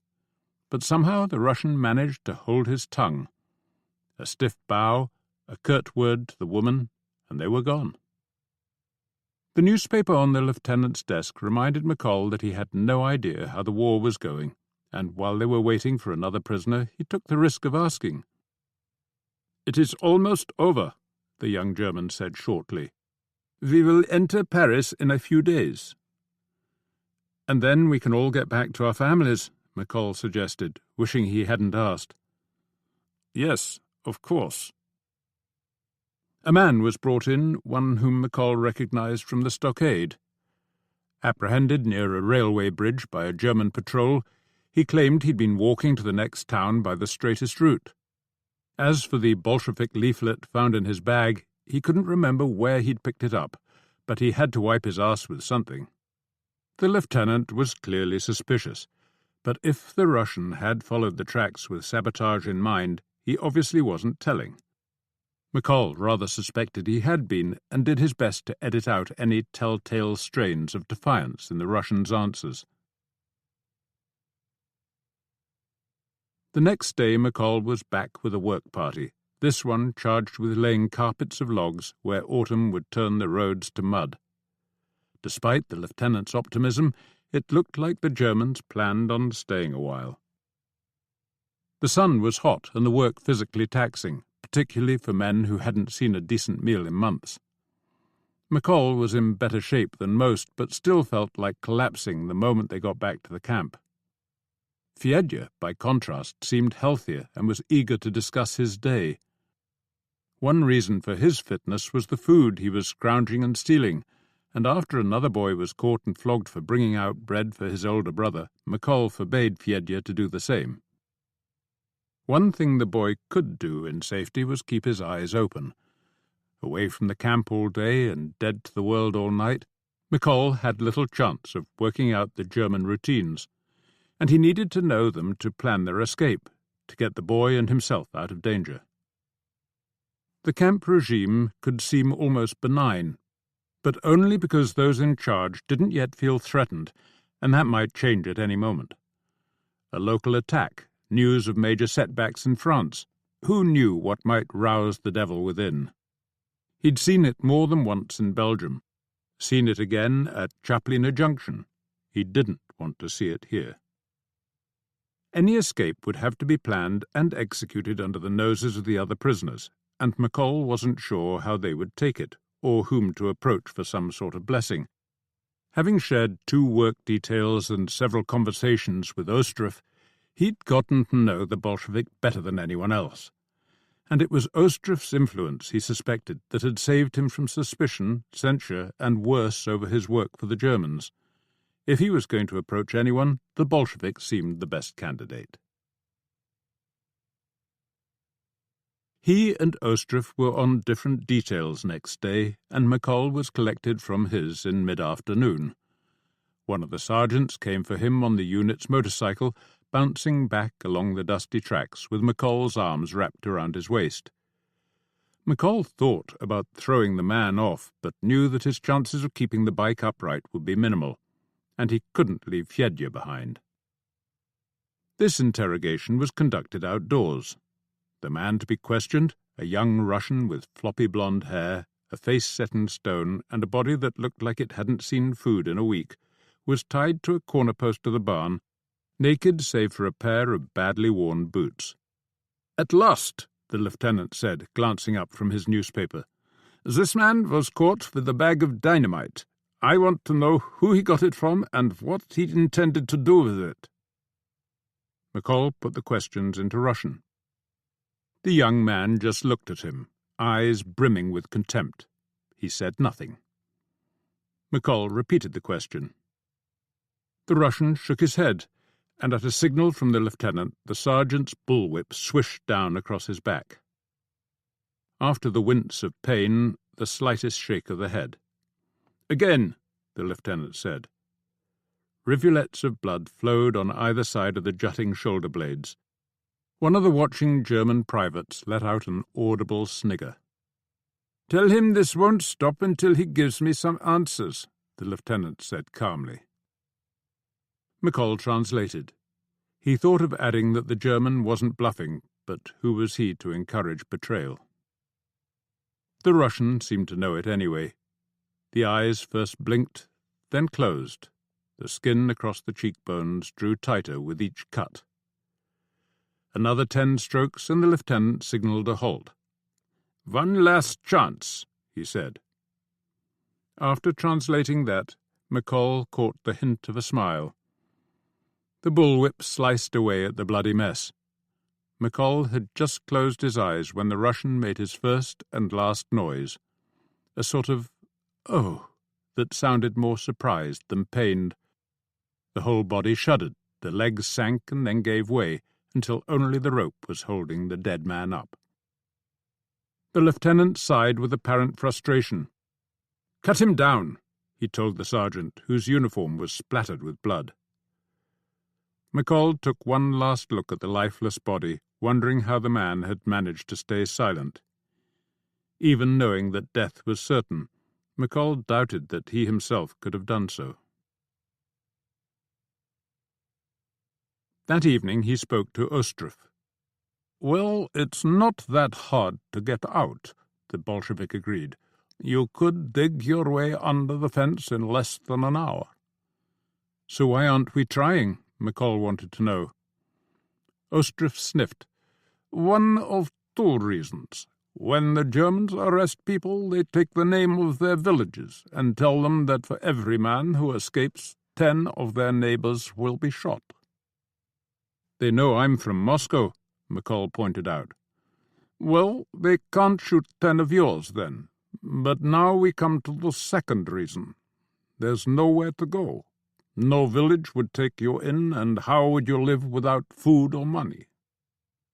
"How far is the border?" "More than 50 versts." "That's not so far. What's there? Have the Germans built a fence?" "I don't think so. They haven't had time. No, they man all the major crossing points, the trains in particular, but there's no great cordon of troops." He dropped the stub of his hand-rolled cigarette and ground it into the grass. "I'm sure there are places you can just walk across, but first you have to get there. 50 versts is quite a way on the food they give us, and it's mostly open country. You'd have to walk it in the dark at the end of a long day's work." As they laid themselves out for sleep that night, McColl put the notion to Fedya. The boy was undaunted by the distance and the likely difficulties, but then 11-year-olds were rarely the best judges of what they could do. McColl had vivid memories of being carried back down Ben Nevis after he and a school friend had embarked on an ill-considered winter climb. "We'll talk again tomorrow," he said. When McColl returned with his work party on the following evening, an excited Fedya was waiting. "I've got us some food," the boy said once McColl had collected his bowl of watery soup and no one could overhear them. "I told you not." "I didn't bring it here," Fedya interrupted. "There's a place where the Germans pile up their rubbish out behind the trees on the other side of their house. And when I was sent out with some stuff this morning, I realized there were places nearby where I could hide some food, and even if they found it, no one would know it was me. So the second time they sent me, I managed to wrap up 2 pieces of bread and hide them in among some roots. If I can do it again tomorrow, and maybe the day after, then we'll have enough for a long walk, don't you think?" "I do," McColl said. "You've done well." The boys getting caught was an awful prospect, but so was staying where they were. Some risks would have to be taken, and given their circumstances, it was Fedya who would have to take them. "But tomorrow," he added out loud, "promise me you'll be careful. If a day goes by without a chance, then don't worry about it. A few more days won't make any difference." "I promise," Fedya said. The boy was soon asleep, but anxiety kept McColl awake. After staring up at the stars for an hour, he reckoned his fellow inmates were making enough noise with their snoring to cloak the noise of a passing buffalo stampede, let alone some surreptitious digging. With only his hands for tools, he started a trial excavation by the adjacent fence, and once through the sun-burned surface, found virtually no resistance. Ostrov had overestimated the difficulties, he thought. They could be under and out in less than 10 minutes. 2 nights later they were. It had been dark a couple of hours, and the light supplied by the crescent moon was just what the doctor ordered, bright enough to see by, dim enough to cloak their movements. Any inmate still awake showed no inclination to interfere, and the long silences that punctuated the gate guard's conversation suggested both were dozing off. As already agreed, McColl and Fedya walked a decent distance away from the stockade before turning back toward the trees that stood behind the command post. A single kerosene lamp was burning outside the barn, but there were no lights showing in the cottage. Off to the left, the roofs of the town were silhouetted against a star-strewn sky. McColl kept watch as Fedya retrieved the food from its hiding place. Once they'd stuffed the hunks of bread into their pockets, the 2 of them started walking. First across a succession of open fields, then down any track that kept the pole star on their left. An occasional bird flew over, cawing at the moon, but otherwise the silence was almost complete, and it took a while before they dared to talk. When it finally felt safe, McColl decided to share what he knew of the stars and constellations. It wasn't much, but Fedya seemed pleased to learn the names, which McColl had first heard on his ship out to South Africa from a kindly old sergeant who loved astronomy. The man had died on Spion Kop, probably staring up at his favourite stars. There was little to hinder their passage. The land was mostly flat, and those streams that had to be crossed were either bridged or easy to wade. They passed through several sleeping villages, but only one dog came out to confront them, and he beat a fast retreat when McColl reached down for an imaginary stone. Mile followed mile, and when dawn found them facing a fair-sized river, McColl thought they must have walked 20.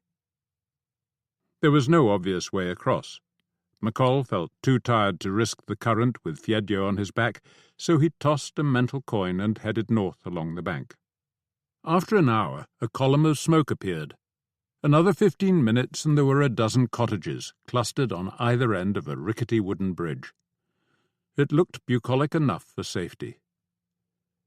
As they approached the nearest cottage, a woman emerged in the doorway, saw them, and ducked back inside. The man who took her place stood there watching for a moment, then, perhaps reassured by the sight of the boy, walked forward to his gate. After exchanging good mornings, McColl asked how far they were from the border. 10 versts, maybe more. Which way is it? Behind you, the man said, nodding in that direction. We're out of Ukraine. The man laughed. I hope so. What's the nearest town? Korup, 6 versts up the river. Korup was small, the local Soviet eager to help the Bolshevik photographer and his son who had escaped from German captivity. Despite an obvious shortage of food, a decent meal was provided. After eating this in front of an admiring audience, they were taken to makeshift beds in the local school and allowed to get some sleep. When morning arrived, a driver, horse and cart were waiting to take them to Kralevets and the nearest available station. The journey went slower thereafter, but the worst was clearly over. The committee in Kralevets was as happy to feed them as the one in Korup had been, which was just as well, given their subsequent 3-day wait for a train and the much-interrupted ride to Kanatop that followed, most of which they spent clinging to a carriage roof. The next train was almost empty by current Russian standards, only 8 to a compartment rather than the usual 14. Things got back to normal at Bryansk, and for the better part of 2 days and nights McColl had the boy on his lap. It was all extremely exhausting, but exhilarating too. He remembered Caitlin saying how eager ordinary Russians were to discuss all the changes convulsing their country. In his visits home since 1914, the only real conversations about the war that McColl had overheard had all been started by bitter soldiers. But here on this train, inching its way toward Moscow, almost everyone had something to say. And perhaps even more surprisingly, most seemed ready to listen and argue. Sometimes with a smile, sometimes not, sometimes without much intelligence, sometimes with an almost heartbreaking natural wisdom. For the moment, at least, the only thing lacking was cynicism. Watching Fedya's eyes dart this way and that as the debates raged on, McColl had the feeling he was watching one child's education condensed into just a few days. He knew that the boy was clever. All Fedya needed was access to knowledge, and his uncle sounded like someone who would make sure he got it. The imminent prospect of their parting was more upsetting than McColl cared to admit, but it looked like he'd get the boy to Moscow, which had to be some consolation. In truth, it was the only thing he'd done in Russia that had left him feeling good about himself. In that respect, the next few weeks and months did not bode well. Only God knew exactly what coming had in store for him, but it was more than likely to be something that Caitlin would find reprehensible. He wondered again if she was in Moscow.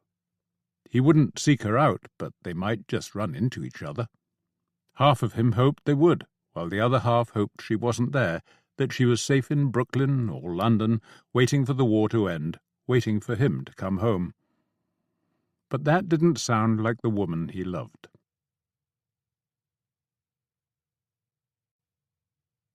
Chapter 13. The Broken Pot. The basement of the Cheka headquarters in the Yekaterinburg was not where Caitlin had planned to spend the summer, but she had to admit that things could have been worse. The cell itself compared favourably with Column's description of his in the Tower of London. It wasn't damp, there weren't any rats, and the bed was almost comfortable. The meals, though boring, were no worse than those she'd eaten in cafes the previous winter. It was surprising how quickly she got used to the smell of her own waste, and whatever it was that had bitten her all over during the first few days suddenly seemed to lose its appetite. The sky had never seemed more interesting than it did in her solitary 10-minute walks around the tiny inner courtyard. She told herself she wasn't frightened, and most of the time she believed it.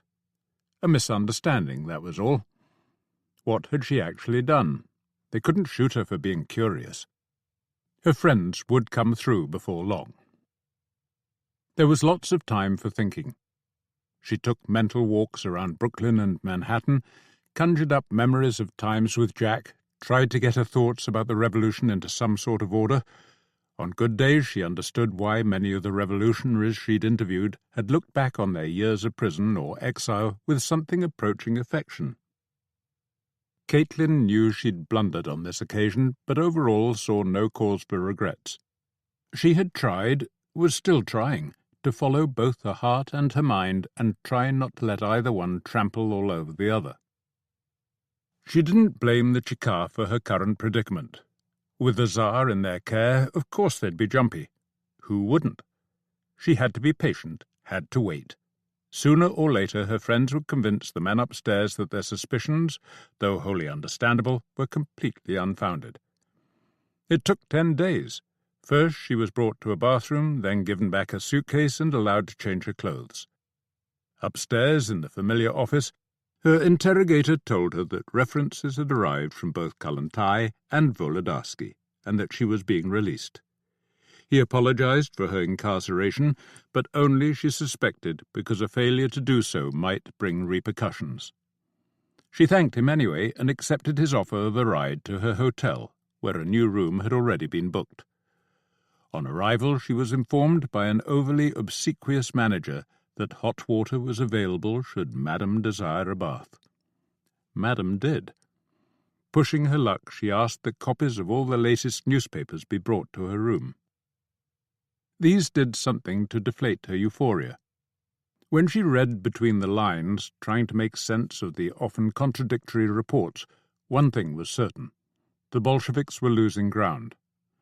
The Czechs had taken control of most of the Trans-Siberian east of the Urals and were now advancing up the Volga, having seized most of the larger towns downstream, and formed an alliance with the local Mensheviks and right socialist revolutionaries.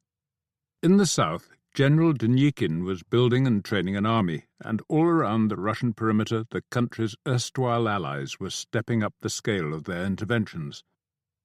It made for depressing reading. After the last 10 days, the temptation was to make the most of the local Cheka's anxiety and give herself a few days to recover. But the Czechs weren't that far from Yekaterinburg, and she needed to resume her journey while she still could. Kollontai had included a letter for the Cheka to pass on, telling Caitlin that she was currently on a propaganda tour, sailing down the Volga toward Nizhny Novgorod, addressing crowds at almost every town and village. Assuming that Caitlin was on her way to Moscow, would she like to break her journey and bear witness to the revolution in action? After Vladivostok and the fraught journey across Siberia, after 10 days in a cell and the woe-filled newspapers that lay across her bed, she rather thought she would. The news got no better on the 3-day journey to Nizhny Novgorod. During a 12-hour delay at P.M., she heard that the Czechs, Whites and Allies had together overthrown the Vladivostok Bolsheviks. Many of the latter had been summarily executed, and it seemed probable that many of those she'd met would be among the dead. Caitlin found it hard to imagine that someone as vital as Zoya was gone. But how many young deaths had evoked that thought over the last few years? The graveyards were filling up with children. Zoya might have escaped, but there were no grounds for hope where her friend Volodarsky was concerned.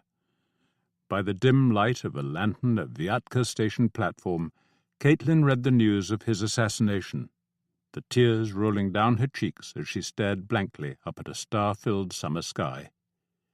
He had been gunned down in Petrograd by an RSR, presumably for political reasons. She could only hope that his months of joy had ended in only a moment of anguish. She was still thinking about him when her train rumbled across the bridge over the Volga and into Nizhny Novgorod. Around the station and on the droshky ride into the centre, she noticed a lot of military activity, but ordinary people were also going about their business, and there was none of that palpable tension that had afflicted most of the towns on her journey. In Nizhny Novgorod, the enemy was still some distance away, which was certainly cause for relief. If he ever got this close to Moscow, the game would most likely be up. Caitlin had telegraphed Kollontai from P.M., and a reply was waiting at the city Soviet offices. The message, which was only a few hours old, informed Caitlin that her friend's boat would be arriving in Beluchna, some 30 versts upstream, the day after tomorrow. How she was supposed to get there wasn't mentioned, but she had all the next day to figure that out, and after finding a hotel room and eating a better-than-usual meal, she took herself off to bed. It was a hot night, so she opened her windows wide, undressed and let the incoming breeze cool her down. She could hear people talking in the street below, the occasional clatter of a droshky going by. The whistle in the distance was probably a train. The mournful horn, a boat on the river. It might have been the Brooklyn of her childhood, and the commonplace nature of the sound seemed to emphasize the distance. She was a day away from Moscow, from the heart of a revolution that might well end in failure but could transform the world. Victorious or lost, it would change the lives of all who came within its compass. How it would change her own was still a mystery, but not one she felt in any hurry to solve. There was no train to Bolshevik and no boats heading upstream in the next few days, but a rough road ran close to the river, and the local Soviet found someone willing to take her. The driver was clearly annoyed at having been given the task, and after receiving monosyllabic replies to several cheerful queries, Caitlin stuck a tongue out at his back and settled down to watch the countryside go by. The ride took 6 hours. Bolshevik sat on the right bank of the wide river, backing onto flat, wooded countryside. The small town boasted a large paper mill and several beautiful churches, all of which had so far survived the change in political temperature. Since most of the buildings were painted in white or pastel shades, Kalantai's bright red agate ship, moored at the end of the long jetty, offered a stark contrast. The paddle steamer was adorned with slogans and propagandist paintings, many on the theme of women learning to read and write. Kalantai was in a meeting on board, but hurried out to embrace her friend the moment it was over. Although there was a film screening in town that evening, she had time to show Caitlin around the ship, which had everything a modern propagandist could possibly need. Apart from the projectors and film reels, there were stacks of leaflets, a press for printing more, and a radio for keeping the ship in touch with party headquarters in Moscow. Plus, of course, around a dozen agitators, most of them female and young. On their walk to the town hall, Kalantai gave Caitlin her take on the current state of the revolution. Despite Brest-Litovsk and her other differences with the party leadership, despite the strength of the opposition now rearing its hydra-like head across the country, Caitlin's friend was still full of optimism, and as the evening unfolded, Caitlin could clearly see why. The women who filled the hall, who sat enrapt as the film explaining the new approach to women's rights was shown, they were the reason. Watching the audience rather than the film, Caitlin saw few signs of dissent. The younger women's obvious enthusiasm was striking, the nervous optimism of their middle-aged mothers even more touching, and if most of the old seemed slightly more grudging, some were obviously won over. "If only the revolution had happened 50 years ago," one said, shaking her head with regret. The questions afterward were mostly of a practical nature. What exactly were the rights of a wife under the new marriage law?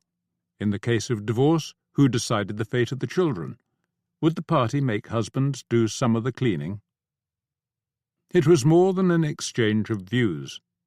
Committees were formed to deal with a number of issues, from setting up classes in literacy and women's health matters to the current lighting of streets and the future coming of electrification. This was revolution in action, Caitlin thought, as they walked back through the darkened town, making lives better, making women's lives easier.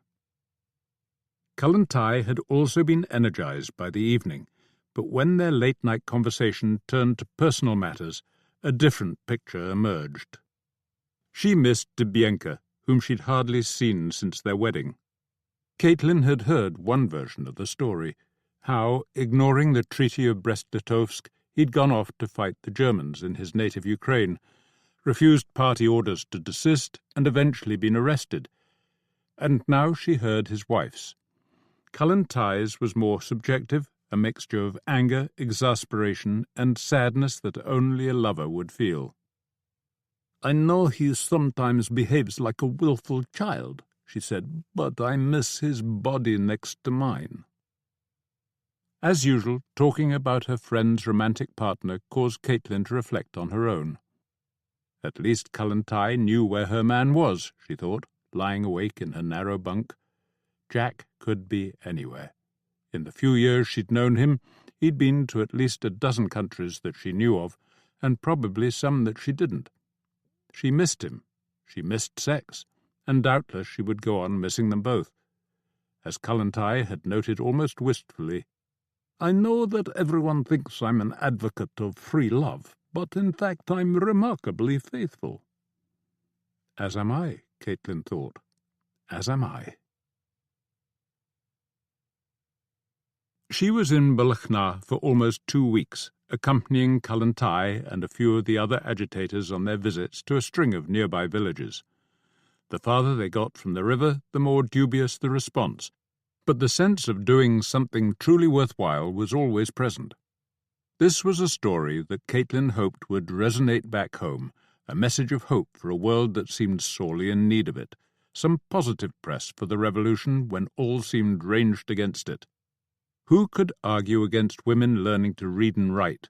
Who could deny that only the revolution had made such progress possible? She took a boat downstream on the first day of July, sitting out on deck in the bright summer sunshine and watching the fields go by. She was hoping to reach Moscow for the final days of the 5th Congress of Soviets, but there was no train from Nizhny Novgorod that evening or on the following day.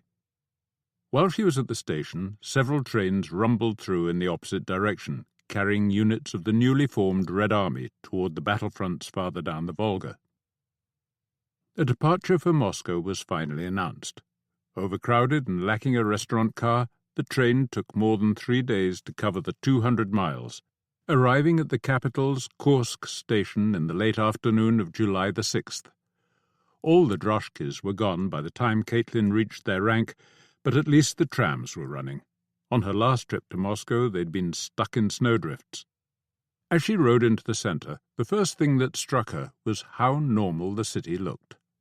Seen from the Urals, the revolution had seemed close to collapse. Seen from a tram on Pokrovka Street, it carried an air of rude health. Or so she thought. As the tram waited to cross Pokrovsky Boulevard, she saw a couple of dozen uniformed Chekists jogging northward, rifles in hand.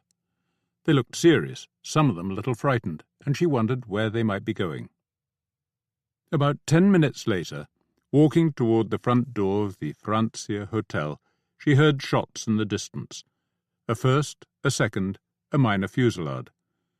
What in God's name was happening? Inside the lobby, one man was loudly telling another that Count Mirbach, the German ambassador, had been assassinated. He didn't know by whom. After getting a room, small, high up, with a view of the taller Kremlin cupolas, Caitlin rushed back downstairs and out onto the street. The Bolshoi Theatre, where the Congress was being held, was only a short walk away in Theatre Square, and she hurried in that direction, eyes alert for signs of danger, ears pricked for the sound of gunfire. The theatre itself was ringed by Red Guards and Chekists, a machine-gun detachment facing the entrance. She walked toward the latter, press card in her hand, but the Chekist in charge simply waved her back. "The Congress has been suspended," he said, merely repeating the phrase when she asked him why. There was no one else to ask, so she walked back across the square, thinking she would watch and wait. As she passed a line of 3 parked cars, she noticed Yakov Peters sitting in the front one, smoking a cigarette and staring across at the theatre. He saw her a moment later, and the smile that broke across his face was almost an invitation. He climbed out to shake her hand.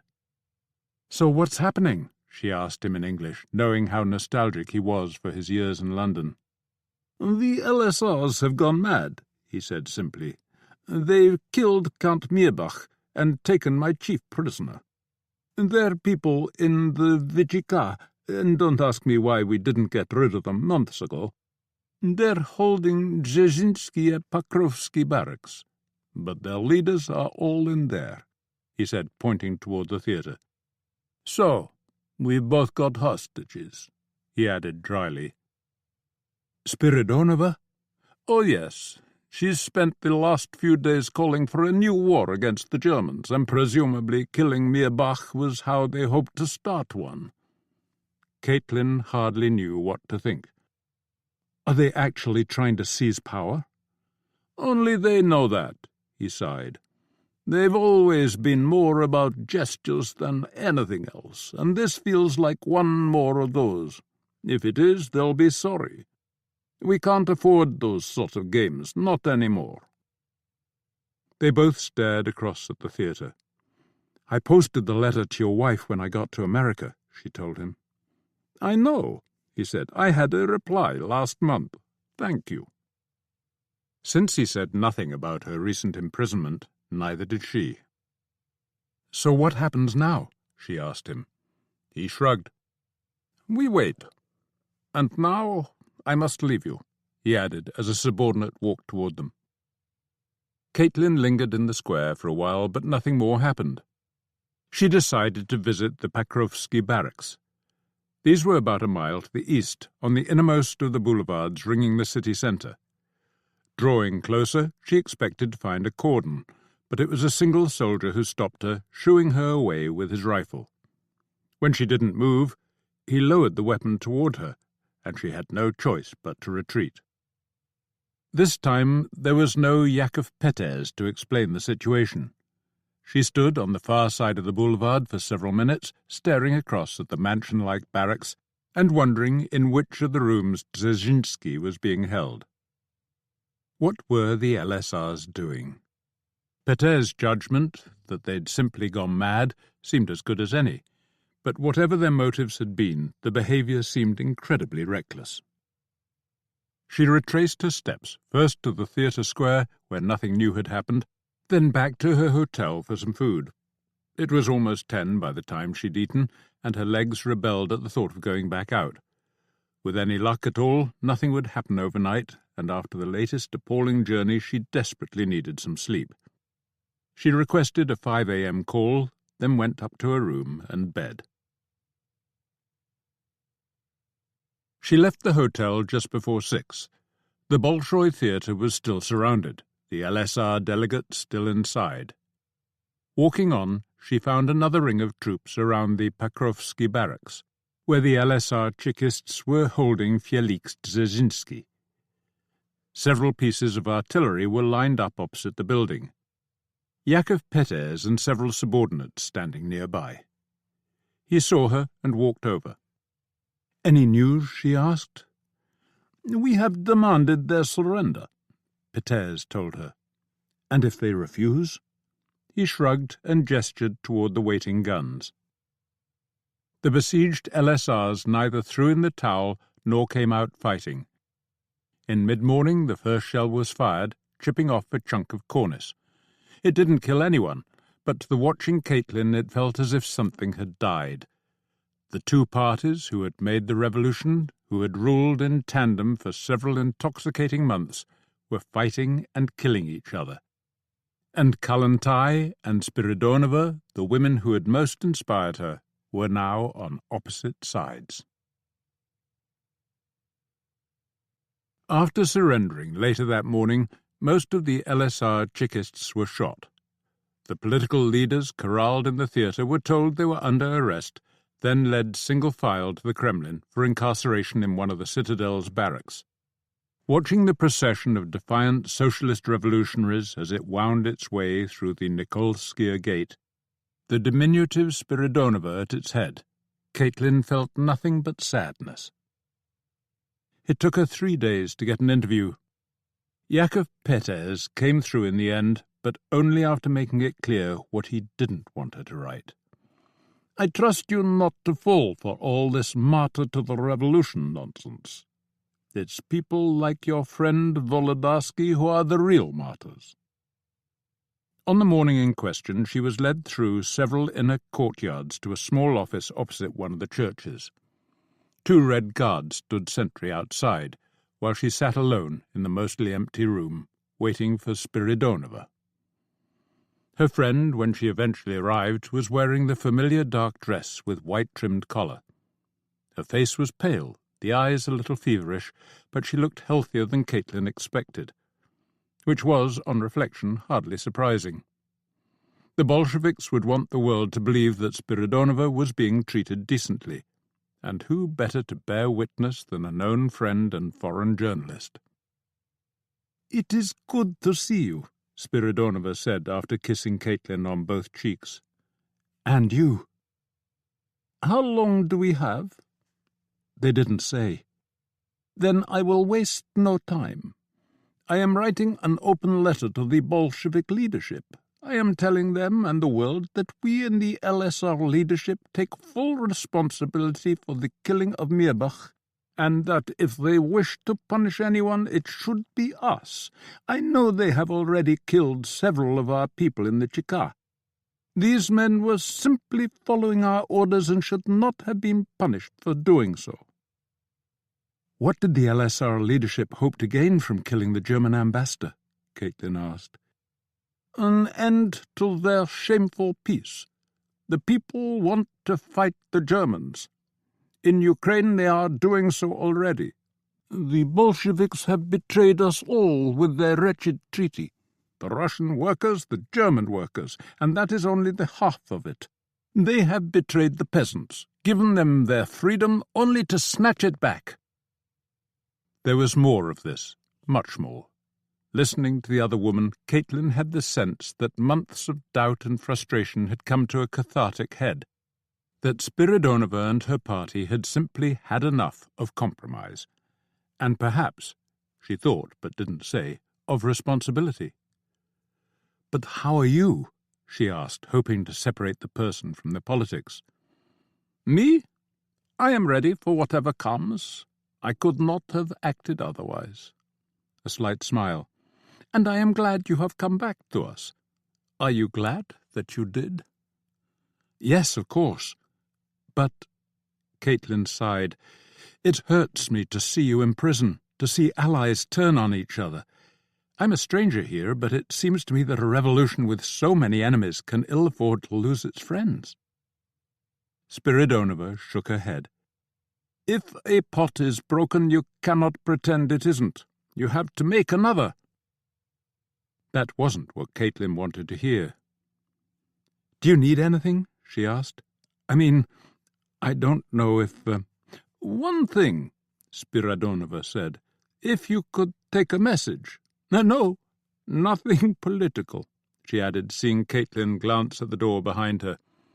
"The people I live with, old friends, I would like them to know I'm all right." "Of course." Spiridonova provided the address of a house in the Arbat, and then got to her feet. "I like to call time myself," she said, giving Caitlin another kiss. "It wouldn't do to let them think they're in control." After a guard had escorted Caitlin back to the Nikolskaya gate and her bag had been searched for contraband, she wandered around the huge red square, trying to shake off the sense of despondency. Would the Bolsheviks shoot Spiridonova? Surely they wouldn't be so stupid. If only someone would take her and Lenin and bang their heads together. Trouble was, they were both so sure they were right. Caitlin walked out past the History Museum and found the tram stop for the Arbat district. It was another perfect summer day, and the city and its people showed no sign of having been unduly inconvenienced by the LSR revolt. As Jack Reed had once told her, everyone might be affected by political developments, but usually it was only 5% of the population that actually noticed. It hadn't been true in 1917, but perhaps it was again. Perhaps there were only so many months of constant upheaval that any people could take. The house in Arbat stood facing a little park, in which several children were playing under a watchful babushka's eyes. The house was small by Moscow standards and badly in need of repainting. A surprising home for one of Russia's most loved daughters. It took a while for someone to answer Caitlin's knock, and when a man did, the look on his face was one of suspicion. All changed when she explained the reason for her presence. He invited her in, and the woman, who seemed to be his wife, hurried to bring her tea. "Maria says to tell you that she's fine," Caitlin said, "and not to be sad, whatever happens. She has chosen her path and has no regrets." This was received with nods, as if such a message were to be expected. On a whim, Caitlin asked if she could see Spiridonova's room. They were happy to oblige. "The Chekists took 2 of her books," the man said, as he opened the door. "Is that all?" Caitlin asked, struck by the room's emptiness. A shelf held fewer than a dozen books, the wardrobe a handful of dresses. A framed photograph of Spiridonova and several other women, probably out in Siberia, stood on the bedside table beside an iron candle holder. A monastic cell, Caitlin thought. A few minutes later, emerging onto the street, she noticed a man standing opposite. As she walked back to the tram stop, she could hear his footsteps behind her, and once aboard the crowded vehicle she could see him at the other end. When she alighted, he did the same, but when she entered her hotel lobby, she looked around in vain. Whoever he was, he knew where she was staying. Should she worry? She told herself not much, that doing a friend a favour was hardly a crime, even if that friend was currently held by the Cheka. So why did she not feel reassured? Up in her room she began sketching out a piece on Spiridonova. It wasn't easy. She had no desire to malign her friend, but the more she thought about the LSR position, the more she believed it was wrong. Did that mean that the Bolsheviks were right? Not necessarily. Maybe they were both wrong. 6 months ago, things had seemed much clearer. She'd only written a couple of 100 words when the peremptory knock sounded on her door. She opened it with some trepidation. "You will come with me," the Chekist said, stepping into the room. Eyes lighting on the half-written article, he reached out a hand for the sheets of paper. Their destination was the main headquarters on Bolshaya Lubyanka. Caitlin was kept waiting for almost an hour in a drab reception room under the watchful eyes of a young Cheka duty officer. And if he wasn't mentally undressing her, then she was the Tsar's mother. Finally, summoned to someone's presence, she was led down 2 corridors and up 2 flights of stairs to an office overlooking the large inner courtyard. The man in question was about 30, with hair already greying and dark circles around his eyes. Her unfinished article was lying on his desk. "You speak Russian, yes?" he asked in that language. She nodded. "My name is Yuri Komarov, and I am the 2nd deputy chairman of the Moscow Cheka. You, correct me if I'm wrong, are Caitlin Hanley, American journalist." "I am." She felt nervous, but also more than a little annoyed, and she did her best to hide both. "You visited Maria Spiridonova in the Kremlin this morning, and then you went to her lodgings." "I did. Your colleague, Yakov Peters, arranged the interview. He's an old acquaintance from Petrograd." Take that, she thought. "I know," he said, clearly unimpressed. "So why did you visit her home?" "She asked me to. She wanted the people who live there to know she's doing well, that's all." He digested that, massaging the sides of his unshaven chin with thumb and forefinger, then picked up her scribbled pages and gave them a good long look. "You make her sound like a heroine," he said at last. "Isn't she? Didn't Lenin say the other day that no one could impugn her integrity? If you can believe Pravda, that is," she added pointedly. She felt like scoring points, which was probably ill-advised. He said nothing.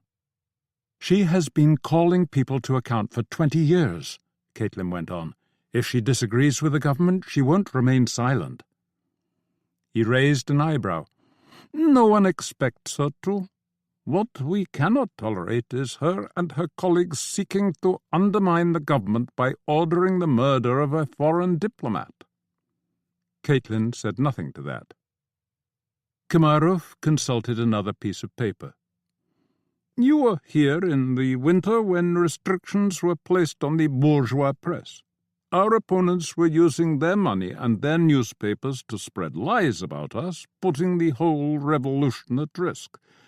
And you wrote that the restrictions, I quote, though regrettable, are both understandable and necessary." "As a temporary measure, yes." He sat back in his chair. "Well, I think we could agree that the revolution is in much greater danger now. We are surrounded by enemies, and they all want to kill us. The Germans are not our friends. Of course they're not. But at this particular moment in time, they're the only ones willing to let us be. And the LSRs want to provoke them into restarting the war. It cannot be allowed." "I can see that," Caitlin said. And she did. If the Germans joined the Allied onslaught, then the revolution was doomed, and the women of Blchna could say goodbye to a better future. Why could Spiridonova not see it? For Caitlin's friend it was all or nothing, and there was a certain glory in that, particularly when the person concerned was so willing to put her own life at risk. But glory wasn't everyone's cup of tea, nor was staking one's life on absolute victory. Most people would settle for something less if the only alternative was complete defeat. And she was one of them, Caitlin decided. Sometimes a broken pot could be mended. "Is that all?" she asked Komarov, eager, despite herself, to give him nothing more. He nodded and shouted for someone to lead her back out of the labyrinth. She wrote the piece that evening, taking care to explain the motives and aims of both LSRs and Bolsheviks. And if she came down largely on the latter's side, it wasn't out of fear of the Cheka, but because she felt they were mostly right.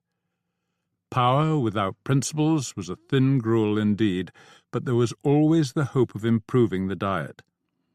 Principles without power offered only a fleeting glow of self-righteousness before the beasts returned with their sharpened knives. The Bolsheviks had not abandoned all their principles, and neither had Caitlin. She wouldn't lie for them. If the time ever came when they wouldn't allow her to write things she believed to be true, she would either quit the country or give up pretending to be a journalist. She had no objection to propaganda, but only if everyone understood that that was what it was. Next morning, at the Central Telegraph Office, she waited with some trepidation for the in-house Cheka verdict.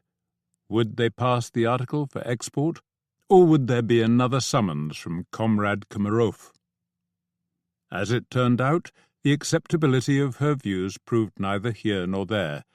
The telegraph connections had been closed down, the one across Siberia by the Czechs, the one through Europe by the Bolsheviks, in retaliation for the latest British landings at Murmansk. There was no telling when either would reopen. This was a blow to her sense of purpose and also to her pocket. As a correspondent, she would still have received a salary. As a freelancer, she was only paid by the piece.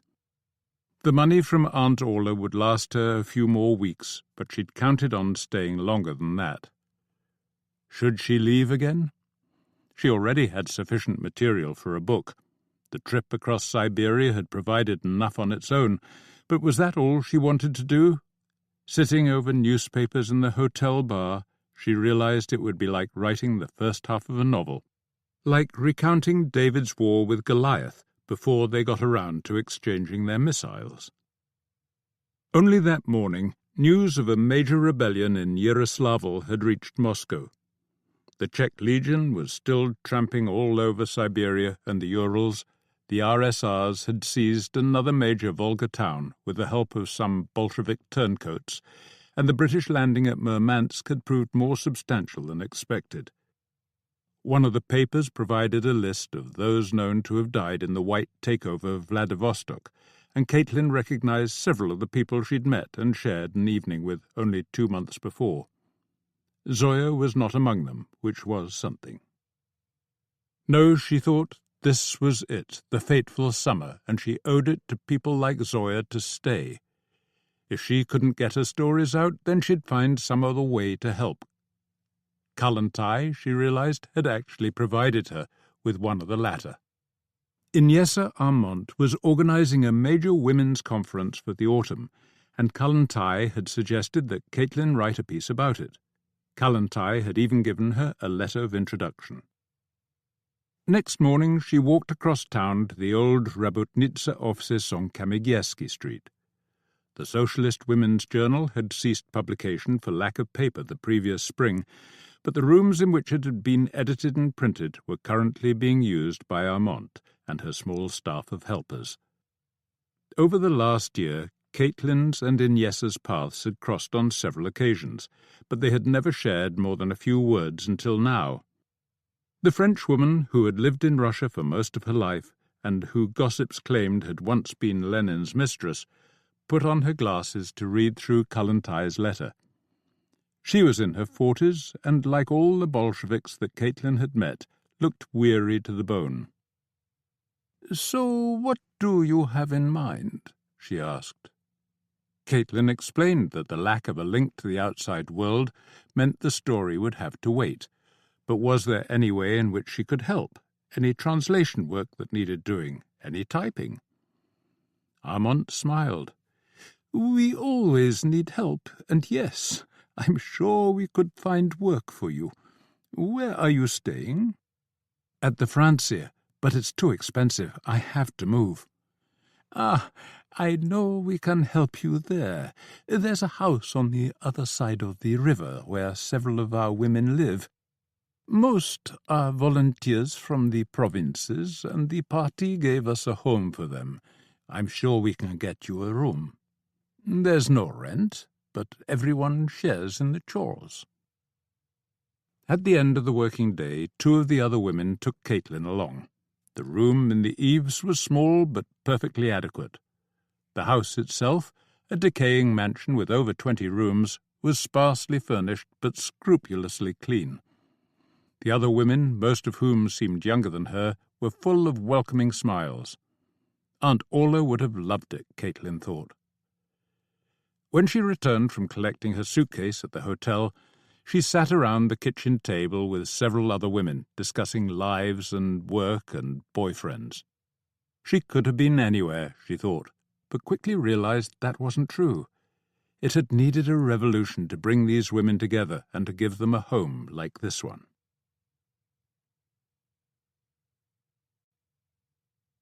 Chapter 14.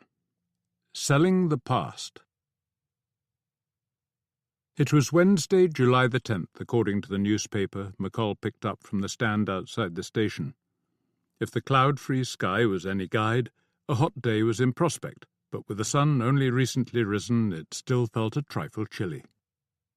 Beside him, Fedya was gazing open-mouthed at the impressive station facade, reminding McColl of his own first trip to Glasgow.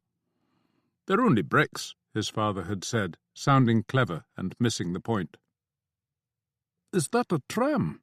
the boy asked, pointing a finger. "It is, but first we need to know where we're going." Several people at the stop were keen to help them out. One had heard of Groholsky Street and thought it was up near the Sukharev Tower. Others knew which trams to take down Bolshaya Tverskaya Yimskaya and which to change to on Sadovia. Their first streetcar was crowded with people riding to work. The smell of unwashed bodies waxed and waned, strong at stops, weaker as the vehicle gathered speed and sucked in the cool morning air. As they neared Sadovia, McColl could see the Kremlin in the distance, its golden cupolas glinting in the morning sunshine. Pointing this out to Fedya, he realized again how much he would miss him. It might have been just a month, but in that time he'd grown to... To what? To like the boy? To love him? A bit of both, he thought. McColl had no idea how it felt to have a son, but his mother had once assured him that he'd been more like a father to Jed than the real one ever had. Maybe being in loco parentis suited him. From everything Fedya had said about his uncle, McColl was expecting to like Radion Razmirov. Assuming, that is, he was there. It was several months since the boy's dying mother had passed on her brother's Moscow address, and God knew how many months before that since she had actually heard from him. The man might have moved several times by now, in or out of Moscow, in which case he'd take some finding. McColl imagined asking Cumming for a few weeks' leave to seek out a missing Bolshevik, and smiled to himself. Fedya was staring wide-eyed out the window. The crossroads at which they alighted was full of scurrying people, its imposing buildings plastered with posters and banners proclaiming the new promised land. As they waited for another tram, McColl took note of the numerous men, both in and out of uniform, who seemed to have nothing to do but watch. Their tram arrived. Its driver thought Groholsky Street was one street up from Sadovia, near the Botanical Gardens. "I'll tell you when to get off and which way to walk. Then you can ask someone." They did as he suggested, and eventually found the street. The 3-story house at number 33 looked better kept than most, probably thanks to the middle-aged woman busily sweeping the steps. Her eyes narrowed when she heard the name Razmirov. "Are you relatives?" she asked after a lengthy pause. "I'm his nephew," Fedya piped up. The old woman cupped her face in her hands. "I'm afraid he's dead, my dear." Fedya's face crumpled, and McColl could see him holding back the tears. "He was killed in the fighting. He is buried in the Brotherhood grave in Red Square." Inside, over tea, she told them a little more.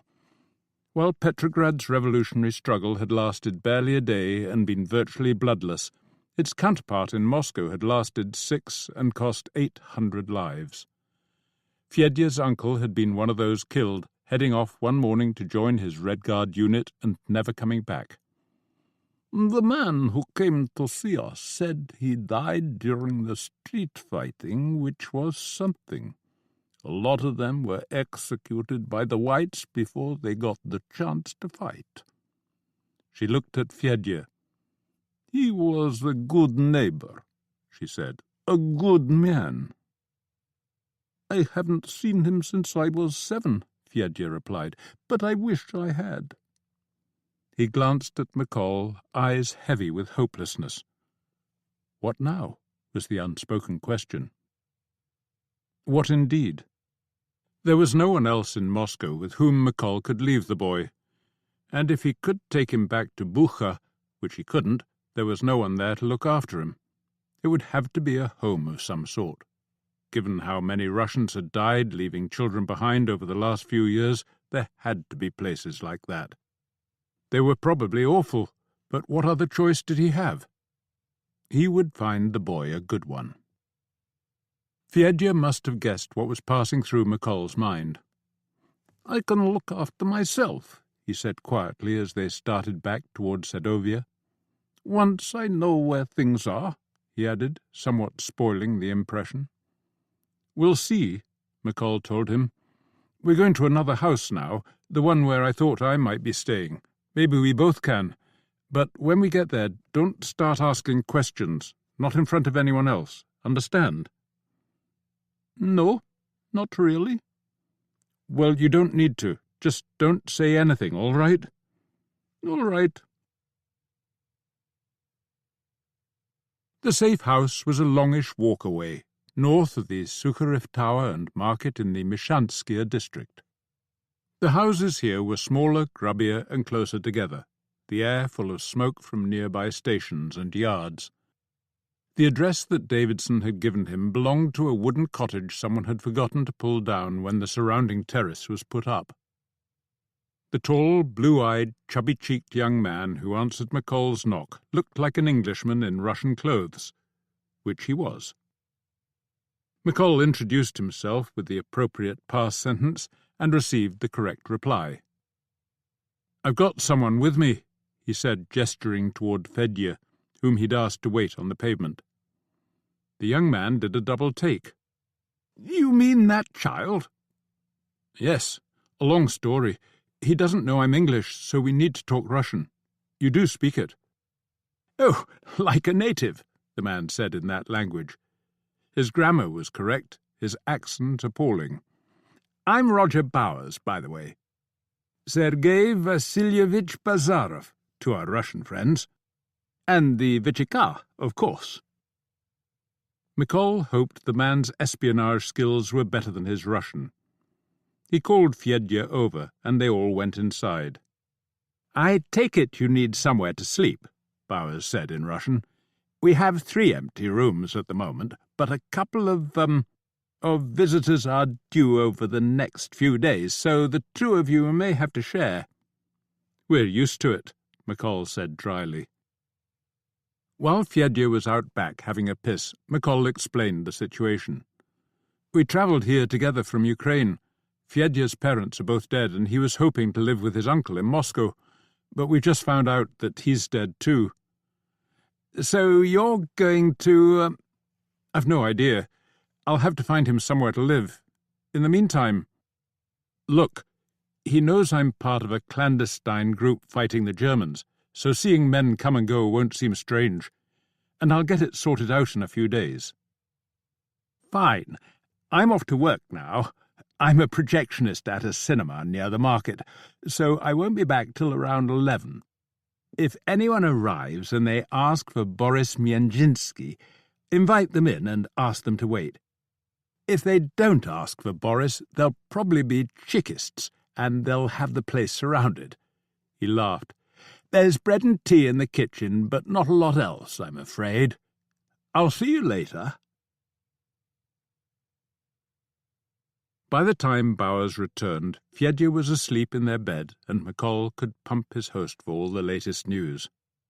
"I expected to find Moscow on a war footing," he told Bowers. "It looks as peaceful as London." "Oh, that's because you missed all the fun," Bowers said, sitting down at the table.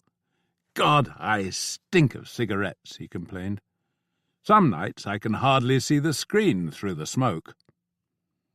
McColl poured him a glass of tea. "The fun?" he prompted.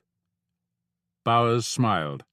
"The LSRs had a brainstorm. They decided to go after the German ambassador and the Bolsheviks. They got Mirbach, but the Cheka got them. Spiridonova and all her chums are locked up in the Kremlin, waiting to see how much mercy Lenin has left. And while they were running riot here in Moscow, Savinkov's lot mounted a rising in Yaroslavl.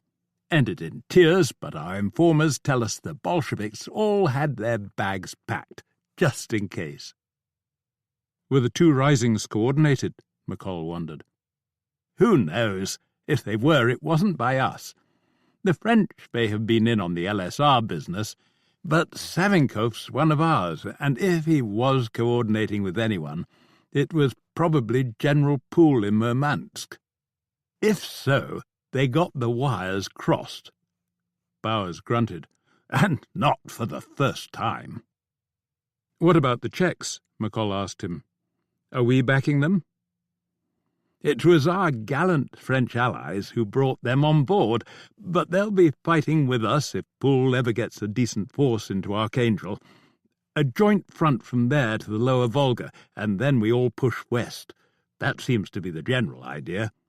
Shove the Bolsheviks out of the way and get back to fighting the Germans."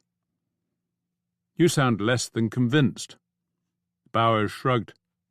"I've been here a while." "And?" The other man sighed. "Oh, I don't know. Don't get me wrong.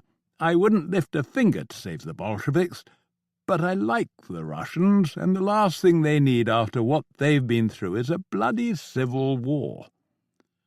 "But if that's the only way to reopen an Eastern Front," McColl suggested, playing devil's advocate. Bowers scratched his head and yawned. "Maybe it sounds like an idiot's plan because I can't see the whole picture." He smiled to himself. "Why don't you ask the chief tomorrow? He wants to give you an official welcome, and no doubt put you back to work." "Where and when?" McColl asked. It was even hotter next day, the sort of wet, clinging heat that McColl had always hated. Sitting on the wrought-iron bench, his Russian blouse stuck to his back, he found himself remembering Calcutta in 1915. He'd never known either of his grandmothers, but in the weeks before the monsoon he'd have sacrificed both for a working electric fan. The empty bandstand was 20 yards away, the radial paths of the Sokolniki Park fanning out behind him, and if he wasn't mistaken, the man striding in through the distant gates was Gerald Northcote, the man in charge of Cummings' Moscow operation. The timing was right, and so was the newspaper under his arm, and Bowers had said he was tall. McColl stayed in his seat while Northcote did a circuit of the bandstand, just to be sure that no one had followed him into the park. In his seedy suit and badly scuffed shoes, the section chief looked like a low-level bureaucrat, which was doubtless the intention. Yet there wasn't much he could do about his face, which even behind a moustache and beard looked anything but Slavic. Approaching him, McColl pointed at the paper and popped the prearranged question. Was there any fresh news from the Volga front? Some good, some bad, was the expected reply, the accent much better than Bowers. Let's walk, Northcote suggested. They headed up one of the paths, holding their tongues until certain that no one could hear them. To McColl's surprise, most of the trees and some of the wildlife had survived the winter shortages. He even saw a squirrel rocketing up the trunk of an ancient red oak. When Northcote finally opened the conversation, what he said was a shock. I believe you knew a woman named Caitlin Hanley. Yes, McColl said, and left it at that. Cumming had not mentioned Caitlin since her return to America in 1916, and as far as McColl knew, his boss thought their love affair over. Keeping an eye on his agent would have quickly revealed this mistake, but why would Cumming have had McColl followed when he was patently doing his job? So his occasional trysts with Caitlin should have escaped attention. She's here in Moscow, Northcote was saying. Oh, was all McColl could manage as he tried to keep the involuntary leap of his heart from showing on his face. He knew he dared not see her, but still. She was on our weekly list of foreign arrivals, Northcote said, answering the question that McColl was still trying to formulate, and one of our people recognized the name and remembered her connection to you. I see. Well, she is a journalist, and this is a story. Northcote grunted. She's helping to make them these days. As of this week, she has a job with one of their new women's organizations, but that's by the by. The chances of your running into her are pretty remote, but you never know. And what I need to ask you is this. Would she shop you to her Bolshevik friends? If the answer's yes, then for all our sakes, we have to get you out of Moscow. No, McColl said shortly. She wouldn't. You sound very certain. I am. Northcote gave him one more questioning look, then let the matter be. Enough said, then. Let's get down to business. He paused as a walker went past in the other direction. A couple of months ago, we acquired an antique shop in the Arbat district, at 27 Bolshaya Nikitskia, to be precise, and one of our people has been running it, and making a profit, believe it or not. As he told me himself, when the rich are so desperate to sell, it's almost impossible not to. Anyway, he's needed in Ukraine, so you'll be taking his place, at least for a week or so, maybe longer. It's a good cover, and you can always shut the shop when there's more important work to do. Okay, McColl said, imagining the scene if Caitlin walked in. Papers, Northcote said. Bowers says the ones you have, a photographer, I believe, are good for a couple of days, so carry on using those while we find you some new ones. We try to use Chika papers when we can. They get you in anywhere, and no one likes to challenge them. A train was audible up ahead, and the end of the trees was in sight. Time to turn back, Northcote said, stopping and wiping his brow with an already damp handkerchief. I used to think Russia was all about sleigh bells and snow, he added, in a tone that suggested he'd been badly deceived. Bowers told me you have a young boy with you, he went on. One you picked up in Ukraine, he added, unable or unwilling to conceal a broad hint of disapproval. McColl explained the circumstances of their meeting and Fedya's need to reach Moscow. I thought he'd provide excellent cover, and I was right. Where is he now? Watching a film at Bowers Cinema. And what are you planning to do with him? Find him a home. Good. As quickly as possible, please. If things go the way we want them to, you won't have the time to look after children. I'm not sure yet, but I should have a job for you early next week, delivering money to one of our Russian allies, a group called the Trust. You know about them? They're people from the old regime, more reliable than some of the others, but they need a little pushing. And they're prepared to fight the Germans, McColl assumed. Of course. How are things going in France? I've been out of touch. Northcote wiped his brow again. It's hard to tell. The government's public position hasn't changed. Victory's just around the corner. In private, they're much more worried. The Germans have made a lot of gains over the last few months, and what with Russia dropping out... Last I heard, the General Staff still believe we can win, but not until 1920. If we manage to get the Russians fighting again, we could cut that short by at least a year. And can we? McColl asked. We're doing our best. The Bolsheviks will have to go, McColl suggested. Of course. We need a government that wants to fight the Germans, and they've made it clear that they don't. Why not the LSRs? They're a lot more popular than the old parties. Northcote's grunt was dismissive. Too late for that. They've overreached themselves this time. With French help? Oh, I expect so. The French approach is a tad scattergun, not a horse I'd have backed. That woman, Maria Spiridonova, what sort of young woman shoots a police chief? A brave one, McColl thought. One at the end of her tether. Hysterical, Northcote was saying, and the whole party takes after her. I think we'll stick with the old guard. Denikin seems sound enough, and there's an even better prospect in Siberia.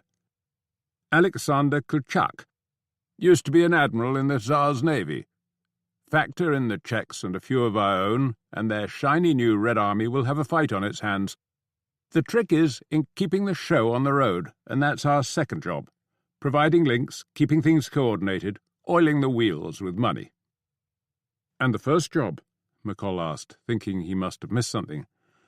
Oh, subversion. Above all, subversion. If we can bring the leaders down, their precious Red Army will just melt away. They were almost back to the bandstand, which a noisy group of ragged-looking children were using as the centre of their racetrack. There were no adults in attendance. Moscow's full of them, Northcote remarked, nodding at the children. They play all day and do their thieving after dark. McColl was wondering whether this was Fedya's future, when the chief dropped his second bombshell. Almost forgot to ask. Someone else that showed up on our foreign arrivals list. An American by the name of Aidan Brady. One of our people thought he might have been involved in the Sussex and Hampshire railway bombings right at the beginning of the war. Wasn't that one of your operations? It was, and Aidan Brady was one of the 8 men involved, the only one who escaped. He murdered 2 policemen that night. And tried to murder me in Dublin, McColl thought. He could still smell the moss on the quayside, the water like ice on his chest. Well, he's become one himself, Northcote was saying. The Cheka have taken him on. Have they indeed? McColl muttered, his thoughts elsewhere. 2 years before, at the height of the Easter Rising, Caitlin had saved him from a bunch of murderous Republicans. He didn't know if Brady knew these particular men, but he was willing to bet they had friends in common. And if Brady had heard about the rescue, then Caitlin might well be in danger. After Northcote had commandeered a droshky and driven off, McColl walked slowly down toward Kalinchovskia Square, still mulling the matter over. No decent human being would condemn somebody else for saving a loved one's life, but Brady wasn't a decent human being. He would see Caitlin as a traitor to her brother and the wider cause. And he would see her treason as a God-sent opportunity to prove his own credentials and to do what McColl thought he most enjoyed, killing his enemies. In which case McColl had to warn her. Or was he just looking for an excuse to see her? It seemed unlikely that Brady would know the details of what had happened that night in Dublin. 2 of the Republicans who'd been at the Mary Street house had died in subsequent days. The others were still in prison, at least as far as he knew. And even if Brady had somehow learned the details, He would surely think twice about meting out personal justice in Moscow, especially when the intended victim was a well-known supporter of the Bolshevik government. There were also risks in warning her. If Brady knew nothing, then McColl himself was more of a threat to Caitlin. Meeting with a British agent would, if word got out, lay her open to espionage charges and possible execution. At best, she would face deportation and an end to reporting the revolution that meant so much to her. She would never forgive him. But could he take the risk of saying nothing? If Brady did kill her, McColl would never forgive himself. The pros and cons kept outbidding each other as the hours went by. After visiting the safe house to check up on Fedya, he walked 3 miles across town to the antique shop on Bolshaya Nikitskaya. The proprietor was dealing with a customer, an angry-sounding, middle-aged man who wanted more for his gold cigarette case than was currently on offer, but who eventually gave up the struggle with better grace than McColl expected. "Buying or selling?" the proprietor asked once the customer was gone. His Russian seemed as fluent as McColl's, and his angular face looked a lot less English than Bauer's. "A little of both," McColl said, completing the password, per Northcote's instructions. "In that case," the proprietor said, flipping over the sign in the window, "you'd better come through to the back." He led the way, not speaking again until the door to the shop was closed behind them.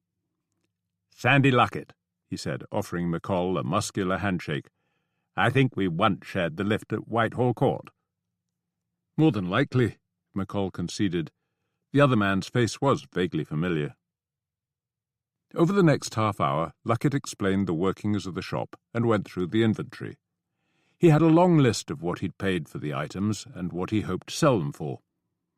The attention to detail was quite impressive, but also seemed a tad extreme.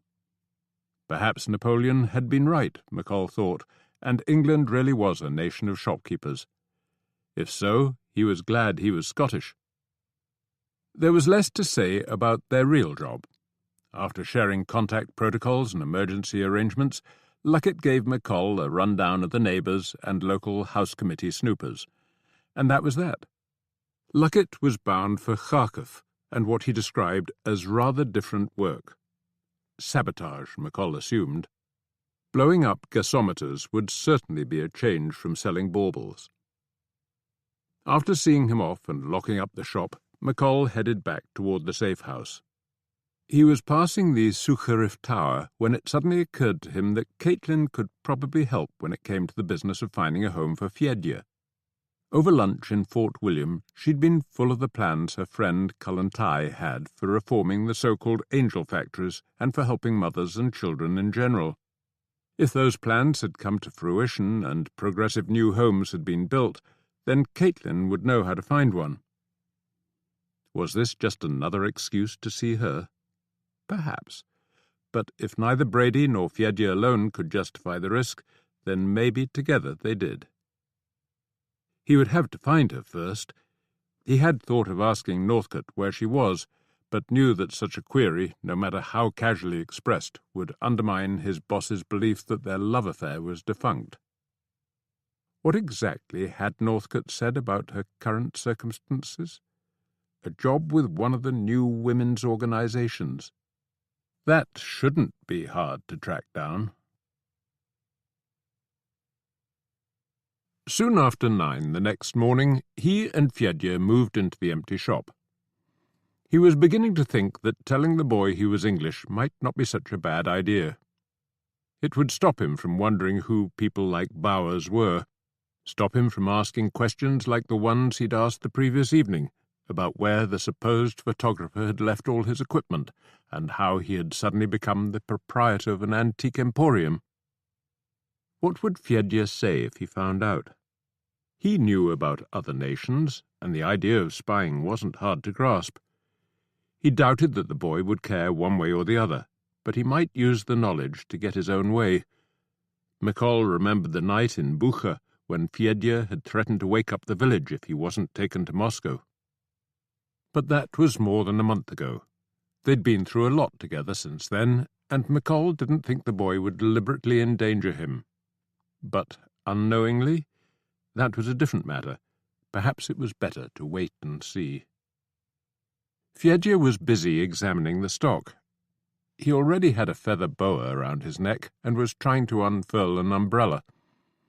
As McColl was demonstrating the technique, their first customer came through the door.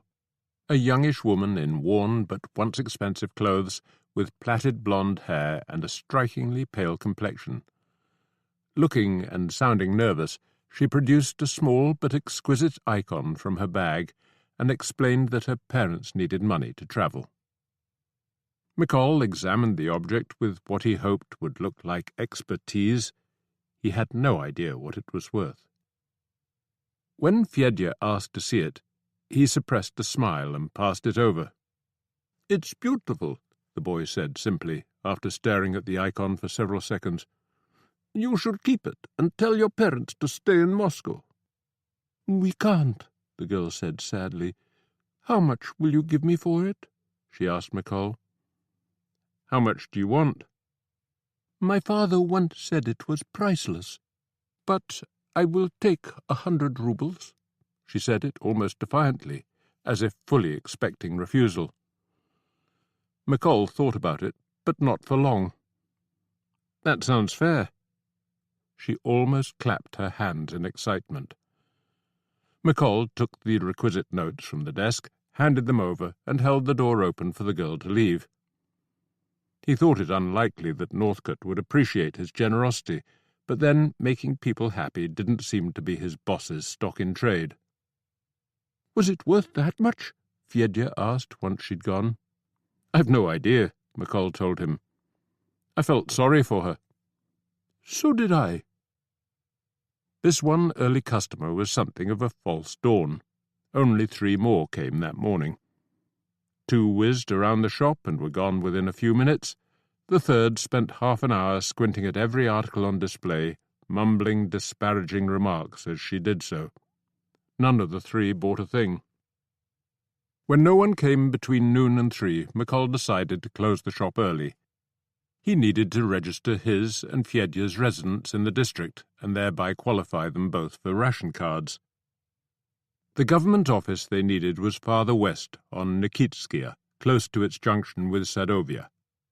There were a lot of people milling around inside, and quite a few in the relevant queue, but in the end the wait was less than an hour.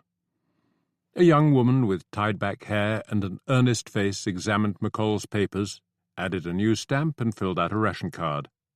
The fact that Fedya had no papers was not a problem in itself, but she needed proof that McColl was his legal guardian to issue the boy a card of his own. It was apparently not unknown for people to hire a fictional child to gain them an extra ration. McColl pleaded, but it was probably the stricken look on Fedya's face that won her over. "Oh, what the hell! You look honest to me," she said, reaching for another blank card. On the steps outside they examined their treasure. From that day forth they could purchase a certain amount of bread, tea, sugar, and margarine or butter, and eat in the local government canteens at a heavily subsidized rate. "I have some things I need to do alone," McColl told Fedya, "but first I'll take you back to the shop." "Just give me the key," the boy said. "I can't get lost on a straight road." I can look after the shop," Fedya insisted. "All the things are marked with the price." McColl laughed. "Okay, you can sell stuff, but don't buy anything." "I don't have any money." "That's right. Well, if people have things to sell, tell them to come back later." "All right. When will you be back?" "I don't know. A couple of hours, maybe." Fedya seemed happy with that. After watching him walk off, McColl went back into the government office and sought out the person in charge. He was finally ushered into a very full office where a dark-haired man wearing spectacles was busy transferring papers from his desk to the floor. The yes was somewhat irritable. McColl explained that his wife would be joining him in Moscow in a couple of months, once her mother's convalescence in Petrograd was complete. When she arrived, she hoped to find a place working with the Bolshevik Women's Organization, professionally if possible, as a volunteer if necessary, and in order to avoid wasting time she wished to make her application now, for which, of course, she needed an address. "I can't help you," the man said, polishing his glasses with part of his cotton blouse, "but I think our new office in Bolshaya Lubyanka will probably know. I believe it's at number 37. A tram took McColl to Teatralnia Square, and it was only a short walk to Lubyanskia Square. Number 37 was 100 yards along Bolshaya Lubyanka, just past the Moscow VCK headquarters. The office was a lot less crowded than its junior brother on Nikitskia, and he soon had someone to talk to. The man didn't know the answer, but a colleague knew where to look in one of the wooden cabinets. The address he wanted was 21 Bolshaya Chikaski. If he went back to the square and down Nikolskia, it was the first street on the left, a 5-minute walk at most. McColl followed the instructions, approaching the building in question with his cap pulled firmly over his eyes. The prospect of seeing her was a heady one, even if the warmth of her reception was open to doubt. She might be angry, might be overjoyed. She would certainly be shocked. There were several signs beside the door, and one of the names was familiar. If memory served him well, Rabotnitsa was a magazine that Caitlin had mentioned more than once. It was almost 5 o'clock. McColl didn't know when workers in Lenin's Moscow usually called it a day, but between then and 7 seemed likely. He looked around for somewhere inconspicuous to wait, but the only real possibility was on the far side of Nikolskia, a couple of 100 yards away. It would have to do. If he couldn't recognize Caitlin at twice that distance, either he needed glasses or he wasn't as much in love as he thought. The important thing was that he saw her before she saw him, because seeing him was bound to be a shock, and for both their sakes it was one she ought to have when no one else was watching. The minutes went by. Some people seemed to be leaving their places of work, but the door he was watching stayed closed. It was past 7, and he was about to give up when a group of 6 women finally emerged and walked off in several different directions. Caitlin wasn't one of them. Perhaps he had the wrong office. Perhaps she was only there part-time. She wouldn't have given up her journalistic work. He would try again tomorrow. Next evening, she was there. He had just a distant glimpse of the face, but the glorious hair, that graceful stride, it could only be her. 4 of the women were coming toward him, Caitlin and the other 2 walking down toward the river. McColl started after them, matching his speed to theirs and staying at least 200 yards behind. It felt strange following her, and more than a little deceitful, but what else could he do? Avoiding a public reunion was as much in her interest as his. The threesome reached the road that skirted the Moscow River and vanished around a corner. Hastening his stride, McColl reached the same spot in time to see them pass over the bridge at the foot of Red Square. Crossing in their wake, he thought the water looked inviting. It was another extremely hot day. Another bridge, this one astride a canal, a left turn, swiftly followed by a right. McColl reached this final corner just in time to see the last woman step through a doorway. The house was about 100 yards down, and he didn't want to risk walking past it. Approaching as near as he dared, he counted out the probable number, then walked back to check the name of the street. So, 18 Pyatnitskia, he murmured. One of his teachers at school had always insisted that saying things out loud was a surefire way to remember them. Now what? He asked himself. A knock on the door seemed out of the question, but how long might he have to wait before he caught her alone? A message, he thought. He would come back during the day and put a note through the door, suggesting a suitable time and place. A park, perhaps. Or down by the nearby river. Caitlin arrived home from work the next day to find a letter on the vestibule table and almost dropped her bag when she recognized the writing on the envelope. Ignoring cries of welcome from the kitchen, she hurried upstairs to examine the contents. Her old friend Yakov had just arrived in Moscow and urgently needed to see her. He proposed a meeting in the small park further down the street from her office, and said he would be there at noon tomorrow and each day thereafter until she came.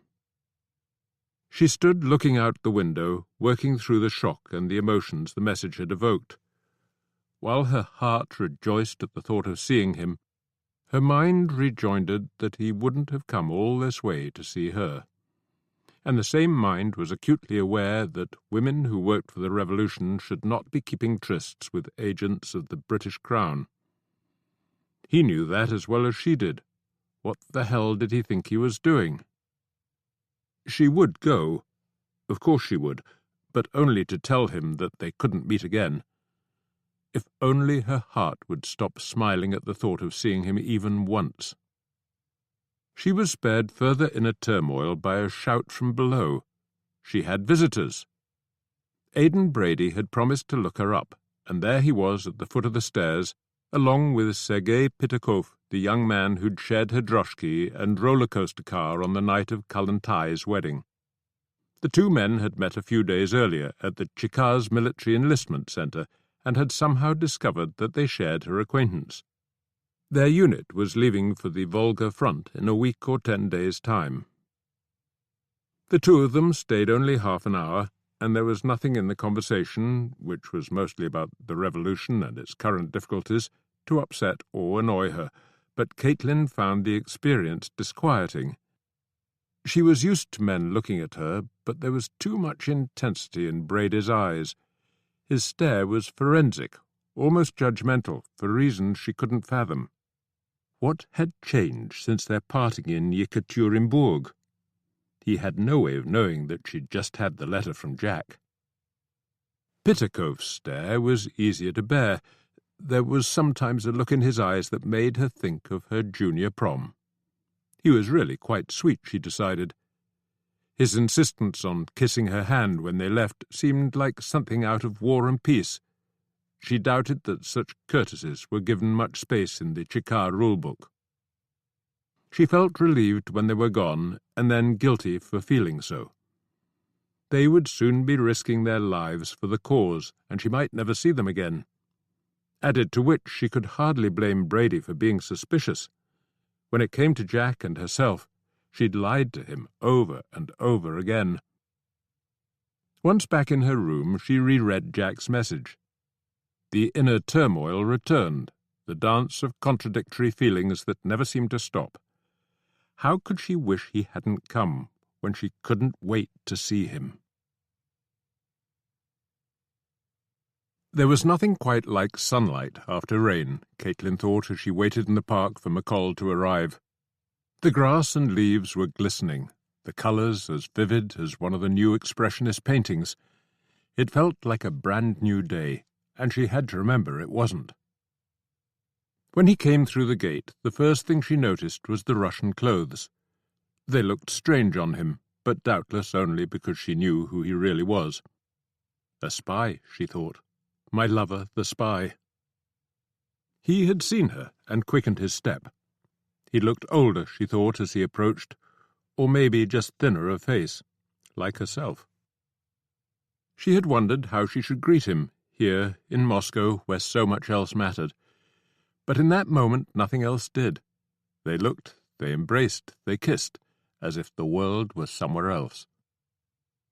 "It's good to see you," he said. She shook her head, if only to bring the world back. "Why?" she demanded, as all the mixed emotions his message had stirred came bubbling to the surface. "Why are you here?" "Let's walk," he suggested mildly, offering his arm. He must have known she'd be angry, Caitlin thought. She put her hand through his arm, feeling for her unusually unsure. "Aidan Brady's in Moscow," he told her. "I know," she said. "I met him in Vladivostok in April, and we travelled together for weeks." "Oh," McColl said, somehow looking both relieved and deflated. So he doesn't know about Dublin? About me choosing you over them? No, he doesn't. We hardly talked about Ireland. He probably thought it would be painful for me. That doesn't sound like him. No, it doesn't, does it? Still. I was afraid he might run into you here and mete out his own idea of justice. She thought about that, and had to admit that, knowing what McColl knew, it was reason enough to seek her out. How did you know he was here? Have you seen him? I haven't. My people keep a list of all the foreigners here in Moscow. It's how I knew you were here. And how did you find me? A long story, but I wouldn't have looked, let alone made contact, if I hadn't thought Brady might be out for revenge. He isn't. Good. They ambled on. The park was filling up now that the weather had improved, and she couldn't help feeling a spring in her step. She stopped, turned toward him, and put a hand on each of his shoulders. Now that Brady has brought us together, perhaps we should make the most of it. Do you have somewhere we could go? Not where we'd be alone. He put his arm around her waist. Which is the other reason I wanted to see you. I have an 11-year-old boy I don't know what to do with. He's from Ukraine, and his parents are both dead. I brought him to Moscow because he thought his uncle was here, but the uncle's dead as well, so now he has nowhere to go. I can't look after him forever, and I was hoping that you might know of a home. You mean an orphanage? Of all the things she'd expected from their meeting, finding a home for a Russian child wasn't one of them. I suppose so, he said with obvious reluctance.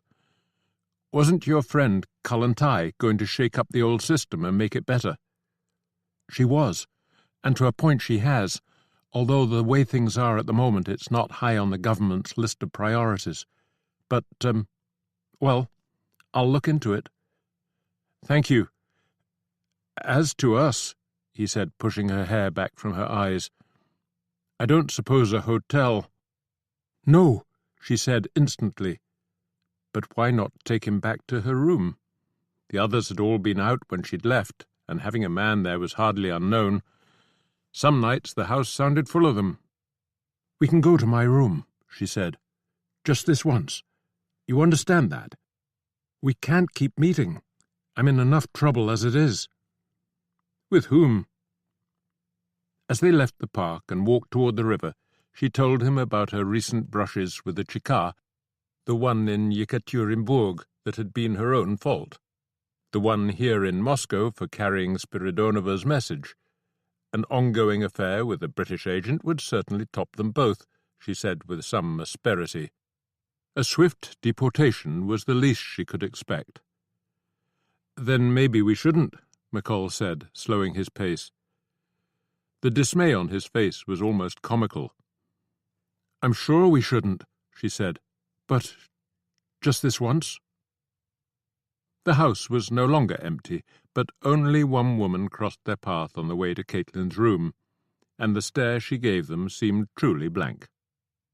She has terrible eyesight, Caitlin whispered, shutting the door behind them. And she's always losing her glasses. I know, she added, seeing McColl's expression. The bed is a trifle narrow. I'm sure we'll fit, he said with a smile, undoing the top button on her blouse.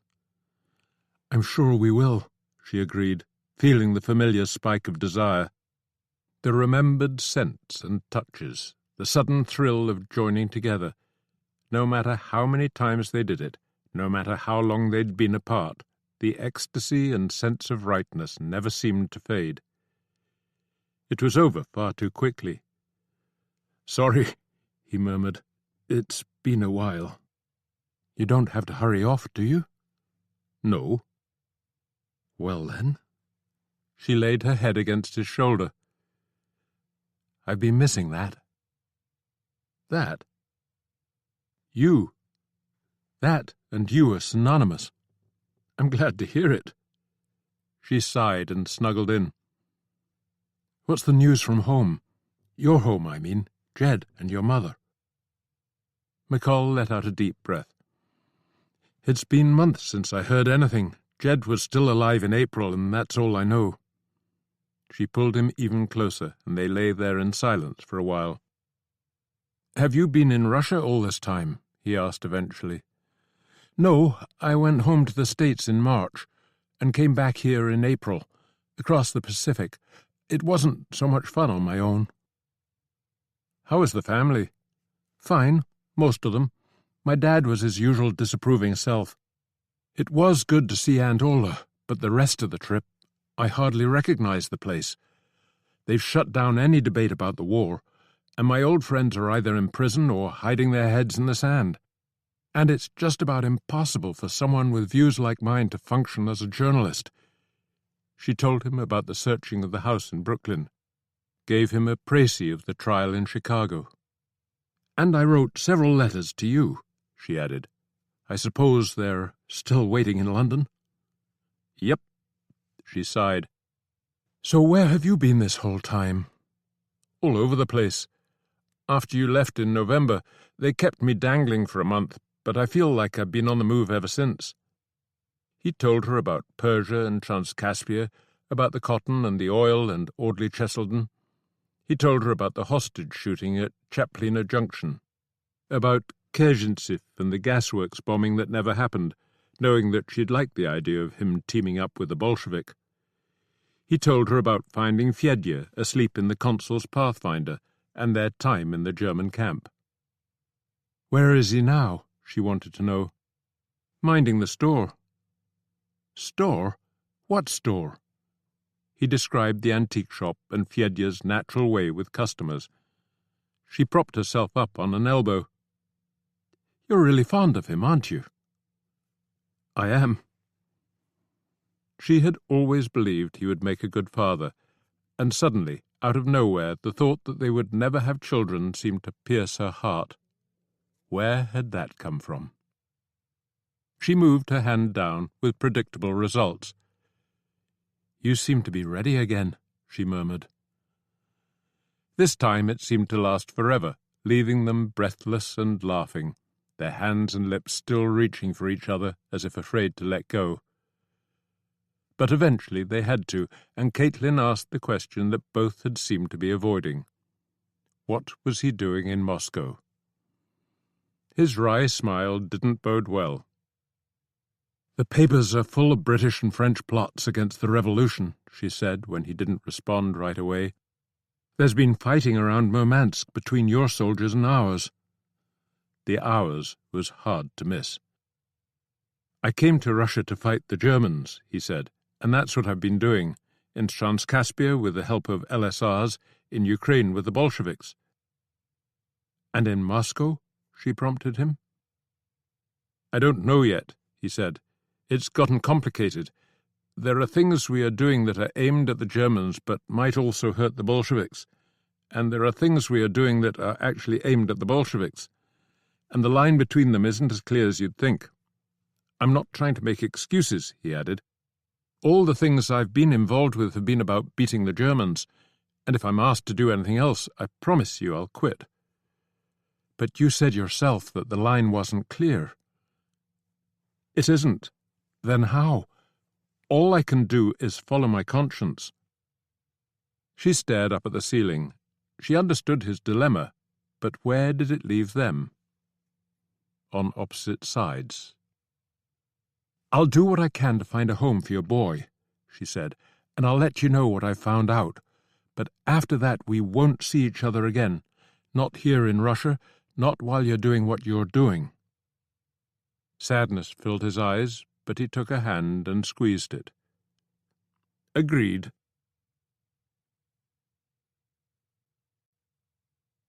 Chapter 15. Soldiers in Plain Clothes.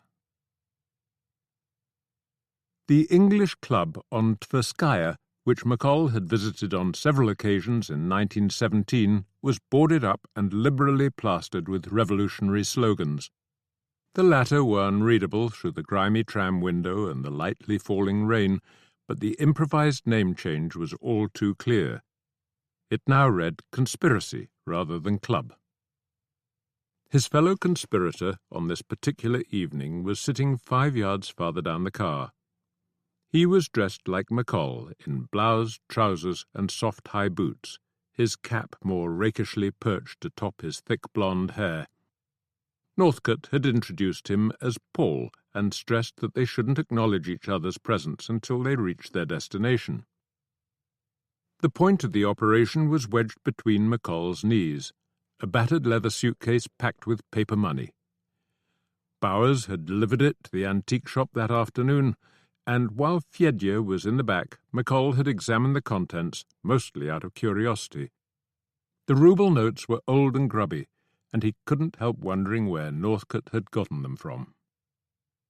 Fedya had clearly been longing to know what the suitcase contained, but had known enough not to ask. Ah, Fedya. Since Caitlin had offered to look for a home, McColl had been meaning to talk to the boy, but he hadn't managed it yet.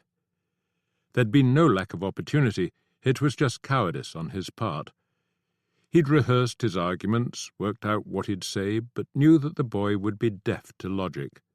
Desertion was desertion, no matter how good the reasons might be. He wished there was some other option, but if there were, he hadn't thought of it yet.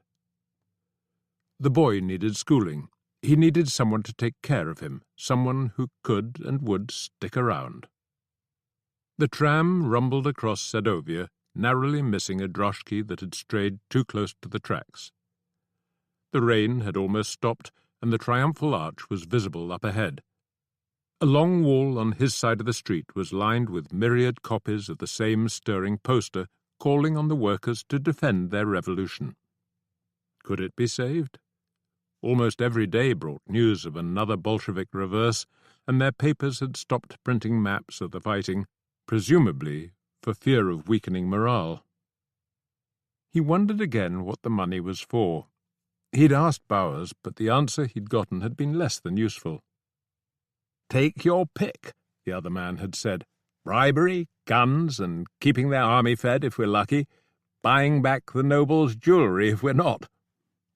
None of which would win the war. The Germans wouldn't be bought off, and the Whites seemed far more interested in fighting their Russian enemies. He'd promised Caitlin he would follow his conscience, but, as she herself had told him once, people could decide what was right only when they had all the relevant facts, and he was far from sure he had them. The tram was approaching the triumphal arch, the sunset behind it smudged with smoke from the station and yards beyond. A car was parked under the archway, 2 men leaning up against its bonnet. Chickists, most likely, watching the world go by, wondering when to pounce. The tram continued on up the Petersburg chaussee, passing the moribund racecourse on the left. When he caught sight of the Petrovsky Palace, its chimneys fired by the rays of the sinking sun, McColl reached for the suitcase and rang the bell. This was one of Moscow's richer suburbs, which seemed strangely appropriate. Revolutionaries had traditionally held their trysts in the poorer parts of town, but in Russia's upside-down world they gathered in streets lined with trees and big houses. 2 turns to the left and 1 to the right were the instructions. He walked on, aware of Paul's presence some 50 yards behind. It was finally growing dark, and most of the windows he passed were lit, giving the streets an almost festive look. There was also a constant murmur of conversation, interposed with shouts and peals of laughter. Most of the houses had been split into flats and were now home to 5 or 6 families. Those owners who hadn't fled were probably grinding their teeth in the single room that the housing committee had allowed them to keep. The Alexander Bar was on a corner of a 4-way intersection amid several rows of mostly vacant shops. Across the street, 2 droshky drivers were sharing a smoke, their horses nuzzling each other with obvious affection. Behind them, in what had once been the Anastasia hair salon, a man was visible through the badly cracked window, working at a table in an otherwise empty room. The bar itself was full of smoke, so much so that McColl needed several seconds to get his bearings. The furniture was bizarre, the seating a mixture of armchairs and iron benches, the counter a wardrobe laid on its side. From what he could see, the clientele was more club than pub, exclusively male, rather well-heeled, and reeking of the past. There were several different vodkas on offer, and McColl was announcing his choice when a Russian loomed out of the smoke. He was about 30, with wavy dark hair and a military moustache. After slapping McColl on the back, he gazed expectantly into his eyes. "I'm from Boris," McColl said, though an exchange of passwords already seemed somewhat redundant. "He told me I could get a game of Yaralash here." "You can," the Russian said happily, looking down at the suitcase. "No, seriously, what was it? Only on Tuesday and Friday evenings. That's right, isn't it?" He beamed. "I am Vasily. Come, we are in the back room." He was drunk, McColl realized. Over the Russian's shoulder, he saw Paul enter through the street door. "My partner has arrived," he told the Russian. "We'll both come." "The more the merrier." McColl rolled his eyes at Paul, who gave him a shrug in return. It didn't bode well, but sobriety hadn't been part of the deal. The only occupant of the back room had wavy, fair hair and a military moustache. "This is Victor," the first Russian said. "And I am Vasily," he announced again, this time with a wink. "Not our real names, of course. He is Vasily, and I am Victor." Both he and his partner laughed uproariously. The two Englishmen offered supportive smiles. A Russian Tweedledum and Tweedledee, McColl thought. "Have a drink," the original Victor suggested. As with Vasily, an educated accent was recognizable through the slurring. "We won't stay," McColl said, placing the suitcase on the table between them and opening the lid. The Russians were less impressed than he expected. Not at all, in fact. "That is good," Vasily said, as if receiving thousands of rubles was something he did every day. "But you must have a drink. And don't worry, the Chekists are tucked up in bed by this time of night." Victor had already poured 4 glasses. "To the Tsar," he said, once everyone had one in hand. "To the Tsar," they chorused, and tipped them back. Victor giggled and poured 4 more. McColl raised a hand. "To victory over the Germans." The Russians responded, but without much enthusiasm. "To getting our world back," Vasily muttered, suddenly serious, leaving McColl with a strong suspicion that it wasn't the Germans he wanted it back from. He and Paul refused a third, saying they needed to keep their wits about them. Vasily shook his head so hard that McColl was afraid it might fly off. "We have a droshky for you. It's waiting outside, so why do you need to keep your wits?" "No, a woman each, perhaps." "Some other time we must go." "If you must, you must," Vasily said sulkily. "And as for the Germans," he added, as if reading McColl's mind, "we will leave them to you and the Americans. We have our own battles to fight." The droshkis were still outside, and McColl saw no sign of loitering Chekists. He doubted there were enough of them to keep a permanent watch on out-of-the-way places like this one. Or maybe there were too many Victors and Vasilis. In either case, he felt safe enough, particularly now that the money was out of his hands. But he also felt far from happy. Drunk or not, Vasily could hardly have been clearer about his priorities. As the droshky made its way back toward the chaussee, McColl just sat there in silence, angrily mulling the matter over. "Why are we supporting these people?" he finally asked his companion in English. "The enemy of my enemy, and so on," Paul suggested. "But who is our enemy now?" "That's an easy one. whoever the chief says it is." "And that's good enough for you?" McColl asked, more aggressively than he intended. Paul didn't seem offended. "We're just soldiers in plain clothes. We do what we're told." McColl sat back in the rocking seat. He couldn't justify what they were doing.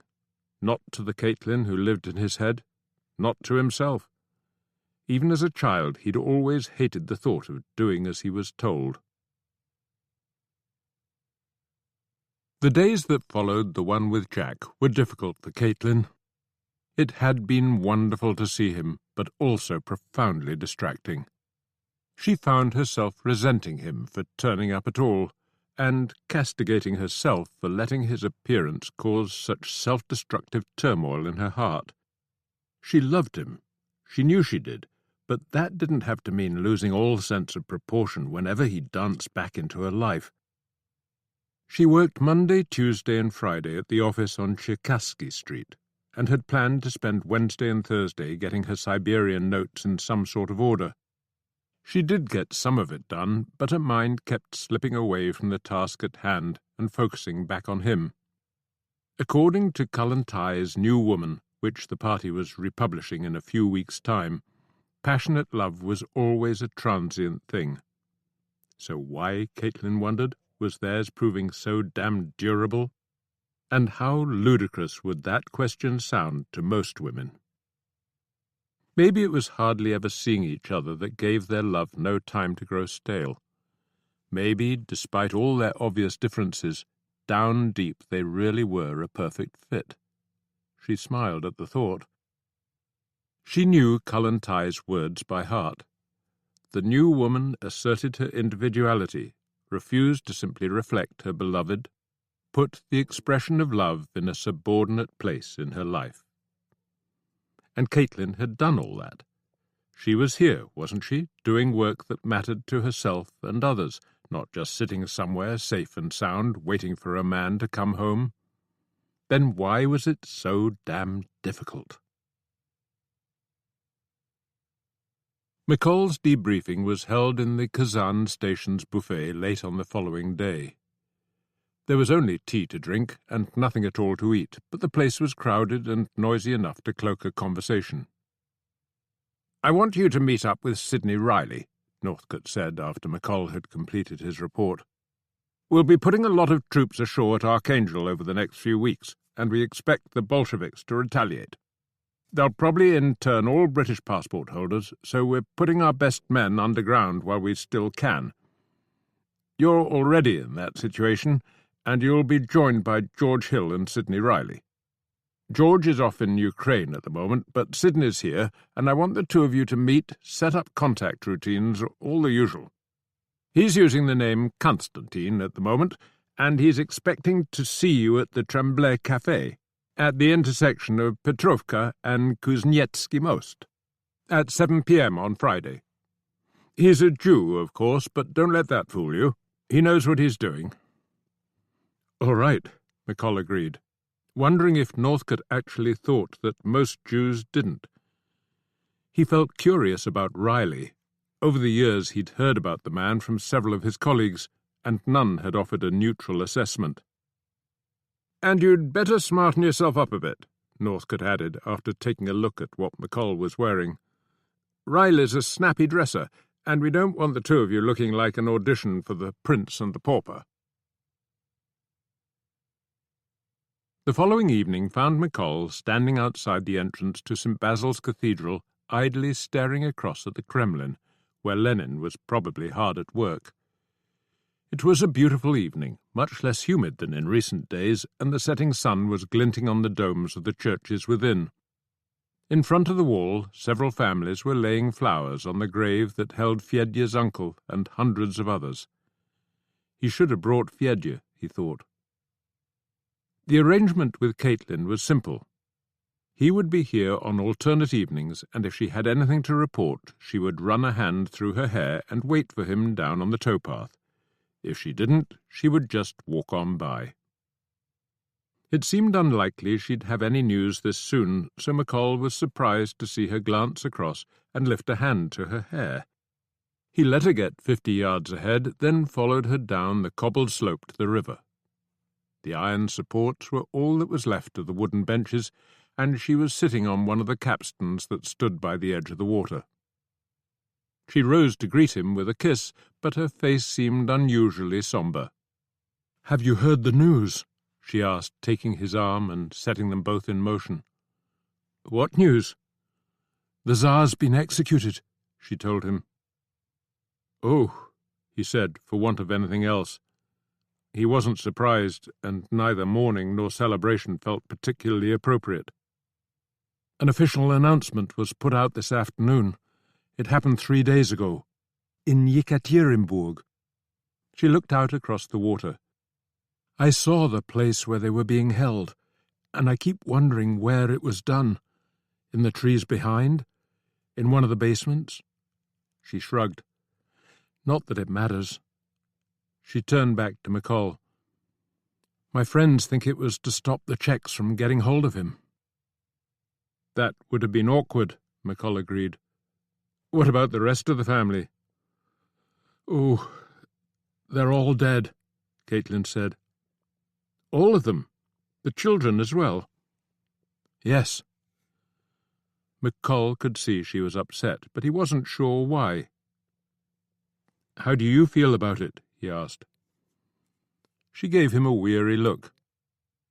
"I don't know. Shocked. I understand why they did it, but still. They couldn't afford to leave an heir for the whites to rally around. Yes, that must have been one of the reasons. What others could there be?" This time the look was slightly pitying. Hatred? Revenge? Those millions of men he sent off to die?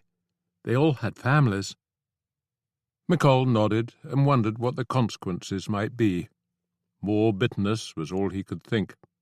People already knew which side they were on. "I've been asking around about children's homes," Caitlin was saying. "There is a new palace of motherhood in Moscow, but it's for mothers and young children. Your Fedya's much too old. There are lots of orphanages, but most are awful, and the government has hardly gotten started on making them better. But I have found one that's recommended.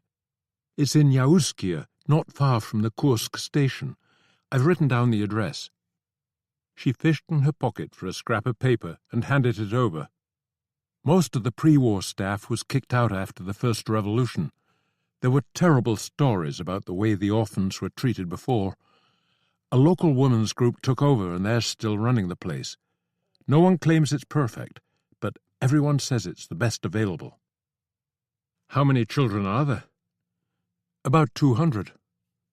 "In how many rooms?" "About 30, I think. The children sleep in dormitories, but there's a canteen and a library, and there are women who give lessons. After the summer, they hope to start sending some of the older children to one of the local schools." "I don't suppose the children are allowed to go out on their own?" "I don't know, but I wouldn't think so. How could you run a place like that if you let the children come and go as they pleased?" "What's the age range?" "No idea. Look, I told them about Fedya, and they say there's a place for him. All you have to do is take him there." "And hand him over," McColl thought. "I'm grateful," he said. "You're welcome, both of you." She turned to face him. "I don't know what else you're doing here, and I don't want to. Though, for the boy's sake, I'm glad you came." "But not for your sake."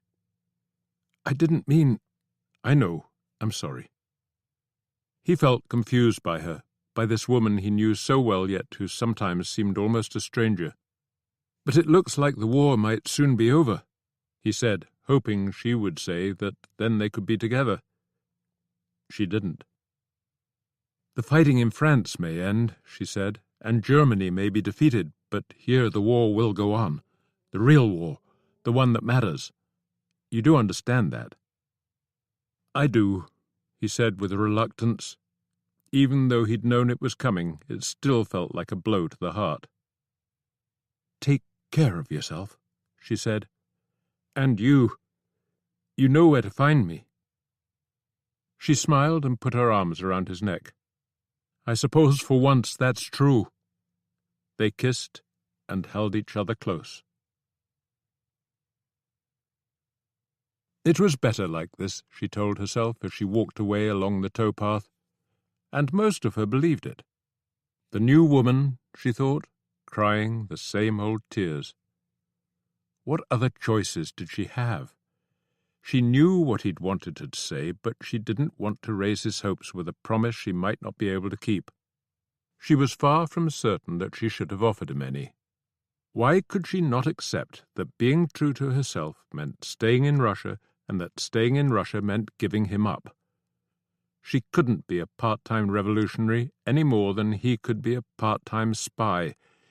And even if he gave up spying, she couldn't give up the revolution, not without giving up on herself. She wanted them both, yet more and more it seemed that it had to be one or the other. Passions came and went, but the work was forever. She could still hear Kollontai say it, 3 years ago in the House of Exile, high above Christiania. Her mind was convinced. Could she bring her heart into line? One thing she knew, that emotional wrench would be easier once he was gone. The fact that Fedya had sold several items at a handsome profit during McColl's absence and was clearly feeling pleased with himself made it even harder to broach the matter of moving him into the home. McColl bided his time and waited to bring the subject up until after they'd eaten supper at the local canteen and enjoyed a leisurely walk in the warm evening air.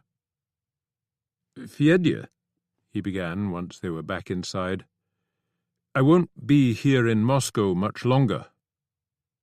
The look of alarm was instant. "Why, where are you going?" "I'm going home." Fedya looked confused. "But you told me you lived here in Moscow." McColl hesitated. Telling Fedya his true identity was obviously fraught with risk, but he felt he owed the boy that much. "I come from England," he said, opting for simplicity. He doubted that Fedya had heard of Scotland. "My government sent me here to fight the Germans, and now I have to go back." "Why?" "Because if I stay here, I'll probably be caught and killed." Fedya looked stunned by that, though only for a moment. "So what's your real name?" he demanded to know. "Jack McColl." "Jack McColl," the boy repeated, trying it out. "I want to come with you," he said, a sliver of hope in his eyes. "No, that's not possible," McColl said, watching it wither away. "I can't. I wish I could," he added, and part of him really meant it. "But I can't." "Why not?" "Lots of reasons. Because it's too dangerous. Because if you're caught with me, you'll share my punishment, like you did in the German camp." "But we escaped," Fedya cried out, clenching his fists. "I know, but next time we might not be so lucky. And Fedya, you are Russian. This is your country. You speak the language. You know what it's like here." "But I've found you a home. A friend of mine has. A home with lots of children. One where you'll go to school and learn lots of things." "Why can't I just stay here? I can run the shop on my own." McColl sighed. "I know you could, but someone else will be coming to run it, so you can't stay here. And the home will be better. It will." "But I won't know anyone." "Not at first, but you'll soon make friends," McColl said, wincing at the cliché. "The food's good. You'll learn things, and I'll visit you while I'm still here. And my friend will visit you after I'm gone. You'll like her." Caitlin had offered no such thing, but he knew she would if he asked. Fedya was trying hard not to cry. "When?" he asked. "Tomorrow," McColl told him. It was better not to drag it out, he thought. The boy let loose a single heart-rending sob and turned his face to the wall. McColl just sat there, wondering what, if anything, he could say or do to make things better. He told himself Fedya had fastened onto him and would do the same to others. Boys of his own age, the women whom Caitlin had talked about. No matter how hard it seemed, things were better this way. McColl had no idea how long he'd be staying in Russia, or how difficult it would be to get out when the time eventually came. And even if he could take Fedya to England, what would life be like for an 11-year-old boy who spoke not a word of the language and whose whole world up to a few weeks before had been that of a peasant village? A fish out of water would feel more at home. He knew he was doing the right thing, and maybe one day Fedya would too. The next morning the boy hardly said a word, either over breakfast or during the ride across town. McColl had wondered whether Fedya, in his desperation, might do something truly reckless, like vanish overnight or threaten to expose him as a foreign spy. But the boy seemed beaten down, which made McColl feel even worse. The orphanage was a large pastel grey building on a narrow street off Sedovia. It looked cared for, and McColl was pleased to see that those bars across the window that were broken or missing had not been replaced. Once inside the front door, he found the lack of noise surprising, but the woman who welcomed them seemed kind enough. She ruffled Fedya's hair and took no offence when the boy pushed her hand away. "You'll like it here," she said. "Once you get used to it, I promise you will." Fedya shook his head. "It's better if you say goodbye here," the woman told McColl. "I have all the details your friend supplied, and Fedya can tell me about his family." "They're dead," Fedya said, as if that closed the conversation. McColl got down on one knee to face him. "I'll come and check up on you in a few days," he promised. "That is all right?" he asked the woman. She nodded. Without any warning, Fedya threw his arms around McColl's neck and clung on as if his life depended on it. McColl hugged him back. "It'll be all right," he said. It was such a stupid thing to say, but somehow it struck a chord. Fedya allowed McColl to gently disengage them, then tried and almost succeeded in raising a smile. "A few days," McColl repeated as the woman led the boy away. Fedya didn't look back.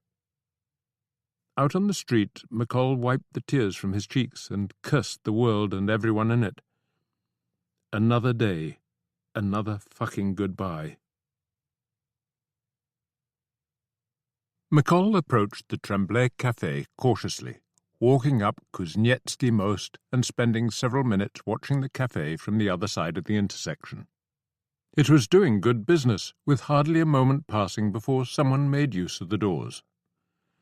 Most of the clientele were wearing suits, and McColl was glad he'd followed Northcote's orders. It hadn't been easy, but an hour's rummaging through the shop's store of second-hand clothes had turned up a suit and a stiff-collared shirt that almost fit. The shoes were ones that Sandy Luckett had left behind, and after walking a mile in them, McColl had a good idea why. He was glad of something to do, something that took his mind off Caitlin and Fedya. It was 5 minutes past the allotted hour, and he'd seen no one who matched the description of Sidney Riley, which probably meant the man was already inside. There were no cars parked nearby, and McColl himself was the only loiterer. It looked safe. He strolled across the road and in through the doors, then gave his eyes a moment to adjust. The café was busy and very smoky, but he doubted he'd have had any trouble recognizing Riley even without Northcote's description. He did look Jewish, and he was snappily dressed, but what made him stand out was the palpable air of self-possession. The large table in the corner, the best in the café, was his by right, and he'd spread himself accordingly. Cloak on one chair, cane on another, newspaper laid across the table. While everyone else in the place seemed cheek by jowl, Riley had room to swing any number of cats. He rose to shake McColl's hand and suggested the seat by his own. "It's noisy enough that we can talk," he said once they both were seated. And it was. McColl had excellent hearing, and the men at the nearest table might have been miming for all he could make of their conversation. Riley offered his cigarette case and ordered brandies. "It's not a particularly good one," he admitted once the waiter had departed, "but it is the best in town. Outside the Kremlin, of course." They discussed the current situation and the muted public response to events in Yekaterinburg. "A shame about the children, of course," Riley said, "but their father was a weakling and no loss to us. The Bolsheviks think they've wiped the slate clean, and they're right about that. But they haven't just wiped it clean for themselves. They're not the only ones who want a new Russia." McColl took a drag on the Turkish cigarette. "They are in power," he said mildly. Riley sniffed. "They're hanging on by their fingertips. You know what happened on July the 6th. The LSRs just froze like country rabbits in front of headlights. They sat back and waited, and Lenin's Latvians just rolled them up. But for 12 whole hours the Bolsheviks were pissing in their pants. The Latvians are all they have, and they weren't sure of them. Neutralize them." He opened his hands. "How?" McColl asked. Riley smiled. "I'm working on that. Let's just say I have reason to believe we can turn them." "Every man has his price." "In a way. When people say that, they usually mean money, and not every man can be bought with money. But with something else. A country of his own, for example. Well, that's a different story. Everyone wants something." "Do we have someone lined up to take over?" Riley took a gulp of brandy. "Savinkov's still the best bet, if we can get him back to Moscow. After Yaroslavl, he had to make himself scarce for a while, but who it is doesn't matter that much. I could step in myself if it came to that. We just need someone to end this madness once and for all." "And send the Bolsheviks back to Siberia?" "The lower ranks, perhaps. The leaders will have to be shot. After a trial, I suppose. But you can't take risks with people like that." "No." Riley called for a refill. "Northcote tells me you used to sell luxury automobiles." "For 6 years. All over the world." "Just the one?" "Yes, the Maya. Beautiful car for its time. Do you know it?" "I've seen it, but I can't say I've ever driven one. Be honest now. If money were no object, which car would you buy?" McColl thought about it. "A Bugatti Type 13, he suggested eventually. But he may have designed something better by now." Riley asked what McColl thought of the latest Daimlers, and for the next 15 minutes the two of them traded opinions on the strengths and weaknesses of a dozen different automobiles. In an English pub, the conversation would have seemed quite normal and probably would have bored any female companions to death, but McColl found it strangely enjoyable.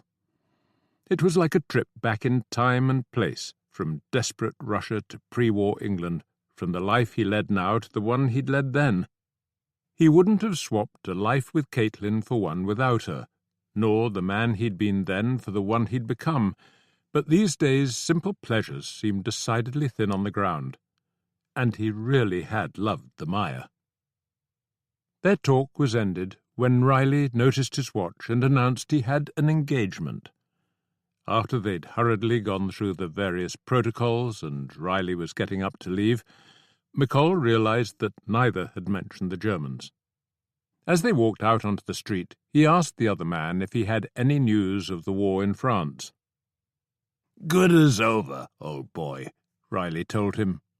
"We've pushed the Germans back across the Marne, and London thinks they've finally shot their bolt. It might be all over by Christmas. Good news, eh?" "Wonderful," McColl agreed as Riley scanned the road for a droshky. So what were they all still doing here in Russia? As if he didn't know. 3 days after her towpath walk with Jack, Caitlin had another visit from the Chicka. This time they came to the women's office, and perhaps for that reason they were slightly less peremptory. Not that there was any doubt about the outcome. Comrade Komarov requested her presence, and a request from him was an order. As the three of them walked the short distance to the Chicka offices on Bolshaya Lubyanka, the Chickist slightly behind her, one at either shoulder, she wondered what she'd done this time. She'd been meaning to ask for another interview with Spiridonova, if only to show that she hadn't been cowed, but hadn't actually done so. What else could it be? With a sinking feeling she realized it had to be Jack. Had one of the other women reported his visit? And if so, why? Having sex was hardly a crime in itself, and who could have known that the man in her room wasn't a Russian acquaintance? This time she wasn't kept waiting long. The same walk through the maze, and there was Komarov, the spider, at its heart. A camp bed had been set up since her last visit, but he didn't look like he'd had much sleep. If you wanted to tire yourself out, she thought, then start a revolution. "I understand you know an Englishman named Jack McColl," he said bluntly, his eyes alert to any reaction. His open shirt looked badly in need of a wash, but if he was dirty he didn't smell. How did they know Jack's name, was the first thought that crossed her mind. The only other person in Moscow who knew was Brady. "Yes," she said abruptly. She couldn't let Komarov think she was working on her answers. "And you've seen him recently?" A question or a statement? "Yes," she admitted, because if they knew already, then saying no would leave her no way back. "He came up to me on the street, and I took him back to my house." "Why?" "I didn't want us to be seen together." "Because he's a British agent?" "Because he was a British agent. I don't know if he still is. Not for certain." Komarov smiled at that. "Did he give you any other reason for his being in Moscow?" "He came to see me about a boy," Caitlin decided. When it involved her and Jack, she could neither risk the truth nor think of a workable lie. At least her answer surprised Komarov. "What boy?"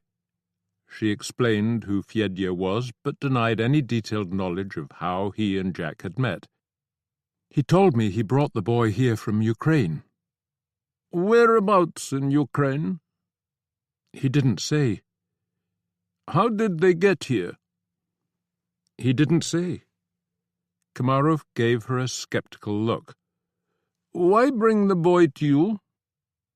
"He wanted help in finding the boy a home, and he knows that my friend Kalantai has been involved in reforming the old orphanages."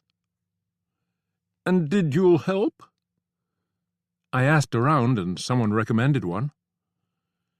She thought he would want to know who and which, but instead he asked where Jack was living. She told him she had no idea. "He didn't tell you?" "That's what I said."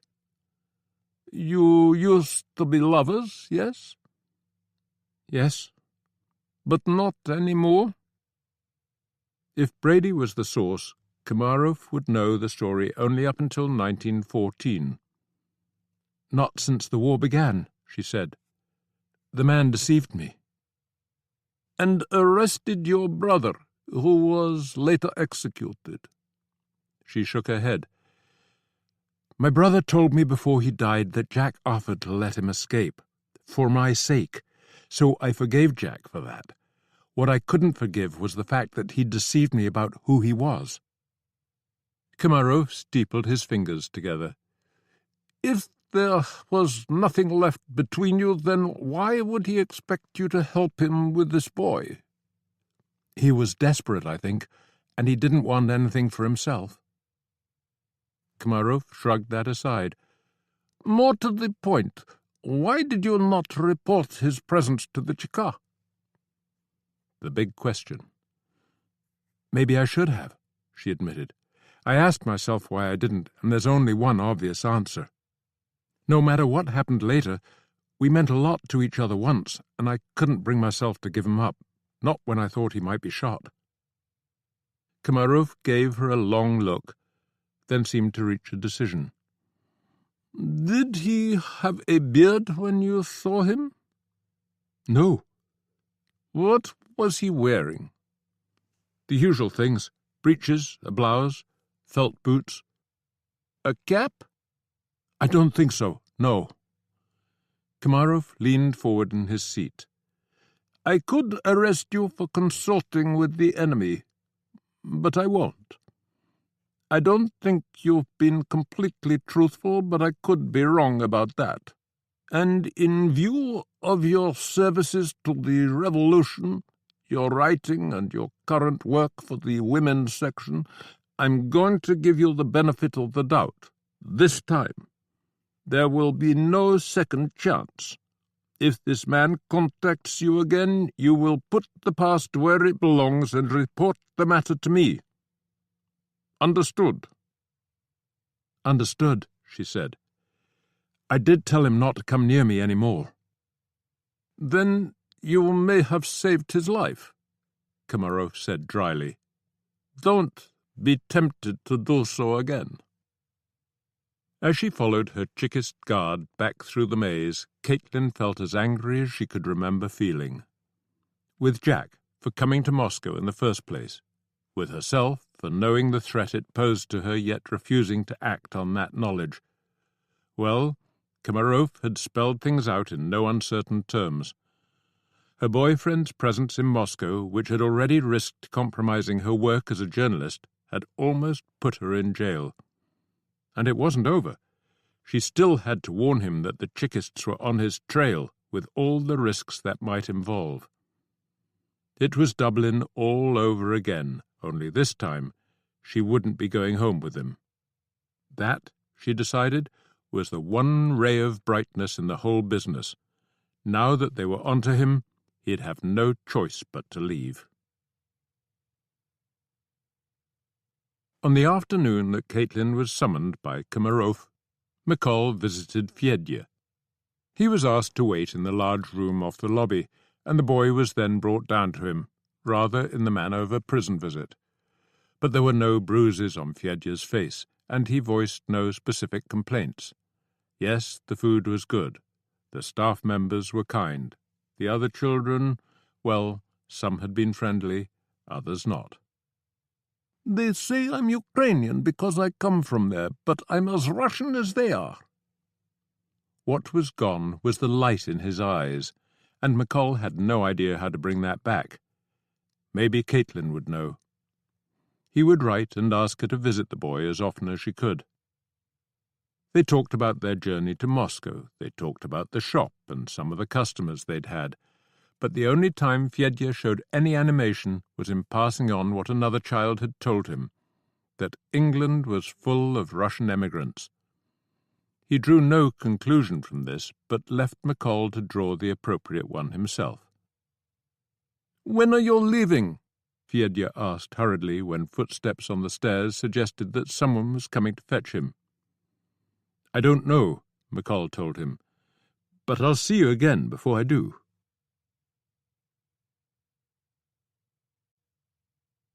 Chapter 16. The Rotting Agent. 3 hours after visiting Fedya, McColl was passing Petrovsky Park at the wheel of a Cheka automobile, a red flag fluttering on the bonnet's left wing. Roger Bowers had picked him up in the Rousseau Bolt and was now sitting in the passenger seat, having cheerfully given way to the more experienced driver.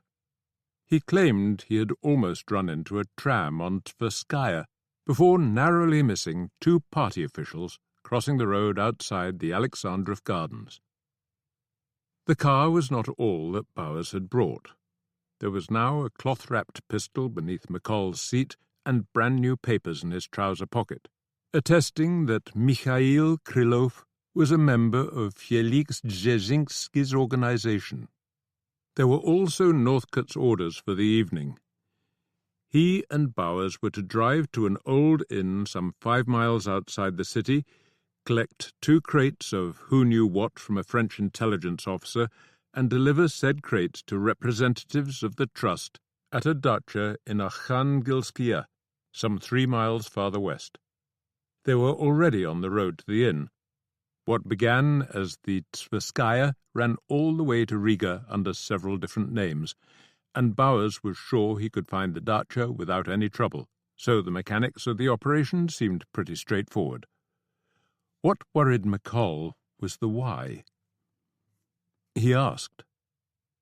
"As a favour to our allies," was Bowers' laconic response.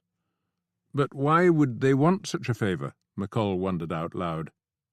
Wouldn't it be easier and less risky to hand these crates over themselves? Why have 2 clandestine meetings when one would do? And using 2 cars doubles the chance that one will be spotted.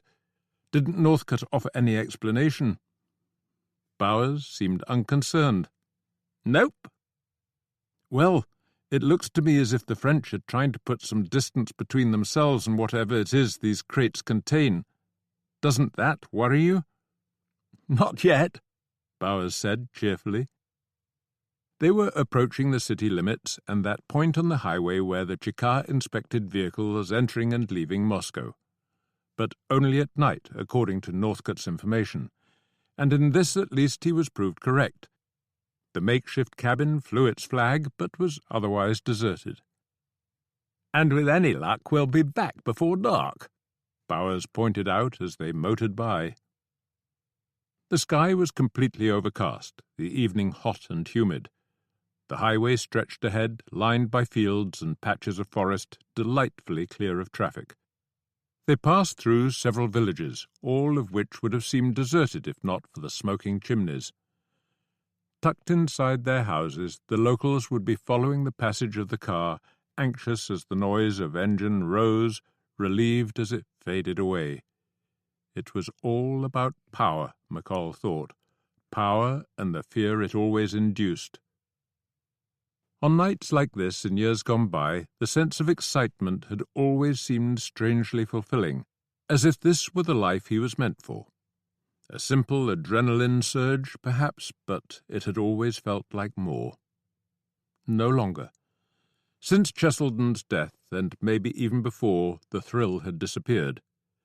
Maybe he'd grown too old for games, or maybe the ones he was playing here left too sour a taste on the tongue. If he wasn't fucking up the job, he feared he was fucking up lives, both others and his own. Time, or something less easy to measure, seemed to be running out. Soon, but not tonight, he told himself. The automobile was in good shape, which might have surprised its Chikar owners. One of Northcote's Russian friends had secured the job of repairing Dzerzhinsky's cars, which gave the service the chance to use them between repair and return.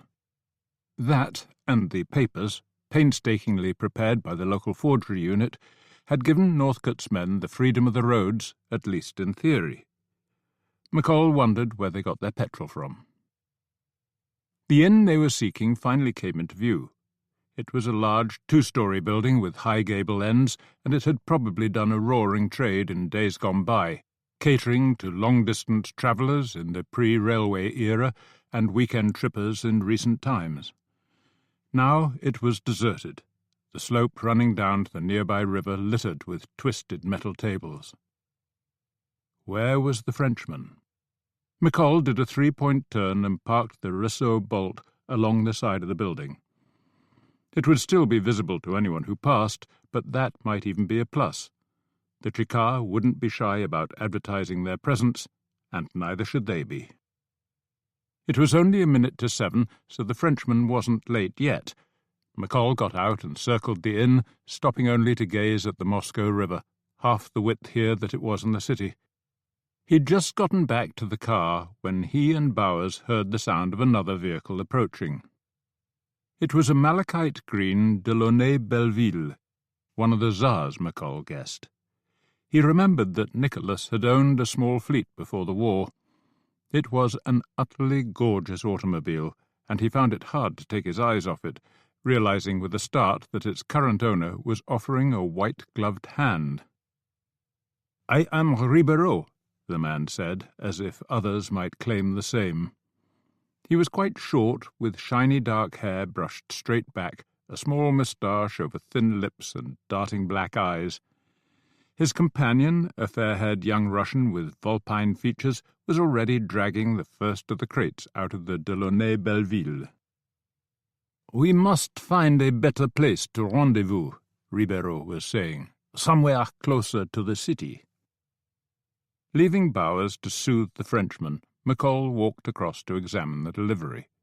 The crates were nailed shut, but lines of glass jars were visible between the strips of wood. "What's in the jars?" McColl asked Ribeiro in French. "The ones labelled plum conserve have the rotting agent, the ones labelled cherry the poison.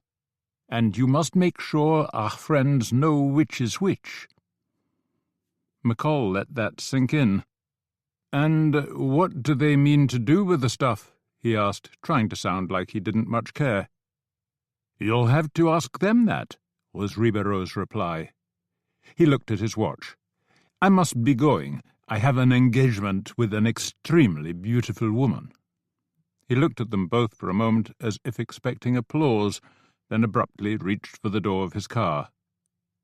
Who are these people, McColl asked himself, and what the hell was he doing running their errands?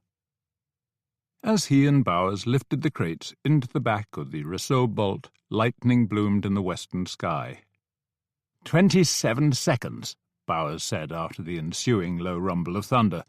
5.5 miles, give or take. We might beat it home.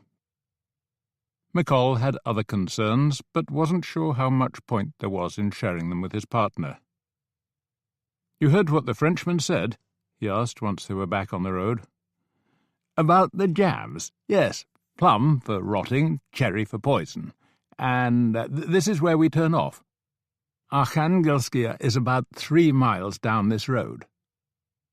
"I don't like it," McColl said as they turned onto the smaller road. The skies above were rapidly darkening, the flashes of lightning more frequent. "It'll pass over." "Not the storm. The job." "Oh, well, I suppose I can see your point, but if we didn't do it, someone else would." Which was facile, but probably true, McColl thought, steering the Rousseau Bolt through another somnambulant hamlet. He thought about going back to the inn and dumping the crates in the river, but then realized that doing so might kill half the local population. What were their Russian allies intending to do with the contents? As Ribeiro had said, he would have to ask them. Try as he could, he found it hard to imagine an acceptable answer. He said as much to his companion, who was busy trying to read the sketched map that Northcote had supplied. "This is probably one of those times when it's better not to know," Bowers replied. His matter-of-factness gave McColl a moment of doubt. Was he overreacting? He didn't think so. They were coming into Arkhangelskaya. High to their left, a mansion clung to the top of a hill, its white facade standing out against the dark grey sky. Ahead of them, the lane wound slowly downhill, passing widely spaced cottages with lightless windows and smokeless chimneys. These dachas were the weekend retreats of Moscow's middle and upper classes, most of whom had more pressing concerns in this particular summer. The dacha they sought was right at the end of the lane, a neat white cottage almost engulfed by a long-neglected garden. The overgrown lawn sloped down to the river, which was here about 30 yards wide. 2 weeping willows stood sentry on the bank, on either side of an exquisite summer-house. There were no waiting Russians. "What time are they supposed to be here?" McColl asked Bowers as he drew the car to a halt. "In 20 minutes, Bowers said, looking at his watch. We gave it an extra half-hour in case the French were late. Lightning flickered through the trees to their right, and this time the thunder was more crack than rumble. "I'll take the red flag off the car," Bowers said, opening his door. "No point alarming our friends." McColl sat there for a moment, then reached beneath the seat for the pistol. Sliding it under his belt and the hip-length Russian blouse, he got out of the car. "I'll check the area," he told Bowers, who was still unravelling the string with which the flag was fastened. After walking around the cottage, McColl made his way to the edge of the river and watched a cluster of broken branches slowly drift downstream. Was he overreacting?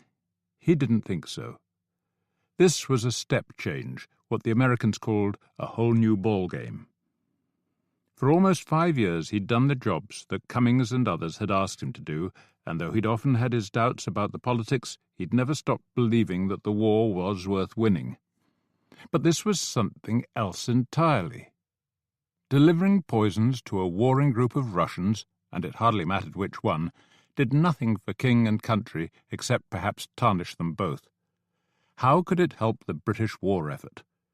If these people succeeded in bringing down the Bolsheviks, it would take them months to re-establish an Eastern Front, assuming that they actually wanted to. And if Riley was right, the war in the West would be over by then. This was Russian business, and as far as McColl could see, neither Reds nor Whites posed any threat to Britain or its people. If forced to choose sides, he would probably have opted for the Reds, if only because Caitlin believed in their revolution. He didn't share all her political opinions, far from it, but he had learned to trust her heart. But what could he do? What if he went back to Bowers and told him he'd decided not to hand over the crates? If Bowers tried to stop him, was he prepared to hold off a colleague at gunpoint and, if necessary, put a bullet in one of his legs?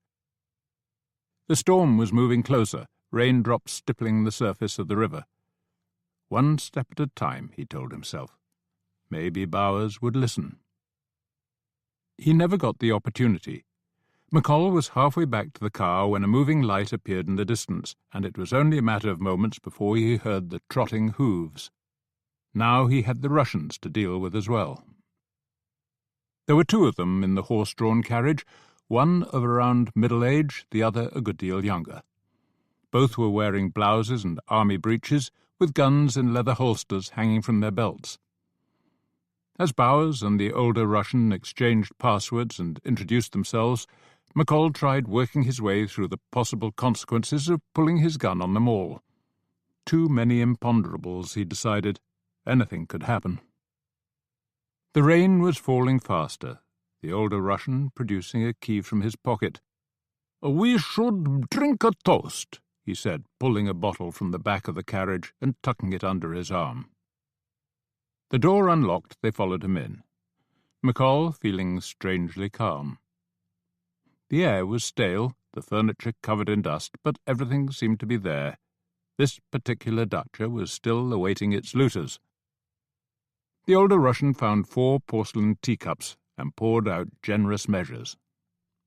Toasting the Tsar was now a matter of toasting his memory, but the emotions kindled in some Russian breast seemed stronger since his death. There was no second glass, though. These 2 seemed more professional than Viktor and Vasily. Together they might be more than a match for McColl, in which case these might be his last few minutes. He rather hoped not. The rain was making a racket on the roof. "Not the weather for an open carriage," the elder Russian said. "We won't be leaving until it stops, but there's no point in you waiting. Give us the stuff and you can drive back to Moscow, safe and dry in your Chikar car." "What's the stuff for?" McColl asked abruptly. He could see that Bowers was wishing he hadn't, but he wanted an answer. And rather to his surprise, the Russian proved willing to give him one. "It will give us victory," he said simply. "How?" McColl persisted, trying to sound more curious than judgmental. "If they cannot feed the people will overthrow them. It's as simple as that." "And the poisons?" Ah, we didn't want to use them, but they left us no choice. He leaned back against the windowsill and reached inside his pocket for a half-smoked cigarette and a match. In the north, all the food for Petrograd crosses one of two bridges to reach the city, and once we blow them up, the city will starve. Simple, eh? He lit the cigarette stub. But Moscow is different. There are too many ways in and out, too many bridges to destroy. We cannot stop the movement of food, so we have to stop the production. If you have brought the amount our expert asked for, we can do that. There will be nothing to harvest this autumn and no beasts to slaughter for 200 miles. Moscow will starve. McColl took a deep breath. He'd had his answer, and it wasn't one he could live with. This man, this oh-so-reasonable enemy of the Bolsheviks, was intent on depriving an entire city of its food, the city where Caitlin and Fedya lived. This really was the end of the line. The war was virtually over. He'd done his duty by Jed, and a service willing to condone such a thing was not one he wanted to work for. He felt, for a few short moments, an overwhelming sense of relief. "No," he said, as much to himself as the others. "No?" the Russian asked. He was about 6 feet away and partly shielding his partner. "McColl," Bowers said warningly. The gun snagged in McColl's belt and wouldn't come loose. As he struggled to free it, the Russian's expression shifted from bemusement to anger, his hand to the holster at his belt. They fired at almost the same instant, but McColl took a step to the side as he did so. The Russian's bullet embedded itself in the wall, his own in the Russian's chest. By this time, the younger man's gun was clearing its holster, and McColl shot him as well. They fell across each other like a cross marking the spot. "Jesus Christ!" Bowers was saying, disbelief in his voice. McColl ignored him. The elder Russian had taken a bullet to the heart and was definitely dead. The younger one's wound was a little higher, and he would probably live. McColl knew he should finish him off, and also knew that he wouldn't. Even if he could bring himself to do it, what would be the point? Sooner or later, the trust would be out for his blood. Bowers was just staring at him. "Why?" "You heard them. They were going to starve a city to death." "It's a war. People die." "It's not my war. It never was." "I think you've made that clear enough. Northcote will have your guts for garters." Bowers sighed. "If I were you, I'd disappear for a while." "I wasn't thinking of staying around," McColl said mechanically, as he tried to work out what he needed to do. "Help me carry the body to the car," he said after a few moments. "Why?" "Just do it. We don't have all night." For a moment he thought Bowers would refuse, but after one shake of the head his colleague took hold of the legs and the two of them carried the corpse to the car, where they wedged it on top of the crates. While Bowers was wiping the blood off his hands, McColl reached in and took his colleague's gun from under the passenger seat. "What are you—" Bowers began to object. "You can have it back when we get to Moscow," McColl told him. He handed Bowers the small red flag. "See if you can fix it back on." Bowers gave him an angry look, but did as he was told. The rain was slackening off, the rumbles of thunder fewer and further between. The Russian's horse was shuffling this way and that in its traces, as if keen to get going. "Time to leave," McColl told Bowers once the flag was reattached. "What about the other Russian?" "We'll have to leave him where he is. Someone will see the horse and carriage." And if nobody did, it was hard to feel sorry for someone prepared to kill thousands of women and children. The car started the first time. Northcote's mechanic was good at his job. As McColl steered it up the lane and out of the village, Bowers sat there shaking his head, seemingly more surprised than angry. The other man's silence suited McColl, who was trying to think ahead. He knew what to do when they got back to Moscow, but after that was a blank. The trust people would be on his trail once they knew what he'd done, but they probably wouldn't find out for a while. How would Northcote react? He would see McColl's action as a betrayal, but would he see it as treason? McColl had heard of one colleague in Russia who'd refused a direct order to kill the Bolshevik nationalities leader, Stalin, and who'd only been sent home as a punishment. Was his own crime worse? It probably was. Killing allies and wrecking their operations was a very active form of dissent. Even if Northcote was sympathetic, which McColl very much doubted, the Whites and the French would be demanding some sort of reparation. He couldn't see Northcote killing one of his own, but he could see him looking the other way after pointing his allies in the right direction. All of which would take some time. McColl had to leave Moscow, had to leave Russia, but not like a panicky thief in the night, and not without saying goodbye to Fedya. The thought of seeing Caitlin one last time was tempting, but she'd made it crystal clear that she didn't want another meeting. So that was it. He would go to the orphanage early next morning and then get out of the city. In which direction? Not north. Northcote had several agents with the British troops in Murmansk and Archangel. Not east, where the Czechs and their French paymasters blocked the way, nor west, where the Central Powers were still in control. So south it had to be. Another journey across occupied Ukraine, or perhaps farther east, through the Caucasus and down into Persia. One last adventure at no one's behest but his own.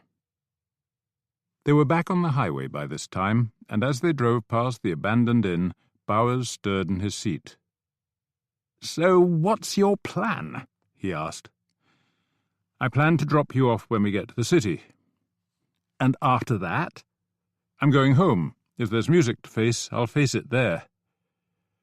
Bowers thought about that for a moment. "I've heard worse ideas," he admitted. 20 minutes later, they were approaching the Chikar checkpoint. This time it was manned. "I hope you know what you're doing," Bowers muttered as McColl brought the car to a halt and carefully placed the gun where his hand could easily reach it. A shootout with the Chikar might end badly, but surrender certainly would. There were two Chekists, both armed with pistols. They looked surprised not to recognize McColl or Bowers. "Comrades, where are you from?" the first one asked. "Yauskia," McColl answered, handing over his identification. That was the Chikar unit that their papers said they belonged to, but the area in question was on the other side of the city. The Chekist noticed the discrepancy. "Then what are you doing so far from home?" "Look in the back," McColl told him. "There's a dead white who we chased all the way to Tushina, and some poisons he and his bourgeois friends were planning to put in the city's water supply. We need to report this, comrades, to the director." The Chekist took a quick glance at the corpse, then waved them on. "Very clever," Bowers conceded. "You've lived up to your reputation." "My reputation?" McColl echoed. "As one of Cummings' favourites. That's what Northcote told me when he knew you were coming." But not after this, McColl thought, feeling a twinge of regret for the first time that evening. It had been fun while it lasted, most of the time. After they'd passed the Brest station and crossed Sadovia, McColl looked around for somewhere to stop. Rather to his surprise, people were still out in numbers. It was, he realized, earlier than he'd thought. This particular day seemed virtually endless. He found an empty stretch of pavement and pulled over. "You can get a tram from here," he told Bowers. "Once you're on the pavement, I'll drop your gun out of my window. You can pick it up after I'm gone." Bowers reached the door handle. "Any last message for Northcote?" he asked. "Tell him we should be better than that," McColl said shortly. Bowers climbed out and put his head back in the window. "Don't tell anyone I said so, but good luck." Not a bad man, McColl thought as he drove on toward the centre, but not a very good one either. Where to leave the car? Although the idea of parking it outside the Chikar headquarters in Bolshaya Lubyanka had a certain appeal, That was probably pushing his luck. He'd wanted to leave an explanatory message, but he had neither paper nor pencil and saw no obvious place to acquire them. He assumed that the stuff in the jars wouldn't actually look like food, and if anything shouted, "Handle with care," it was a corpse wedged in on top. The Chika would work it out. Approaching the inner ring, he noticed the Pushkin monument off to his right and decided that was the spot. He parked the car close up against the plinth, where no one could look inside it without actually crossing the road, and strode off down Tverskoy Boulevard. The shop was about a mile away and should be safe for a few hours at least. More than enough time to pack what he needed and find somewhere safe to spend the night. The streets were still full of puddles, but the sky was rapidly clearing, and by the time he turned onto Bolshaya Nikitskaya, the moon was dimly glowing behind the thinning clouds. As he neared the antique shop, he noticed a figure standing in the shadows on the opposite side of the street and abruptly slowed his pace. How could Northcote have gotten someone here so quickly? Whoever it was took a step toward him, and he realized it was a woman. One step more, and he knew it was her. "What are you doing here?" he asked, meeting Caitlin in the middle of the empty street. "Can we talk inside?" she said, with no attempt to hide the anger in her voice. "Of course." McColl unlocked the door and ushered her in. "The back room's better," he said, opening the connecting door. Once he'd closed it behind them, he struck a match and lit the kerosene lamp. "I won't stay long," she said coldly. "I came to warn you, that's all. The Chika are looking for you." "How do you know?" "I was called in and questioned by a man named Komarov. Brady must have seen you on the street and told the Chika. It must have been him, because Komarov thinks we parted in 1914 and hadn't seen each other again until last week." "How do they know we met the other day?" "I admitted we had. He asked me, and I couldn't take the risk that he already knew. I told him you'd only come to see me on account of the boy, that you wanted my help in finding an orphanage." "Did you tell him Fedya's name?" "I can't remember. I don't think so." "And the name of the orphanage?" "No, he didn't ask. I'm sure of that. But what does it matter? It's you who's in danger, not the boy. You have to leave." "I was planning to leave tomorrow, but not on account of the Chika. I killed a man this evening, a member of the trust. You know who they are. Well, they'll be looking for me when they find out, and so will my own people." He smiled. "Some servant of the Crown. As unreliable as you could wish for." She couldn't help returning the smile. "For what it's worth, I'm glad."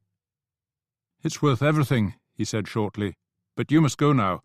If the Chika finds you here, you'll never talk your way out of it." "I'll go in a minute. Tell me why you killed this man." McColl went through the story as quickly as he could. "You did the right thing," she said when he was done, and she resisted the temptation to ask the obvious question. Had he really not known what kind of men he was working with? She asked if the shop would be safe for that night. "No, but I'll find somewhere else." "Where?" "I don't know yet." "You can't stay with me. The Chika might be watching the house." "I know." "Why not leave now? There's always hundreds of people sleeping at the stations. You could hide among them." "I have to see the boy before I go. I promised him I would." She raised her hands in exasperation. "Jack, that's crazy. I'll go see him and explain why you couldn't. He'll understand." "I would like you to visit him after I'm gone, show him that somebody cares, but I have to see him before I go." She accepted defeat. "All right, but where will you spend the night?" "I don't know, but you really should go, please." "I will." She had to admit it, over the last few days, and especially over the last few hours, having him gone from Moscow had been high on her list of wants. But now that the moment had come, the prospect of a lasting separation was hard to bear. She wouldn't go back on the choice she'd made, but there was no denying the cost. "I might be here for years," she said, determined to be honest. "However long it takes," he said, but he looked like he'd been hit. "I can't ask you to wait for me," she said, more coldly than she intended. "You don't have to," he told her almost reproachfully. "I'll be faithful," he added lightly. "Don't say that," she said. "I don't want you to be, not in the way that you mean. I don't want you to put your life on ice. But—" she saw the question in his eyes. "Look, we love each other. After all we've been through, how could either of us deny it?" And it was true, she thought, but not the only truth. Their love for each other wasn't the whole of their lives, wasn't all that they were. "I do love you," she said, sounding almost surprised by how much she meant it. "And if we never see each other again, remember that," she added, sounding more desperate than she intended. "We will," he said. He clearly wanted this conversation over, and she could understand why. It suddenly felt as if door after door were closing.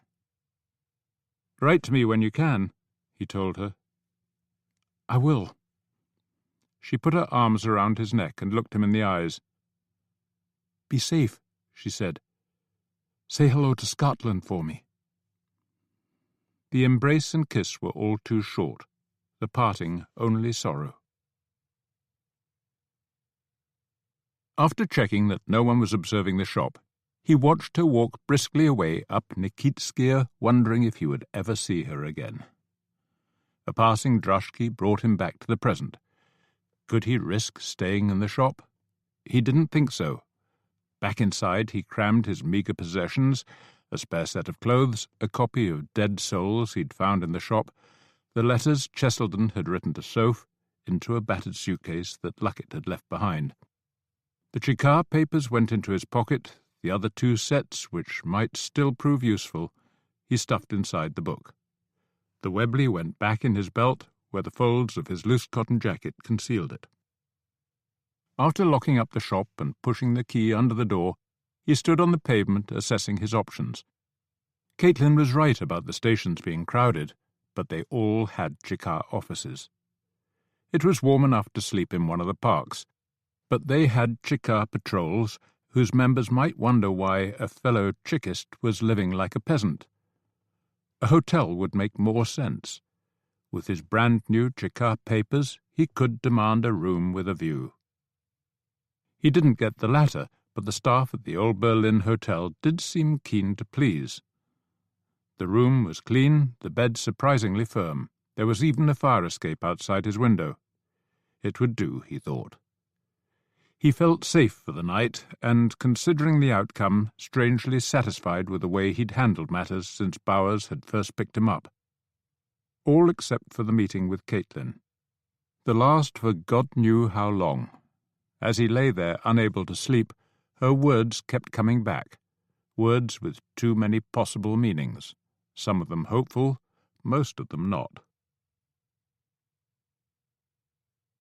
He was awake at dawn. Rather than eat breakfast in the hotel, he walked back to the canteen where he and Fedja had eaten most of their meals and where his presence wouldn't seem unusual. As he devoured his bread and jam, he thought about the talks they'd had and how many times the boy had mentioned sharing the future. Whatever problems he'd had growing up, McColl had at least been blessed with a brother. He'd never felt truly alone, as he imagined Fedja now did. His thoughts turned to Jed, who he prayed was still alive. There was more than a chance he might not be. In surviving as long as he had, his brother had already beaten the odds, and of course he might be maimed, a leg or an arm gone, his sight stripped away, his lungs burned out. It was hard to imagine. The picture McColl carried around in his head was over 4 years old, and of Jed, who was young and full of himself, a Scottish Peter Pan eager to battle the Kaiser's Captain Hook. A posse of Red Guards crowded into the canteen, interrupting his reverie. These men were Russian and looked it, but physiognomy apart, they could have come from anywhere on earth. Many populations were pushed to their limits of endurance by a heartless system and stupid, reckless rulers. The difference was that the Russians had fought back, and now here they were, wearing red armbands and hoping to build a brand new world. Would they make their revolution work? Would the rest of the world even let them try? McColl suspected it would end in blood and tears, but that was who he was. He hoped he was wrong. All peoples came in shades of good and bad, but he'd come to admire the Russians and their instinctive generosity. They deserved better, and he hoped they got it. It was almost 8 o'clock. Outside, the sun was up above the horizon, the sky as clear as it had been for most of the summer. As he walked up Tverskoy Boulevard, he noticed that the Chekar car was gone. 2 Chekists were guarding the spot where he'd parked it for reasons best known to themselves. People were hurrying to work, ordinary people in ordinary clothes, some of them smiling, some of them not. It was hard to believe that the Bolshevik realm was now a shrunken remnant, surrounded on all sides by vengeful enemies. They might not last the summer, he thought. Vasily and Viktor and all their friends would be back. Lenin and his would be swinging from lampposts.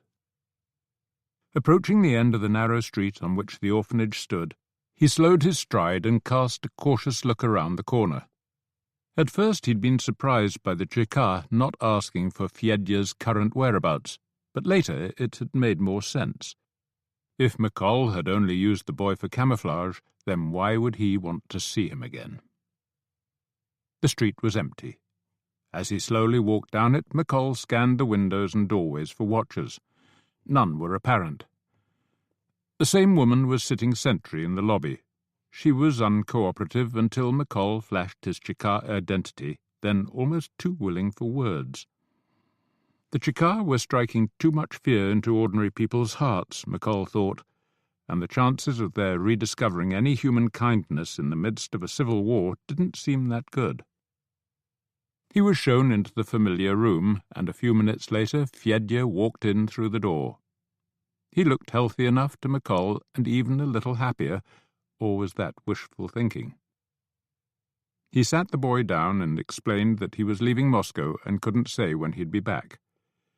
"I said I'd come and tell you, and here I am. Is there anything I can do for you, anything you want me to tell the people who run this place?" "Are you going back to England?" Fedya asked. "Probably, but I don't know when. Eventually, yes." "Take me with you?" "I can't. We've been through this. Please." "I can't. Fedya, men are hunting me, and I won't take you into that sort of danger." "You did before." McColl couldn't help laughing. "You gave me no choice, remember?" "It will be easier for you to get away if I'm with you. A foreigner would not be travelling with his son." It was probably true. "No," McColl said. "This is your home now. This is your country." He expected more of an argument, but Fedya just hung his head for a moment, then abruptly got to his feet. "Goodbye, then," he said, before almost running across to the door and hurriedly pushing through it. McColl sat there for a moment, exhaled loudly, and followed him through the door. Fedya and the woman had both vanished, so he let himself out into the still empty street. What had he expected? Hugs and smiles? He started walking. His first idea had been to catch a lift on one of the farmers' carts that came in and out of the city, then catch a train from somewhere farther down the line. But on reflection it seemed better and easier to catch the first available train from the Kursk station and get out of Moscow as soon as he could. Brady would have given the Chekar a description, but what could that contain other than average height, average weight, brown hair and eyes? As one of the service instructors had told him, his distinguishing feature was the lack of one, and his Chekar papers should see him through any routine check. It wasn't a long walk to the Kursk station, and most of it was down Sadovia. He tried not to hurry. Only a fugitive would rush in such heat, and he tried not to think about Fedya or Caitlin. Trouble was, each kept passing him back to the other. The station appeared on his left, a long white building with 2 large domes in the middle, smaller ones at either end, and a wide open space in front.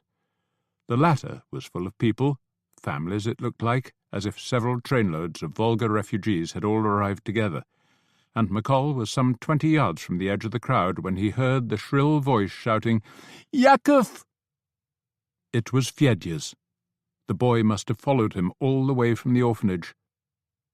Heartsore and exasperated in equal measure, he turned to see the side of Fedya's head erupt in blood and bone. "No!" he heard himself shout as the boy collapsed in a lifeless heap only 5 yards away. There were 2 men walking toward him, both with guns in hand. One seemed familiar, and a split second later he knew. Aidan Brady, without a moustache. It was lucky the suitcase was in his left hand, leaving the right to ease out the Webley and get off a shot after both men had missed him with theirs. Ignoring the shrieks in the crowd behind him, McColl took aim at Brady's heart and hit him in the knee. As the American went down, McColl adjusted his bearing and put a bullet in the other man's chest. Ahead of him, people were scattering, away from the wounded and dead, away from the broken boy, away from guns and what they could do. Behind him, the crowd was drawing back into itself, hoping he'd leave it alone. He turned and strode toward the wall of people, wondering how his legs were still working, how his body was bearing its millstone of grief. It parted before him, and myriad faces, fearful, excited, even admiring, invited him through their improvised guard of dishonor.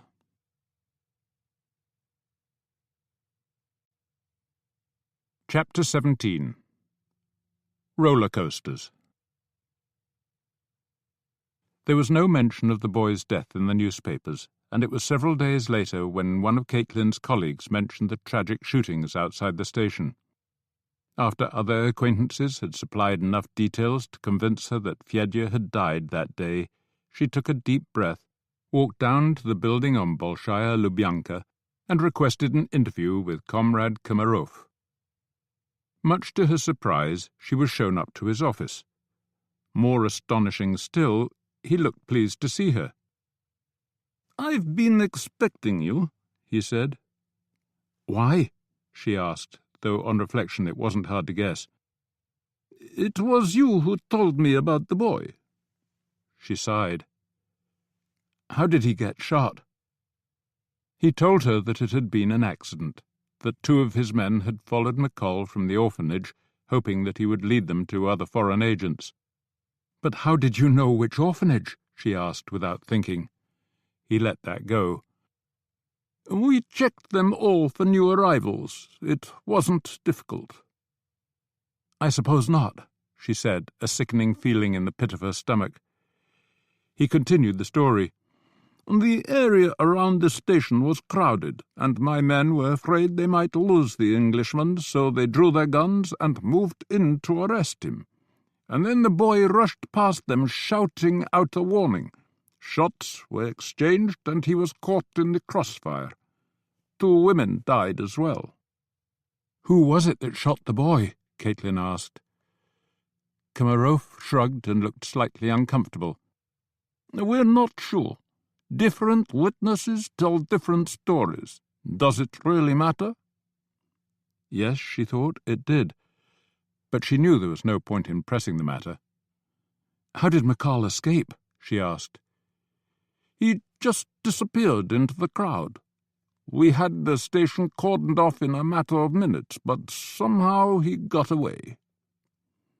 Komarov's sudden and unexpected smile seemed almost playful. "I don't suppose you've heard from him?" "No," she said, smiling back. She got to her feet and thanked him for his time. He was human for a Chekist, she thought, as she made her way back to the street.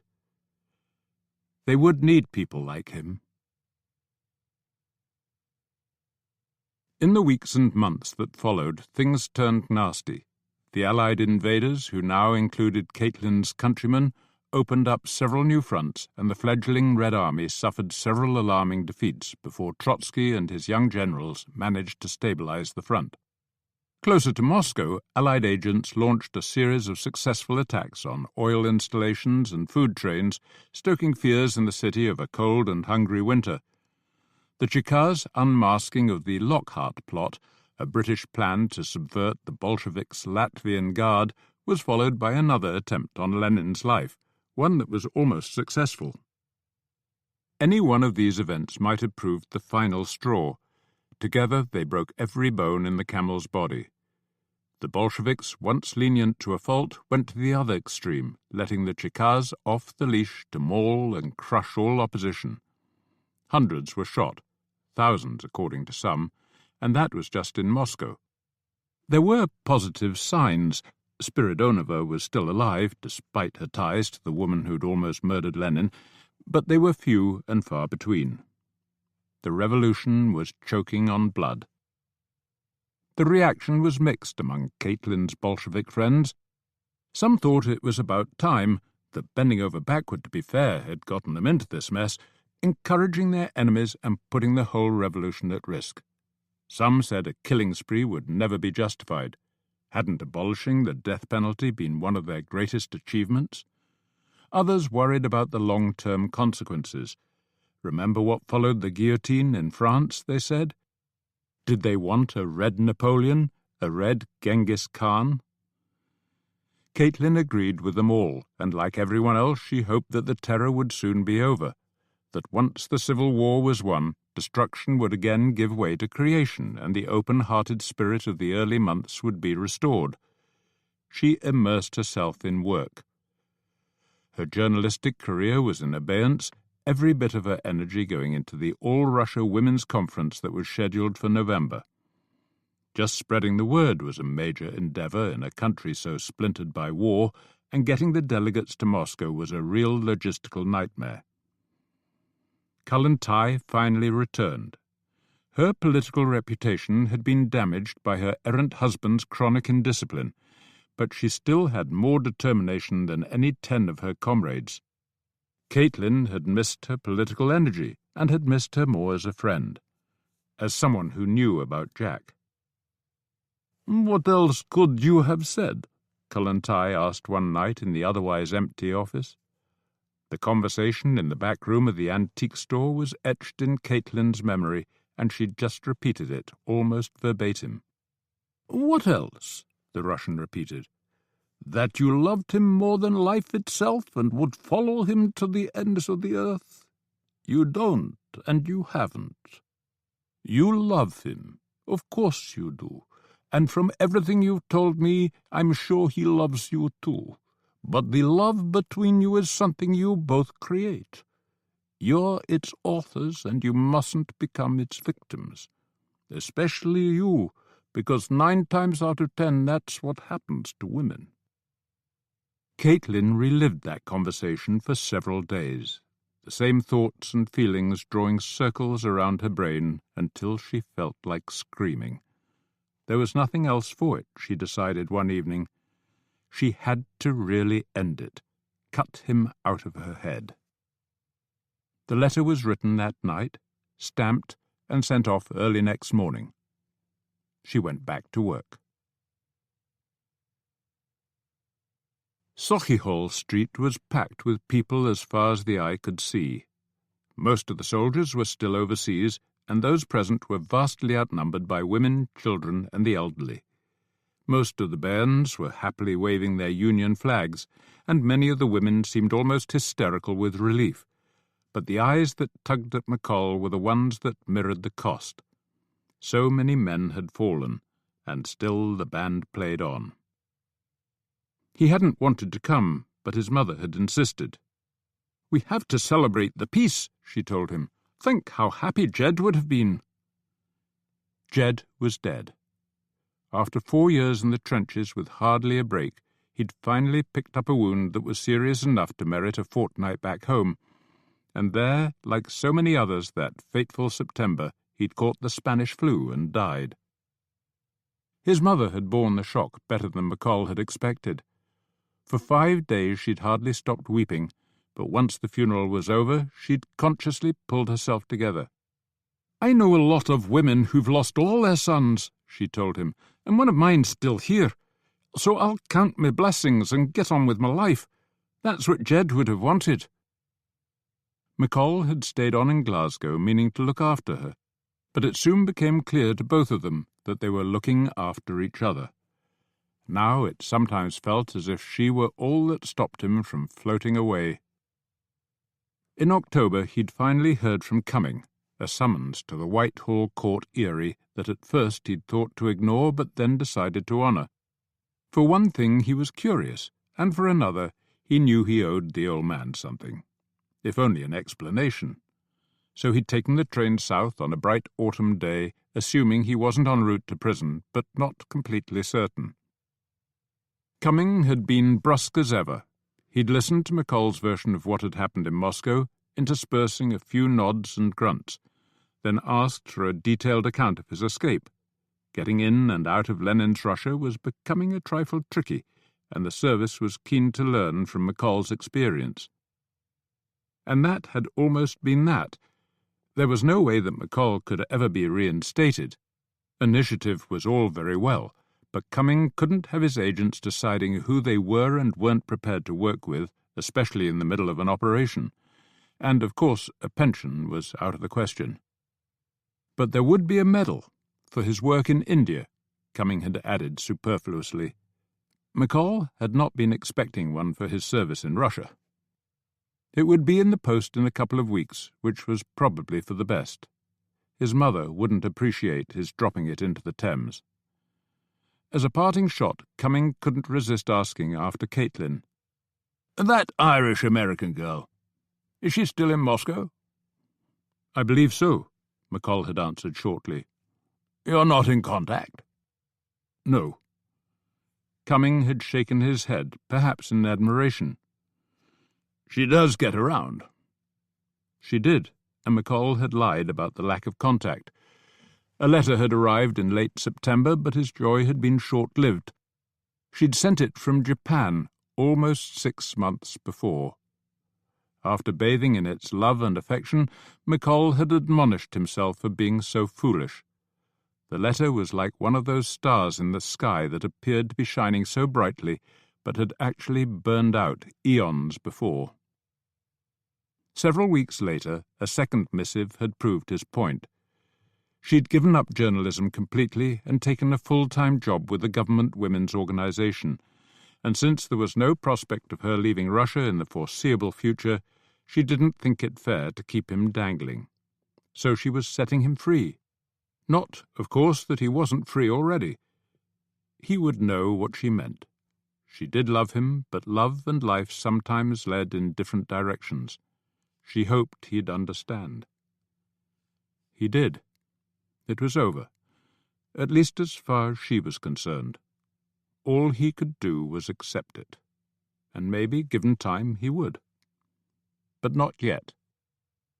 As he stood there in Sochihol Street, surrounded by revellers, acceptance was not on the cards, of her defection or of anything else.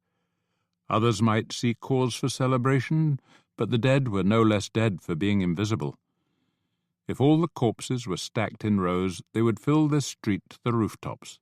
This street and thousands of others, more valleys of death than Tennyson ever dreamed of. The noble 600? How about the noble 6,000,000? Ours not to reason why. Like fuck. At least the dead were dead. How could the survivors ever recover? Not that McColl felt guiltless. Far from it. Not a day went by he didn't see Fedya's head exploding, or Kerzhintsev wheezing his last, or Cheselden smiling that stupidly innocent smile. The flu had taken Soph as well, and the letters to her were still in McColl's suitcase. He had left his own trail of dead, and for what? A better world? The one he'd imagined only 5 years before seemed more like a joke than a prospect. The conference was a triumph. 300 women had been expected, and 4 times as many turned up. They came from all over Russia, the young and not so young, the poor and the formerly rich, wearing everything from overalls to veils.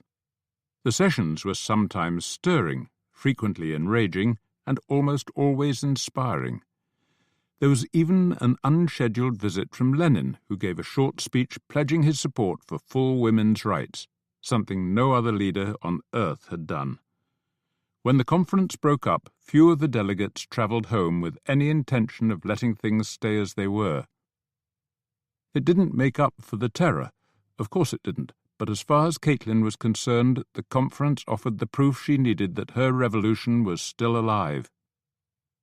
2 days later she boarded a train for Petrograd, where she had the task of persuading Lenin's disciple, Zinoviev, that the women of the world deserved their own section in the new international. The journey passed by faster than expected, partly because the train showed a marked reluctance to submit to the Russian stereotype, but mostly on account of the company. She hadn't seen Sergei Pitikov since he and Brady had come to see her in July. He was joining a newly formed Red Army regiment in Petrograd and had recently returned from the fighting on the Volga. He had some news of Brady. The American had suffered a serious knee wound back in the summer, but was more or less fit again now and running a Chikar unit in the recently recaptured Samara. Their train reached Petrograd soon after midday, and with her first meeting fixed for the following morning, Caitlin went out for a nostalgic stroll. It was almost a year to the day since her arrival from England, and as on that occasion the city was wearing its first cloak of snow. After visiting a favourite café, the variety of fare available was much reduced, the welcoming smiles the same, she hailed a droshky and asked its surly-looking driver to take her out to Luna Park. "It's shut," he told her, but she insisted on going regardless. Once there, he waited while she walked around the roller coaster, its structure coated in ice, the cars frozen hard to the rails. It was 10 months since the wedding, 10 months in which the happy couple had hardly seen each other and mostly argued when they did. It was 4 years and more since she and Jack had ridden the one on Coney Island. She slowly walked back to the waiting droshky, thinking about the letter she'd received from her aunt a few days before. It had made her so happy, it had made her cry.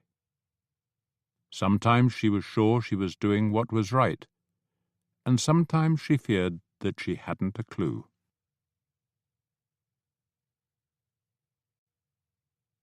Historical note. With historical fiction, the question often arises as to where the history ends and the fiction begins, and I feel it is incumbent on authors to at least take a stab at explaining their own approach.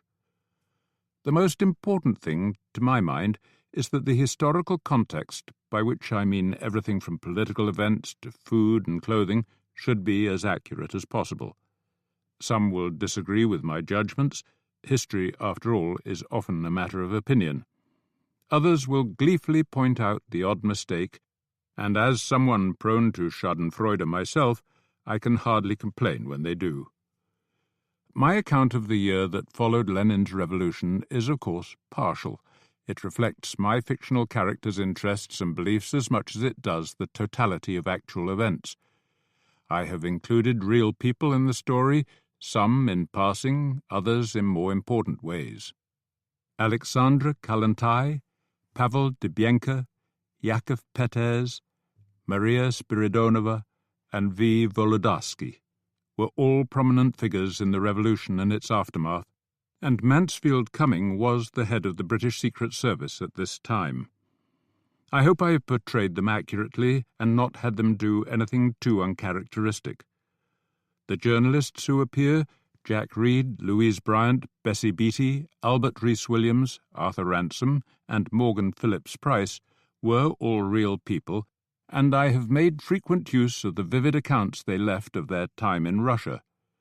Louise Bryant's 6 Red Months in Russia best captures the hopes that the revolution inspired in its first year. The main characters, Jack McColl, Caitlin Hanley and their families, Audley Cheselden, Semyon Kezintsev, Fedya and Aidan Brady, are all fictional, as are Yuri Komarov and Sergei Pitikov, who have only minor roles here, but who will figure more prominently in the fourth and final book of the series. The activities of the British and French intelligence services in Russia, Ukraine, and Turkestan at this time were many and varied, and they were carried through by a bewildering variety of organizations and groups. I have simplified this somewhat and fictionalized those working on the ground, but all the schemes alluded to, including those intended to cause mass starvation, are part of the historical record. Michael Ockleshaw's Dances in Deep Shadows is the best and most thorough account. The events chronicled in the United States, the state persecution of those who opposed the war, the hobbling of the press, and the political crucifixion of the IWW Union, are not inventions. With the end of the grisly Soviet experiment now more than a quarter of a century in the past, the inspiration provided by the original revolution, one that captivated millions of men and women in the interwar years and beyond, is not easy to understand. Those wishing to do so should read Victor Serge's Memoirs of a Revolutionary, a beautifully written account of the political and emotional roller coaster that Lenin set in motion in 1917.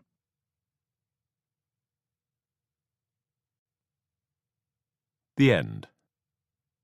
This is Robert Ian Mackenzie. We hope you have enjoyed this production of Lenin's Roller Coaster by David Downing. Recorded Books offers a wide selection of bestsellers, mysteries, classics, histories, and more, so look for us at your public library or on download sites online. And thank you for being a Recorded Books reader.